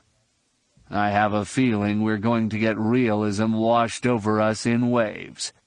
I just hope we don't drown." "Indeed, I am rather surprised to see you still here, cousin." Admiral Trieste Crefe stood forward on the Ralroost's bridge, watching the spacescape over Ithor. Out in the distance, a number of dagger-shaped ships orbited the planet, with fewer of them belonging to the New Republic than to the Imperial Remnant. "I would have thought you'd have made your way back toward the core with High Priest Tauren." Borsk Felia avoided shrugging, though fur did ripple at the back of his neck. "There were reasons I stayed." "Not the least being that Leia Organa Solo has not fled as your cabinet has?" Trieste left his thoughts unvoiced, though he felt the Chief of the New Republic might have read them in his feral smile. "And reasons you wished to speak to me?" "Speak to you? No." Felia smiled carefully. "I wanted you here as a witness." He nodded toward the communications officer. "You may put the connection through now." Lieutenant Arica looked to the Admiral for permission. Trieste held a hand up for a moment. "And whom do you want to speak with?" Admiral Pellaeon. Pellaeon nodded toward the chimera glimmering in the distance. Since you are not so bold as to champion your own cause, it becomes incumbent upon me to do so. I will demand the leadership of this operation fall to you. It is a new Republic world. You should be leading its defense. "I see." A hint of a growl entered Trieste's voice. Then he nodded to the lieutenant. "Open communications with Admiral Pellaeon, please." The two Bothans waited in silence for a handful of seconds. Then Pellaeon appeared in life-size hollow, as imposing as he did in life. "Yes, Admiral Crefe?" "My compliments, Admiral. I did not want to disturb you, but Chief Borsk-Felia wishes to urge you to give me command of the Ithorian defense. Before he did that, I thought I would let him hear your orders concerning the matter." The human nodded and smoothed his white mustache with his left hand. "As per Imperial Directive 59-826, if I am replaced as commander of the Ithorian defense, all Imperial ships and personnel are to be withdrawn to Bastion immediately." "Thank you, Admiral. Sorry for wasting your time. Crefe out." The Bothan Admiral turned to face his cousin. "Will that be all?" He could see by the crest of fur rising at Borsk-Felia's neck that it would not be. This is an outrage! The Remnant has no place defending this world. It is our world. We must be in command of the defense. There can be no other way. Trieste extended his right hand toward Felia, palm up, fingers clawed, and unsheathed his talons. "On Coruscant, you agreed to leave the defense of the New Republic to the military. I warned you that if you tried to interfere, I would withdraw my forces to the unknown regions. I can and will yet do that. If I do, Admiral Pellaeon will pull his forces out. Ithor will be defenseless." Felia's violet eyes widened. But you can't. The troops you have on the ground would be abandoned. And the Jedi, you would not leave them. "No. Try me. You don't care about the Jedi. If you had your way, they would all perish here. You'd praise their sacrifice, build memorials to them, then happily dance on their graves." Trieste's amethyst eyes hardened, letting light glint from the gold flecks in them. "As for leaving Ithor behind, you have no idea where I've sent the refugees. There will be Ithorian colonies throughout the New Republic and unknown regions. Yet it will take years before the Bathor trees can produce their pollen again. But I can spend that time building up armies to come and crush the Yuuzhan Vong. I warned you before that is what I would do, and I will. One word from me, and the dependence for every warrior in my command will be moved to worlds of my choosing." You are insubordinate. I will remove you from command. Felia turned and pointed at two Bothan security officers, standing beside the access hatch to the bridge. Arrest Admiral Crefe, and conduct him from the bridge. Neither of the Bothans stirred, or gave any sign they'd even heard the command. Trieste peered down his nose at his cousin. "We are in a war zone, cousin. Your power ended when you entered this system. You have a choice—" He was cut off by Pellaeon's sudden holographic appearance. "Forgive me, Admiral, but the Vong have reached attack range. They have launched. We have incoming. It has begun. Case 7, it appears." "Thank you, Admiral. Case 7 it is." Trieste looked through the Imperial's vanishing hologram. "Case 7. Slave our targeting computers to telemetry from the Chimera. Scramble all fighters. This is not a drill, people. Fight well, and we'll live to see the Yuuzhan Vong repulsed." Trieste stepped in close to Pellaeon and dropped his voice to a whisper. The choice I was going to offer you was to return to your quarters, or to get on a ship and flee before the enemy deployed its forces. That latter choice is gone now, but I offer you another. You can remain here on the bridge and silently show your support for those who will fight to save your life. Or you can slink away in terror and hope the Yuuzhan Vong attacks never breach your cabin's bulkheads. Pellaeon lifted his chin. You may have contempt for me now, cousin. But in my day, when Imperials were our enemies, I spilled blood. I've known combat, and I've not run from it. Good, because the Yuuzhan Vong are worse than anything you ever faced. Trieste raised his voice so everyone on the bridge could hear him. Yes, cousin, your help here would be wonderful. If there is a need, I will let you know what to do. Until then, just having you here, honoring my staff with your presence, is more valuable to our effort than you could know. Jaina Solo's X-Wing sailed out high above the Ral Roost and rolled left to come into position within Rogue Squadron's formation.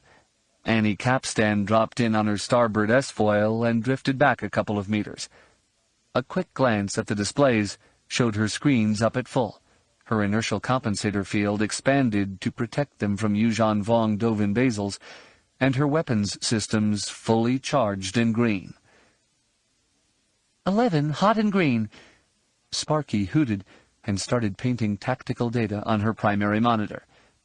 In an eye blink, a dozen Yuuzhan Vong targets scrolled past. The monitor displayed a huge Yuuzhan Vong cruiser, bigger than anything she'd seen before. It bristled with long spines of yorick coral, though the core of it seemed to have started life as an asteroid onto which the other pieces had been grafted.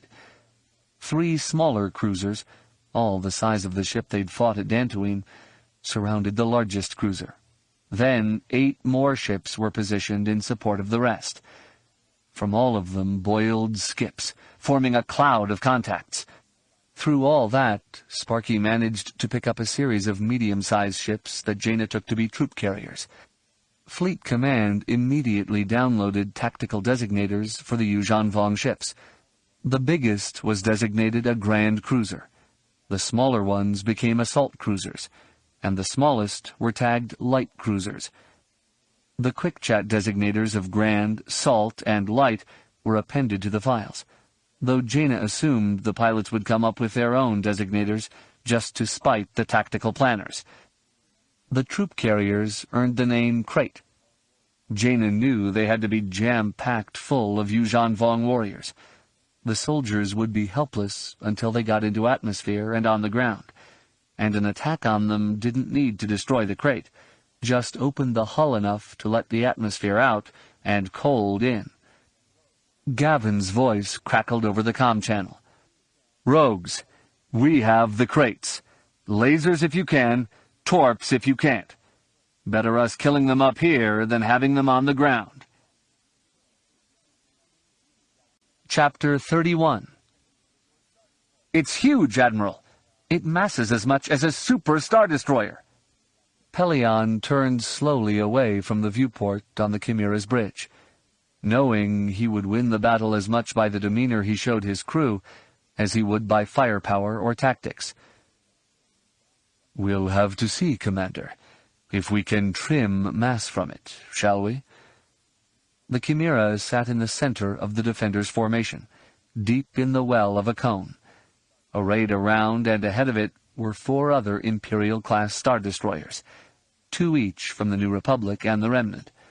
Then 9 Victory-class Star Destroyers, 3 Bothan assault cruisers, and a Mon Calamari Star Cruiser ranged out further along the cone. Beyond them came a scattering of smaller ships, from frigates on down to a couple of freighters with more guts in the crew than weapons on the hull. "Firing solutions for the Grand, please. Fire at will." The Imperial Admiral turned and watched the turbo lasers batteries on either of the ship's flanks fill space with hot red bolts of energy. Some of the weapons emitted a nearly constant stream of small bolts that sprayed back and forth at the target. The voids the Yuuzhan Vong used to shield their ships sucked them up greedily, though when a few began to get through, the other guns unleashed a concentrated torrent of fire. Those heavier bolts flashed in at their targets. Pellaeon expected them to hit and melt gaping holes in the Grand's rocky hull. But voids swallowed those bolts as well. The Admiral's eyes narrowed as he studied the large ship's ability to absorb the punishment his guns were doling out. "No good, sir!" The weapons control officer let frustration bleed into his words. "These snub fighter tactics may work against skips, but not against the big ships. They have enough shielding to hold us off." "That's possible. Quite possible." Pellaeon frowned and ran his right hand over his chin. "Or have they learned how we fight?" Jaina scattered laser fire over a skip, then drilled a quad burst into its aft. Coral slagged off into a frozen comet tail. The dark little Yuuzhan Vong ship started to roll, and began on a course that would burn it into a golden streak high in Ithor's atmosphere. "Sticks! Break starboard!" Without thinking, Jaina reacted to Annie Capstan's warning. She jerked her stick to the right and feathered the adjustment jets to pitch the X-Wing into a barrel roll to starboard. A plasma blast from a skip sizzled past her ship. Then, hot after it, came molten chunks of coral skipper.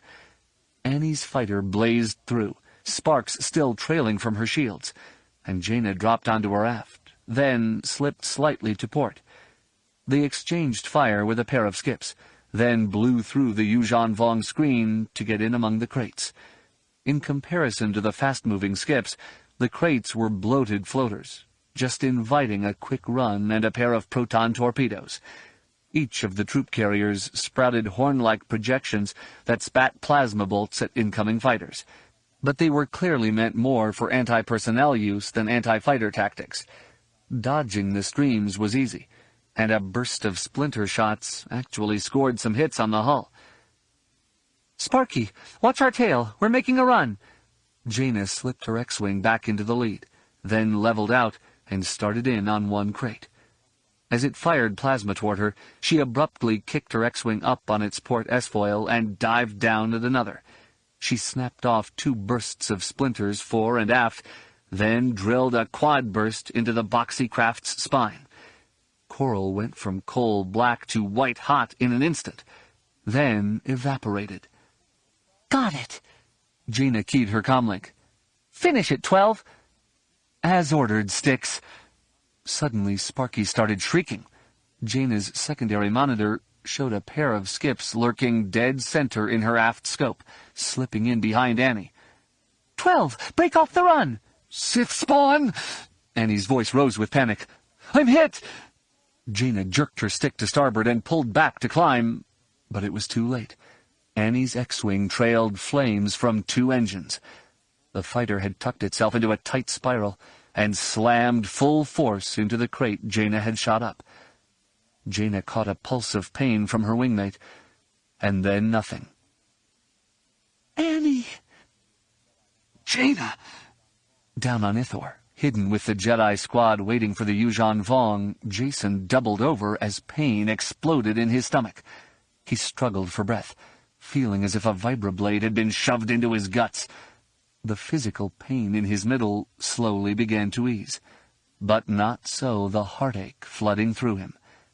In an instant, Corrin was beside him, his hand on Jason's back. "What is it?" Jason coughed a couple of times, then caught his breath. "My sister, something happened. Up there." "How bad?"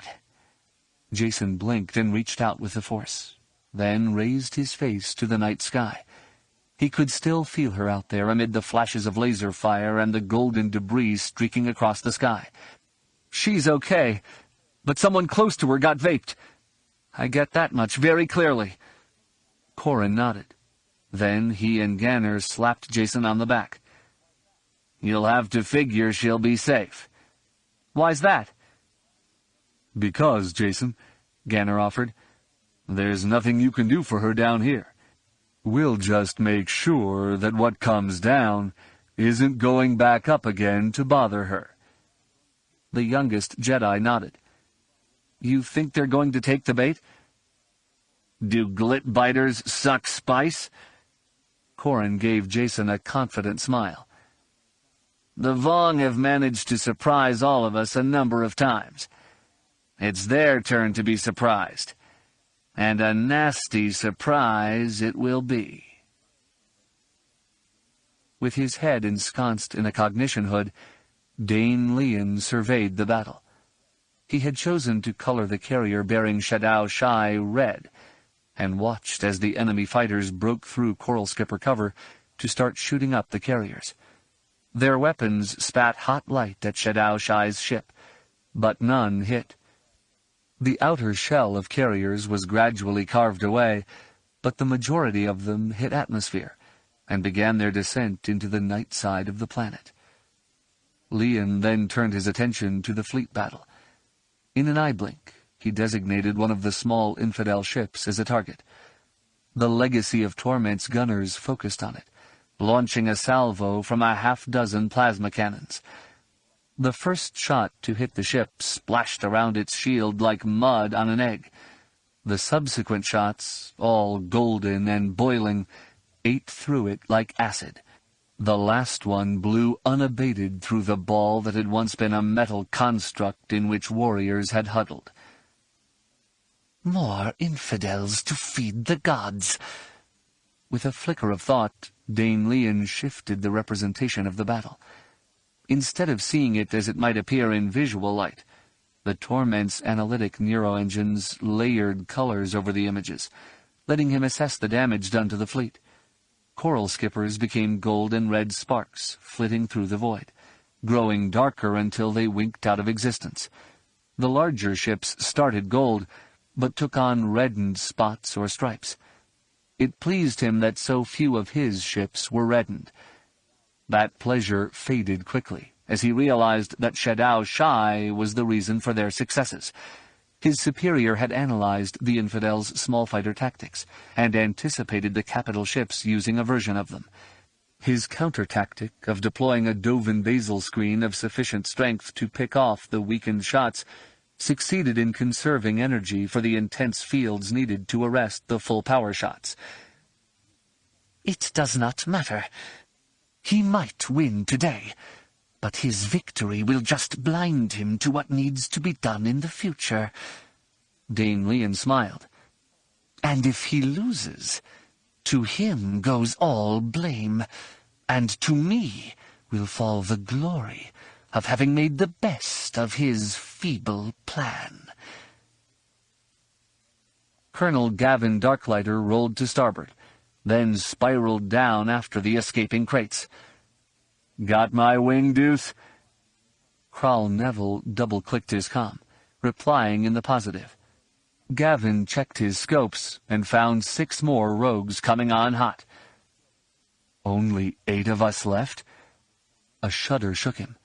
At once he was happy that so many of the rogues were still operational, but the losses still sent icy tendrils through his guts. Annie gone, and others whom I never got a chance to know. He snarled angrily, then felt his mind go very cold and clear, as his fury became arctic and infused his body and mind. He suddenly felt as if he was more than a pilot in a machine, that somehow he and his fighter had become one, as closely linked as a Vong pilot and his machine. He let his right hand ride lightly on the stick, despite the bump of entering the atmosphere, and cruised on in after one of the crates. Gavin sailed in at its aft, and scattered splinter shots at it. The crate projected a void that swallowed the red darts. Then its aft guns started spitting plasma sparks at him. The New Republic pilot took his fighter down enough that the crate's own voids shielded him from the fire. Then he laced the carrier's belly with splinter shots. The void shifted down to pick off those shots, and the plasma fire resumed. Gavin smiled and tugged back on his stick. His nose came up just enough to pulse a quad burst at the crate's aft, The lasers hit it hard, with one carving a black furrow up along the side. The other 3 burned holes in the back. Gavin followed them with more splinter shots, not figuring they'd do more damage to the carrier, but every one that got through the hole would wreak havoc on the cargo. That crate broke left and below. Gavin ignored it and brought his X-Wing around on the same heading as the rest of the crates. In the distance gleamed a white building complex nestled amid the jungle, and 20 kilometers north of it, the lone remaining herd ship, the Tafanda Bay, rode in the sky like a peaceful metal cloud. 4 of the crates broke off for the herd ship, while the rest bore in at the ground target. Gavin flicked his weapons control over to proton torpedoes and targeted the space between 2 of the crates heading for the Tafanda Bay. He glanced at his monitor and read the range to target. "Catch. Program the torps for detonation at 2 clicks or proximity void detection." The droid beeped once, solidly. Then Gavin hit the trigger. The paired missiles burned blue through the sky, and his sensors reported voids appearing behind the crates. The Yuuzhan Vong had clearly learned the proton torpedoes would go off when they detected a void, so these crates projected their voids far behind them. In space, the amount of energy from the blast would be insignificant at that range. "But we're not in space, are we, boys?" The exploding proton torpedoes did 2 things. The first was to pulse out a shock wave that traveled faster than the speed of sound and pushed a lot of atmosphere in front of it. That dense chunk of air slammed into the 2 crates, boosting them forward and starting them to tumble. It raced past, dissipating as it went, but even the 2 leaders were bounced around a bit. The second thing the explosions did, by superheating air and blasting it out in all directions, was to create a void that a lot of air rushed in to fill. The resulting turbulence whirled the spinning crates around. Gavin had no idea how the Yuuzhan Vong pilots and the living components of their ships were able to track up, down, direction, speed, or altitude, but he knew that at the heart of a whirlwind, he'd have had a hard time thinking about any of that. Apparently, so did the Yuuzhan Vong. Their ships fell from the sky, careening through the jungle. No explosions resulted from their impacts, though trees toppled, scarring the dark canopy. Gavin watched them fall, then focused on the rest of the crates. They were already quite far and quite low, and too close to the herd ship to risk another proton torpedo shot. He smiled to himself. Did what we could to slow them down. Now they're not our problem. Chapter 32. The first Yuuzhan Vong carrier swooped in at the Tafanda Bay and pulled away sharply at the last moment. The herd ship, which had no guns, presented no obvious threat to the invaders. The second carrier came in level and blazed away with the 2 small plasma cannons mounted on the cockpit's roof. Golden gouts of plasma slammed into the transparisteel of a viewport, melting it like ice beneath a blowtorch. The carrier then used a void, centering it on the hull to suck molten transparisteel away. The void pulled in some atmosphere, tree branches, and small uprooted plants by the time it had cleared out a hole big enough to let the carrier land. The boxy ship entered the Tafanda Bay and moved forward to a green promenade. It touched down lightly, opening hatches through which poured a legion of little reptoid shock troops. From the ship's aft emerged a half-dozen Yuuzhan Vong warriors, all tall, lean, and terrible. They bore their amphistaffs and wore armor, but it hung loosely on them. They seemed to move uneasily in it, and as Anakin Solo watched them alight from the ship, he supposed their uneasiness came from wearing the dead shell of a creature instead of the living Von Dune crab itself. He studied the small screen on his datapad, occasionally hitting a key to provide himself another view from one of the many holocams located throughout the city. He switched to the one nearest where the first crate had landed, and caught the quick flash of something before static filled the little data window. Another view showed 2 Yuuzhan Vong warriors pointing at the smoking, sparking ruin of a holocam. One of the warriors plucked a flat, disc-shaped bug from a bandolier he wore across his chest and sent it whirling out toward the cam through which Anakin watched them. Anakin flinched, having felt the sting of the razor bugs on Dantooine. The toss missed, but the bug came flying back to its master for another try. Anakin switched to yet a third cam, but the landing of the second crate cut off his view of the warrior throwing the bug. Desharakor rested a hand on his left shoulder. "It's time, Anakin." He shut the datapad off and started to pocket it, but she turned and looked at him. "Leave it. No reason to drag it along." The remark surprised him for a second. She was right. He didn't need it for what they would be doing. In fact, it would be a little extra weight, something that might slow him down. If they defeated the Yuuzhan Vong, he would have all the time in the world to come back for it. "If we don't—" He smiled, then slipped the datapad into the pocket on the left thigh of his combat suit. "The Yuuzhan Vong hate machines. It's not a living thing, but I don't want to leave it for them." The Twi'lek smiled briefly. "Hadn't thought of that. Come on, Anakin. Let's go teach them the error of their ways."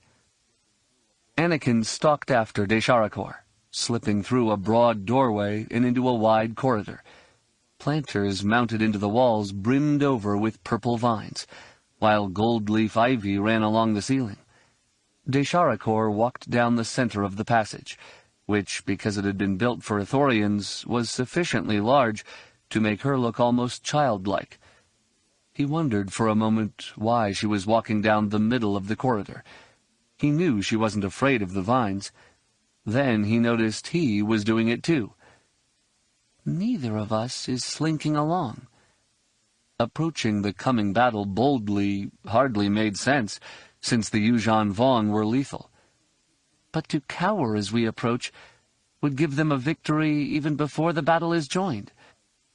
Irrational though he knew that explanation was, it felt right to him. Watching her, seeing the set of her shoulders and the straightness of her spine, he realized that to be truly brave took more than deciding you weren't going to be scared. You had to allow yourself to believe you were brave, and you had to do all the things you could to promote that feeling. You have to give yourself the chance to be brave. They reached the end of the corridor and crouched down. The corridor connected with a large series of forested plazas that ran down the belly of the herd ship about 3 levels above the greensward. The reptoids had spread out in little knots of 6, moving along the walkways that edged the plazas. Anakin knew the Ithorians had not been taking tactics into account when they created the herd ship. Still, the fact that the walkways curved often and moved up and down, as if the path were on a hillside, meant that the Yuuzhan Vong troops could pretty much see only 20 meters in front of them, and that in the best case.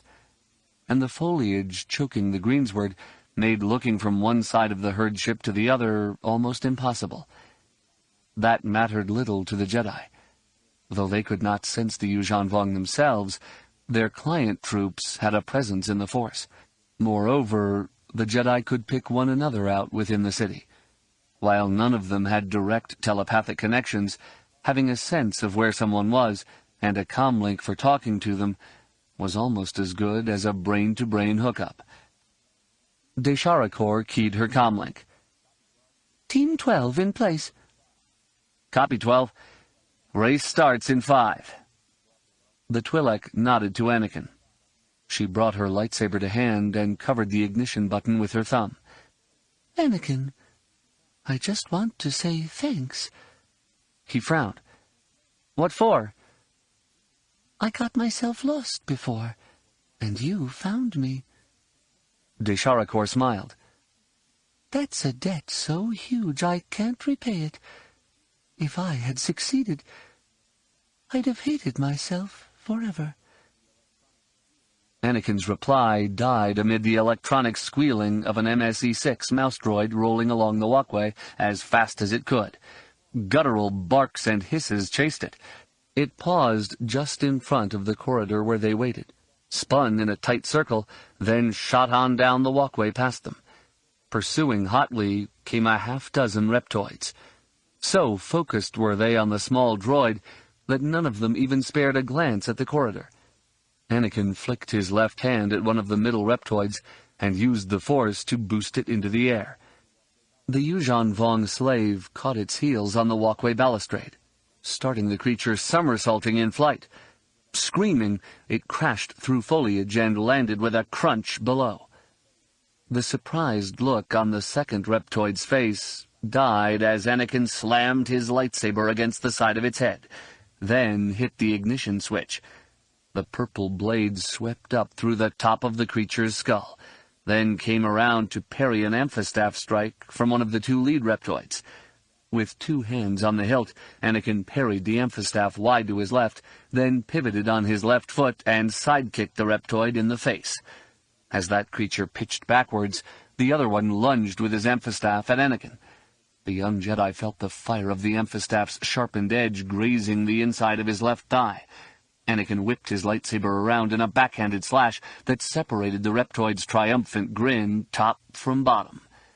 Spinning back, he saw Desharakor standing above the bodies of her dead reptoids. Then the two of them went over the balustrade and dropped to the level below. Anakin landed astride the reptoid he'd pitched off the upper level. It had clearly shattered its spine in the fall. Anakin turned to his right and saw a Yuuzhan Vong warrior coming along the walkway. "Quick! The corridor! Go!" Desharakor darted down the corridor that ran below the one in which they'd hidden, and Anakin made to follow her. But the reptoid clutched at his right ankle. He tried to shake his foot free, but the creature clung to it for dear life. The Yuuzhan Vong roared a challenge, and charged, his amphistaff whirling. Turning to face this challenge, Anakin set himself as best as he was able. He raised his lightsaber to a guard, and was ready to parry the warrior, when the reptoid slammed a fist into the wound on his left leg. Pain shot up through him, dropping him to one knee. He looked up and saw the bladed end of the amphistaff slashing down at his face. Suddenly, Anakin felt himself jerked back by the Force, as strongly as if he'd been strapped to an X-wing making the jump to light speed. Her lightsaber burning scarlet, Desharakor stepped onto the walkway, interposing herself between the Yuuzhan Vong and Anakin. The warrior, whose strike had carved through the reptoid instead of Anakin, dropped back into a half-crouch, with his amphistaff held waist-high, the bloodied tail pointing at the Twi'lek. The Yuuzhan Vong thrust at her twice. Desharakor sidestepped one lunge, then batted the second aside. She pressed an attack, cutting twice at his head. The Yuuzhan Vong retreated, drawing her forward, as he brought his amphistaff up to block the slashes. Reversing his amphistaff, he parried a lunge to his left, then riposted. Desharakor brushed his attack wide, then pivoted and extended her left leg in a kick that doubled the warrior over. Anakin smiled, then saw Desharakor stagger and collapse against the walkway. As she slid to the ground, her right arm left a dark, bloody streak on the wall. The amphistaff coiled at the feet of its warrior, then slithered up his leg and into his grip, a red tongue darting from its fanged mouth. It bit her when he reversed it. "She's been poisoned."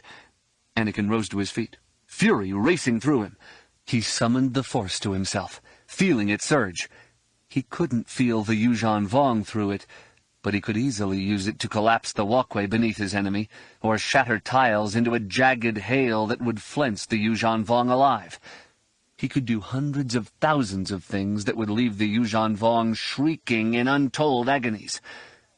"I can avenge Chewie, avenge Desharakor, avenge the people of Cernpadal. Right here, right now, starting with this one Yuuzhan Vong warrior." He smiled coldly and nodded solemnly at his enemy. "I can show him what a true Jedi can do." The Yuuzhan Vong advanced almost casually. He spun his amphistaff as he came.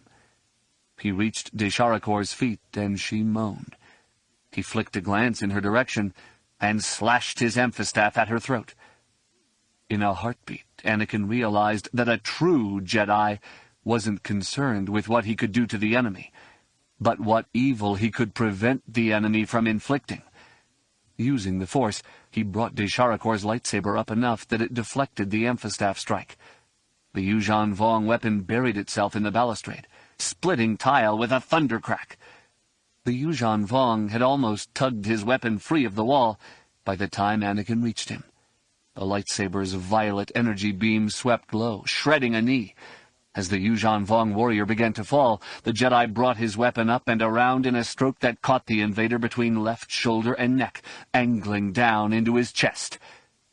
The dead armor held for a second or two, then melted. The warrior slid lifeless off the blade. Anakin dropped to a knee beside Desharakor. Her green flesh had begun to take on a milky hue, and he did not think that was good. He flicked on his comlink. "Team 12, one down." "Copied, 12. Pull back to the Opal Grove and the med station." "As ordered." Anakin thumbed his lightsaber off, then extinguished hers. He clipped her lightsaber to his belt, then hefted her up over his shoulder. Casting a glance behind himself and summoning the Force to strengthen him, Anakin carried Desharakor deeper into the Ithorian city. "I don't know if we can save it, but I hope we can save her." Trieste Creefei turned from the holographic display of the battle when his shields officer called out to him. "What is it, Commander?" The cream-colored Bothan snarled, "Port shield is down to 5%. The next shot will—" Something slammed into the hull outside the bridge and shook the ship. Creefei, off balance from his turn, dropped to the decking. He gathered his hands beneath him and heaved himself up. Sharp ferroceramic shards fell from his body to litter the deck, and he noted that blood covered some of them. It took him a second to realize that whatever had hit his ship had managed to spawl off the bulkhead's internal sheathing. Had I remained upright... He glanced toward the communications stations and saw what little was left of Lieutenant Arika twitching on the deck. "Comms officer is down! Get someone on that station! Shields, what happened?" Greatvo tore the right sleeve off his uniform and used it to staunch the wound on his forehead. "Shield were low. A skip got through, hit us. It was just too powerful for us." "Too powerful for us?" Creefei growled a quick laugh. "Yes, that's it. That's the solution." Greatvo shook his head. "Admiral?" "To the Yuuzhan Vong defenses." Creefei looked at his gunnery officer. "Give me a 50% boost on the power of splinter shots." "It'll slow the rate of fire." "I know, but they're putting up weak voids for our weak shots. Make the shift and we can sting them." Creefei turned toward the communications station. "Give me Admiral Pellaeon." Borsk Falia nodded and wiped blood off the console with his sleeve. "Call going in. Waiting for an answer." "Thank you, cousin." Creefei crossed to the station. "Are you certain you want to be here, given the danger you're in?" The New Republic's leader nodded solemnly. "Better to die here than waiting below for the Yuuzhan Vong to find me." Creefei smiled and patted Falia on the shoulder. "Do good work here, cousin, and there won't be any Yuuzhan Vong left for you to fear." Shadow Shai moved through the jungle in the midst of his troops. Above him, the troop carriers, save for the one serving as his ground force command center, streaked skyward to carry reinforcements down to the planet. The grounded troops consisted of a dozen Chazrak for each Yuuzhan Vong warrior. He'd broken his force into 4 components. One squad remained with his ship. He deployed triads on his left and right flanks, knowing the trio of squads in each triad would be enough to delay any enemy they met. In the center he led an Ennead, with a triad at point, one in reserve, and the core triad with which he moved. He intended to conduct only a reconnaissance mission in force, because he knew he had too few troops to do much so soon.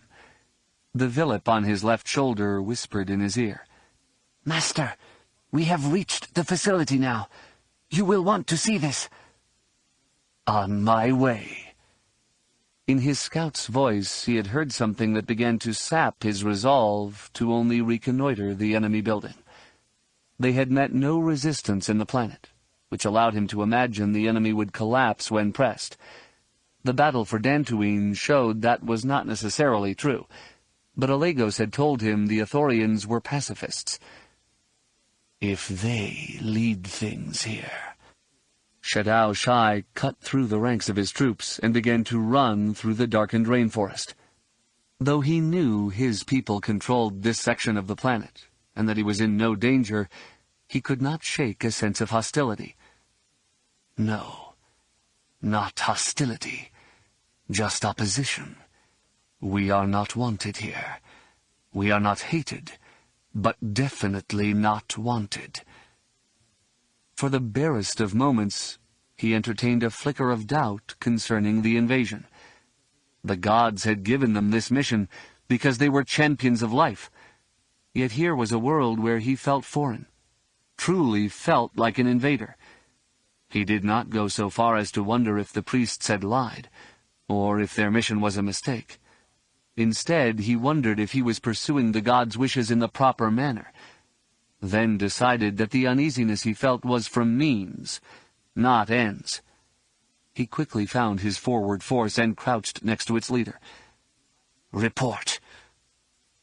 We have movement there. The Yuuzhan Vong warrior pointed at a sprawling white complex of ferrocrete. The building rose to 3 levels, with each stepped back from the one below. Towers rising from the uppermost floor provided ample advantage, and the muzzles of weapons seemed to bristle from walls and viewports. It is defended. We expected no less. It is defended by automatons. A tremor entered the warrior's voice. They have no respect for us. They dishonor us by letting their machines do their killing for them. Shadow Shai rose and stared defiantly at the white building before him. He pointed to it, allowing his tsaisi to slither into his hand and stiffen. They mock us. They mock our gods. Let us break their toys. Then they will have to come to us. And when they do, we will break them as well.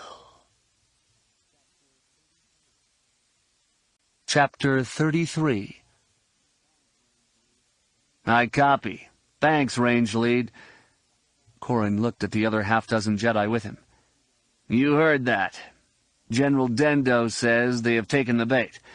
Gavin's flyby pinpointed the transport they're using as a command center. Saddle up. We're going in hot. Corrin, clad as were the other Jedi in black combat suits, climbed aboard a speeder bike that had a brushed aluminum case strapped to the back of it.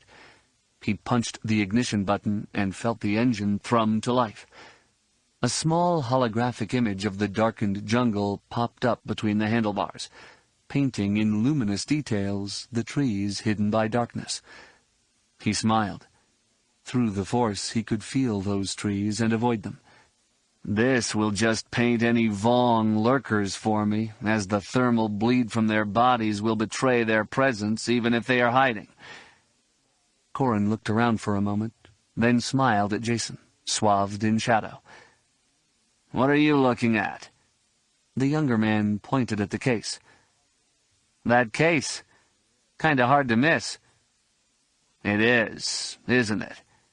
Corrin nodded confidently. But then, having it be noticed is the purpose of this exercise. Shadow Shai is going to find himself in a fight, and with this, we can remind him once again what he's fighting for. At Shadow Shai's order, the Yuuzhan Vong Ennead surged forward, breaking from the jungle to sprint across open ground at the Ithorian building. Red laser bolts began to burn out from the walls, with splinters of light streaking in every direction. Around Shadow Shai ran Chazrak, howling and barking. In their midst went Yuuzhan Vong warriors, longer and leaner than their minions, racing forward in a sea of bobbing heads. The Yuuzhan Vong leader stalked forward, seeing his troops as silhouettes in the light of the enemy fire. Energy darts exploded through Chazrak chests, clipped limbs, spun the diminutive warriors around to drop them smoking to the ground. Some of the wounded mewed and writhed. Others struggled to their feet to keep going. Shadow Shai did not waste the time to dispatch the seriously injured, instead granting them the grace of dying in pain to redeem their failure. Concentrated though the laser fire was, the automatons controlling the weapons lacked the flexibility to shift their tactics as the situation evolved. All the variables they were given to consider changed constantly, so each second brought new calculations and spastic motions imperfectly mimicking the living enemy they faced. Different machines responded at different speeds, causing them to leave one vector open while doubling up on another that no longer presented a threat. Slaves to their programming, the machines could not eliminate the extraneous and concentrate on what was vital. As a living creature has long evolved the capacity to do. Shadow Shai saw one of his warriors go down and reached his side in a heartbeat. He tore the amphistaff from the lifeless hands, began to whirl it over his head, then charged forward, letting his fury and outrage fuel his assault. Yuuzhan Vong attack bugs filled the air around him. Some struck targets and exploded, crumbling walls, destroying computer-controlled gun mounts, and reducing automatons to shrapnel and sparking limbs. A living foe would continue fighting, but not these things. The Chazrak swarmed over the wall and raced up the ramps to the next level. From the roof towers, more laser fire poured down, though the guns failed to depress enough to rake the building's upper traces. Shadow Shai smiled grimly at that fact, since no living creature, no intelligent creature, would have made that mistake. A true warrior would hoist the weapons from their mounts and spray that lethal energy over us. These automatons are not even as intelligent as beasts. Well-thrown explosive bugs blasted the top of one tower off, sending a triumphant shout throughout the Yuuzhan Vong host. The squeal of metal as amphistaffs were ripped from metal, and the snap of sparks as Kufis sliced cables, wove themselves into a percussive symphony of destruction. More explosions split the night, and a second tower crashed down with enough force to shake the whole building.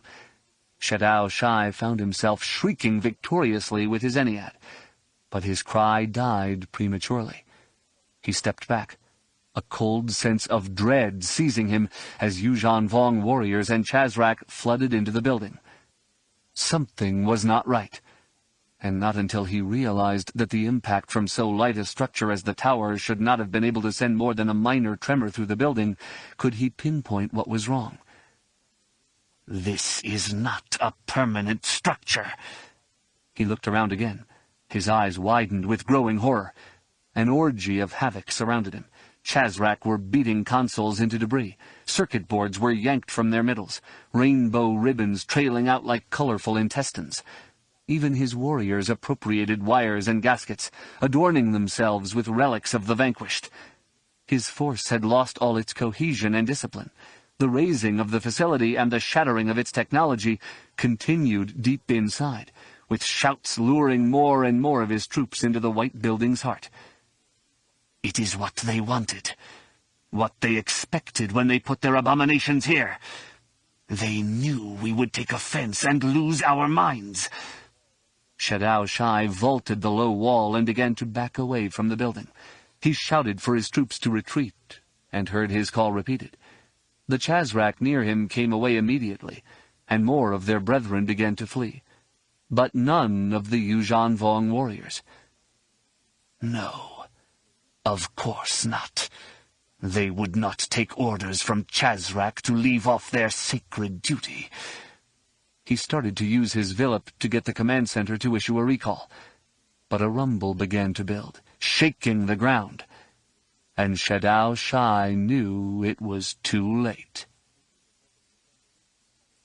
The New Republic defenders, having long acknowledged that hitting a target was tough if there was no target, decided to provide the Yuuzhan Vong with something to attack on the surface of Ithor itself. They defended it with automated blasters, and peopled it with droid shells, cobbled together from spare parts, and just enough circuitry to allow the machines a little motion. They knew that using what appeared to be droids to defend the target would likely unhinge the Yuuzhan Vong, and get them committed to a frenzy of destruction. Toward this end, they constructed a building rather hastily, not worrying about a lot of internal support structures or a deep foundation. Despite not providing a deep foundation to the building complex, the defenders did dig a hole beneath the building. This hole they filled with explosives, and then laid the building slab over the top. The detonators for the explosives were wired to one of the computers stored in the heart of the building. Once General Dendo armed it by a comm signal, the detonation sequence would begin only if the computer shut down. Having an amphistaff shoved into it and twisted accomplished this end rather nicely. The resulting explosion shattered the slab and filled the basement with fire, consuming a half-dozen Chazrak that had wandered down there. The expanding fireball then vaporized the next floor, taking with it the Yuuzhan Vong warrior, his amphistaff, and the computer he'd destroyed. The blast cracked what few internal supports had been placed in the building, and as the fireball collapsed, the building collapsed in on top of it. Walls buckled, and the uppermost floor pancaked into the second one. The exterior walls cracked and sagged in, albeit unevenly, providing some room for survivors to hunker down. Smoke and dust poured out through broken viewports, with the wailings of the trapped and wounded following closely behind. Shadao Shai picked himself up off the ground and snarled. The Villip on his left shoulder started chattering, but the whine of blaster bolts tearing through the jungle on his right flank alerted him to his immediate problem. The fact that he heard nothing from his left flank displeased him even more. He snapped an order into the Villip, ordering a withdrawal, and began to stalk back through the night. How could I have allowed this to happen? His eyes tightened. Alagos! The Kamasi had been so open and peaceful, so intelligent and honest, that Shadao Shai had discounted the sort of cunning and guile such an ambush would require.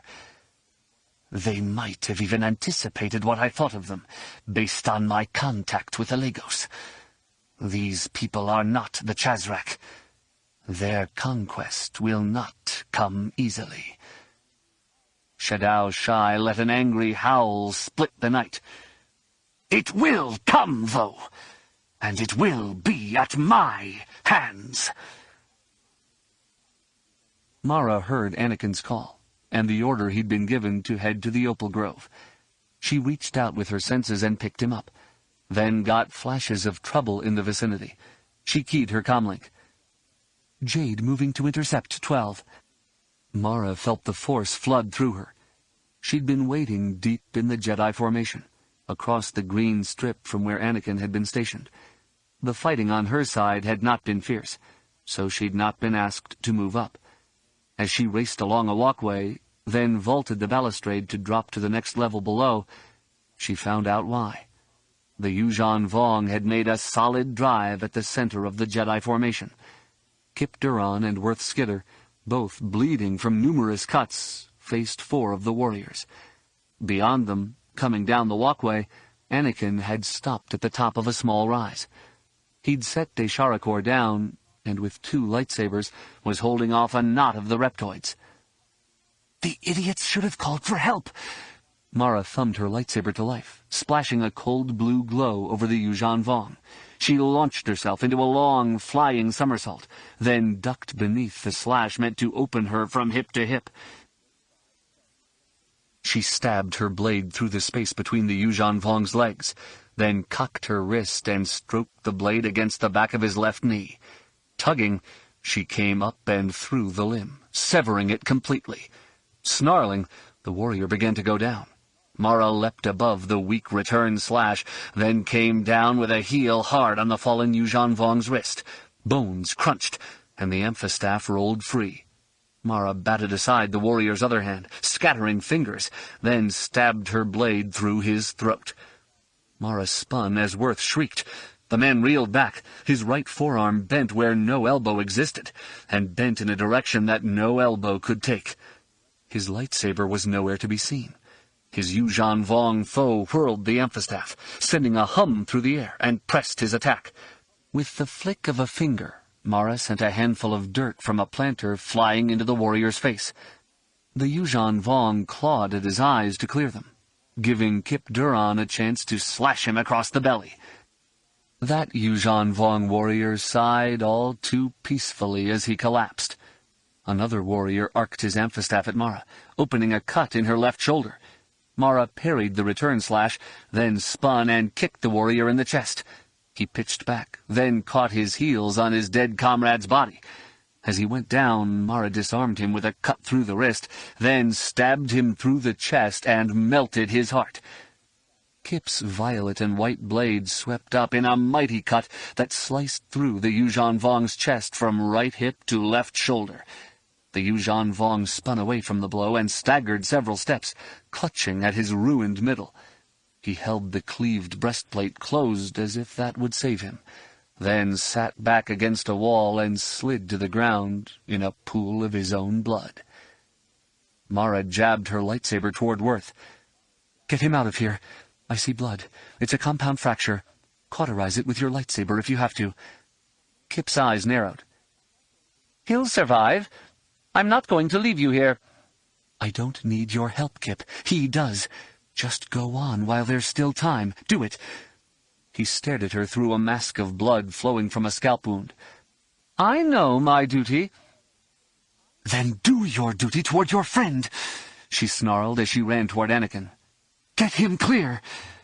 Up on the walkway, the twin lightsabers had allowed Anakin to hold off the reptoids, but the four of them were pressing him closely. Mara gathered the force to herself to make the leap up to his level, but before she could launch herself, one of the reptoids shifted his grip on the amphistaff and swung it around at waist height. His blow bisected his target. Then the reptoid lunged and caught the second of his comrades with a thrust to the chest. As the third looked on in amazement, Anakin lashed out with his purple blade, burning the surprise from that reptoid's face. A quick lunge with Desharakor's scarlet blade killed the last reptoid, who thrashed out his last moments of life at Mara's feet as she landed. "What did you do, Anakin?" "Nothing." The boy smiled and looked past her. Mara spun and saw Luke standing there, all serene and calm in the midst of the chaos. The Jedi Master waved them toward him with a hand. "Let's go. Anakin, you lead." Mara extinguished her lightsaber, then tossed Desharakor over her shoulders in an emergency carry. "What did you do?" She took great comfort in his presence. "Swapped images of Anakin and the other reptoids in that one's mind. Wasn't much of a trick." "But an effective one." She nodded. "You saw Kip and Worth." "Ahead of us. You can see the blood." Luke touched his hand to the middle of Mara's back. "You should have called me to help." "I figured you heard my comm and would come if needed." She laughed lightly so he'd know she was smiling. "And I'm glad you did."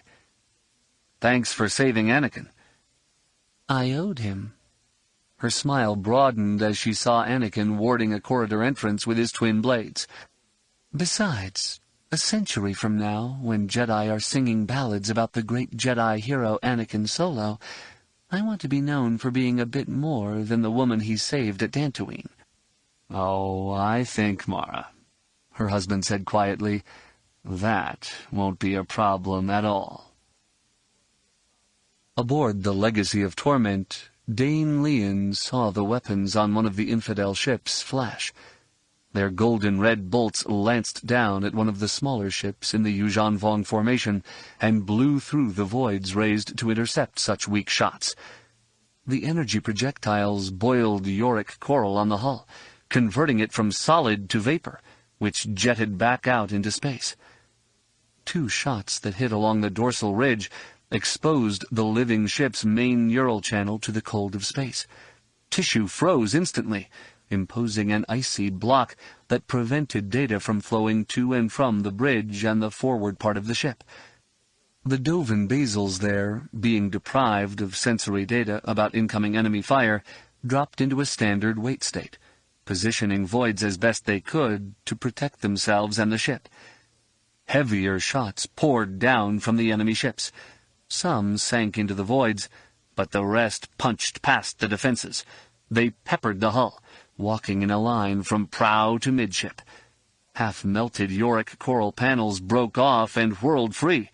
The front half of the ship disintegrated under the barrage. Agony's child twisted in flight, snapping off the skeletal structure that had been its front half, and began to orbit Ithor as a new dead moon. What is happening? We had a strategy. Dane Leon watched as another ship came under a withering assault. It began to glow white and spread out like ice on a hot rock. That can't be happening. In an instant, Dane Leon knew what he had to do. He issued an order to all ships, commanding them to pull back to the daylight side of the world.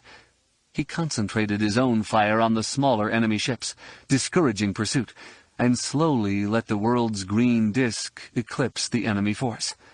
Seething, Dane Leon pulled his head from the cognition hood. He knew this would happen. That is why he is down there. He did this on purpose, to shame me. The Yuuzhan Vong nodded solemnly. And he sent for reinforcements. He'll not have them from me. I hope he is dead. If he isn't, I might just have to kill him myself. The Jedi Jungle Task Force hit the Yuuzhan Vong Command Center hard. Jason triggered 2 shots from the speeder bike's blaster cannon. They struck a Yuuzhan Vong warrior, spinning his headless body around and smashing it against the hull of the crate. Other blaster shots killed reptoids, though several Jedi dismounted to finish the last few with their lightsabers. Jason knew it was less because they wanted the kill than it was to prevent themselves from feeling so distant and insulated from the life they took. Corrin leapt from his speeder bike's seat and tugged the case free of its bindings. With his lightsaber unlit in his right hand, he ran to the crate. Jason followed close at his heels, and Ganner came right behind.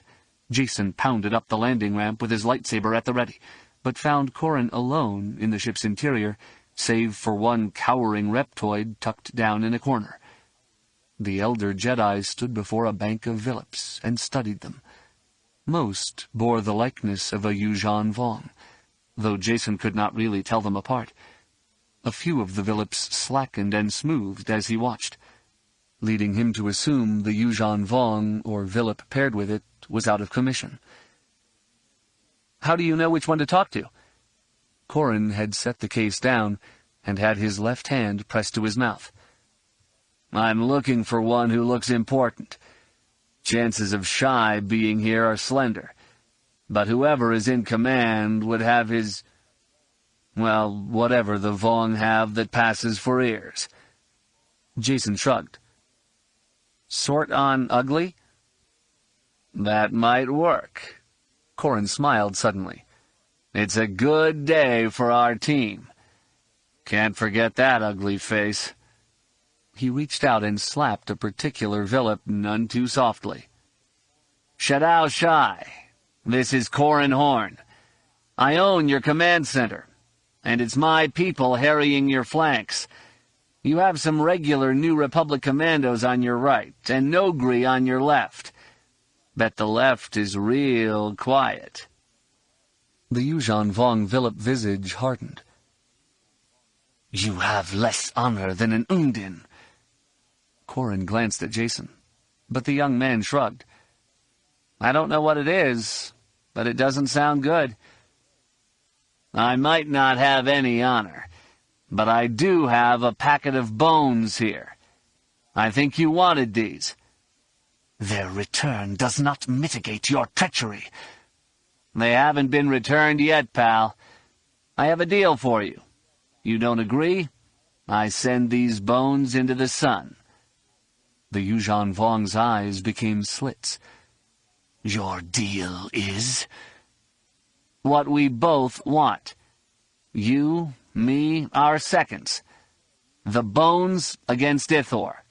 You win, you get the bones. I win, I get the planet. Corrin's voice took on an edge. Our forces have a truce until we can fight this out. We each recover our dead. Then you and I settle this. You bargain like a merchant. The Vilip's lip curled into a sneer. A Lagos would have been ashamed at how low you've sunk. Well, you've taken care to see we won't ever know what he thought, haven't you? You and me, Shadow Shy. The bones against Ithor. How long until we meet? Corrin hesitated for a moment. A lunar cycle. I'm a Jedi. I want to fight under a full moon. Remember the lesson of Cernpedal. I can make it so you will fight beneath a full moon. 2 planetary cycles. There is a tabletop mountain west of here. We will do it there. 2 weeks. 4 days. 10. I tire of this game, Jedi. Fury poured through the words. A week! No longer! Corrin nodded. A week. The Vilip's face softened for a second, then sharpened. 7 planetary cycles from now. A truce until then. It shall be done. Good. Very good. I'll see you then. Yes, you shall. The Vilip's voice sank to a gravelly growl. Come prepared to die. Chapter 34. Admiral Pellaeon stood on the Chimera's bridge, his hands clasped behind his back. He stared at the hologram of his New Republic counterpart. Yes, Admiral Crefe. I agree that we got away better than I expected in all this. The Jedi truce is longer than I had hoped. I agree, Admiral, and we are putting the time to good use. The Bothan paced slowly, the holocam panning to keep him in the center of the image. The modification we made to our gunnery seemed very effective, and took 2 of their smaller ships down quickly. I'm not certain how they will respond in the future, but by switching tactics in a battle, we can take advantage of their weaknesses. I have fleet techs working on the modifications now. As do I, Pellaeon replied. You expect the Yuuzhan Vong will not live up to this agreement if their fighter loses? That, or my cousin, will urge an immediate and full strike if Horn dies. This bargain has not proved popular here. Crefe scratched at his snowy throat. Regardless, we know we will face the Yuuzhan Vong again. I have some new ideas, the files on which I am transmitting to you now. I have a ship in reserve to help us, if you think we should proceed. I'll review the files and let you know. Pellaeon gave his New Republic counterpart a nod. Do wish Horn the best for me. Were I 40 years younger, I would offer to take his place. He will appreciate hearing that, sir. The Bothan flashed fangs in a smile. I don't think there's a person in the fleet that wouldn't say the same thing. Well, maybe one. But there is always an exception to the rule. Corrin slowly screwed the butt cap onto his freshly recharged lightsaber. So, Chief Failure, I'm getting the impression you don't approve of my having made this deal with the Vong leader. For the 427th time, in fact. The Bothan stabbed a clawed finger at him.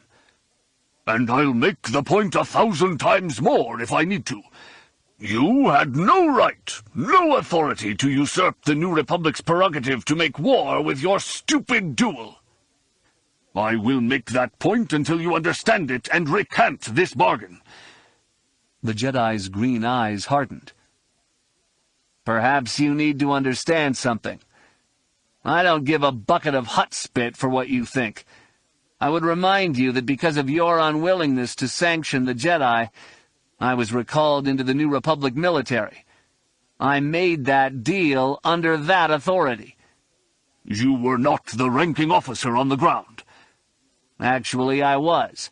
General Dendo was wounded. But you didn't know that. Corran gave him a toothy grin.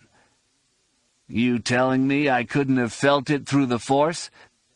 That brought the Bothan up short, but earned Corran a frown from the third person in the crowded cabin, Luke Skywalker. Corran, now is not the time to play such games with Chief Pellaeon. You are correct, Master. No time for games at all. The Corellian Jedi glanced down at the lightsaber in his hand. Chief Pellaeon, you've forgotten our history. Over a decade and a half ago, you forbade me to do something. I resigned from the New Republic military, as did the rest of Rogue Squadron, and we accomplished our goal anyway. So, consider this my resignation from the military again. Your authority over me ends now. Pellaeon blinked his violet eyes, then glanced at Luke. Master Skywalker, order him to leave off from this duel. No. The Bothan's eyes became amethyst slits. The Jedi sanction this duel? Luke stared back. A week from now, I'm going down to Ithor to act as Corran's second.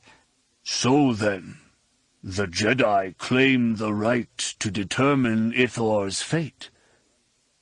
The sly tone in Pellaeon's words sent a spark of anger through Corran. He's right, Master. The Jedi can't be caught in that trap. I quit being a Jedi, too. You can't. Okay, fire me. Corran frowned. There are parts of the Jedi Code I don't buy into, and these robes chafe. There's insubordination for you. Ditch me.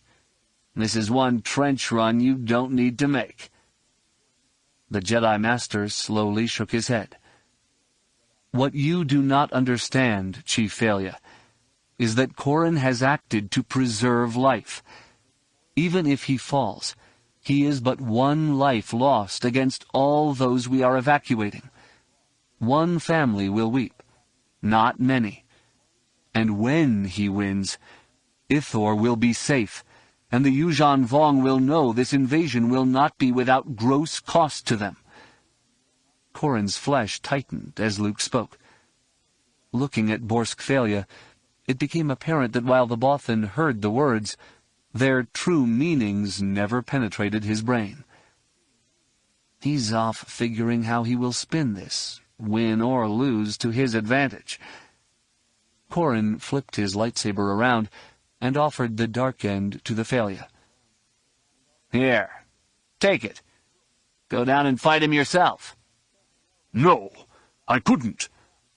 I know that, Chief, and not because I think you're a coward. Corran shook his head slowly, then reversed the blade, leaving his thumb poised over the ignition button.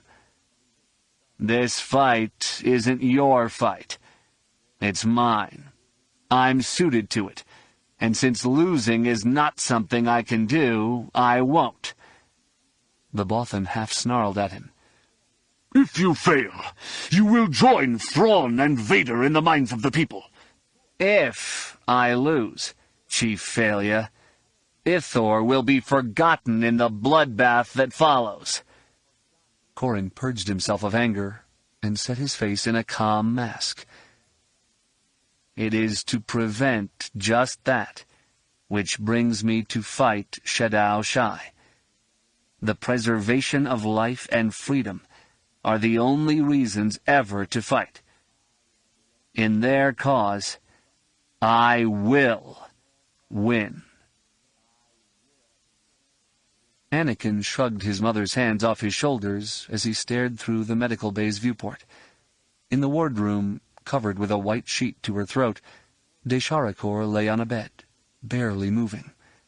He could tell she was still breathing, but her breaths came shallow and hurried. Leia spoke in a soft voice. "You don't have to go in there."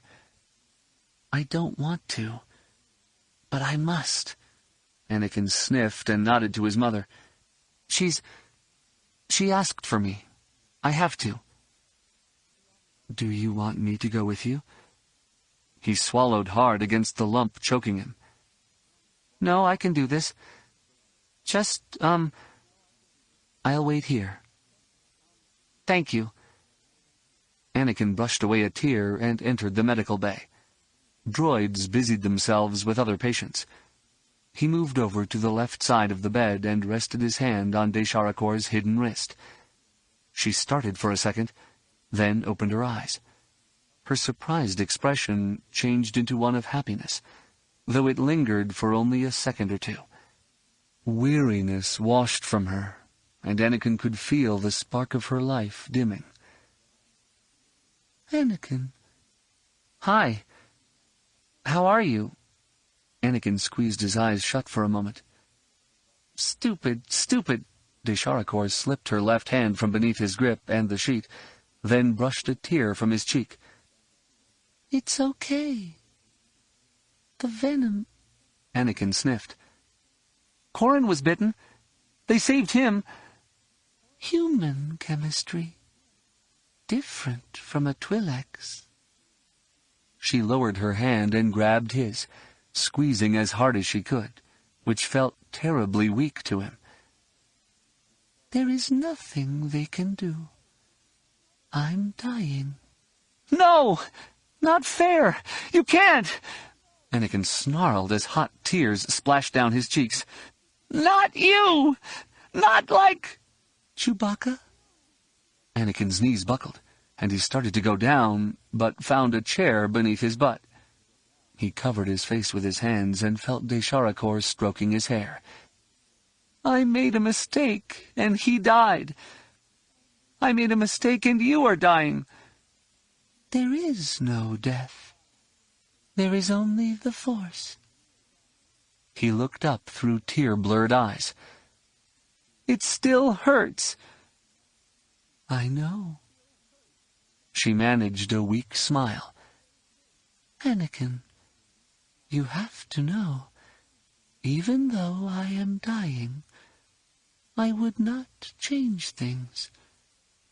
Neither would Chewbacca." "How can you say—" She stroked his cheek, her fingers feeling cold against his skin. "He died. I die. In service to life.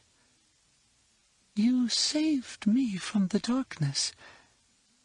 I saved you, not in recompense, but so you can continue serving life. The Force." He reached up and covered her hand with his. "I will never be as good a servant as you or Chewie." Desharakor smiled again, maintaining it though the corners of her mouth quivered. "You already are, Anakin, and will be greater. As you heal, you will be stronger than anyone can imagine. We are proud of you. So proud." Her voice faded, along with her smile, as life drained from her. Anakin pressed her hand harder against his face, but found her touch fleeting and faint. As he watched, she became lighter, then translucent, and finally disappeared as the sheet that had covered her collapsed. Chapter 35. Luke Skywalker, enshrouded in his black cloak, stood silently at the southern edge of the mountain clearing. To the west, the mountain continued to soar. Its exposed granite seemed almost as if it were a long, solemn face, peering down on this flat greensward just below the level of its chin. Luke realized his own grim expression aped that of the mountain, and he found no reason to change that. Toward the center of the clearing sat Corrin, cross-legged, his back to his master. Peace and well-being radiated from him, with only tiny bits of anxiety leaking out from time to time. He wore his Jedi robes, green over black. His bare hands rested on his knees, and his shoulders rose and fell slightly with his breathing. So closely was Luke concentrating on Corrin that Shadow Shai's appearance with his second surprised the Jedi Master. The Yuuzhan Vong commander was nothing short of magnificent, clad in a sleeveless scarlet robe opened down the middle. Beneath it he wore boots and a gold loincloth, with tails that reached knee-level. His leathery gray-green flesh shone as if it had been polished, and a hardened mask of ebon inlay hid his face. He bore an amphistaff, which he stabbed tail first into the ground. He raised a gauntleted hand, the dying sun glinting from his bracer, then pressed the hand back over his heart. "I am Shadow Domain Shai. This is my subordinate, Dane Domain Leon. He will stand as witness to this combat." Corrin remained seated. "I am Corrin Horn, late of the New Republic Armed Forces, a Jedi Knight. This is my master, Luke Skywalker. He will stand as witness to this combat." The Yuuzhan Vong pointed at the case behind Luke. "Those are the bones of Mongay Domain Shai?" "As we agreed, yes, 7 days ago." "Very good." Shadow Shai shrugged his robe off. Though the Yuuzhan Vong warrior was cadaverously slender, Luke could tell that did not translate into weakness. The warrior plucked the amphistaff from the ground, whirled it in a blurred circle, then snapped it to a stop against the back of his right arm, the hissing head at his wrist, and the sharpened tail stabbing up into the blue sky. "You are the murderer of Nira Shai and Drani Shai, my kinsmen." Corrin stood, slowly and deliberately. Luke could feel the force gathering in him, swirling around him. "And you murdered my friend, Alegos Akla. It is not over the past we fight, but to win the future." "You, perhaps."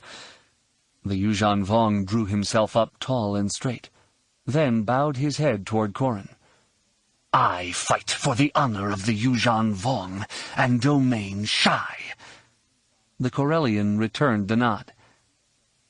"So much risk for such a paltry gain." Amphistaff spun, and lightsaber rose. A slash blocked high, a low cut burning grass, but not leaping legs. Combatants slipping past each other, turning, striking, blocking. The amphistaff's hiss rivaling that of the lightsaber, weapons flashing forward, retreating, then riposting. Luke felt the force wreathing Corrin. It strengthened him and quickened him, but could not predict for him what his enemy would do. The amphistaff cut and stabbed, always missing Corrin by centimeters, or being parried aside. The Yuuzhan Vong managed to whirl his amphistaff around in time to parry Corrin's lunges, or to bat away slashes. They seemed, the two of them, to be perfectly matched. Defeat will come from a single mistake. The argent lightsaber whirled in a grand arc, then sliced in at Shadow Shai. The Yuuzhan Vong warrior moved to block the cut, but Corrin dipped the blade beneath the staff. He whipped his lightsaber up in a stroke that should have split the Yuuzhan Vong from groin to throat, but Shadow Shai danced back, leaving only the smoking tails of his loincloth fluttering to the ground in his wake. Corrin closed and lunged at Shadow Shai's upper chest. With 2 hands on the amphistaff, the Yuuzhan Vong parried the argent blade high, then ducked his head and whirled around in a circle. The emphastaff snapped straight against Shadow Shai's right forearm. Then he lunged. Pain exploded from the Jedi as the emphastaff's tail stabbed deep into his guts. The tip tinted the back of the robe over Corrin's right hip. Then the Yuuzhan Vong yanked the emphastaff free, spinning the Jedi to the ground.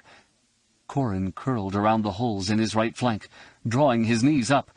His lightsaber lay smoking on the grass. Luke wanted to reach out, to help quell Corrin's pain, but he held himself back. The Jedi Master drew some small comfort from the fact that the strike had not severed Corrin's spine. Could have gotten arteries, and his guts are holed, but he could survive this if Shai gives him a chance. Shadow Shai drew back several steps, then tugged off his mask and tossed it aside. He raised the gore-streaked emphastaff to his lips and harvested incarnadine fluid with his tongue. His lips closed for a moment, his eyes following. Then he nodded. "I vowed I would taste your blood as you die, and now I have done that." Corrin coughed once, pain flaring through the Force, then rolled up to his knees. "Good for you, pal. Glad you're happy." He winced as he scooped up his lightsaber and staggered to his feet. "Had I been in your boots, I would have vowed something else." "Oh?" The Yuuzhan Vong's eyes opened a slit. "And what would that have been?" "I'd have vowed to taste my blood after I was dead." All sense of pain vanished from the Jedi as the Force again enshrouded him. Corrin waved the invader forward with his bloody left hand.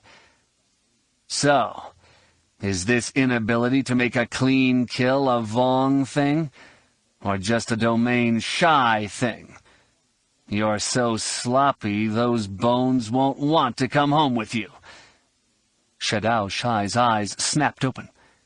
Though Luke could not read him through the Force, the fury and hatred coursing through the Yuuzhan Vong was unmistakable. The warrior darted forward, bringing the emphastaff up and around in a two-handed overhead blow.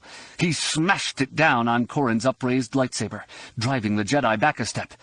Again and again he rained the blows down with bone-jarring impact. Corrin retreated, giving up a step or two with each attack. As Shadow Shai's fury built, so did his strength, forcing Corrin to raise his left hand from the hole in his side to the hilt of his lightsaber. Another blow battered the silver blade, and another, buckling Corrin's legs, dropping him to his knees. Shadow Shai towered over him, rising up on his tiptoes to deliver that final blow. The emphastaff rose and crashed down, set to bash the lightsaber back into its wielder, slaying an infidel with the blasphemous weapon he embraced. With a flick of it, killed the blade, and sagged forward. Overbalanced because his weapon met no resistance, Shadow Shai buried his emphastaff deep in the ground and stumbled a half-step forward. The surprise registering on his face widened his eyes. Then his lips peeled back in a feral grin as Corrin pressed his lightsaber against the Yuuzhan Vong's stomach. The lightsaber hissed. Argent light poured from Shadow Shai's mouth a second before he vomited black blood and collapsed to the ground, his spine severed, his belly smoking. Luke ran to where Corrin was dragging his legs from beneath the Yuuzhan Vong's body. "Stay down. I'll get you out of here." "Wait." Corrin clutched at Luke's shoulder. "Help me up for a moment." The Jedi Master complied with the request. The Corellian Jedi pointed his lightsaber at Dane Leon. "You witnessed this fight. You know our bargain. Take his body and go." The Yuuzhan Vong waved Corrin's comment aside. "I witnessed, but I will not take his body. He died at your hands. He is no longer of the Yuuzhan Vong." Dane Leon gestured uncaringly. "His body is yours." Corrin shook his head. "I've no use for it." "Then our business is concluded." The Yuuzhan Vong spun on his heel and disappeared beyond the edge of the clearing. Luke started to turn Corrin toward where they had landed their shuttle. "Let's go." "Wait, just a second." Corrin pointed at the mask Shadow Shai had discarded. "I want that mask." "Why?" Corrin's eyes closed for a moment as pain washed over him. "Alagos's bones. They're watching something. That mask will show him that the Vong are not invincible. And for Ithor, at least, there will be peace." Chapter 36. Upon his solitary return to the Legacy of Torment, Dane Leon assumed command of the Yuuzhan Vong fleet. Appropriating Shadow Shai's suite, he immediately issued an order, the preparation for which he had begun over a month before, when he realized it was the most expedient way of dealing with Ithor. Shadow Shai had rejected it, but Dane Leon's other master had approved. From a dozen coral skipper sockets that had been refitted, launched 12 seed-shaped Yorick coral pods. While not nearly as sophisticated as a coral skipper, these unpiloted craft did possess a rudimentary intelligence. It enabled them to use the Dovin basils to lock onto Ithor's planetary mass and speed their descent into its gravity well. Their outer sheaths began to heat up and ablate as they entered the Ithorian atmosphere. The 12 pods fanned out, streaking through the sky on courses that spread them all over the daylight side of the planet. In the Ral Roost's medical bay, Admiral Creefey turned away from where Corrin Horn floated in a Bacta tank, and raised his comlink to his mouth. "Creefey here. Report." "Sensors here, Admiral. The Rainbow reports a dozen gravitic anomalies from the Yuuzhan Vong fleet." The Bothan officer growled. "It looks like coral skipper traces, but they've gone into the atmosphere. Rainbow is reporting airbursts." "Airbursts? I'm on my way to the bridge. Relay the data to the Chimera." The Admiral flicked off his comlink and turned to ask Luke Skywalker what he might make of such strange behavior. His question went unasked, as the Jedi Master winced in pain and slumped against a bulkhead. The airbursts over the Mother Jungle vaporized each Yuuzhan Vong's weapons payload, expanding into a vast cloud. The aerosol droplets descended over the jungle in a fine mist. The bacteriological agents in the mist touched down unharmed. The jungle was to them what a herd of tauntauns would be to a hungry wampa ice creature. The bacteria began to metabolize everything, and reproduce in an exponential progression. Black slime teeming with bacteria dripped from high leaves on down, streaming along branches. So quickly did the bacteria work that the fetid fluid seemed almost acidic. Branches fell, splattering the bacteria over other branches and onto arboreal creatures. A leather-winged Shamrock flitter launched itself skyward, but black droplets on its wings quickly holed them, sending the beast circling down in a spiral of agony to crash on the ground. An Arak snake slithered over and scooped the flitter up. Opening its jaws, the snake began to swallow the rare treat. But the bacteria went to work on it, too.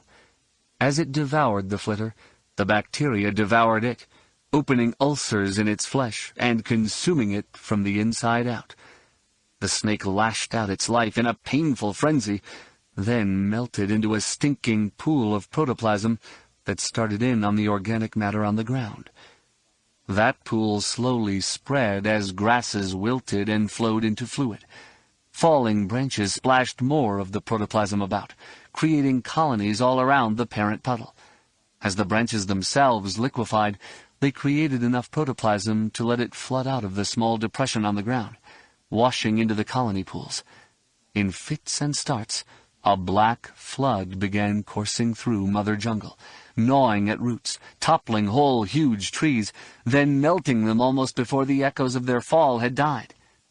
Nothing that lived on Ithor could resist the bacteria. It soaked into the ground, destroying insects and other microbes. It coursed through wormholes and gushed into rodent warrens. Creatures taken unaware had a putrid wave wash over them, dissolving flesh, leaving bone, then cresting again to destroy the skeletons. The wave ate its way along roots, both up and down. Sometimes a plant that had a shallow root system would simply topple.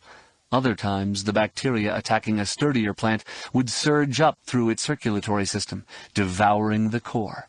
Black sap would begin to drip here and there, staining the trunk. A steady trickle would start, and branches would fall, with protoplasm pouring free. Finally, a torrent of foul nectar would gush forth as the plant's bark split, and the whole thing collapsed. The bacteria attacked relentlessly and fast.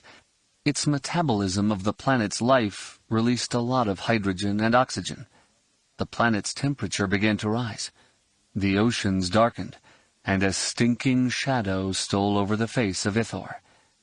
In no time at all, on a human scale, the bacteria reached the place where Shadow Shai's lifeless body lay on the ground.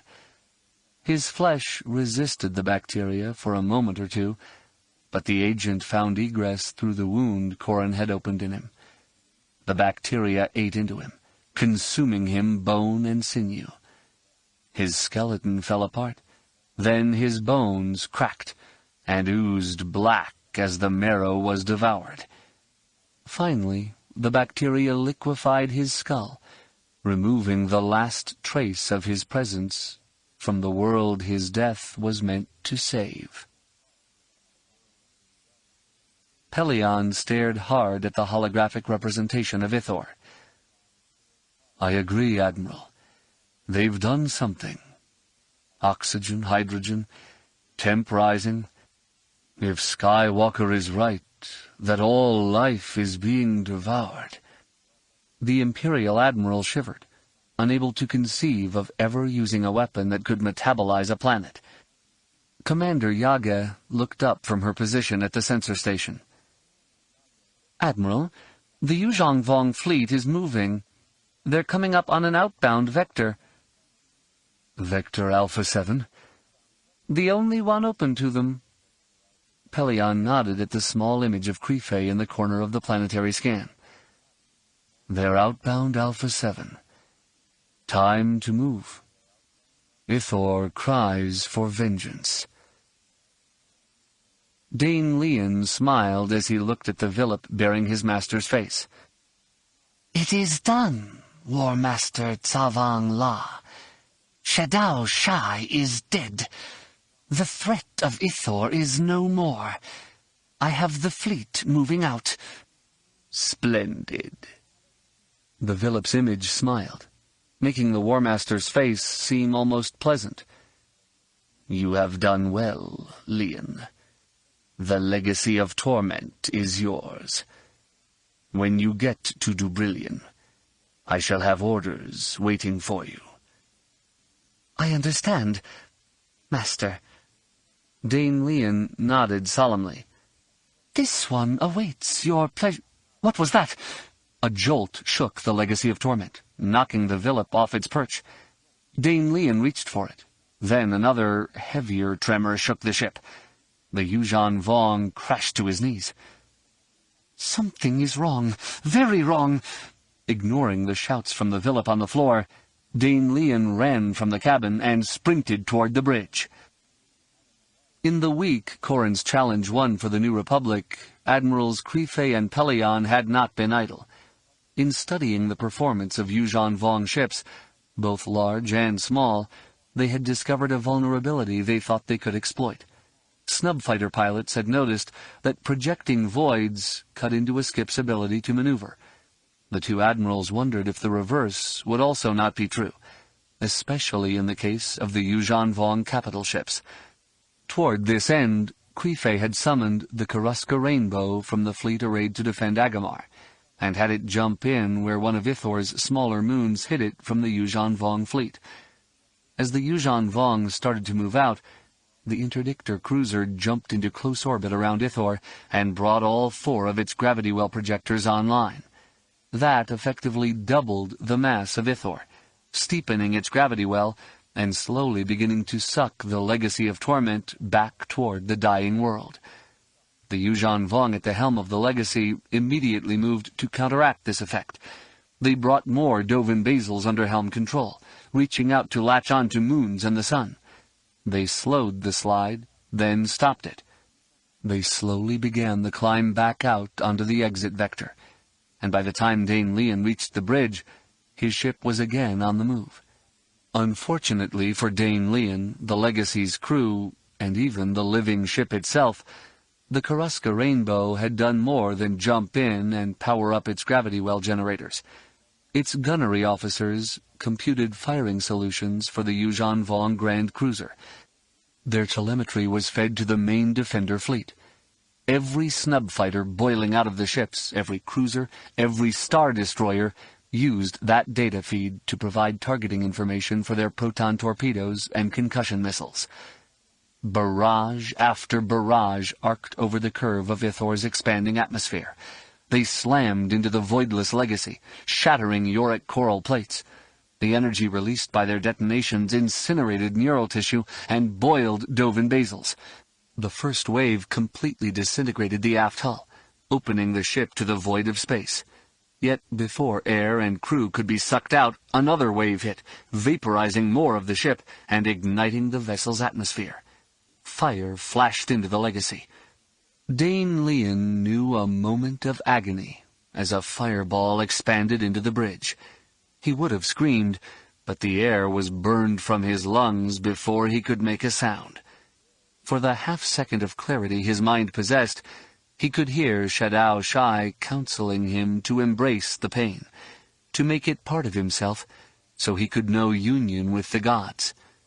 His last thought was to surrender to the pain, to allow it to consume him, denying himself the ultimate goal, because he could not bring himself to admit that Shadow Shai had shown him the one true way to reach it. The assault cracked the skeletal structure that held the legacy together.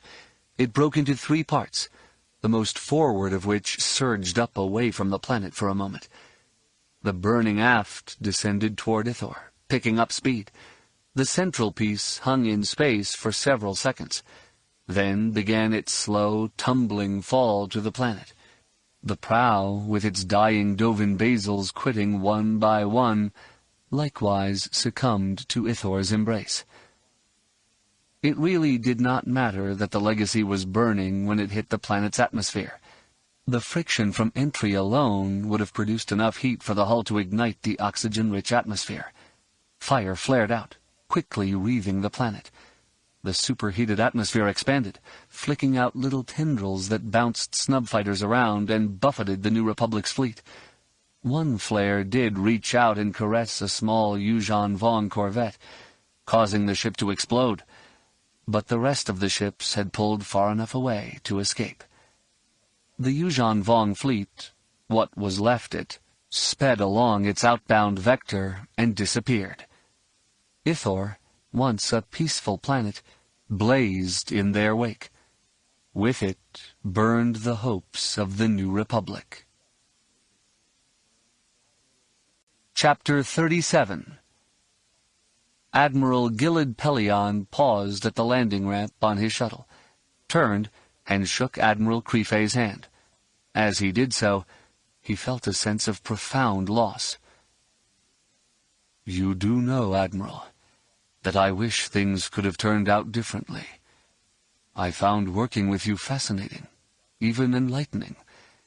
Imperial space will benefit from what I learned here." The Bothan nodded. "I know that, Admiral, and share your feelings.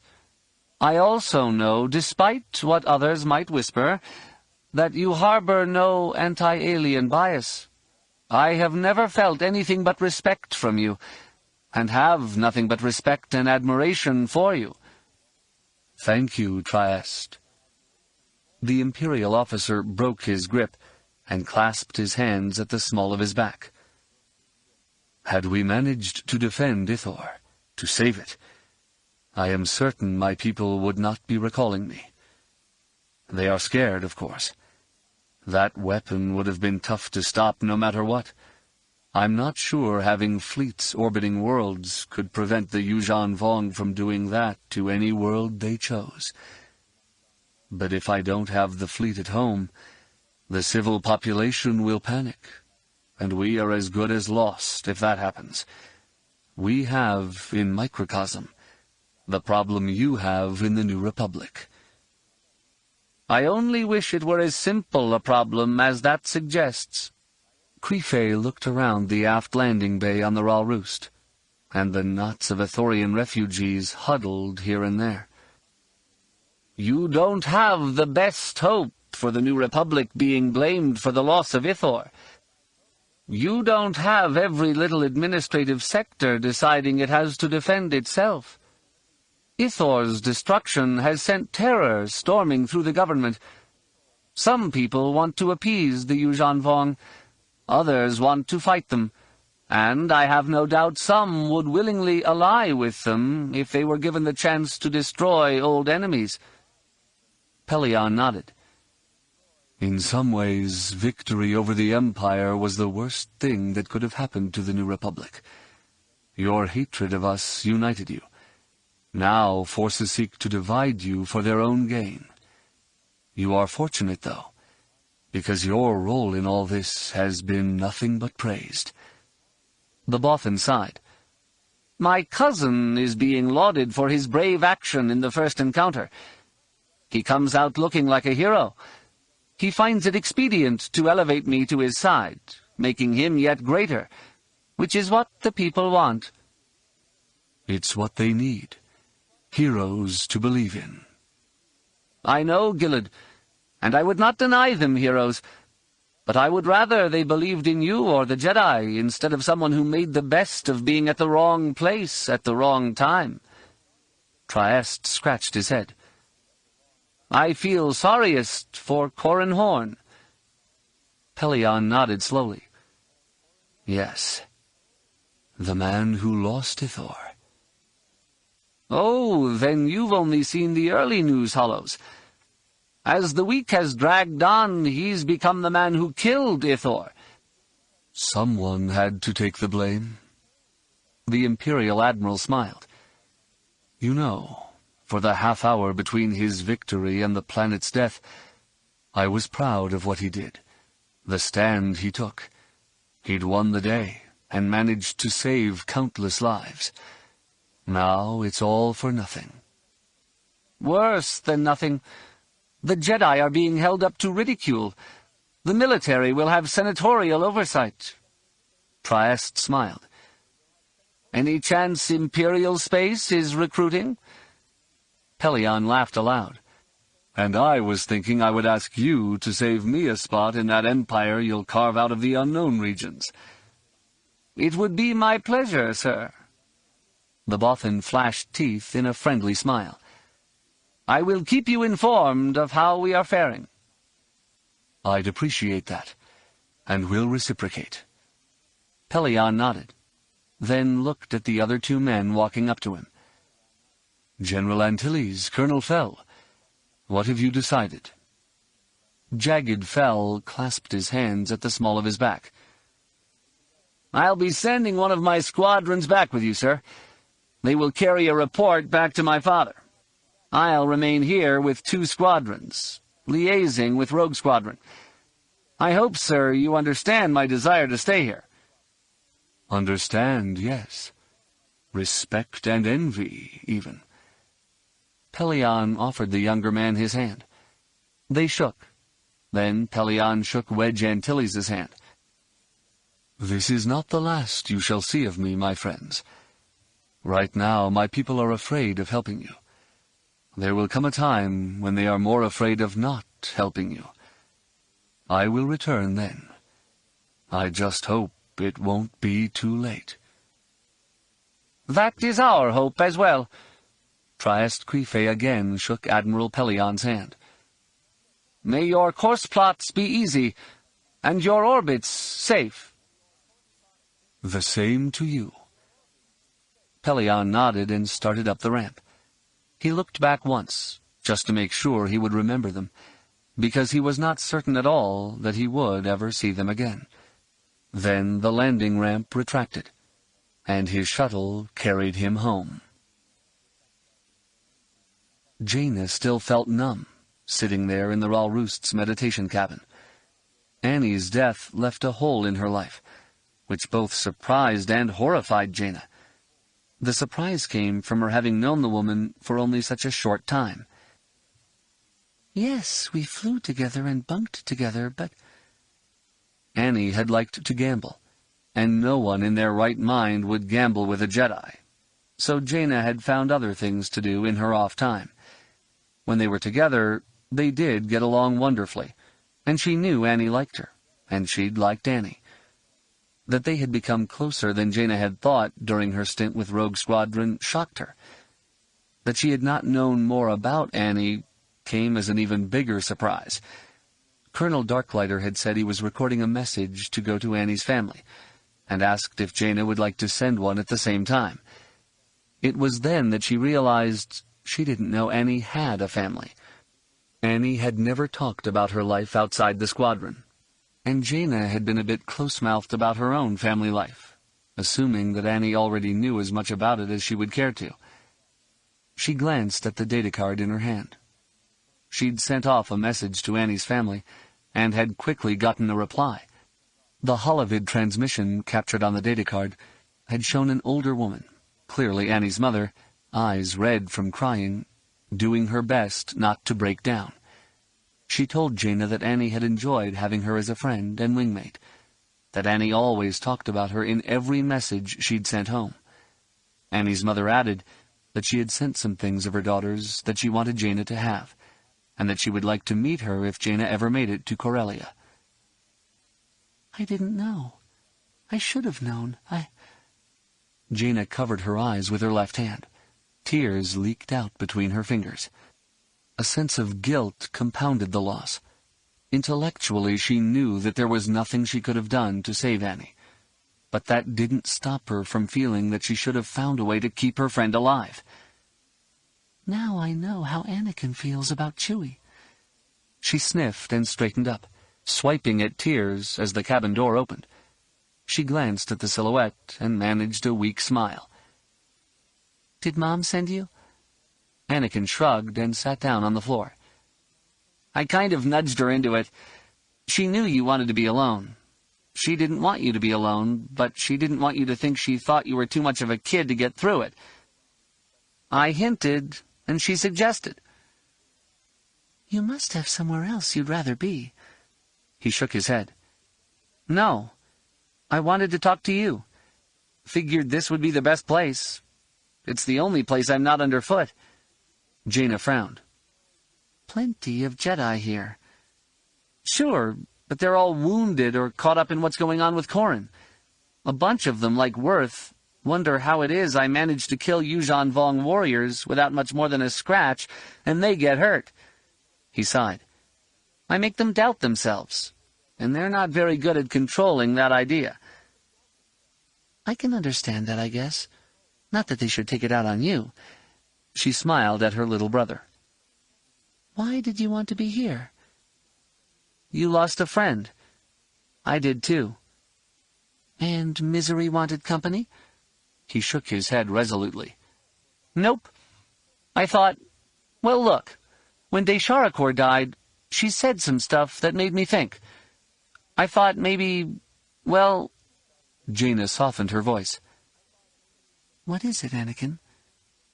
Well, she let me know, let me see that for her, it wasn't so...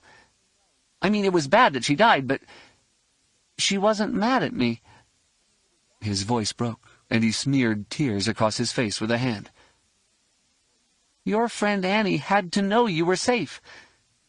She didn't die hating you. Anakin, thank you. Jaina sniffed. I want to hope you're right. I need to have my heart and my head and everything sort things out. Yeah, that seems like the hard part. He nodded slowly. I'm flying that same course myself. If you want a wing... Sorry. No, Anakin, that's okay. She reached out and tousled his hair. I'm glad you're willing to fly on my wing. We can do this together, little brother. I think that would work out just fine. Corrin let the door to his tiny cabin slide shut behind him, then leaned back against it. A little cough shook him, reigniting the pain in his abdomen. He'd already undergone 2 of the 3 Bacta treatments the MD droids had prescribed for his wounds, and had ample evidence that the Bacta had succeeded in helping his nerves to regenerate. He rested with his back against the door, less because of true fatigue than a reluctance to do what he had come to do. Threading his way through the Ralroost's passageways had been draining. Dodging groups of Ithorians in the narrow corridors made the journey hard, but it was not their physical presence alone that wore him down. Through the Force he could feel their anguish. After his wounding, he'd slipped into a Jedi trance, and had been transferred immediately to a Bacta tank. He had been floating there, barely conscious, when the Yuuzhan Vong attacked Ithor. He could feel life on the planet being extinguished, as if something were blotting out all the stars in the sky one by one. He'd been out of the Bacta when the atmosphere ignited. The stunned shock of the Ralroost's crew had hit him first. Then the flood of grief from the distant city ships slammed hard into him. The mother jungle, the living entity that had created the Ithorians, that had nurtured and sustained them, the entity they loved and dedicated their lives to preserving, had been destroyed. From their ships they saw the atmosphere burn like a solar corona around the planet, leaving in its wake a charred, sterile cinder. That wave of horror and grief retreated, leaving every Ithorian feeling as hollow inside as Corrin had when... He glanced at the Yuuzhan Vong shell lying on the bunk in the small cabin. He took 1 step toward it, then sank to his knees. He touched a finger to the latch creature, ignoring the sting of the needle as it drew his blood. The shell slowly opened. Bioluminescent tissue shed a pale green light that glowed softly from Alegos's bones. It danced a bit in the gems that replaced his eyes, but in no way conveyed any of the life Corrin had seen in what they imitated. Alegos' skeleton peered down at him, and Corrin fervently wished he could catch at least the hint of a smile there. The Jedi sank back on his heels and looked up into the jeweled eyes of what had once been his friend. From inside his robe he drew the mask Shadow Shai had worn. He rubbed his sleeve over its black surface, erasing a smudge, then reverently set it in Alegos' lap. "Your murderer is dead." Corrin wanted to say more, but his throat closed, and the glowing image before him blurred. He covered his eyes with a hand, smearing tears against his cheeks, then swallowed hard. He wiped away more tears, then took a deep breath and set his shoulders. His death was supposed to save Ithor. It didn't. I know you'd be horrified to think I killed him for you. I didn't. I did it for Ithor. The gold skeleton stared down at him, cold mercilessness glinting from the gems in its eye sockets. Never any fooling you, was there, my friend? Corrin screwed his eyes shut against more tears, then opened them again. He looked away, unable to stand Alegos' dead gaze. That's what I told myself. It was for Ithor. That's what I told everyone. Managed to fool some of them. Most of them, I think. Not Master Skywalker. I think he knew the truth. But the chance to save Ithor had to be taken. He glanced down at his right hand and could again feel the weight of his lightsaber in it. I had myself convinced. I really did, until... There was a point in the fight. I'd turned my lightsaber off. Shadow Shai had overbalanced himself. His staff was buried in the turf. I shoved my lightsaber's hilt against his stomach. A shudder quaked through Corrin. There was a moment there, a nanosecond. I hesitated. Not because I thought of life as sacred and that taking any life was horrible, the way you would have, my friend, no. No, I hesitated because I wanted Shadow Shai to know he was dead. I wanted him to know I knew he was dead. If he was going to see his life flash before his eyes, I wanted him to take a good look at it. I wanted him to have a nice, long look at it. I wanted him to know it was all for nothing. Corrin's right hand curled into a fist. He hammered it against his thigh to loosen it, then flexed his fingers as wide open and straight as he could. In that one moment, Alegos, I dishonored your sacrifice. I betrayed you. I betrayed the Jedi. I betrayed myself. Corrin sighed. In that one moment I crossed the line. I walked on the dark side. He raised his head and met Alegos' bejeweled stare. You Kamasi had a saying. If the wind no longer calls to you, it is time to see if you have forgotten your name. The problem I have, my friend, is that I heard the dark side calling to me. Without your help, without your guidance, I'm not sure how I can deal with that. Jacen Solo studied Corrin Horn as the elder Jedi sat gathered into a tight ball in a chair. Bacta had healed the physical wound the Corellian had suffered, but a certain amount of psychic agony still poured from him. As far as Jacen could see, Corrin had done everything right. Hadn't been out of control or acting like a rogue Jedi. And yet that was how he was being portrayed in the news reports about Ithor. Ganner paced impatiently. I just can't believe it. Corrin puts his own life on the line, nearly dies to save Ithor, and has been transformed into yet another world-killing Jedi. Vader to Kip to Corrin. I'm surprised they didn't build a link to Kamas in there. Luke pressed his hands together. People are giving in to their fear. They're not thinking clearly at all. We need calm. Calm isn't all we need, Master. You will need something more. Corrin blinked slowly and looked up. You have to disassociate the Jedi from me. Ganner's surprise pulsed out. Abandon you? Corrin nodded slowly. Borsk Failure has already managed to point out a number of things. I was not an officer in the New Republic Armed Forces when on my rogue mission to Ithor. He's noted my presence there was counter to Ithorian custom and law. He has made me complicit in desecrating Ithor, because I invited Shadow Shai to meet me there. Ganner frowned. I've seen one report that suggests you should have known that a fallen Yuuzhan Vong leader is always immolated, so that by killing Shadow Shai there, you guaranteed the death of the world. Mara snorted disgustedly. That little bit of Vong cultural lore that's from that supposed holojournal of Alegos Akla?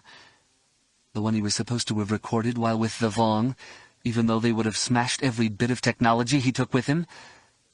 The Jedi Master held a hand up. We know that is a fraud. Someone did it and is publishing it to make money. Jacen snarled. And is making a bunch of it, too. That thing is selling wildly. It's because people are afraid. And morbidly curious. Ganner shook his head. There is no doubt about it. The death of Ithor is a serious shock. Dubrillion, Belkadon, even Cernpadal. Hardly anyone recognized those worlds. Ithor, on the other hand, is as well known as Coruscant. Corrin sighed. And now is a sister world to Alderaan. Which takes us back to Uncle Luke's first point. People are giving in to their fear. We can't do that. If we abandon you, Corrin, that's what the Jedi will be doing. The Corellian Jedi managed a weak smile. Thank you, Jason. But it's not really a question of giving in to the fear of others. It's a question of being overwhelmed by it. Master, you must repudiate me. Borsk Phalia is looking to avert a disaster. He can do it only by laying the blame on someone else. Right now, he's playing off memories of Corrida and Alderaan. He's dropping the blame on the Jedi. You have to let it land on me. Luke shook his head adamantly. The Jedi are not going to abandon you to political maneuvering. Luke. Mara leaned toward her husband from her chair and rested a hand on his shoulder. I love you dearly, but this is a fight we can't win. Yes, we can, Mara. Okay, perhaps we can, but the effort we expend in doing it is going to detract from our ability to help people. She sighed. If we're waging public opinion wars when we should be fighting the Yuuzhan Vong, we will lose horribly. Right now, Borsk Phalia has given us a way out of this mess, and that's to let Corrin shoulder the blame for the loss of Ithor. All it will take is for you to issue a statement saying Corrin's actions were undertaken without your consultation or consent. Luke's face closed up. That's not true. Corrin sighed. From a certain point of view, it is. You had reservations all along about the duel. You had concerns over what fighting the duel would do to me. In fact, you noted many times that the Jedi are not warriors. Corrin, I was your second in that fight. You chose to support me despite my errors, because the opportunity offered through the duel was one that protected many. A sense of resignation rolled off Luke Skywalker and surprised Jason. Uncle Luke, are you going to agree to this? The Jedi Master looked up. I can't fault their logic. I can. They're seeing that lies told by Borsk Phalia and others are enough to destroy the reputation of a Jedi Knight. For the sake of making our lives a little easier, you're going to pitch Corrin aside. It isn't right. I won't stand for it. Yes, you will, Jason. Corrin nodded wearily. This is what has to be done. You're letting the ends justify the means. Jason blinked his eyes in amazement. Can't you see that? To save us some pain, you become as evil as Darth Vader or Thrawn. Jason, if you look at the short-term ends, that's how you can read it. I get hammered, but at least the Jedi won't. That means you are still free to do the jobs that need to be done. If I didn't do this, I'd deserve the reputation for being evil. Corrin sighed heavily and unfolded himself from within the chair. With elbows planted on knees, he held his head in his hands. I'm not totally innocent here, far from it.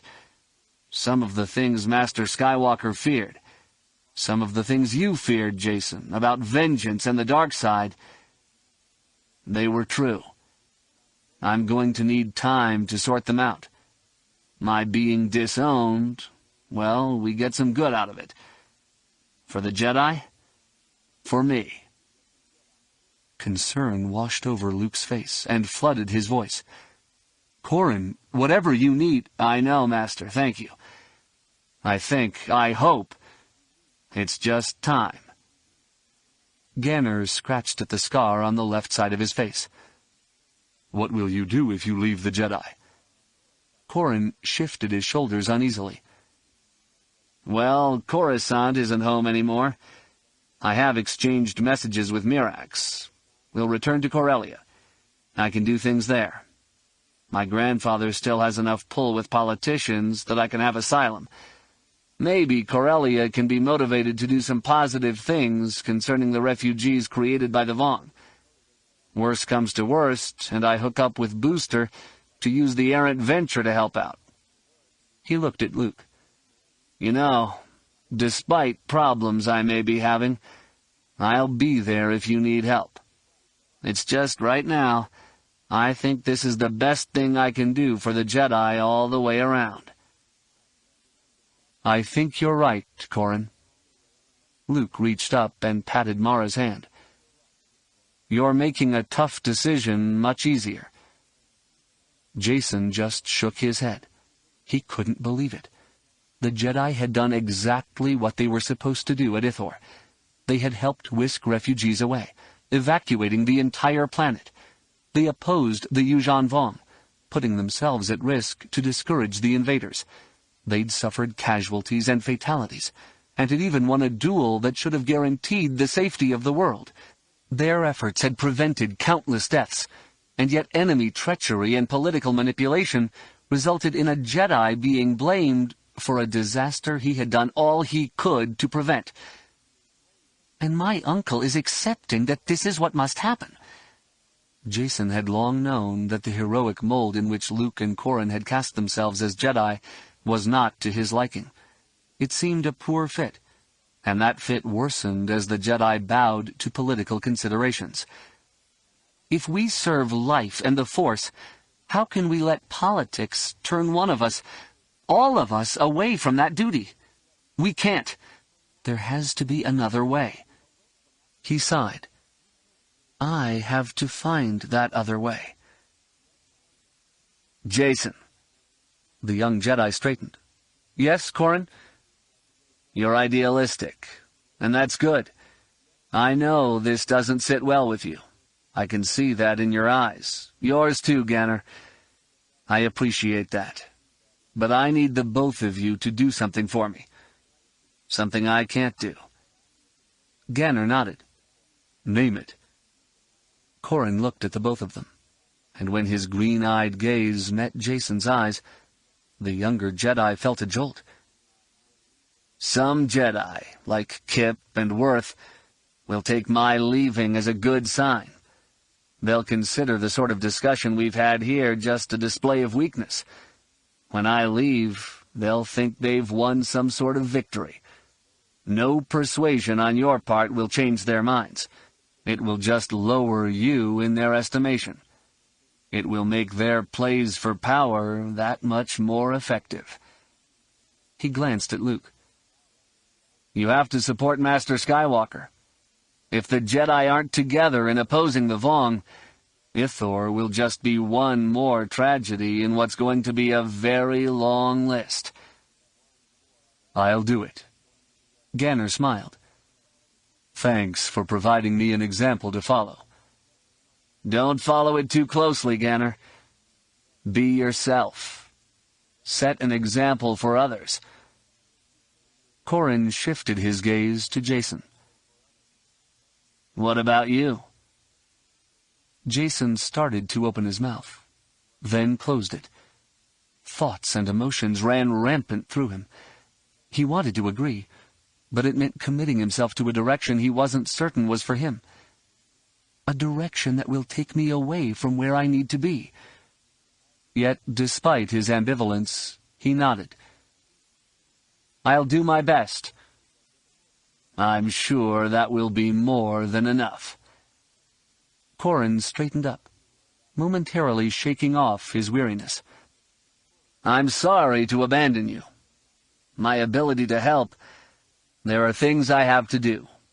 I just hope you were able to handle the Vong.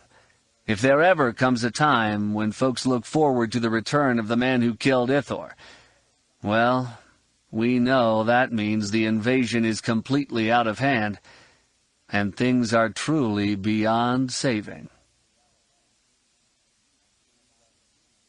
This audiobook was created using text-to-speech software and was not read by a real person. Please keep in mind the limitations of the technology when it comes to pacing and pronunciation. Also, if you enjoy the audiobooks we create, please consider supporting the expense of our projects through our Patreon page.